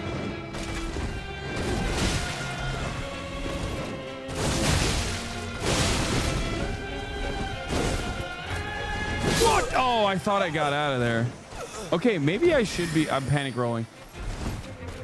Maybe I should go.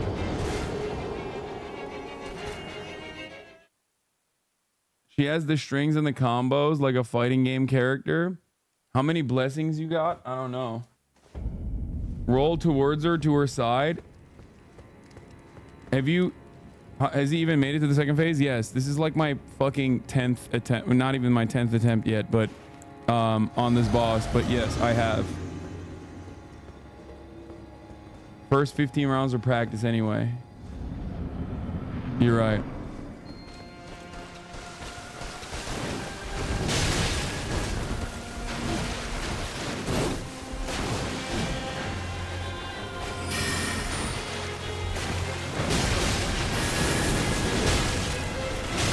Okay, I haven't even hit her once.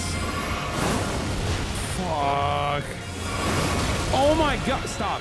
Try it again. Try that again. Yeah, exactly. You won't because you're scared. You're scared.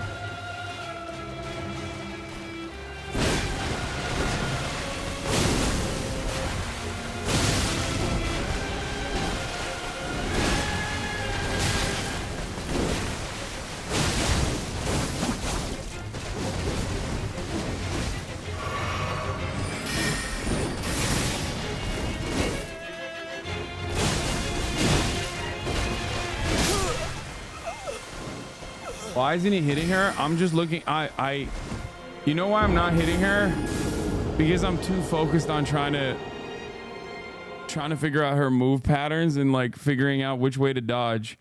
I do this thing sometimes where I just keep continuously trying to dodge and failing to dodge until she slowly but surely erodes my health bar. I don't know if anybody else does that.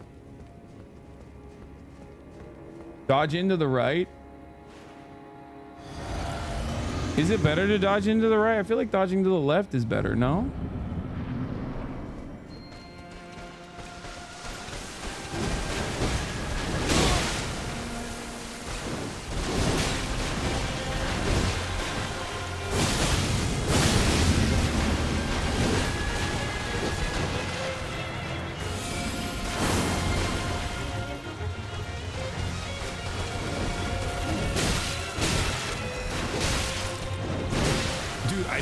I didn't dodge a single one of her fucking hits. What the fuck? Dodge forward is the best. Roll forward through the magic. You can jump attack a lot of her moves. Wait, really?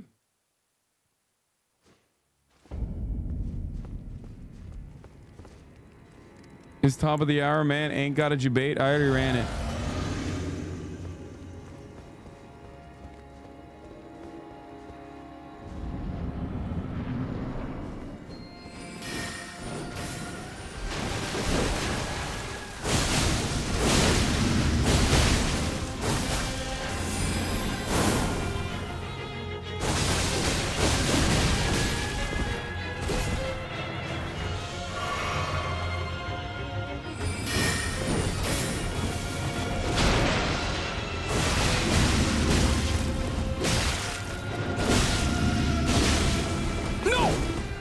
No.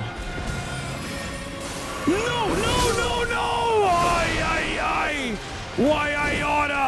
Why I oughta. Okay, that was a better run though. We're getting better again. We're getting better. The moon sword is coming out again. She's not cooking me on the first phase again.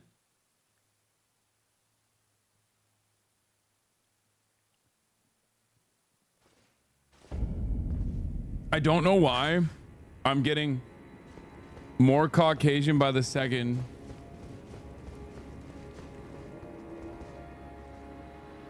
It sounds crazy, but try not logging in.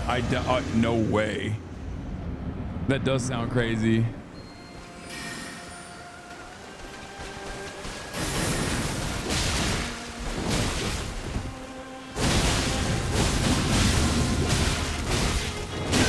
Fuck me.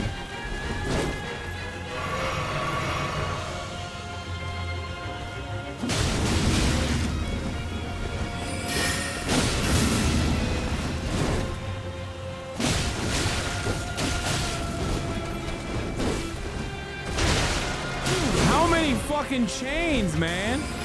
No. Yes, bitch.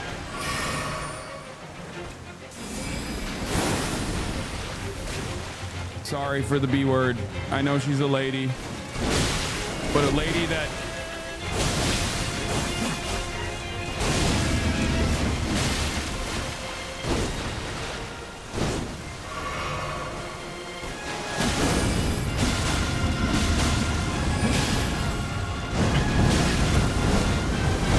What the fuck is this fucking thing, dude?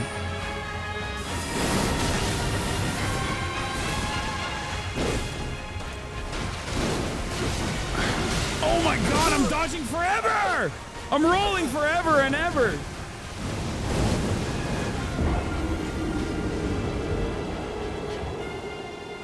Oh.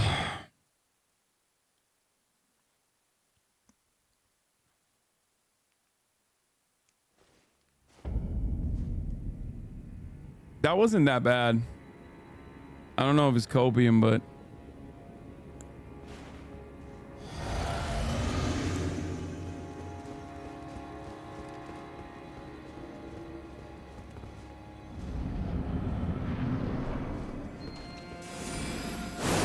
what a start.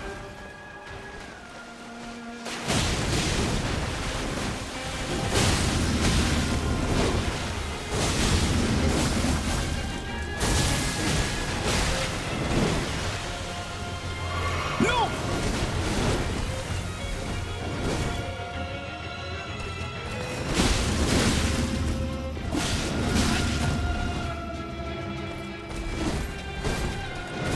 Oh, what? That's range. She got range on me.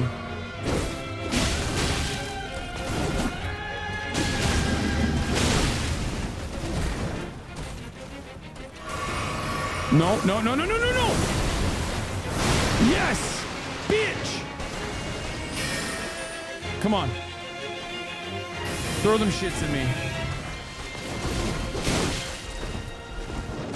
You got nothing on me. Oh, what am I doing? Why am I jumping into her and not doing anything? That was dumb.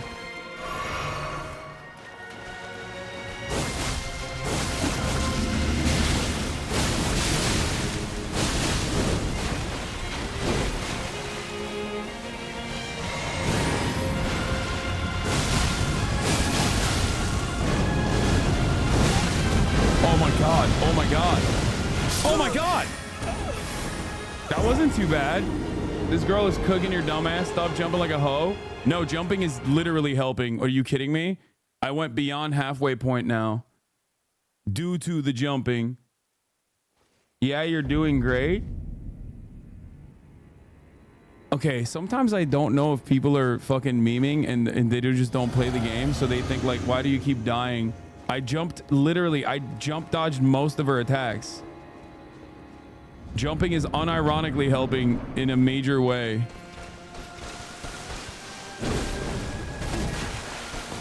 Also, perfect dodge. Shit.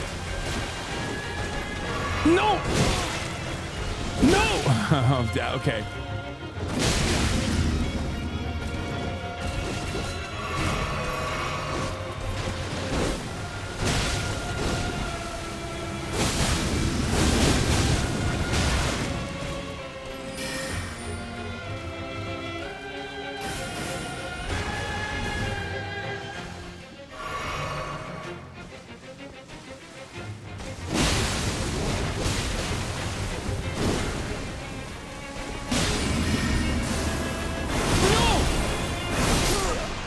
What? That was too close.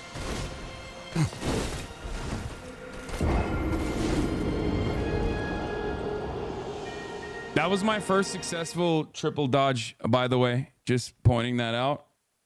If you even care, if you even want to know, if you even noticed. I guess you don't even care about me at all, chat. You don't even care about it.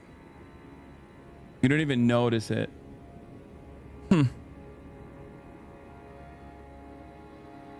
If you even care to acknowledge it was a successful triple dodge, which is kind of goated in my opinion, if I do say so myself. Wait, fuck. Hold up. No.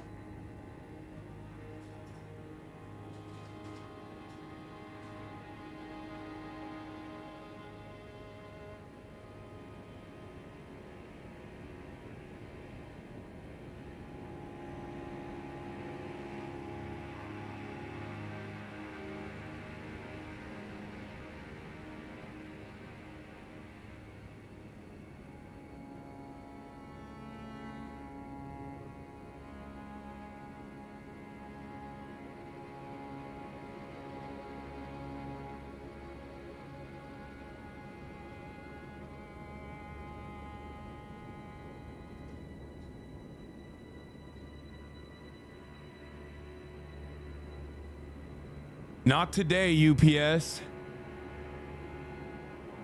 Oh, sorry.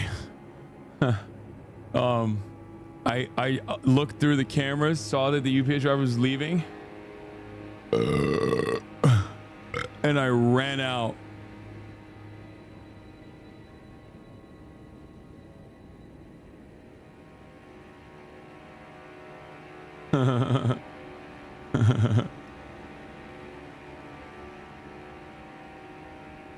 Kaya would be the boss first try, probably.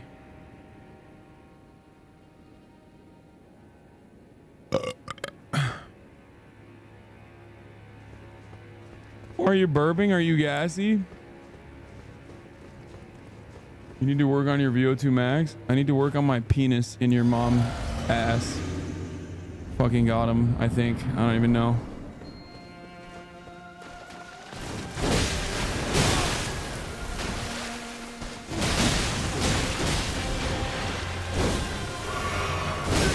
Dude, what a range. What range she's got.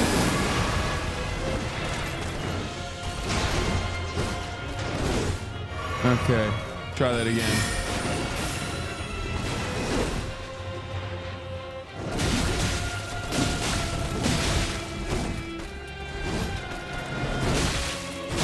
She's chopping my asshole, dude.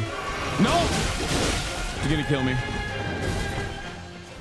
What am I doing? I haven't even fucking done shit to her yet. I need to punish her more.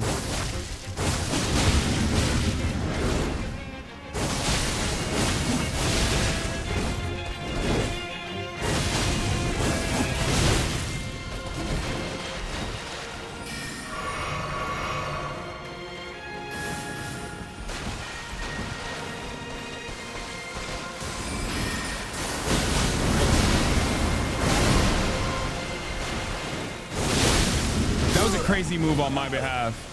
Good first dodge, but the second one I just kind of gave up. Technically unlocked phase 2, so that's cool. I'll take it. It's just like you see a bad pitch rocking her shit and you come in and try to take her down. Shame on you. If you keep tanking hits like that, you'll never win. Stick to L1 per person. You're literally wrong.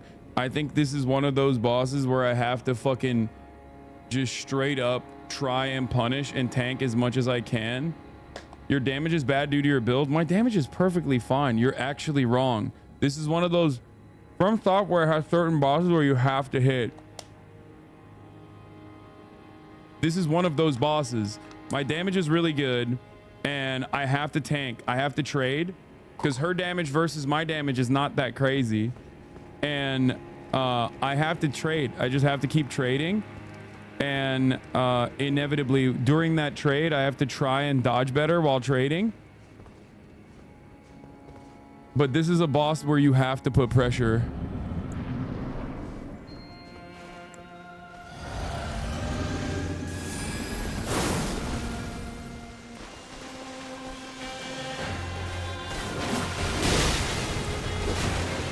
Cause like notice how a lot of her attacks like what the fuck?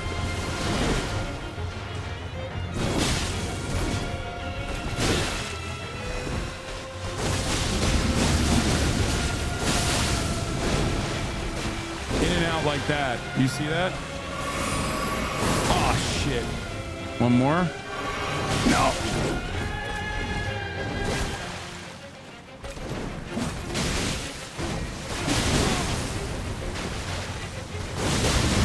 No, I died. That was bad. That wasn't good.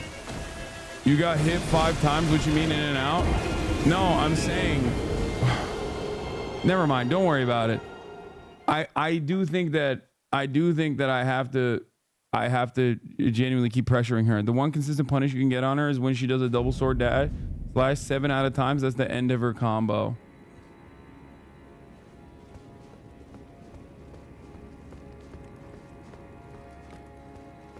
And no, I'm not talking shit because the beast one, the lion, was way harder for me. I mean, I'm not a very good gamer, so this is going to still take a long ass time for me to beat, but what? That hit me? That's crazy.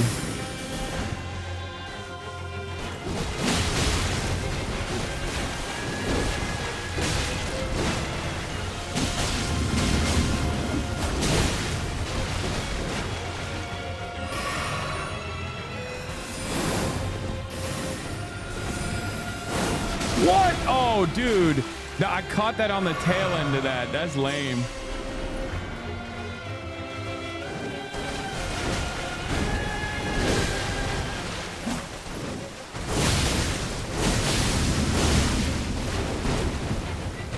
Oh, whoa. I thought I had it. I had one more dodge in me, but I was wrong. Dodge into those arcs instead of perpendicular? Oh, true. Yeah, the double sword slash is probably... You're right, Chatter, who said double sword slash is a consistent punish. Should they give the dual swords a shot just for more stagger? What, back swords or whatever?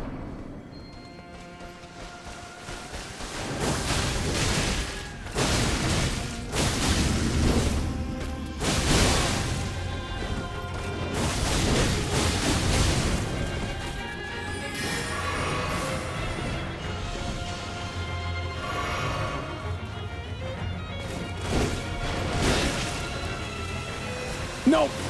What am I doing? I was trying to eat that Estus Flask like a fucking dummy.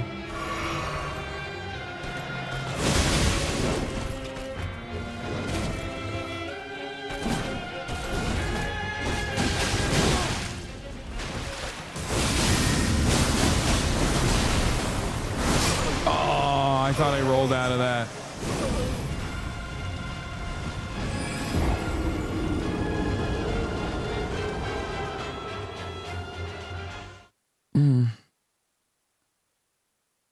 What was that? Were we on amateur hour? You're a believer. Why are you trying to fucking tilt me, dumbass? Aren't you supposed to be not tilting me? Let me see if I can do... Should I try this just for funsies? There's no bonus to this, right? I feel like power stancing the Rivers of Blood and Uchiha Katana is probably better, right?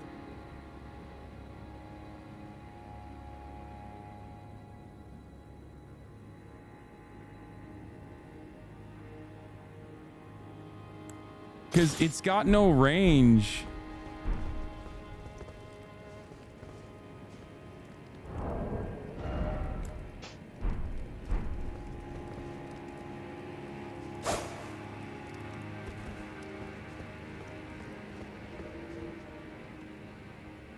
Milady and Blind Spot clears early game if you want. I have Milady. Where's Blind Spot? Good poise breaker and dodge.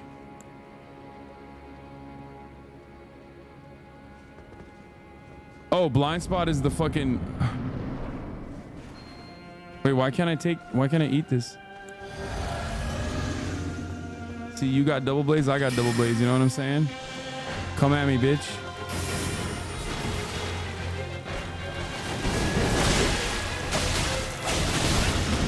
I mean, I'm not doing anywhere near as much damage now. Oh, I have parry with this.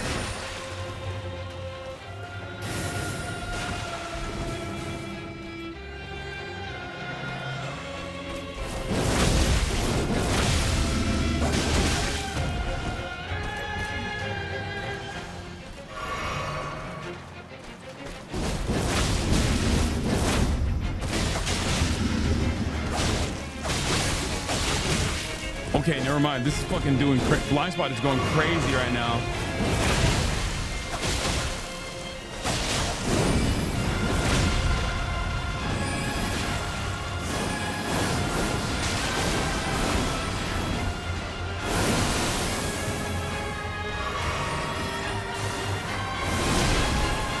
Oh!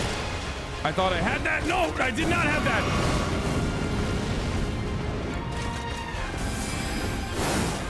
Wait, where's my... Oh, there it is. No, don't die. Don't die. Don't die yet. Don't die yet. I think I can beat this boss right now. No, God. On God. No, no, no, no, no. Oh, thank God. Oh, thank God. No!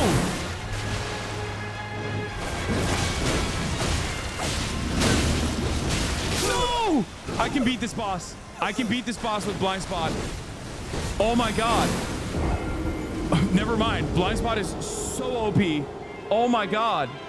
As long as you time Blind Spot, I didn't get greedy. I didn't get greedy.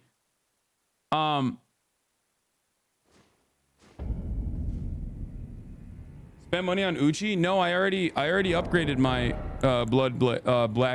blood backhand blade. I mean, I might just max this. Should I max this out? Yeah, I know the blind spot has iframes. I know. That's why I said if you time the blind spot, it's like pretty good. It's the opposite of greed. You run away too long, she'll start slinging her spells. Exactly. Two-handed? Oh. I was two-handing it before. I don't know what happened there. Let's see. It might have been the first timer's luck, but...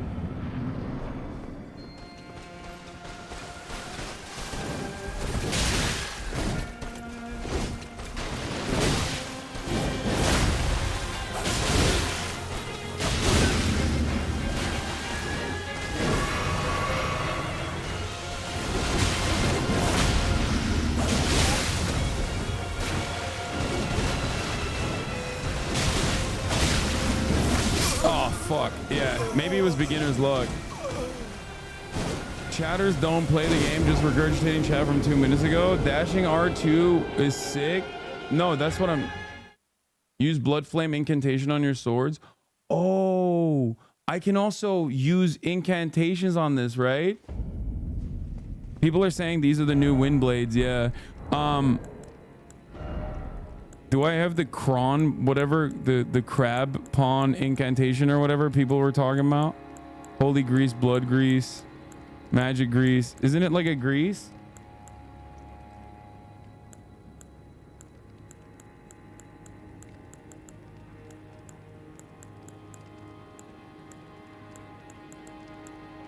I guess I don't have it.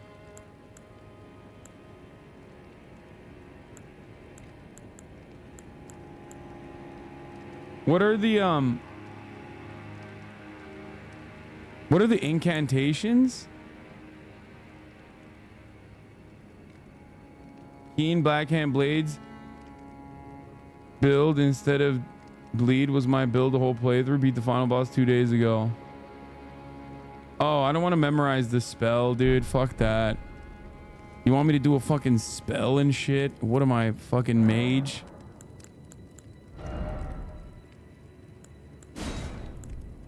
That's like, dude, I've never done that. I don't even have enough to do it.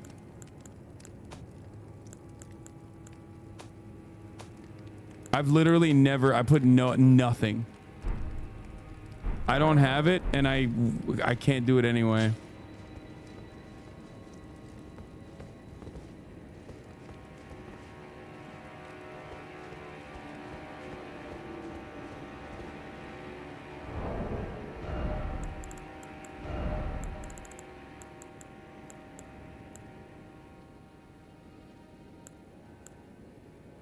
Mesmafire.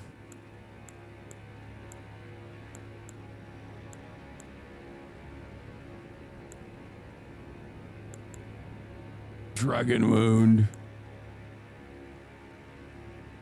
Should I do drawstring blood? That's faster, right? Blood grease don't work on affinity weapons. Isn't this not? This is not an affinity weapon. Is it?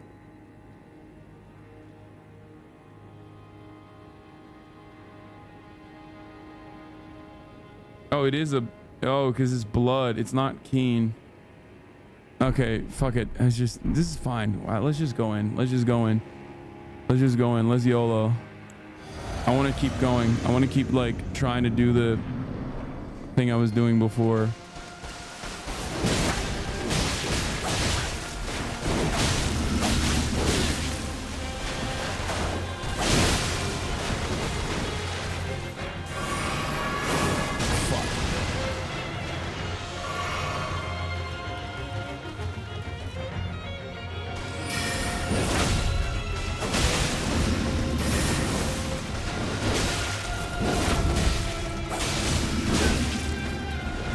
Part about that is that it eats your fucking stamina like crazy.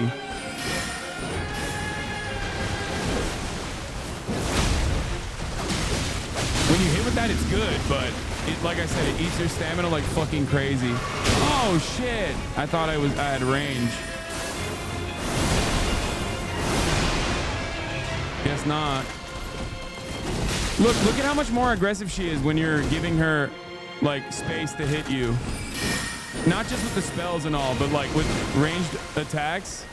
This is definitely a fucking overwhelmed type boss.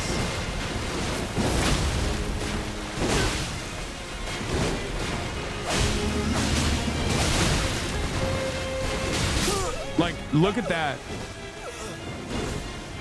You can do a stamp physic potion that will last 15 seconds.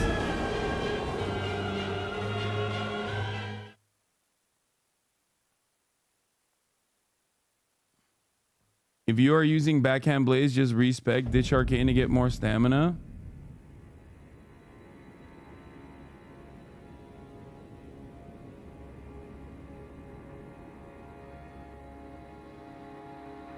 Stop running, brute force dodges.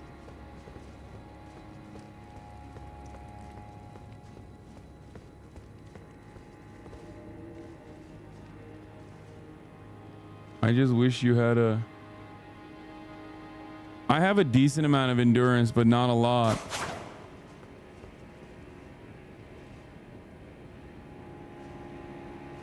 You can do a backhand blade and great katana build then? For if I do what?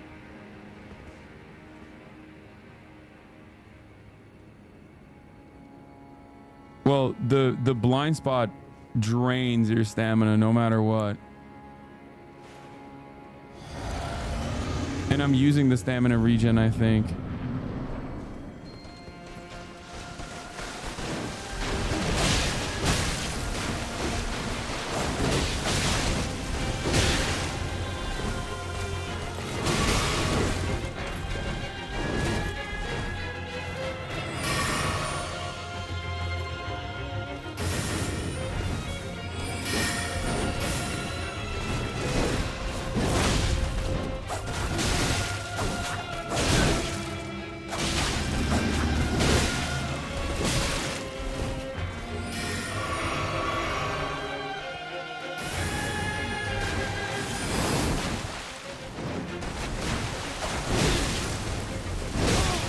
I eat every attack. It's crazy. I ate every attack, every single one. I tanked all of it.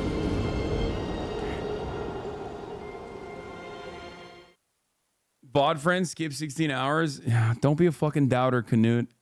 I am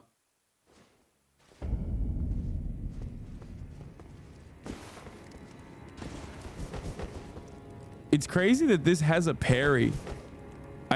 Okay, this one I'm just on trial. I'm gonna try to see if I can parry her. Let's see if I can Rick parry her ass. I've never parried.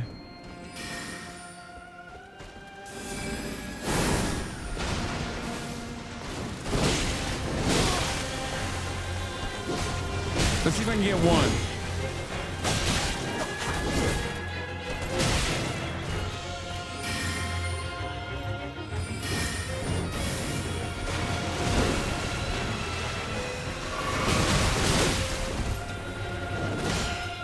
Wait, did that work?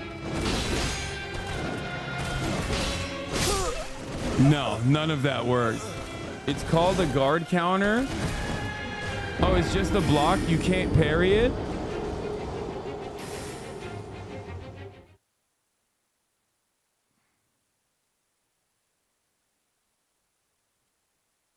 He's trolling. Oh, I thought you could. I thought if you did it, if you timed your block, you could parry.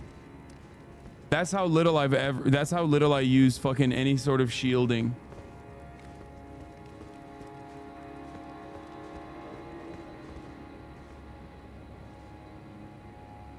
You need a special flask tier for that? I literally thought that you could parry like this if you timed it right. I didn't realize. Doesn't it look like he's jerking off a little bit from here?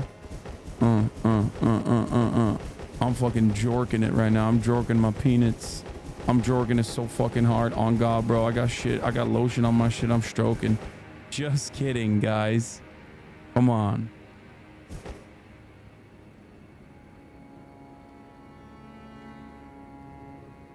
Lock in. Lock in. Let's lock in. Yo, we're fucking gripping our shit out here.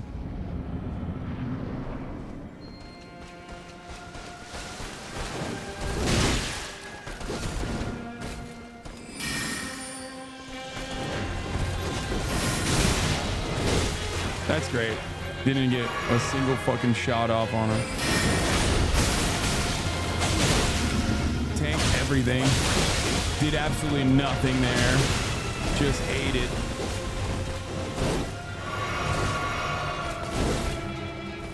What? Oh, I'm fucking hitting the wrong button. I'm so dumb.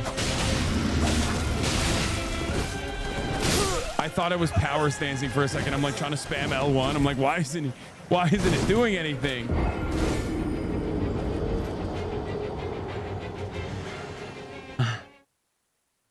Forgot that I'm using back blades, backhanded blades, or whatever the fuck it's called.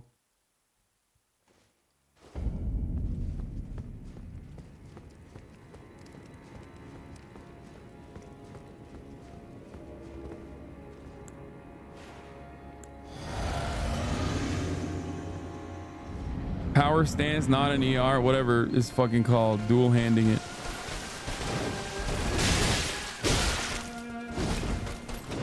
Sick. How long is this fucking combo? Jesus Christ. Lord have mercy on my soul. Stop. Don't do that. That's fucked up. That's cheating. Look at...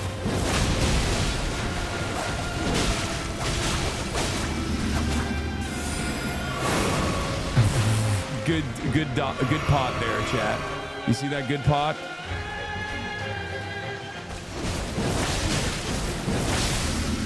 There we go. A little bit of blood loss. Come on, give it to me. Then I die. Then I'm the one experiencing blood loss when I die.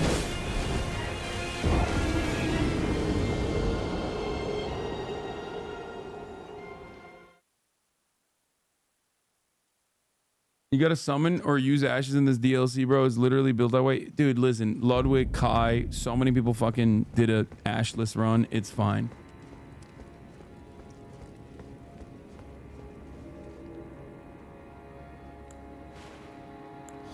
Also, before you guys say I'm tanking it deliberately, I'm not deliberately tanking it. I'm tanking it because I'm bad, okay?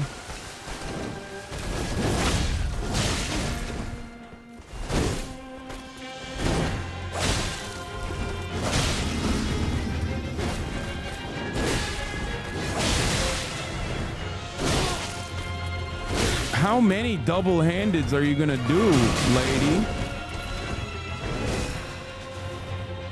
No!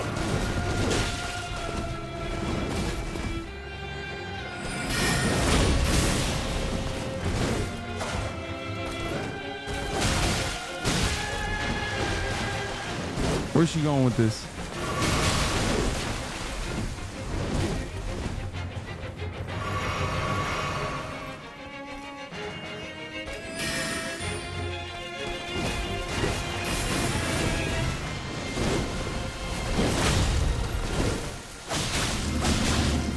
Punish.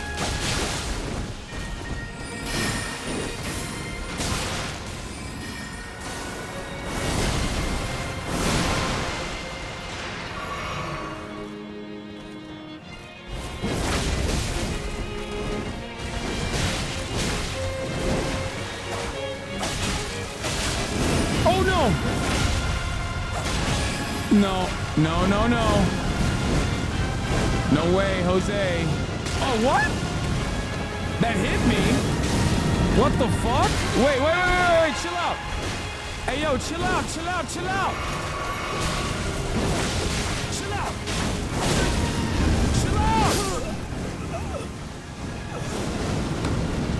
Burnt, toasted, roasted. Goddamn. At least we're back to phase 2. That's an upgrade.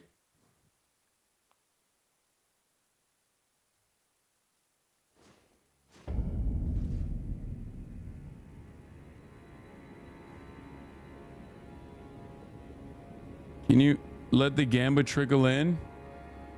Okay, I'll wait. I'll wait for the Gamba to trickle in. It's funny that you call this bitch easy. She's easier than the previous boss. Try rolling more in, out if you are heading.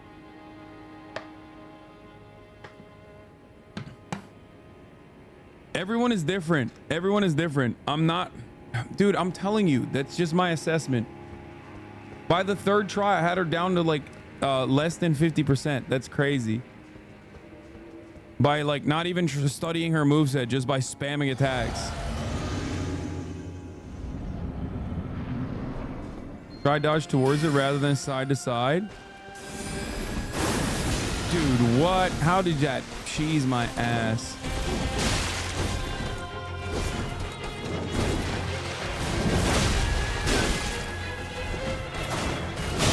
I'm fucking up. Hold on. I gotta rebalance. She's gonna throw those and then attack. Dude, I didn't fucking dodge a single one, and then I deserve to die on this round. Like, actually.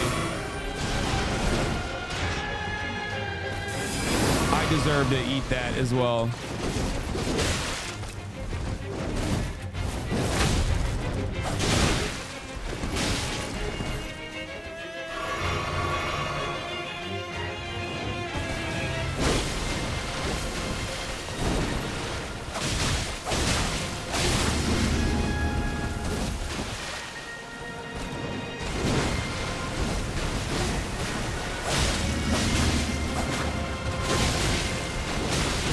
Okay, that was better. Here's why that was better. I know I wasn't caring about my health there, but I was trying to, again, dance around her. No, it wasn't greed. This is the difference between people who actually know how to fucking play the game and people who are just saying things, okay? People who know actually how to play the game recognize what I was doing there, where I was like actually dodging her attacks significantly better because I was trying to track her movements. Someone in the chat said, look at her arms look at her hands instead of like trying to panic dodge. So that's what I was trying to do.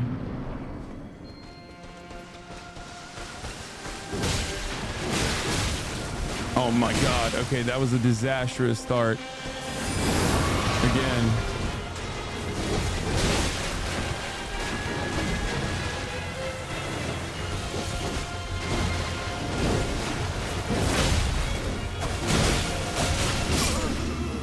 Oh, ugh, that was terrible. Look at hands, not at chest. Yeah, I did a much better job last time.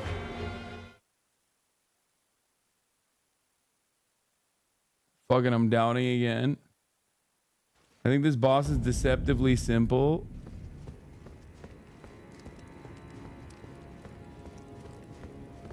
Believers are born to suffer. Yes. The worst part about it is I usually end up. I think the gambit needs to be more than just 5 tries. It should be like 10 or 15 or something.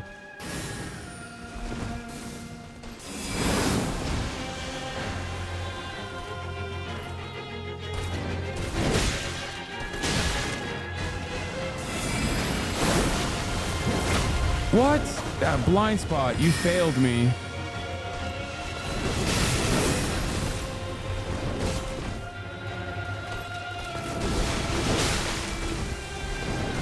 Dude, what is these moves, dude?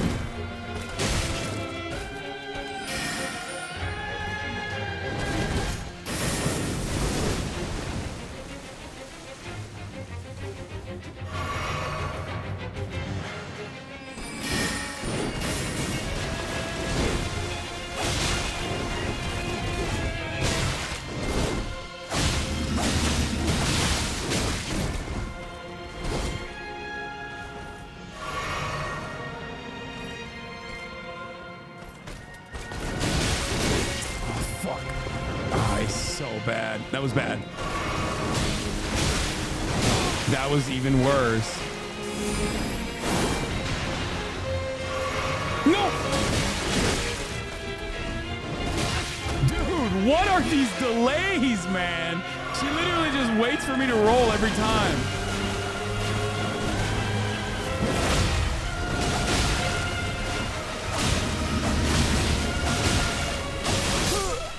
just waits, dude.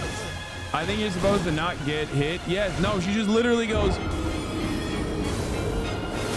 Try to roll again, motherfucker. Try to roll again.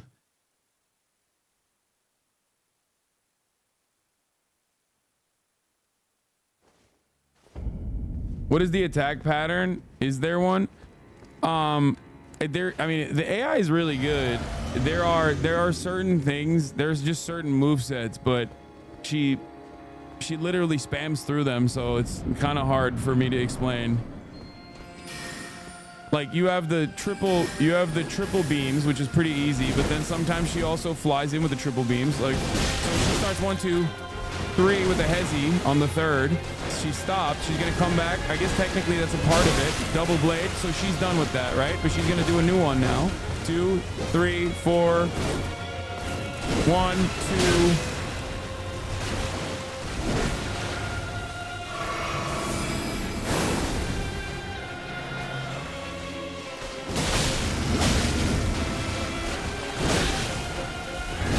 Oh, she caught me on the roll again.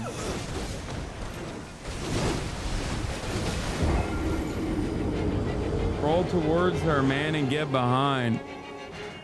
I'm trying, dude. I'm trying. You need to practice for 10 more rounds.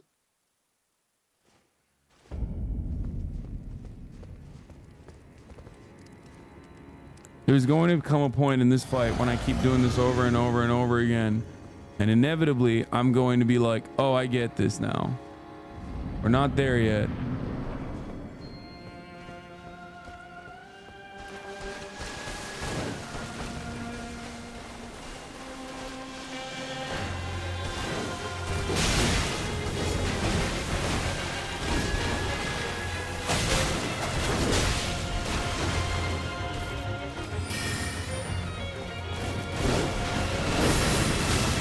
Come on, that's so cheeky.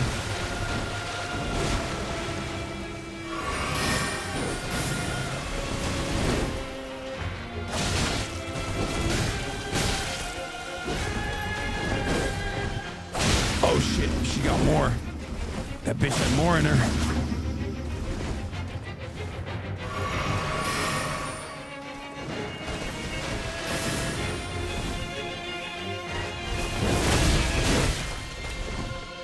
What is that? You bitch.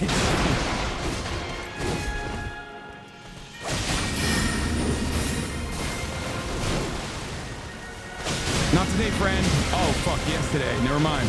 I was wrong about that. No.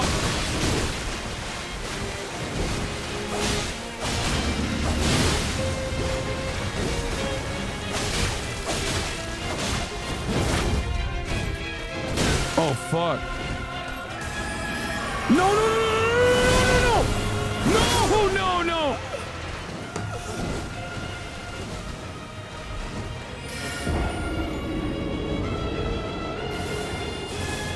Do you still think backhanded blades are better than Rivers of Blood? Yeah. I do. Don't double flask? No, double flasking is fine. It's just that I got unlucky. I think double flasking is fine. I got unlucky there. I double flasked while she was pumping out the moonbeam. Oh my god, that sucks. I hate when I just lose my first damage point to that.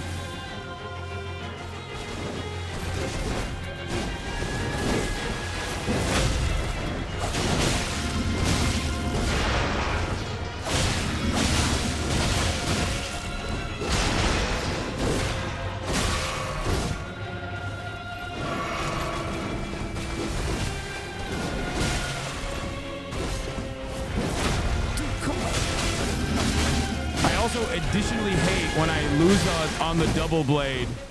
I mean on the blind. If I like hit a blind and I don't hit her, I hate that. See, I hit her this time, but didn't fucking do shit.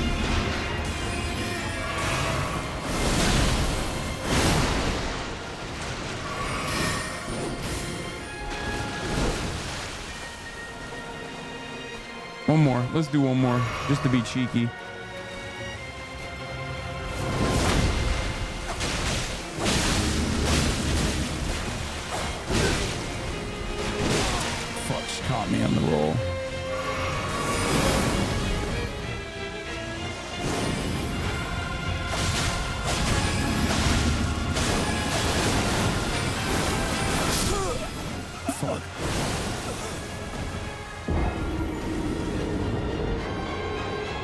Don't spell Rilana backwards. Anal Laurel. Anal Lair. Analer. If you are reading this, analer.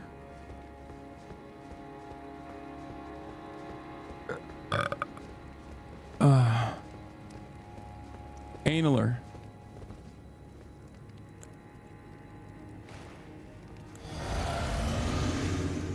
Haha, you fell for it? I did not.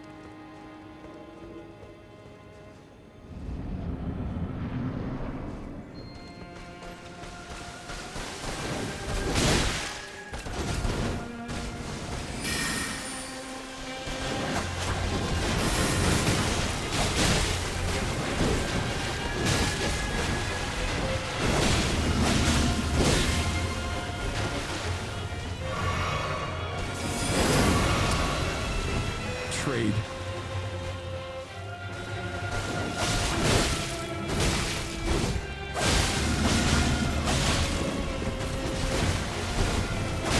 Oh, I think I did all right there. How many Scadutree tree fragments has he skipped? I'm on level 5. Scadutree tree level 5. It should be pretty good for this boss. I think I like got almost all of the Scadutree, like that's like this entire area. I'm pretty sure I got all the Scaramucci's.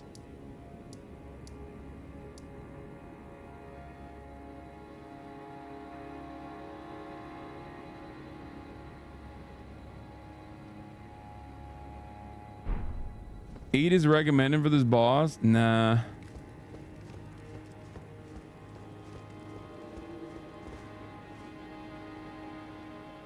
There's still a tome behind you? Where? Like, what if...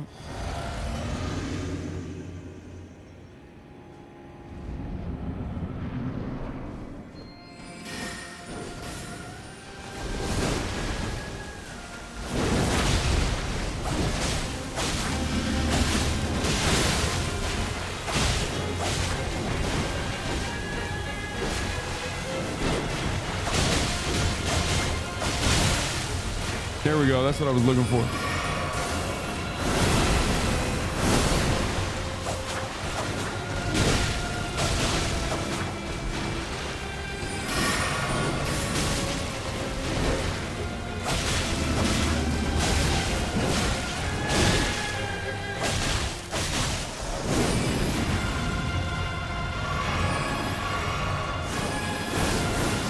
What the fuck? Oh my god. Oh my god, the moon wipe. He just did that. She just did that shit so bad. That was pretty good. Big opening after the double down attack, really telegraphed by the 2 single uppercuts.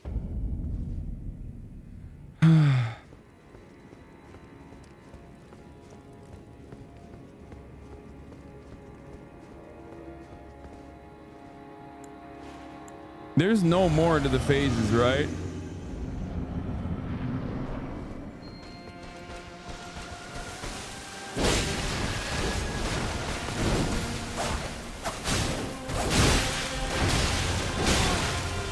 I just ate that. Bad. What? I definitely rolled out of that, by the way. That was 100p a rollout. Can't believe I got hit with that.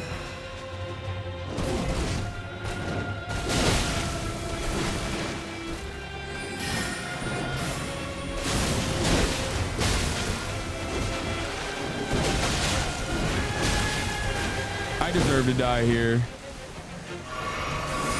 Yeah, I deserve that. I'm playing poorly. Look at this fucking, I did no damage. 6 class remaining.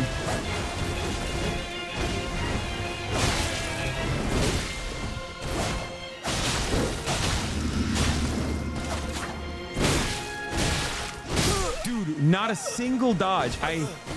Boom, boom, boom. I'm hitting it every time. It didn't do shit. If you do L2 R1, R2 L2 R1, it doesn't move with the backhands. called Top of the Hour. It's an essential use to that weapon. You fucking... I will give you that. That is an excellent debate. You fucked me. You fucked my ass up. I was looking for help. That was insane.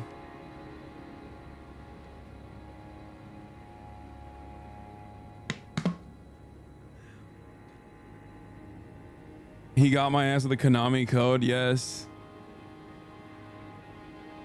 Chad is another boss to overcome. I'm gonna need you to lock in. Fucking strength cheeser. Look at this. Look at this. Look at this guy. Oh yeah, I'm just gonna jump up and boop every time. Doesn't want to play the game like a real man. What is this?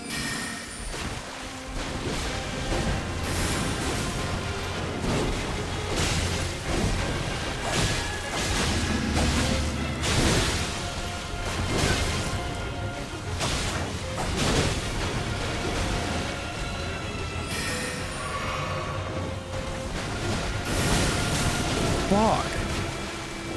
Hate that. Hate that. Hate that too. Don't hate that as much. Like that.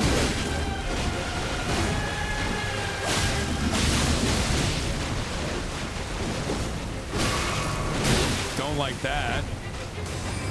No, no, no, no, no, no, no, jump. Jump.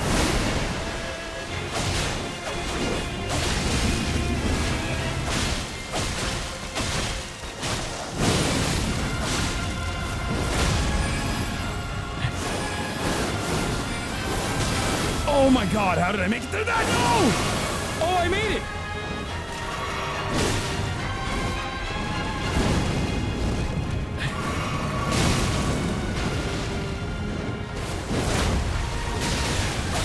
What is the fucking second moveset?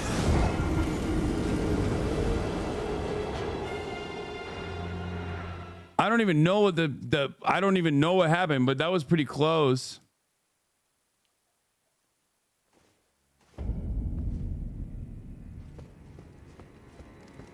I got close, but I got off tempo on the when she hit me with the fucking double dutch.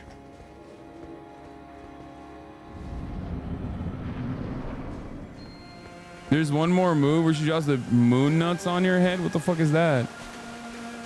Wait, it's raining now? That's new.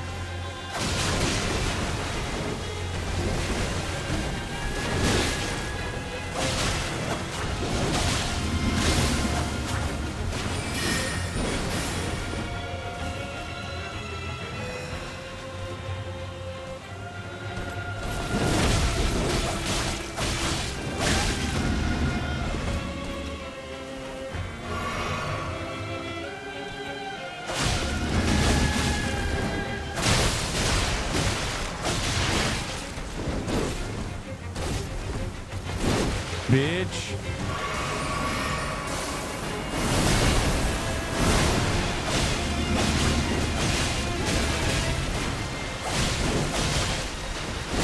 Don't play with me like that.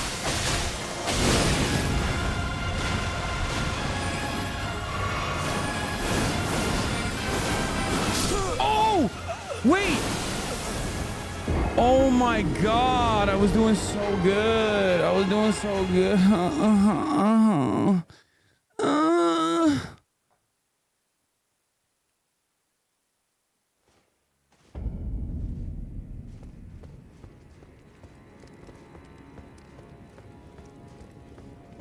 She was gripping. She was gripping my shit. She was like this. Yo, I'm jorking, dude. I'm jorking my peanuts. I'm jorking it.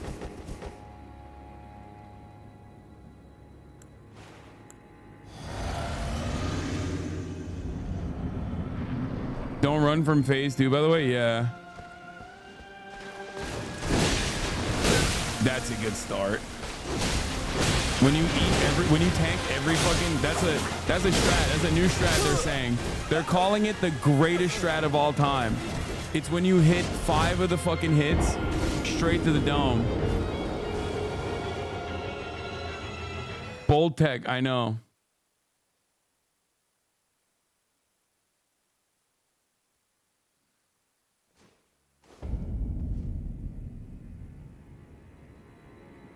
Please get rid of the damage tier. It gets rid of it with one hit. Dude, my tiers are fucking ass, okay? Look. The other ones are literally... Briefly stop rune loss on death. Enhances charge attacks for a mixed time. Temporarily boosts strength. Steadily restores HP for a time. Restores half a total HP in mixed physic. And then another restores half a total HP.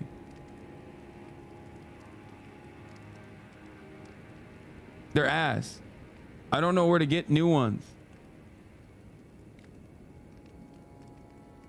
And the steadily restores HP for a time sucks because it doesn't matter.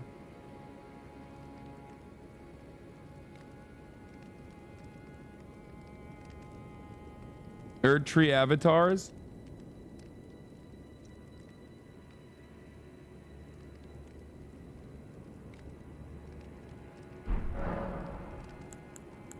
That's why I have the one tap. Like, I'll get a free hit. I'd rather get a free hit.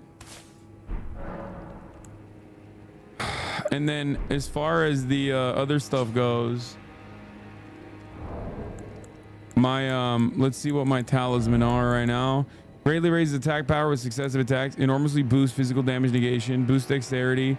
Raises attack power with successive attacks. Vastly boosts non-physical damage negation. I think my talismans are solid.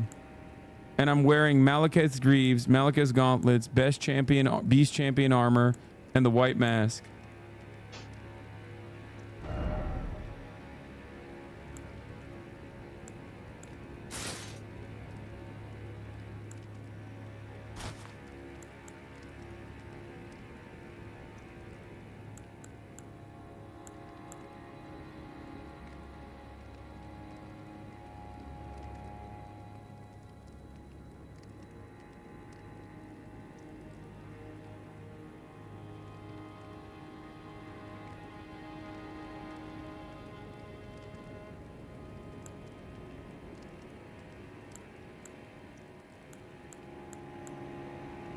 All-knowing armor.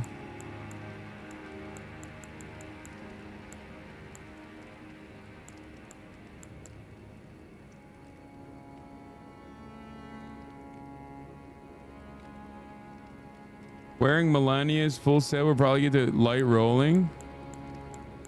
Which one is Melania's full set?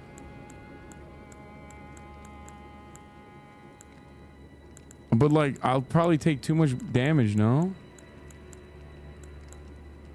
Light rolling could be fun. I've actually never done it.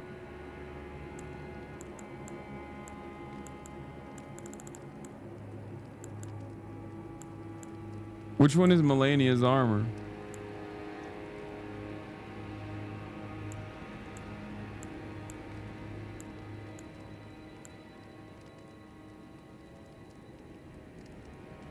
I wasn't fat rolling. I'm medium. Of course I'm not fat rolling, chat. Jesus Christ.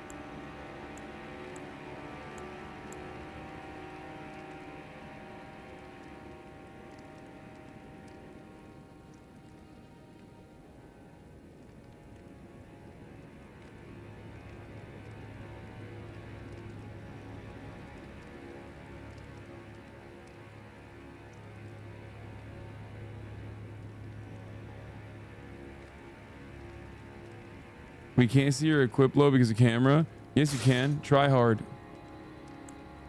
My equip load is 71. With this armor, it's 39. Beast Champion armor.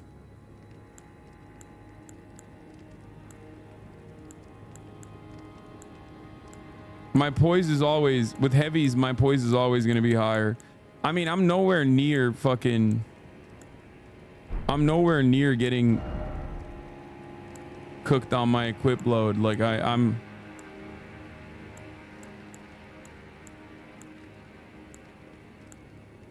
like, I'm close enough to get to literally light load. Like,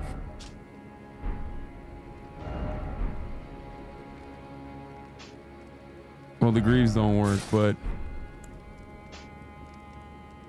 and neither do the boots because they're Malekiths.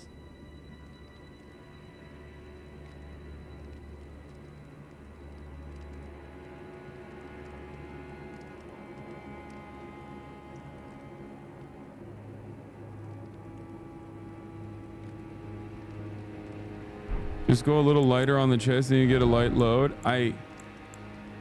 If I go lighter though on the chest, I don't have enough poise.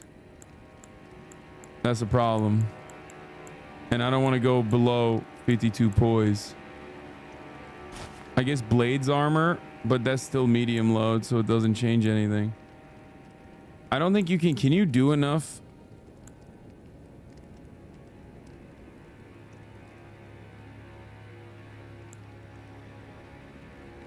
Poise don't matter if you dodge. I've actually never tried doing light load. I'm gonna go in there and just fucking test it out. But I don't know what's a good armor, a good light armor. Might as well be fucking running around naked, right?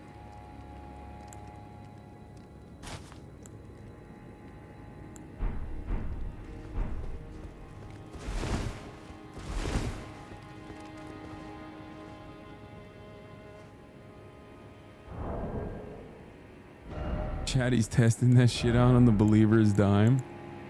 Yeah, that's right.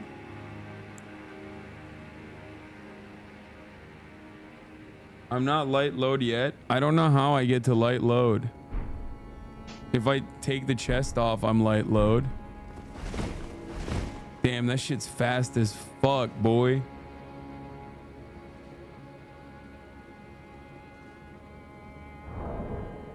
Is there anything I can put on that like give me a little bit of fucking damage boost? I mean,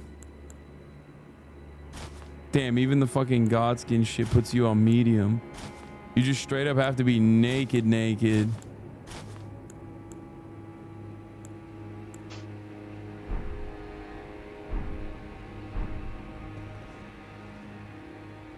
What talisman?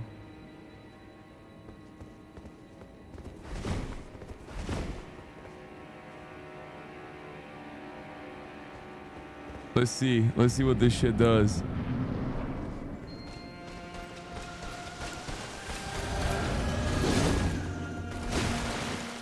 Wait, where's she? What the fuck? Okay, oh, that was my first thing, that's why. This didn't change much, bro. Okay, never mind. Use the talisman with sword on it to increase your load. No, dude, I don't want to do that. Wait, hold on. I want to do a real run without the armor.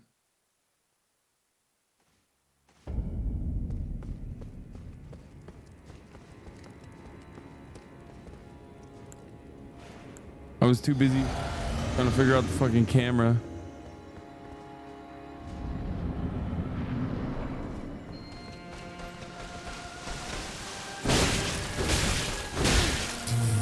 Okay, light or not, doesn't fucking change much for me, does it, brother?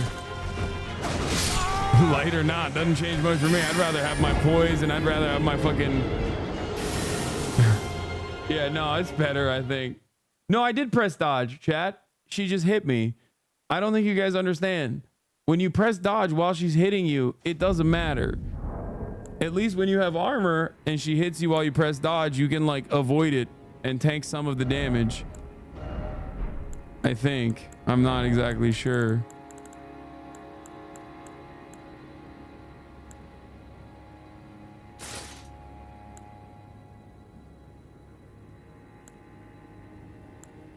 Damn, this shit is so much better. Oh my god, Beast Champion armor is so goated.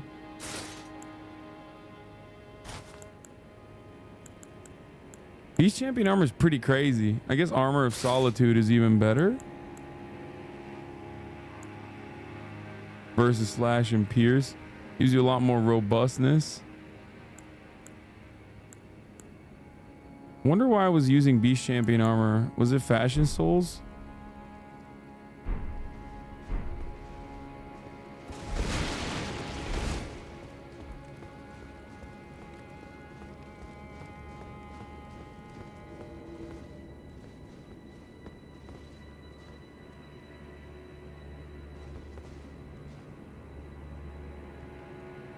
Solitude you got recently from the DLC guy in the beginning.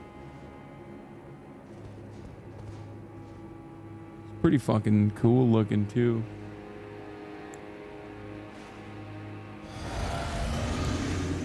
Equip the whole set? Really?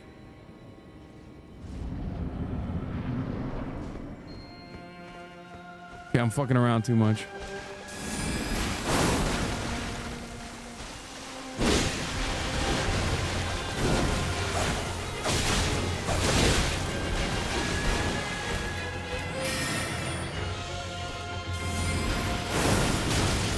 That's craziness right there.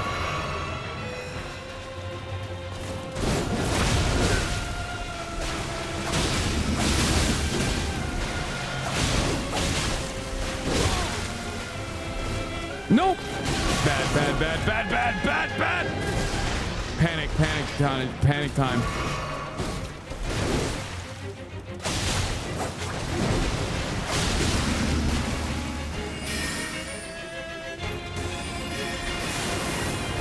What? How do I die to the easiest to dodge attacks? I'm so crazy with it. I'm so nice with it. I just laid into that. I was like, please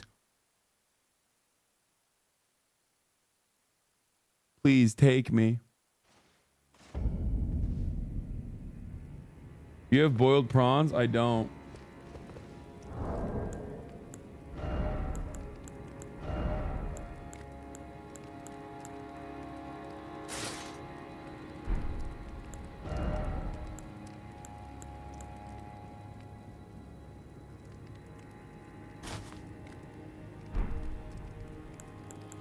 I do need the white mask though. Specifically for the white mask has that special power, no?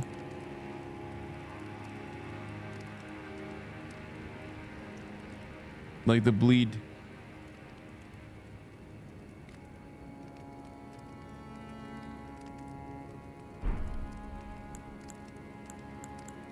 Oh. Wasn't using the right one.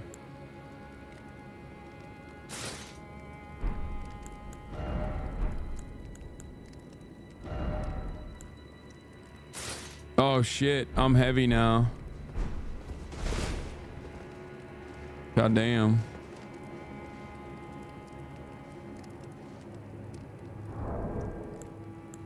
I don't think I have the... I don't think... Have I procced bleed on her? Yes. A lot. A bunch.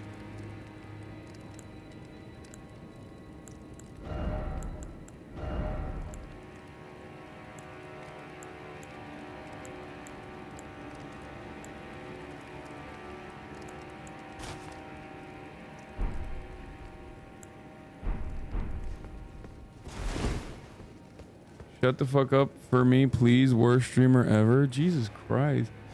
Why do people get in their fifis so hard?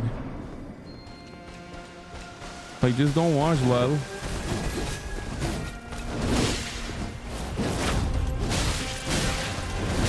Yeah, I just...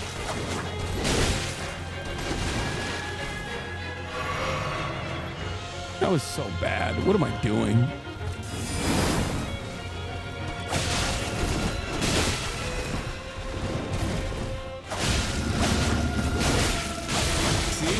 Chatter who asked if I proc bleed on her. That's 5,291 damage. I mean, I died, but still.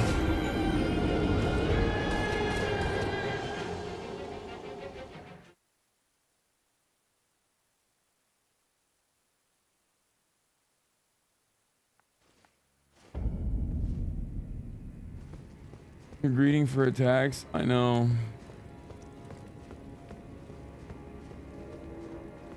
Blind spot has iframes. Keeping the chest and changing something else would be better. I mean, I already tried that. When you get heavier, does your shit get heavier too? Like, even if you're still medium load, do your rolls get heavier?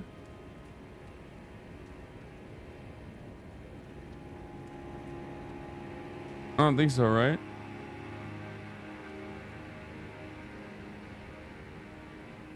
What's a cussy? My son was asking. If your son was asking, then you shouldn't be in the stream.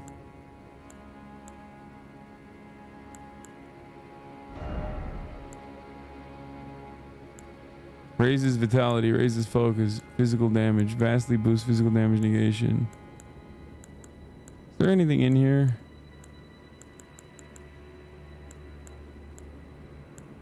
Enhances final hit of chain attacks.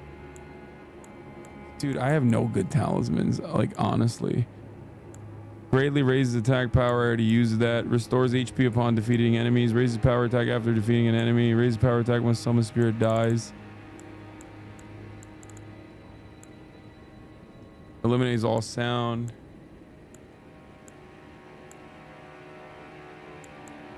Boost FP restoration.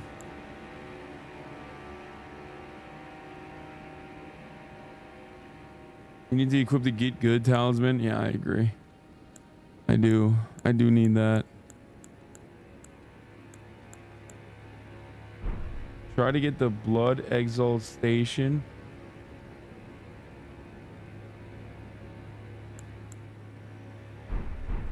Bring an alley cat into battle. Dude, no summons. Summons are cheating. I can't do that.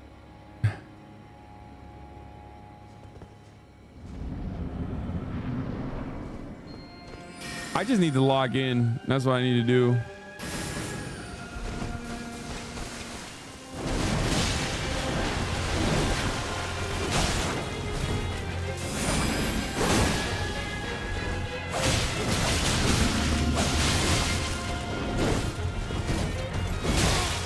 Fuck. At least she doesn't potion up.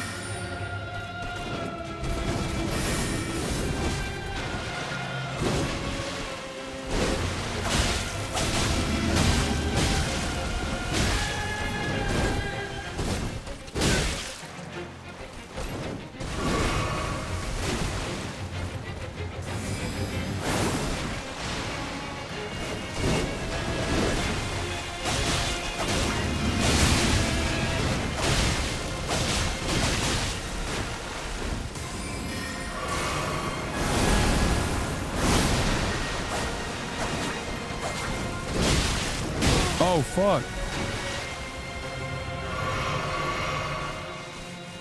Nope.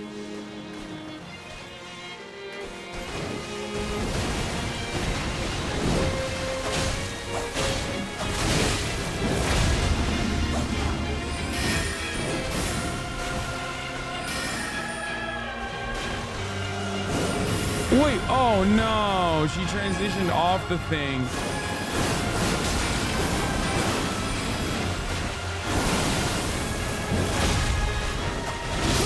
Aw, that sucks. That sucks. She transitioned while I was so far away from her. That's fucking sucks. Medium range is the close range, dude. This is, I'm telling you, from the third epi, from the third try, I'm telling you, I got to almost fucking more. I got to more than half of her health. This is a close punish boss and trade boss if you can't.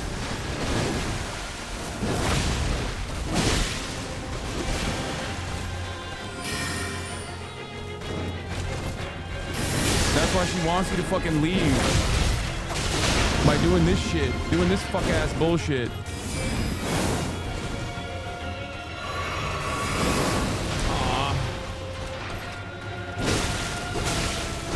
Dude, what am I doing? Oh my god, I'm gonna die.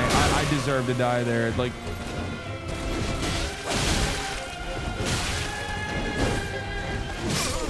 I deserve to die there. That was so bad. I fucking gave up on that shit.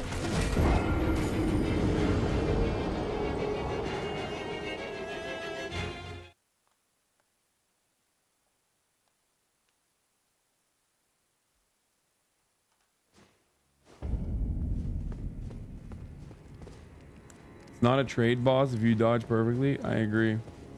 You're staying way calmer than I did during this fight. I mean, it's because I believe. I genuinely and I legitimately believe I can beat this boss. I just have to like lock in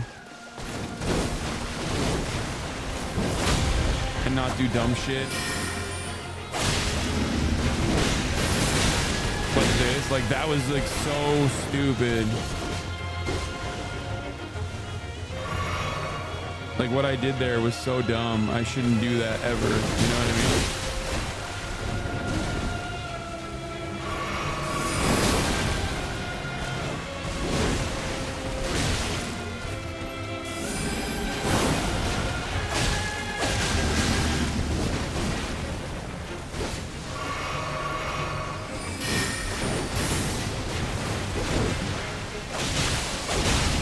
Look at that proc.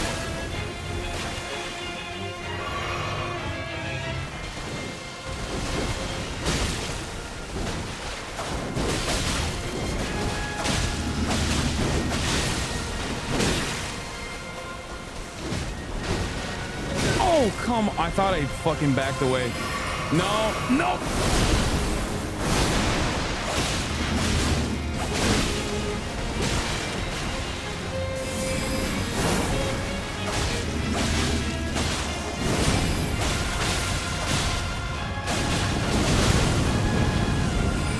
I'm gonna die. He's gonna fucking cook me here. No, he's not. What is that? What the fuck is that? What the fuck is that? What the fuck was that, bro?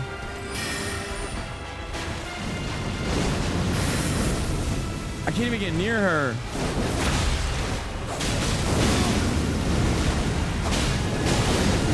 I can't even get near her. What was that? What do you do with the balls? What do you do with the balls? Hasan lost the balls. Yeah. What does that do?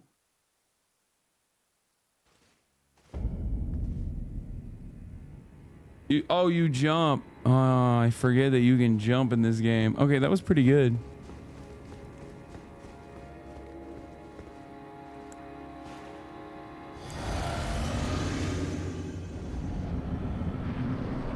I was down when she ball sacked me, I feel like.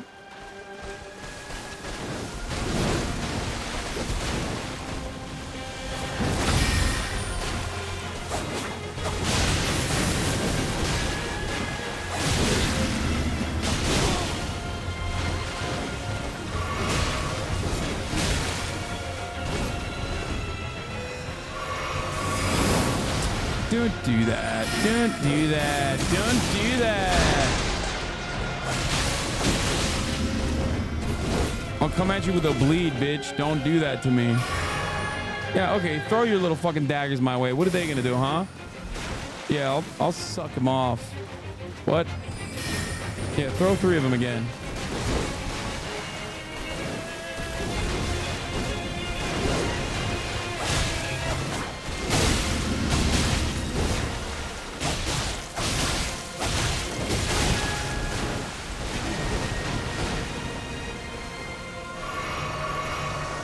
No!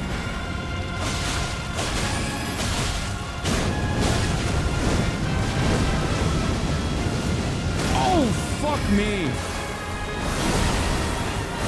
Okay, easy. Punish, punish, punish.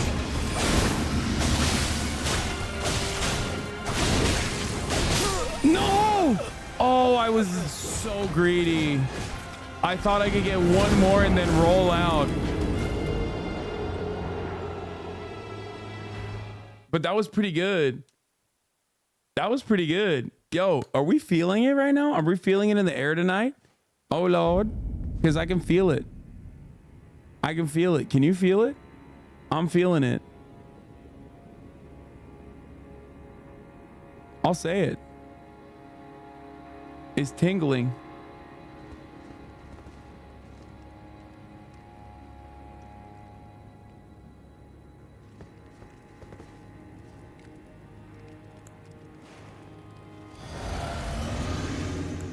Do you like this boss? Yes. I prefer human bosses to like beast bosses every single time.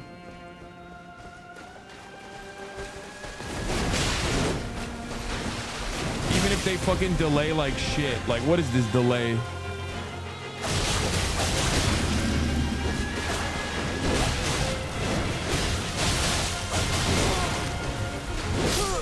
Even if they delay, and this is a great boss. This is a fun boss. Did you pay attention to the arm tip not help at all? I forgot what you said, but I think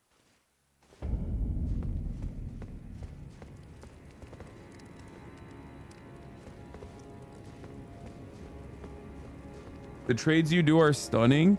Oh shit, did the wrong thing. The trades I do, I don't know if they, I think it's when it blood losses, it stuns, doesn't it?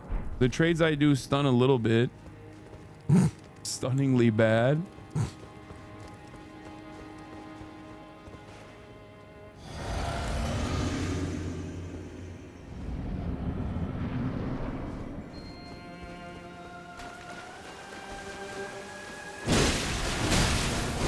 Good start. Strong start.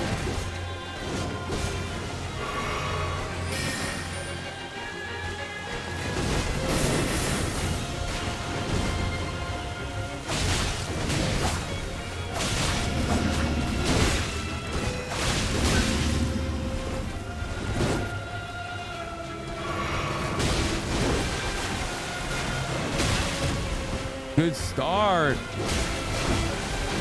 Good fucking start, boys. We're definitely cooking here. Cooking up nothing.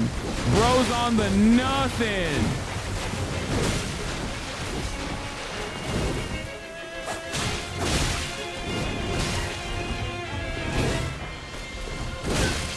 Bros on the nothing.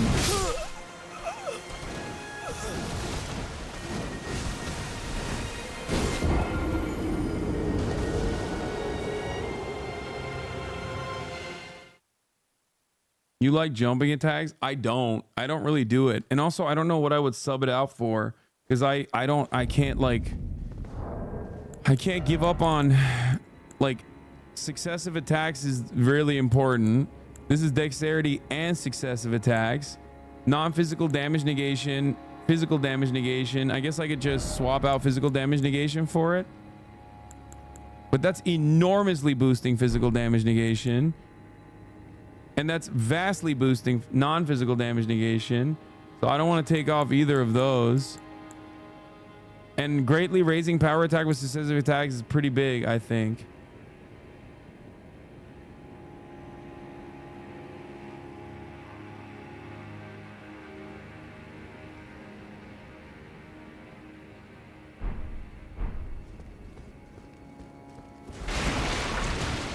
I don't think it's my build.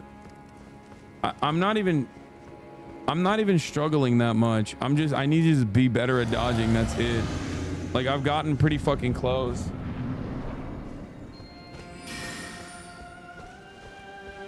Come on. Throw that shit my way.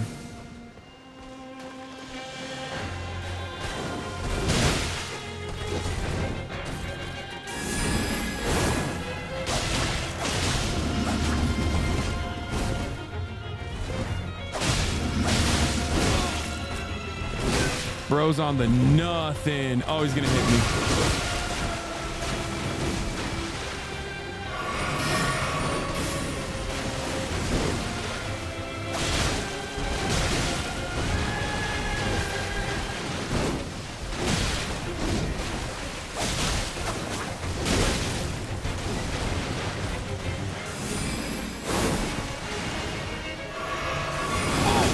Dude, that was fast one.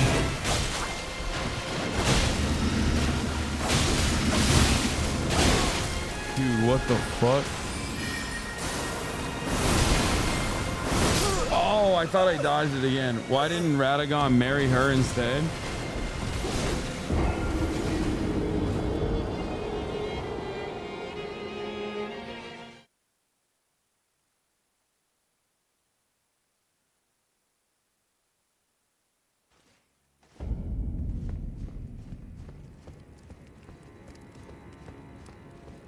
When you play this off stream, please get the Sacred Tears and get plus 12 for your heals. I don't know what those things are. I forgot where to get them. And quite frankly, oh, fuck, what am I doing? I'm hitting the wrong buttons to open the door.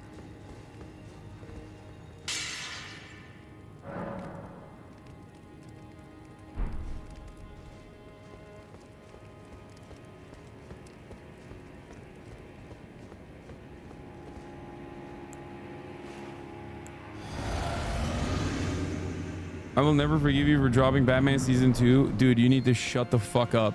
Seriously.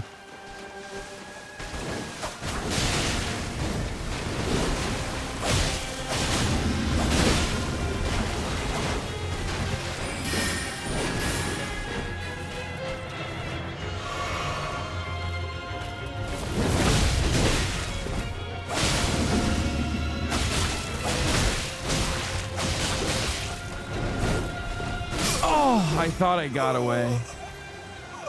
Seriously, like, shut the fuck up, dude. I didn't even say I dropped it. I'm playing a massively popular game that I've been really excited to play. Like, I'm sorry. Actually, I'm not sorry. Suck my dick. What do you mean? I can't believe you're Batman. Shut up. I never said I did.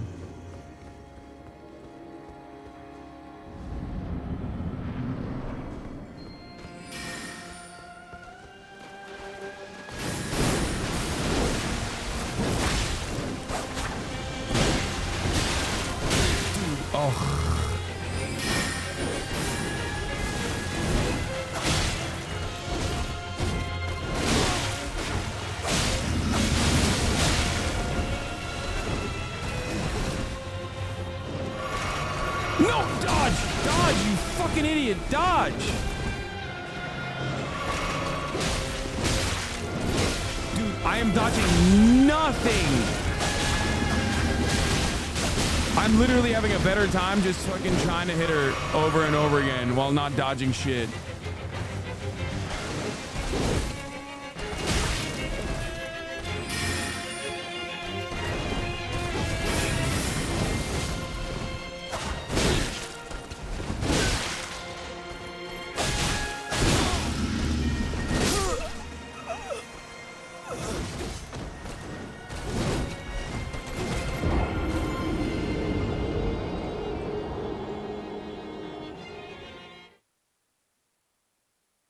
Starting to get tired.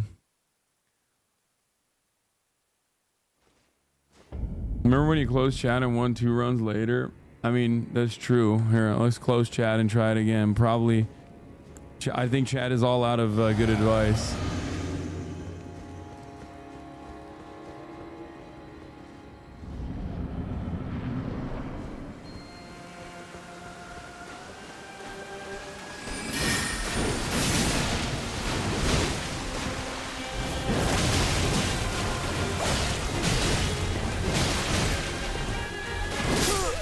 Yeah, well, maybe chat open, chat closed, doesn't really matter. I still suck dick and ass and balls.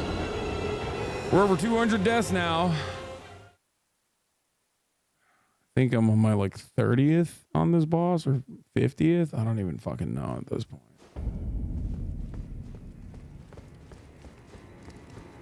I got so close so many fucking times. Once I get consistently close to the end, it'll be much easier. I don't know why I'm so inconsistent with my dodges.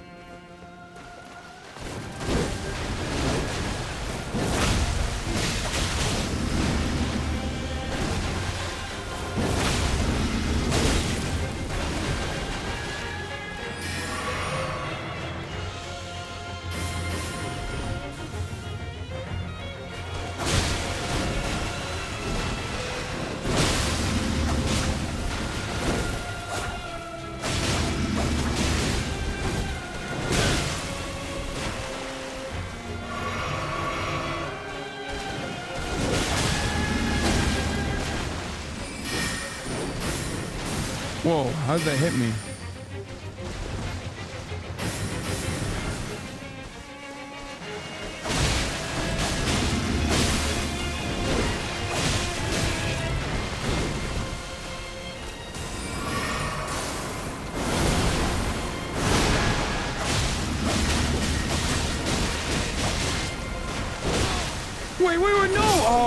shit. Oh, right at the unlock. Not that I would have been able to take advantage of that unlock of phase 2 because I was way too low health. But I did do a really good dodge there on the second moon attempt. The second moon swipe, I dodged into her, exploiting that weakness at least. So that was the first for me. That was good. There was a couple good trades in there and a couple good like multiple dodge moments there.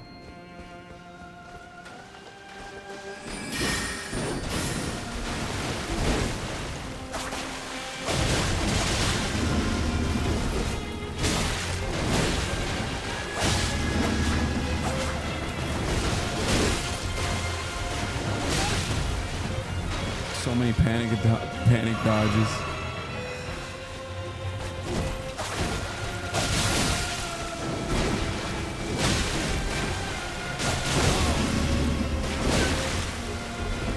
Oh, she's gonna cook me. Oh, never mind.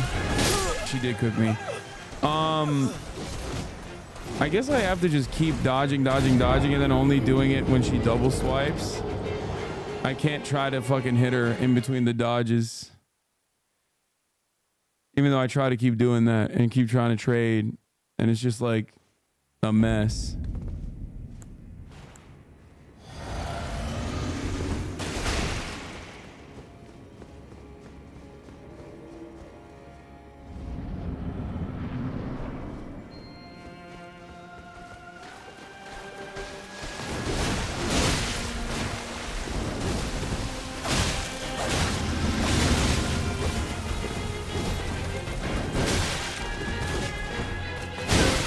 Fuck you mean, dude.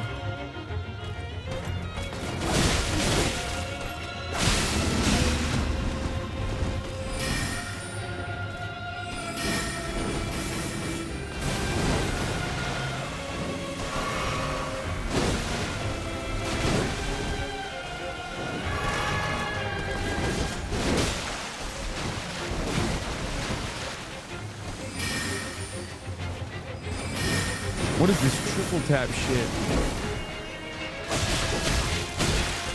Wow. Like, I got no openings, bitch.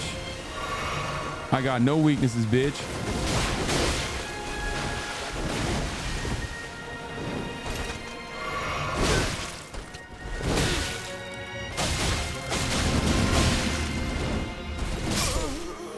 I'm done.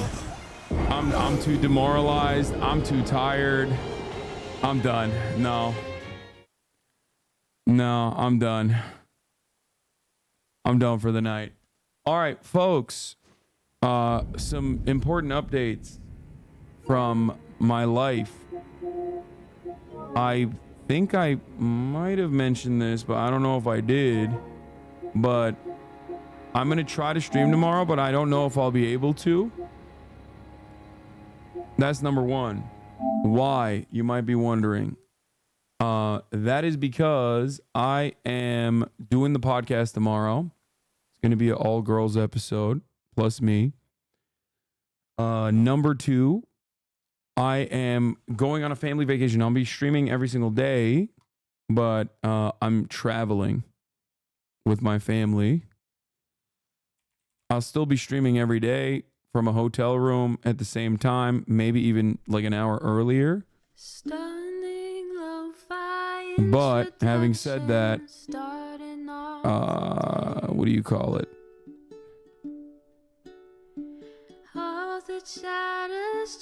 But yeah, I don't want to go on vacation, as you guys already know. I despise that sort of thing, and I think it's counter-revolutionary. I think it's bourgeois. I think it's fucking awful, but my family has been chirping at me nonstop about it, so I have to do it. But beyond that, I mean, I'll still be streaming. But that's it. So if I'm not live tomorrow, I'm going to try to be live tomorrow. But if I don't have time to be live tomorrow, I'll be live on Sunday. So another half day in the books at 9 hours and 44 minutes. Is HasanAbi quitting? All jokes aside, love you all. It's not even a break. I'm still going to be streaming. I just, you know, it's one day off from stream, potentially for travel. And that's it. Anyway, love you all. And I'll see you hopefully tomorrow, if not Sunday. Okay? Peace, everybody. Bernie Sanders, LGBTQ Air Force. The whole left at your fingertips, on at your door. H3 crowded debate, the Young Turks online show. 3 full fucking years of this, plenty more to go. 90-day fiance talks of champagne bourgeoisie. A Trump rally live reaction, a mass riot at DC. There he is again, Hasan is streaming. Hasan is streaming. There he is again, Hasan is streaming. Hasan is streaming. Reading live stream fair comments, Austin show chat advice, and all the ways the right-wing pipeline can suck you in online. JCS react, Lord frame gets broken, cover blown. A full-blown mass pandemic, monster streaming at your home. Total radicalization coming out to find. The system you were taught to trust in was broken the whole time. All these daily streams, whether big or whether small, have helped me and so many find the meaning through it all. There he is again, Hasan is streaming. Hasan is streaming. There he is again, Hasan is streaming. Hasan is streaming.